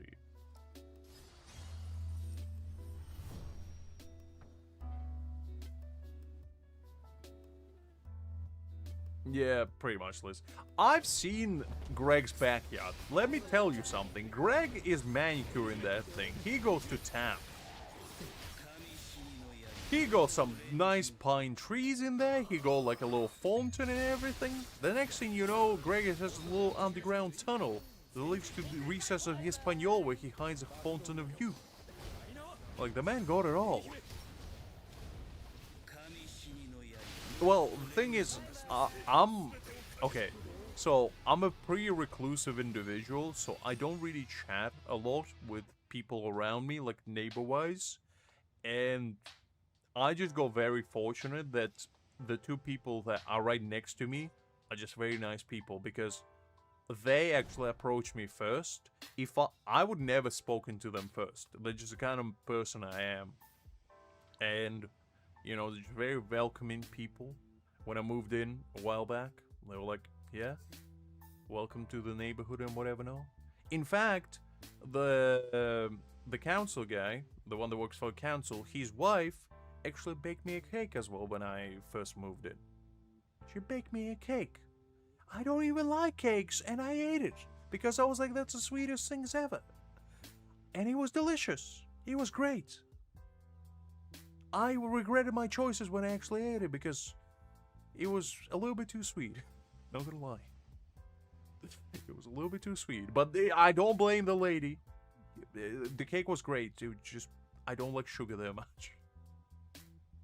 And I did consider giving it away, but I was like, that would be mean. I don't want to do that. So I ate it throughout the span of like a week.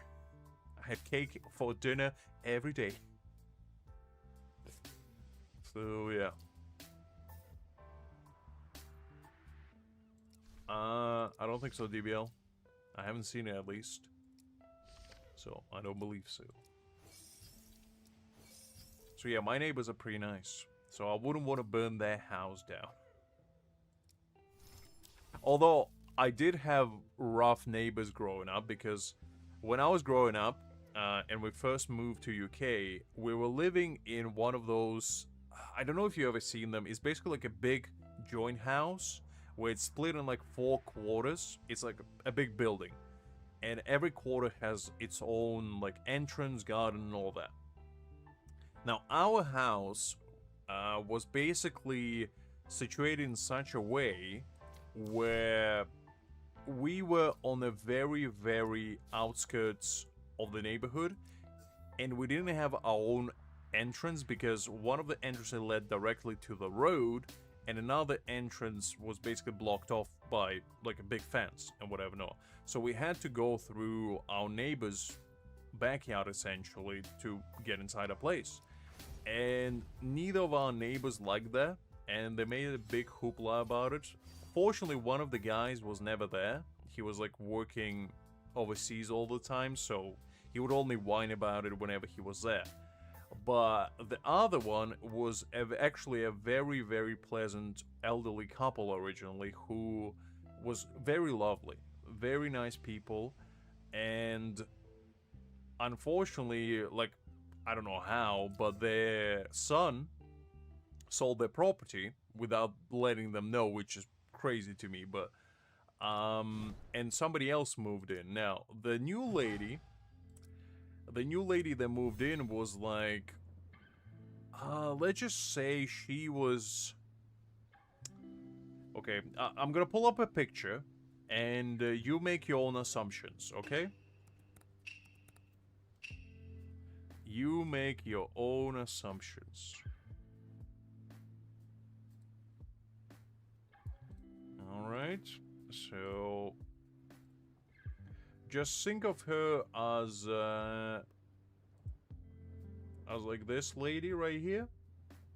So I'm not gonna say anything. I'm not gonna say anything, but you look at this picture and you make your own conclusions. You make your own conclusions is all I'm gonna say, and I'm gonna continue with the story. So basically, she moved in, and at first she was okay, like, you know, she was decent enough, I guess. But as time moved on, and you know, as more things started to unveiling about her, she started getting a little bit weird with us. You know, at first she didn't like us going through, you know, when we had to take our rubbish bins out, we had to go through her yard, because that's just where the collection point was. And she hated that tremendously, so what my parents did, they basically said that, how about this? We will buy a part of your backyard that you don't use and make our own entryway through it, right? And in most people, like sane people cases, that would be like a pretty good deal because A, you're not using that plot of land, and B, you're solving an issue that you don't like. So at first she was like all for it, and she was like, oh yeah, that's a good idea. And you know, a week passes. My parents go to her and basically say, okay, can we like sign some paperwork and basically just get this going so we can put a fence and all the good stuff.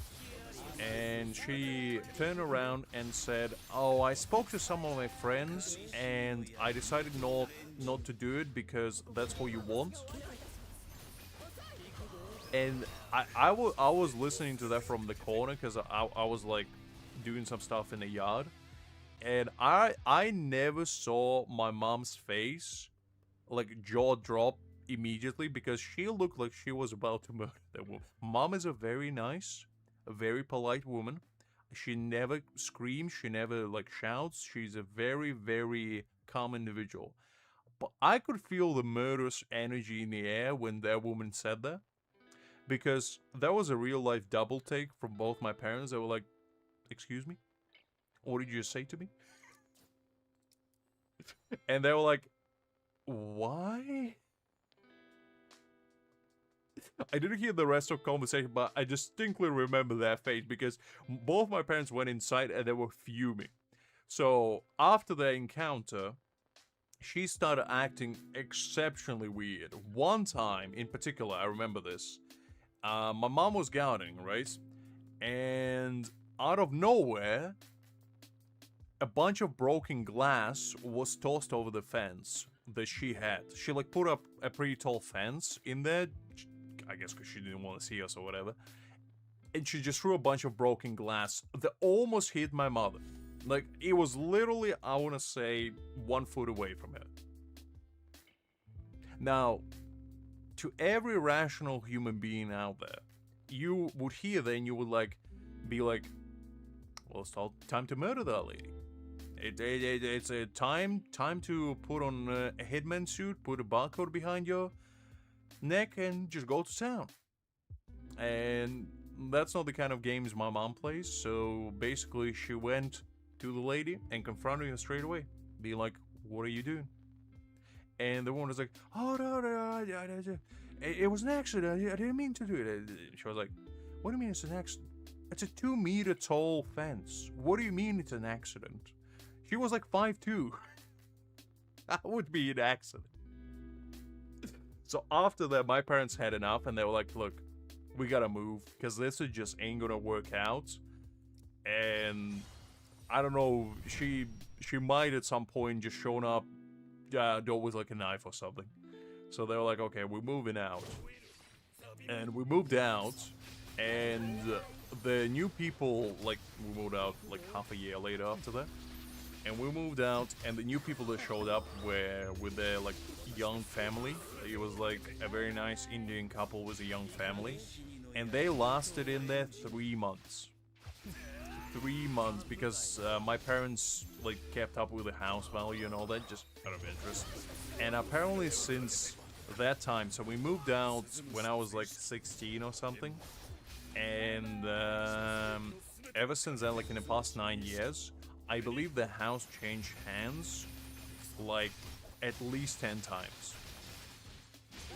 So, I've had an experience with pretty crappy neighbors. And that's not even scratching the tip of the surface. Like, some other stuff that she did, she would, like, throw a bunch of branches all the time whenever she cut her garden.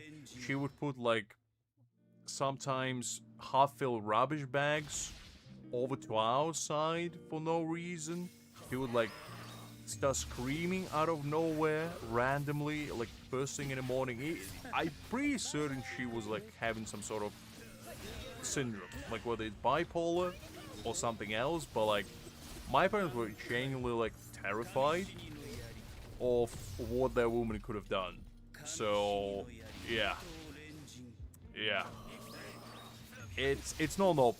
It's not, and it's not like my parents were like agitating her. It's not like they, you know, were mocking her or like even talking behind her back. Like they never did anything bad to her, like literally nothing. And she was just out for them. Like she didn't do anything to me, but she hated my mom for whatever reason. Like my mom was like the antichrist to her essentially, and I just never could understand because, as far as I could see, she was always polite to her. Whenever she saw her, she would like greet her and everything. So I genuinely didn't understand where it came from. So yeah, that's my story with having a very, very peculiar neighbor, basically. And yeah, hopefully none of you guys get to experience stuff like that, because trust me, if your neighbor is pretty crappy, it basically impacts your entire existence, because it's tough, shall we say. Especially if you have to interact with them on a daily basis, like I had to. It's oof. And it was a very strange neighborhood, because I mentioned this before, but I literally had a drug dealer across the street as well. Nicest guy ever. I would much rather have him as a neighbor, because all he did was like just show up in his garden in like a nice robe, and he would meet like two kinds of people. First, people that were driving like BMWs and like what's the other one? I don't remember. Porsches, I guess, something like that. I don't know cars that well, but one of the others. Expensive cars. And the other kind is police officers. So it was a pretty big dichotomy, because every time I would go to school, there would be like one type of car, and by the end of the day it was another. It was either police first thing in the morning, or quote unquote clients, shall we say. So yeah.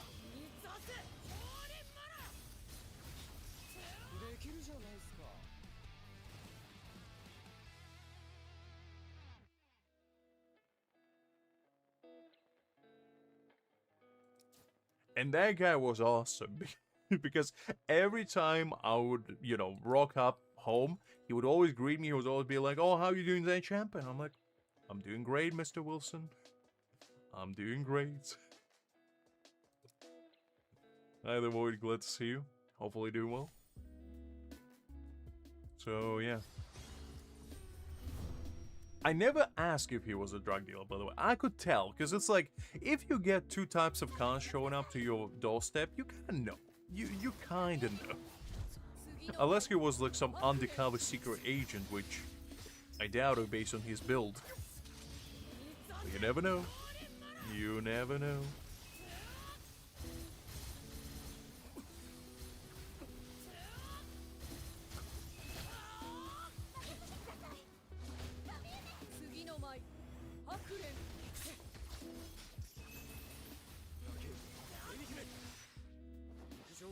Yeah, doing alright, Boyd. Doing alright. You know, having a nice evening chat about neighbors from hell.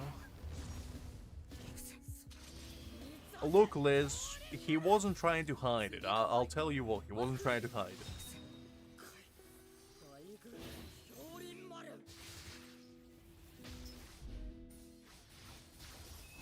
Wait, I'm trying to think if I ever had, like, any other crappy neighbors.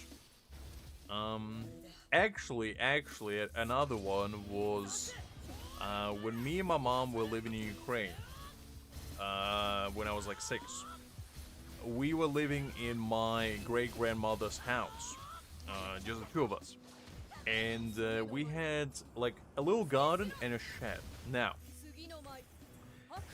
the little backstory. So, one of our neighbors, it was like a relatively working class neighborhood, so no like posh houses or anything. However, the neighbor that was right next to us, he built a massive 4-story building for himself, because I don't know what he was doing, but he was a very, very wealthy gentleman. And he was trying to build like a summer home for himself right next to our shed. However, the problem was that the shed was kind of blocking the way. So what he originally tried to do is buy their place for my mom. And my mom was like, oh, I don't know, I mean, this is my grandmother's house. I don't really want to, you know, like wreck it too much.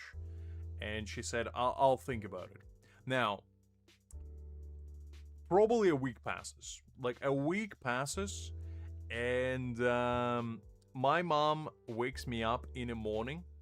And basically tells me, oh, by the way, our shed burned down.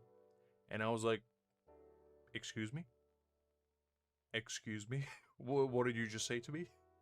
And I go outside, and the shed, which was pretty sizable, it was a pretty big shed, full of stuff and things, by the way, not just empty shed. It was burned down.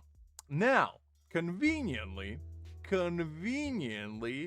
the day after, our neighbor started building his summer home. Now, I'm not pointing fingers. However, it was a closed gate, a big gate, so you couldn't enter from the outside, and it was raining the day before, so it wasn't like a natural freak accident. So, I'm just saying, I'm not pointing fingers, but that son of a gun burned my shed down, and he also looked like Jabba the Hutt. I'm not even joking. He looked exactly like, I'm not even kidding. Okay.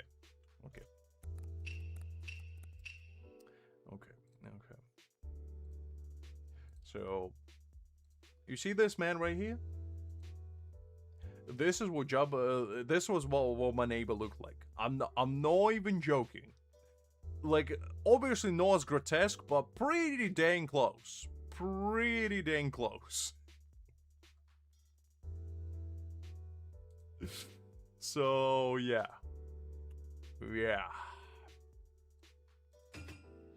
I'm just saying, sheds don't burn down themselves. It doesn't happen. However, his son was very nice to me, because one time, when I was waiting for my mom, so my mom used to work in university. She used to be like an English professor. And she, used to work pretty late because, that's just kind of how the professor work is. And sometimes I would just have to basically go home by myself. However, there was this one time where I forgot my keys at home. Now, it was between me... At the time, I didn't have a phone on me either. It was like when I was, I don't know, 5, 4, somewhere there. No, probably 6. I'd say 6, 7, actually. And, I was just waiting outside, kind of like sitting on a porch, and my neighbor's son came over, and he was like, oh, what are you doing here? I was like, I forgot my keys. And I was like, oh, do you want to crash at our place? And I was like, oh, sure. So, I never been there before.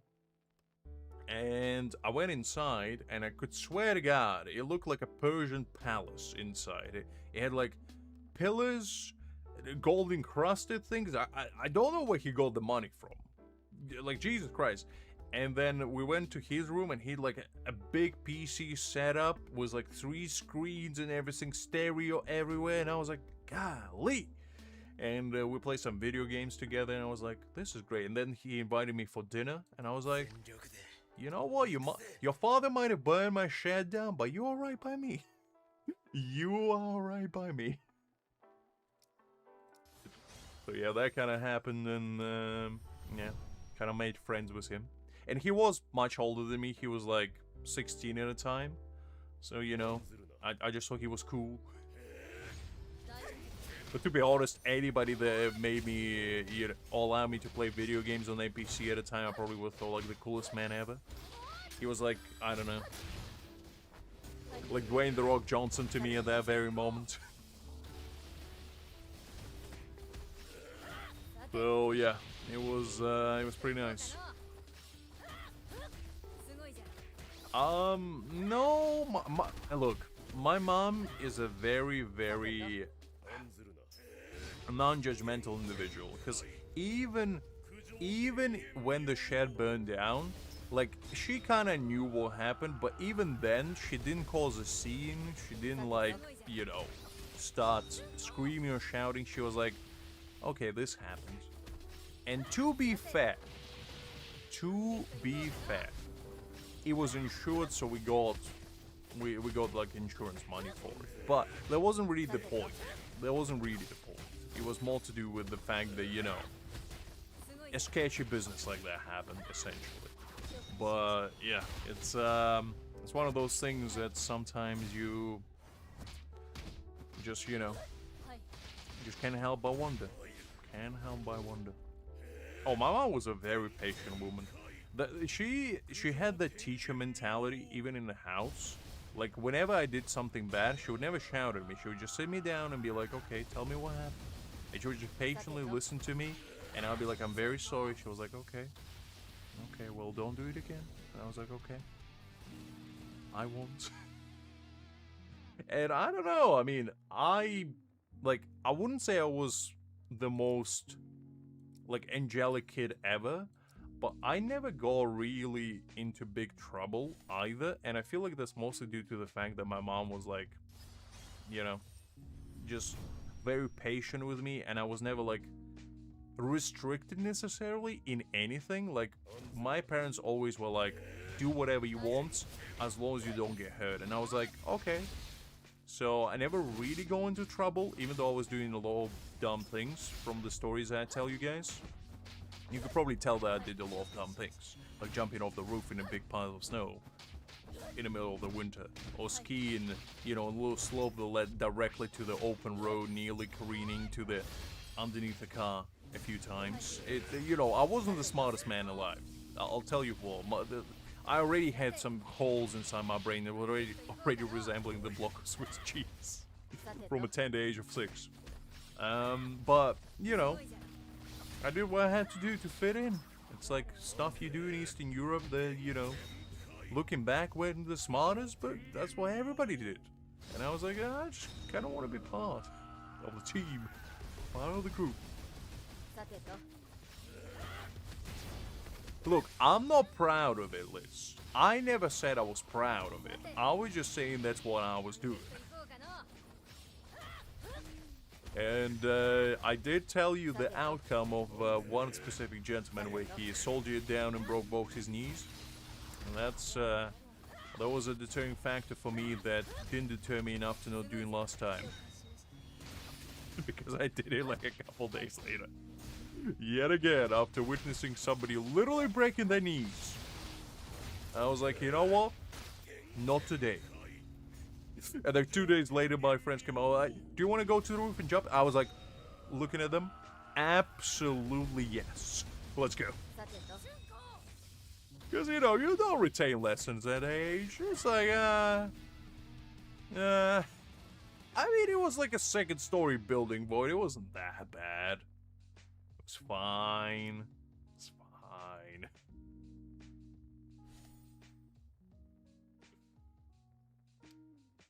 Look, Les, you would be doing the same. You would be doing the same.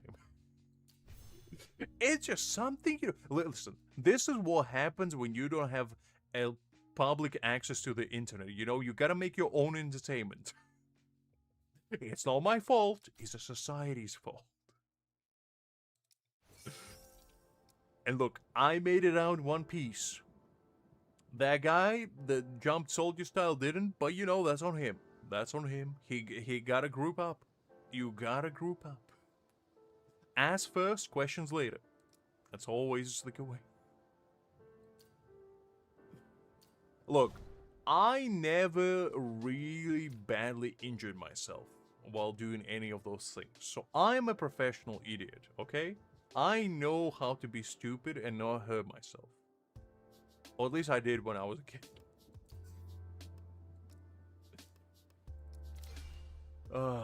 Okay, what are we doing? Let's do Unknown Adventure. Yeah, let's do this one.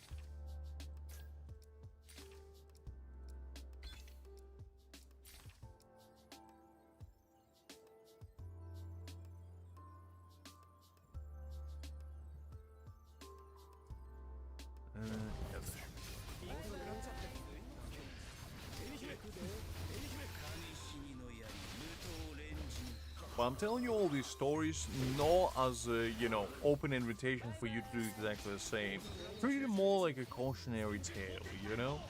Like a campfire story that you hear and you're like, yeah, I'm not doing that.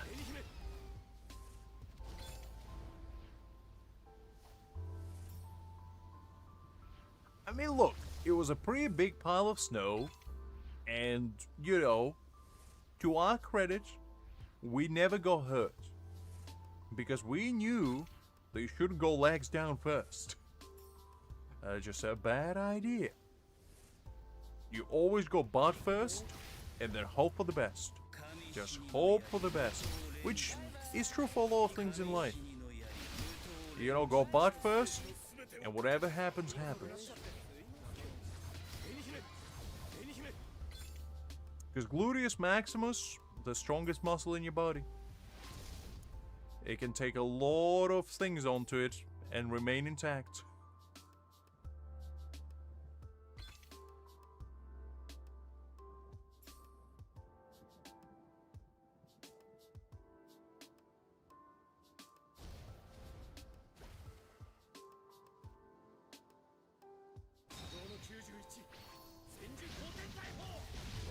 Good, Liz, good.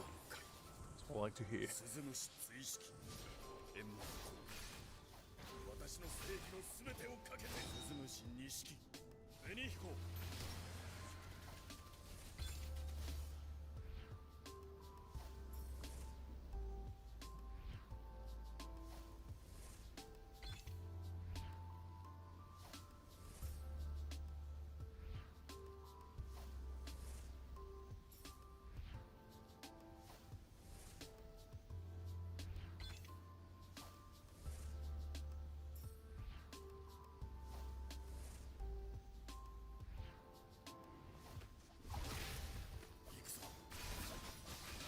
And all I'm gonna say is that I survived. So, you know, I'm not part of the statistic. Oh, the game says statistic.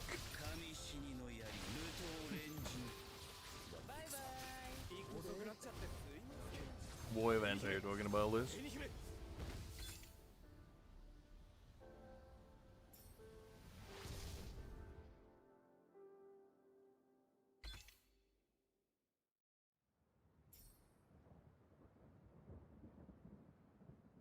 Exactly.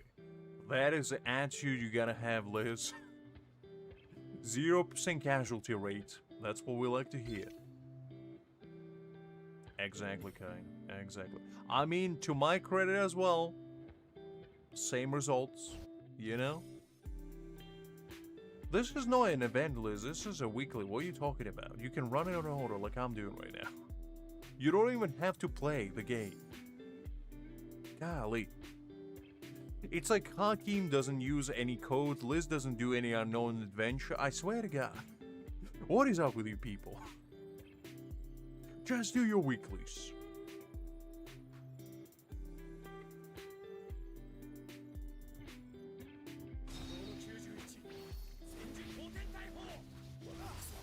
What do you mean it takes too long? It takes like 5 minutes.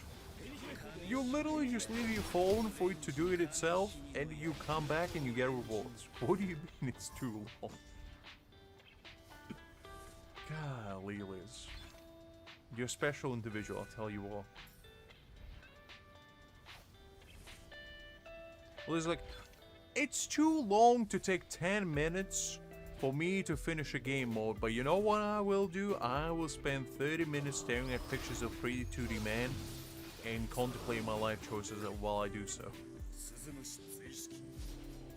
Golly. Ooh, that sounds rough, boys. How do you manage to do that if you don't mind me asking? Because elbow is a very peculiar place to break. Do you try to hit something with it? Because isn't elbow like one of the strongest bones in the body?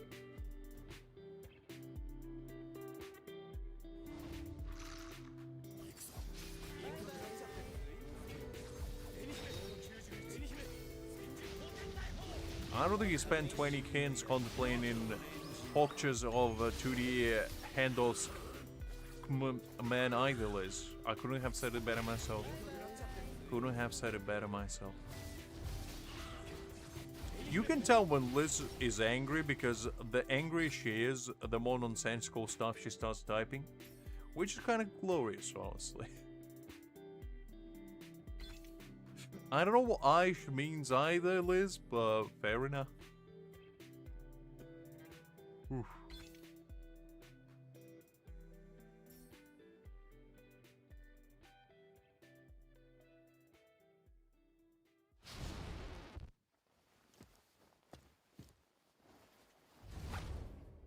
I mean, that's kind of part of the charm, Haki.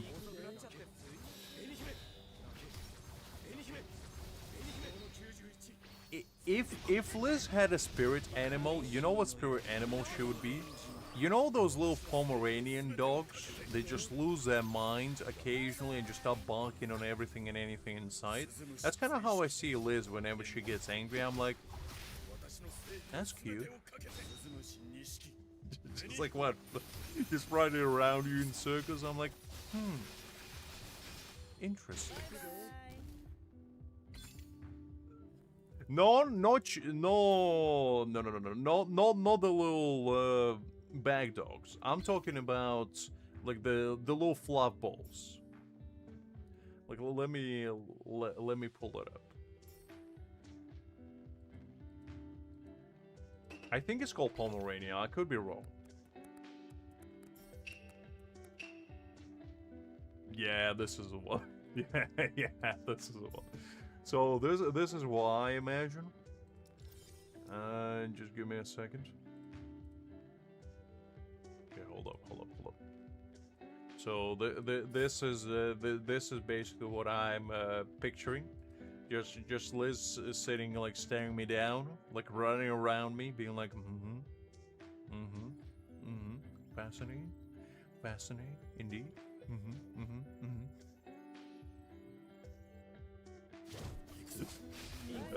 I'm just saying, you can see the resemblance, can you? It's a nice dog, like, nothing wrong with it, it's a nice dog, with nice attitude, it has to prove something.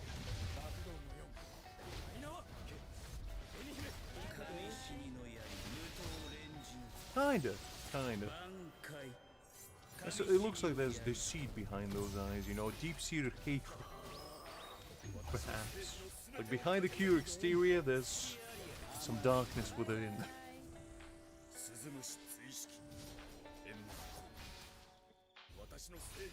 Ooh, golly. Sorry to hear that, boy. That sounds rough. Elbow first on the concrete. Ooh.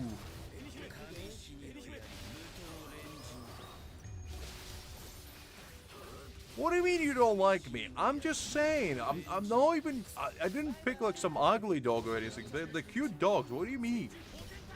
It's a nice dog. Pomeranians are a very popular dog breed. What are you talking about? Look, I'm just saying.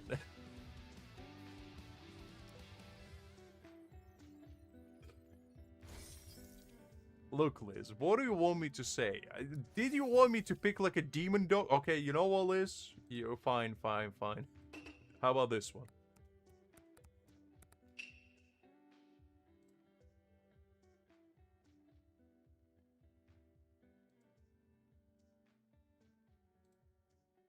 Would you prefer this one, Liz? Would you prefer this demon spawn? Would you like to be this instead? Huh? Because I was contemplating saying this, Liz, but I was like, no, this is mean. But, I mean, if that's what you want, this is actual demon spawn. Like, I kid you not, when I was a kid, I used to walk through a neighborhood, and there was one of these dogs literally chasing me around all day, every day when I saw it. And now that I think about it, it was kind of the same way Liz is chasing me every day, back and forth. How is that racist, Liz? What are you talking about? Listen, I gave you a choice. You didn't like Pomeranian.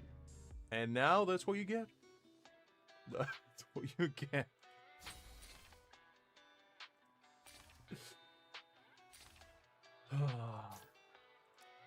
Fine, Liz. What dog do you want to be? Fine. Give me a breed. What are you talking about? Give me a breed. I swear she's gonna choose like Tibet Mastiff or something. The biggest dog around. Speaking of which, I saw some of those around. Man, I love them.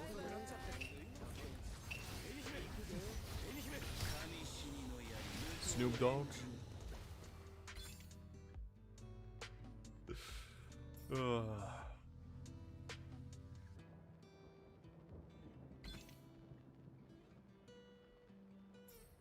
Ooh, jeez.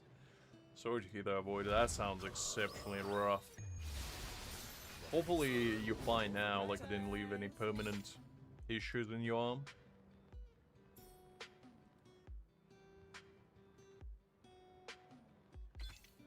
Okay, Liz, okay, let's go into comparison mode, okay? So let's compare directly. So this would be me. I would be this one. This would be me right here. I would be this fine gentleman right here. You know, nice and fearsome. Just sitting down there being like, that's about right. That's about right. Just staring at my opponent being like, let's go. And then Liz. Okay, let's see. Let me see if I can find this. So, this would be us, Liz. This would be me, and this would be you. I'm just saying. I'm just saying. This would be me, this would be you. Me, you. You, me. Me, you. I'm just saying. I'm just saying. You know? We'll be just chilling around. Just doing our thing, you know? So Liz, this could be us. This could be us, is all I'm saying. And you're rejecting it. And you're rejecting our friendship. And I just don't know how to feel about that, Liz. This could be us right here, you know? We could be having a grand old time. Just prowling along. But I don't know. I don't know. Man, I love these dogs. I see one all the time. Like, I live next to a park. And there's one old man that gets walked by one of these dogs. And yes, I mean, he gets walked by it, not the other way around. Because the man just literally grips for his dear life with both hands on the leash. And just gets basically tossed around. And I could swear to God, I could hear the man's soul leaving his body every time he goes on the walk. But it's the cutest thing ever. I love these dogs. Like, the bigger the dog, the better, is what I believe in. I love big dogs. I don't mind smaller dogs. Smaller dogs are fine, but like, the bigger the dog, the more love they have to give, is what I truly believe in.